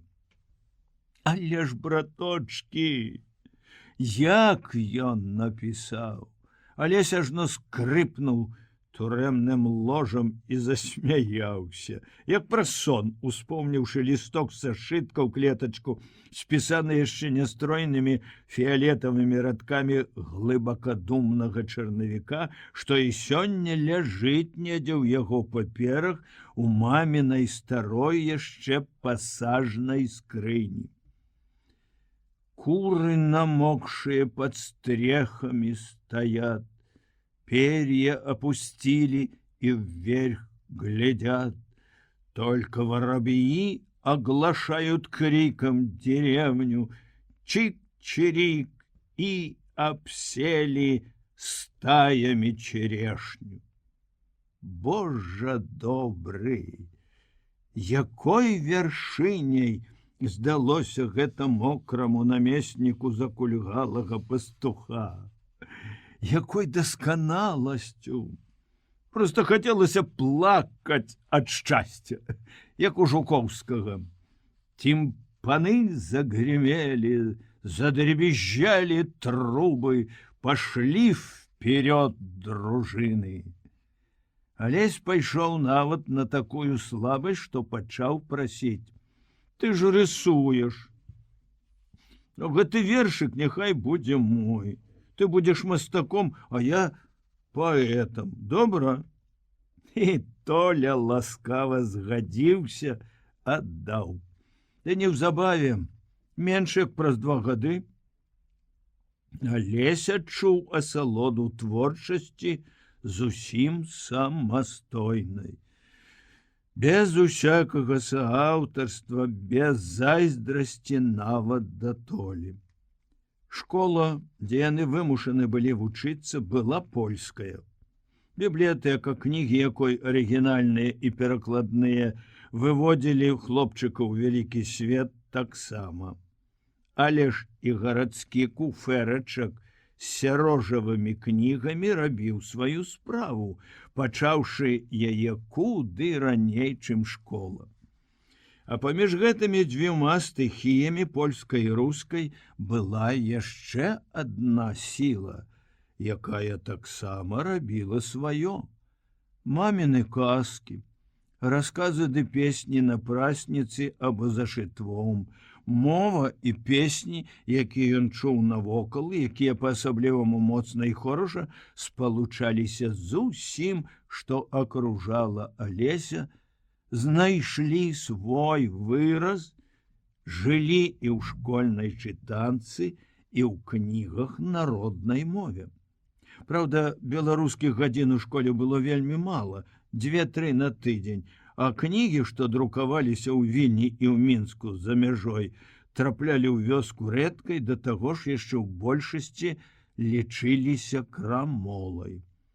Радыё ў той час, у другой палавіне 20-х гадоў, для розных пасынкаў было нечым казачным, што ёсць недзе кажуць ды пішуць за палямі, лясамі, балотамі. Першы, зусім самастойны Алесяў верш напісаны быў на мове польскай. У 5 класе хлопец быў шчаслівай надоўга ўражаны зманліва простай магутнай прыгажосцю паэзіі Міцкевіча. За 2 гады да тэрміну, прадбачанага школьнай праграмай, зачытваўся панам Тадэвушам, потым быў у Наваградку на экскурсіі. Хадзіў па светлых пакоях доміка музея і да замірання сэрца то верыў, то не верыў, што именно тут калісьці жыў ён геній, проста жыў як чалавек.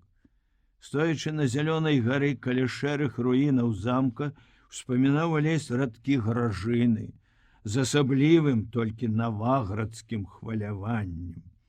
І на курган яго ўзыходзіў па спіральнай дарожцы з радасным адчуваннем незвычайнай вышыні. Нібы і ты ўзлятаеш кудысьці, нібы і ты не проста любіш прыгожае. Пушкінскі Петербург ці Арэнбургскія стэпы, Лермантаўскі Каўказ, Гогалеўская Палтаўшчына.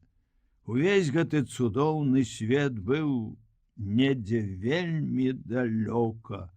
А Міцкевіч пісаў і пра дзічкі на межах, і пра ласкава празрыстае возера Свіцязь, і пра лясы ды замкі, якія былі навокал, тут за 100, за 50, за 5 кіламетраў ад пасынкаў. Звычайная, блізкая, будзённая, што акружала Алеся, на старонках Міцкевіча жыло вялікай паэзіяй. І гэта не толькі радніла хлопчыка з яе хараством, але ж і падахвочвала. А ну! І ён пісаў з вялікім намаганнем сіл, з вялікай радасцю уганяючы 13-складовы гераічны міцкевічаўскі верш нешта, скажам, такое. На пагурку высокім, ніжэй апісана, лежы весь пасынкамі аддаўна названа. Можна і пасмяяцца цяпер з гэтага, як мы смеёмся з кіёчка, што калісьці здаваўся нам проста каньком-гарбунком. Можна і задумацца, люба і сумна задумацца над непаўторнай, сапраўды крылатай, як казка, паэзіяй найшчаслівейшага часу.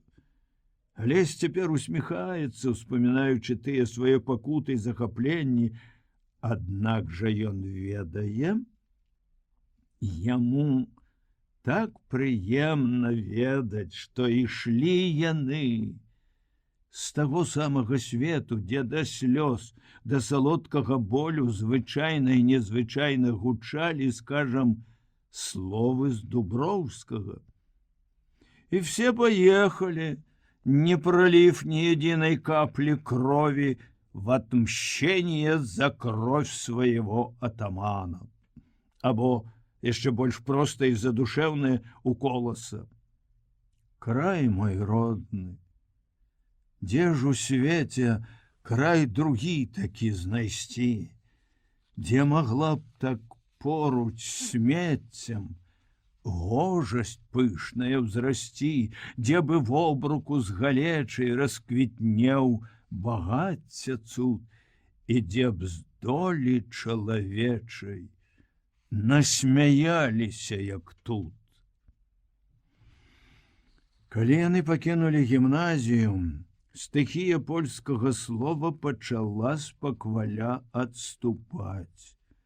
Тады на Алеся разам з Толем, вядома, з магутным акіянскім рокатам, з раскошным сонечным зяннем накацілася высокая хваля рускай прозы.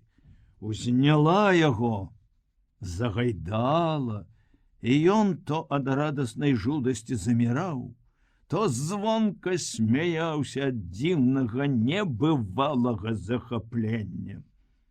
Толстой, Дастаевскі, Чэхаў, Гаршын, Горкі, Купрын. Яны прыйшлі другою хваляй, пасля Пушкіна, Лермонтова, Гоголя. Яны назаўсёды здаліся яму непараўнальнымі. Яны павялі яго ў родны хвалюючы свет. Па інерцыі ён яшчэ скроб сабе вершыкі на 3 мовах, некалькі год то любіў іх, то ненавідзеў, то зноў любіў, а ўжо у душы юнака выспявала памалу, але грунтоўна новая любасць да празаічнага чорнага хлеба, які дае жыццё, да беларускага роднага слова, што пахла для яго тым самым хлебам. У 19 год былі пачаты апавяданні, якія ўжо хвалявалі Алеся не так, як хлапечае загляданне пра шчыліну ў тым плоце, за якім быў райскі сад паэзіі. Ён пачаў адчуваць небывалае дагэтуль шчасце работы пяром, адчуваць сваё кроўнае сваяцтва з ціхім, плодным пошумам калосся, суровай долей чалавека працы, з народнай і нязмерна глыбокай прастатой Толстога, з лікуючай, сардэчнай журботнай песняй чэхаўскага радка. Ён зразумеў шчасліва і трывожна, што літаратура яго прызвання, галоўны святы абавязак жыцця.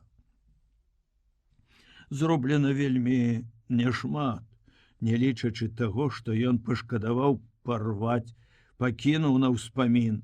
Ёсць некалькі, здаецца, спелых вершаў і апавяданняў, адны з якіх закончаны, другія не. Асабліва прыемна ўспамінаецца, скажам, грэе душу тую, грэе душу твою на чужыне, тое, што напісана для дзяцей. Все это здаецца вельмі важным, вельмі дарагім, перш за ўсё самому сабе, бо яно неяк вельмі ж упэўнена, шчасліва гаворыць яму, што напісанае толькі маленькі пачатак, толькі намёк на тое, што ён калісьці зробіць многа і добра. Вядома, гэта пакуль што толькі яму самому. Ці толькі? Ну, бясспрэчна, і тым, хто ў яго найбліжэйшы. Толя верыць у гэта. А мама, яна адчувае, бо любіць. Бачыш, нават раўніва, як скарб, хаваючы яго сшыткі.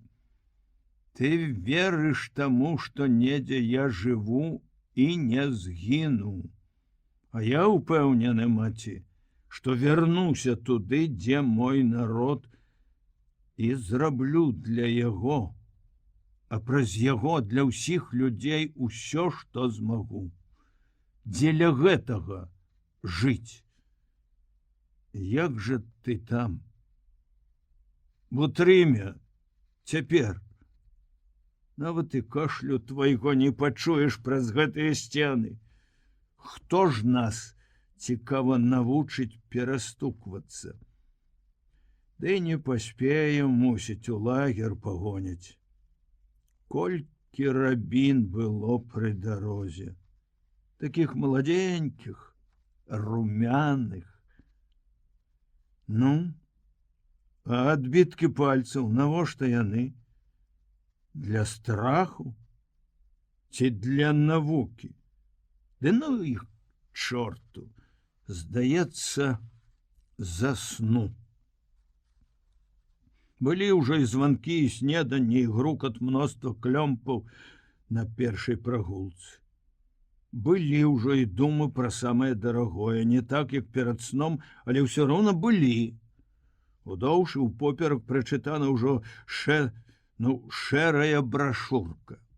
Распарадак дня і правілы паводзін вязня. Што зразумеў, што не. А што ж далей? Да вось сядзі на табурэтцы, прывінчанай да падлогі, глядзі на белую сцяну. Надпісаў штосьці на сценах няма.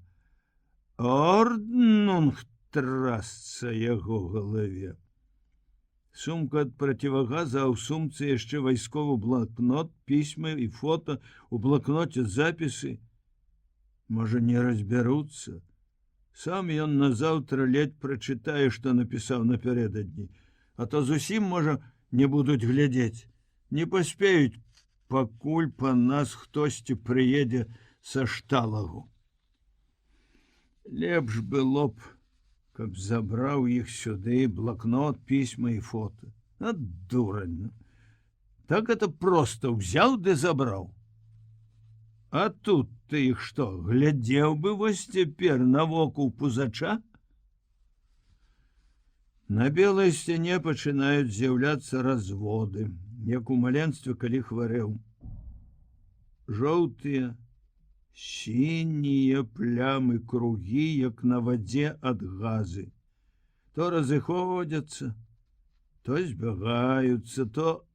А ў маленстве яны яшчэ і страшылі такім таўстагубым і чорным гумовым. Гам! Цяпер не страшыць. Можа, пакуль што? Ключ, як свердзел, з ляскатам уваходзіць у твоё забыццё ў замароку галавы. А гэта ж ён адчыняе. На! Зенкам вякае, відаць, усім на свеце нездаволеная жаба, громністая, зялёная. Што ж ты, скажы мне, сядзіш ды глядзіш? Чаму ты нічога не робіш? Няма чаго рабіць. Устаць! Паласатая, смешна, абразліва паласатая чалавечая маладосць ледь прыкметнай усмешкай устае над пузатай, звяглівай, агідна нялюдскай старасцю. Дзірка вось на калене. А яму рабіць няма чаго. У мяне няма ні іголкі, ні ніткі. Ні іголкі, ні ніткі, крывіць наглядчык. Дам я табе і іголку, і нітку. Всё табе дам. Ах ты, ладно, доўгі разбойнік, а? Закончыўшы тым самым вякам, што і пачаў, пузач, старая нямоглая злосная жаба, цяжка перавальваецца з нагі на нагу, ідзе да дзвярэй. На гэты раз ключ яго ляскае толькі ў дзвярах, а ў вязневай галаве, несучы за сабою далёкую даўнюю усмешку, з'яўляецца прымаўка: без старога каля хаты, як без сабакі. Гэты пільнуе і брэша старанна, відаць, не толькі для хлеба, але ж і для душы. Вспоминаецца ранішняя прагулка. Турэмны двор малы, круглы, абнесены высачэзнай сцяною. Наверсе, калі ты яшчэ залезеш туды, тырчаць іржавая злосныя жалязякі. На іх пакуль што сядзяць і цверкаюць вераб'і. Сытая абыякова, па-дамашняму распушыўшы пер'е. На клумбе згорбілася і расставіла рукі, як бабуля, над градамі старая нешчасная яблыня. Пад ёю лысы дурны нямецкі гарбуз, ад якога пабэрсалася ў бакі яшчэ зялёнае цаціўе з рэдкімі шурпатымі лістамі. Прырода, свежае паветра, і дзеравяшкі ляскаюць па няроўным каменні. Рукі заложаны назад, хада, як загадана, энергічная, моўчкі. Орднунг музайн. Утрымку льгае і бухукае. Аднак такое парушэнне орднунга чамусьці не хвалюе іх начальства. Зялёная старая жаба сядзіць трохі збоку ад іхняга круга і дрэмле, ледь-ледь шчапіўшы на трыбуху, здаецца, нават перапончатыя пальцы. Яшчэ адна прыказка. Бабка спіць, але куры пасе. Такое салдат убачыў ва ўсмешцы Бутрыма, які выбраў момант і усміхнуўся яму, азірнуўшыся. І жаба нібы ад гэтага прачынаецца. Голасам поўным натужнай пакуты і гераічнай пільнасці, не разводзячы з трыбуха пакарацелых на старасць рук, яна выкідае на вонкі хрыплівы лозунг: «Толькі наперад, толькі ідзі! А? Няўжо мы надоўга сышліся з табой?» думае вязень у камеры на табуретцы. Няўжо ты заменіш мне такі самы мілы і неадчэпны вахманаў воблік? На белым зноў з'яўляюцца разводы. Няўжо гэта толькі пачатак? Ну, самы маленькі, самы нявінны ўступчык да таго, што прыйдзе да мяне сюды, што засядзе са мной тут, у гэтым белым каменным мяху.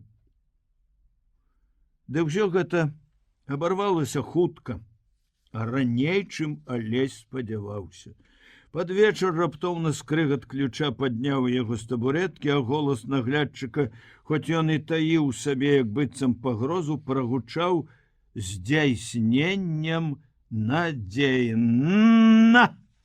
Пайшлі на низ, дуройбер! Калі яны з Бутрымам пераадзеліся і выйшлі са склада на калідор, побач з іхняй зялёнай жабай стаяў нікчэмненькі бялявы вахманок, даволі такі прыкметна запраўлены шнапсам. Спачатку Уладзіка, пасля Алеся, спачатку знізу ўверх, пасля ўжо зверху ўніз, вахман абвёў грозным позіркам мутных вачэй і нарэшце знайшоў, што сказаць. А чаравікі, крэкнуў ён. Это такія павінны быць чаравікі? Пілоткі зняць, пачысціць? Так, Пакуль што хопіць. Марш! Пра далейшае будзе гаворка ў штрафкампані. Такі ж грозны, хоць і маўчаў, быў ён на вуліцы па дарозе на вакзал, так заганяў іх у сіні бліскучы вагон кур'ерскага цягніка з белым надпісам «Бромберг, Берлін», а ў вагоне свабоднае купе. Ім загадаў сядзець каля акна, а сам сеў каля дзвярэй, ногі ў ботах паставіўшы на лаўку за праходам. Всё далейшае пайшло для яго ў змаганні соннага ачмурэння з высокім абавязкам. Толькі зіркаў на іх час ад часу, зноў забыўшыся, мусіць, што кашаль аднаго з палонных — гэта яшчэ не сігнал да ўцёкаў. Ну, адляжаліся трохі, гудзеў Бутрым, управіўшыся са сваім бухуканнем. Вось так бы нам перці да хаты, а то пакуль грудзьмі абмацаеш усю зямлю. Ты калі-небудзь ехаў у такой раскошы, а? І было вельмі сумна. Хоць і маўчалі пра гэта, сумна, што нешта беззваротна прайшло, што нейкі круг замкнуўся на пуста, што зноў вярнуўся іх сцюдзённы горкі вырай.